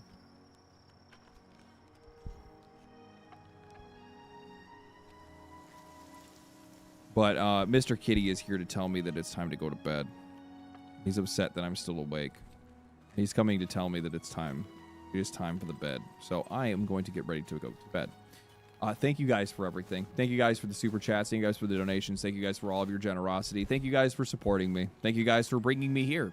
You guys were a major part of helping make this all possible. So, and I am so goddamn happy to be home. I'm gonna tell you that, guys, right now. I am very much, very, very much happy to be here. Healing for the soul, that's for sure. So I will see you guys next week. I will have videos for next week. I got to figure out what I'm going to talk about for Tuesday. Part of me still wants to just crash out about the Pokemon fans, but I don't know. I might do something else. I don't know. Part of me wants to talk about Grand Theft Auto 6 a little bit before the game actually comes out again. Some other stuff that I've been seeing with that as well, and yeah, other things that are happening in the games industry. Who knows? Chances are, knowing the games industry, something's going to end up happening over the weekend, and then yeah, the whole plan changes. But, yeah. Anyway, I'm going to bed. Family. Stay cool, stay righteous, stay safe. I'll catch you guys in the next one. You guys enjoy the rest of your weekend, and I'll catch you guys on Tuesday.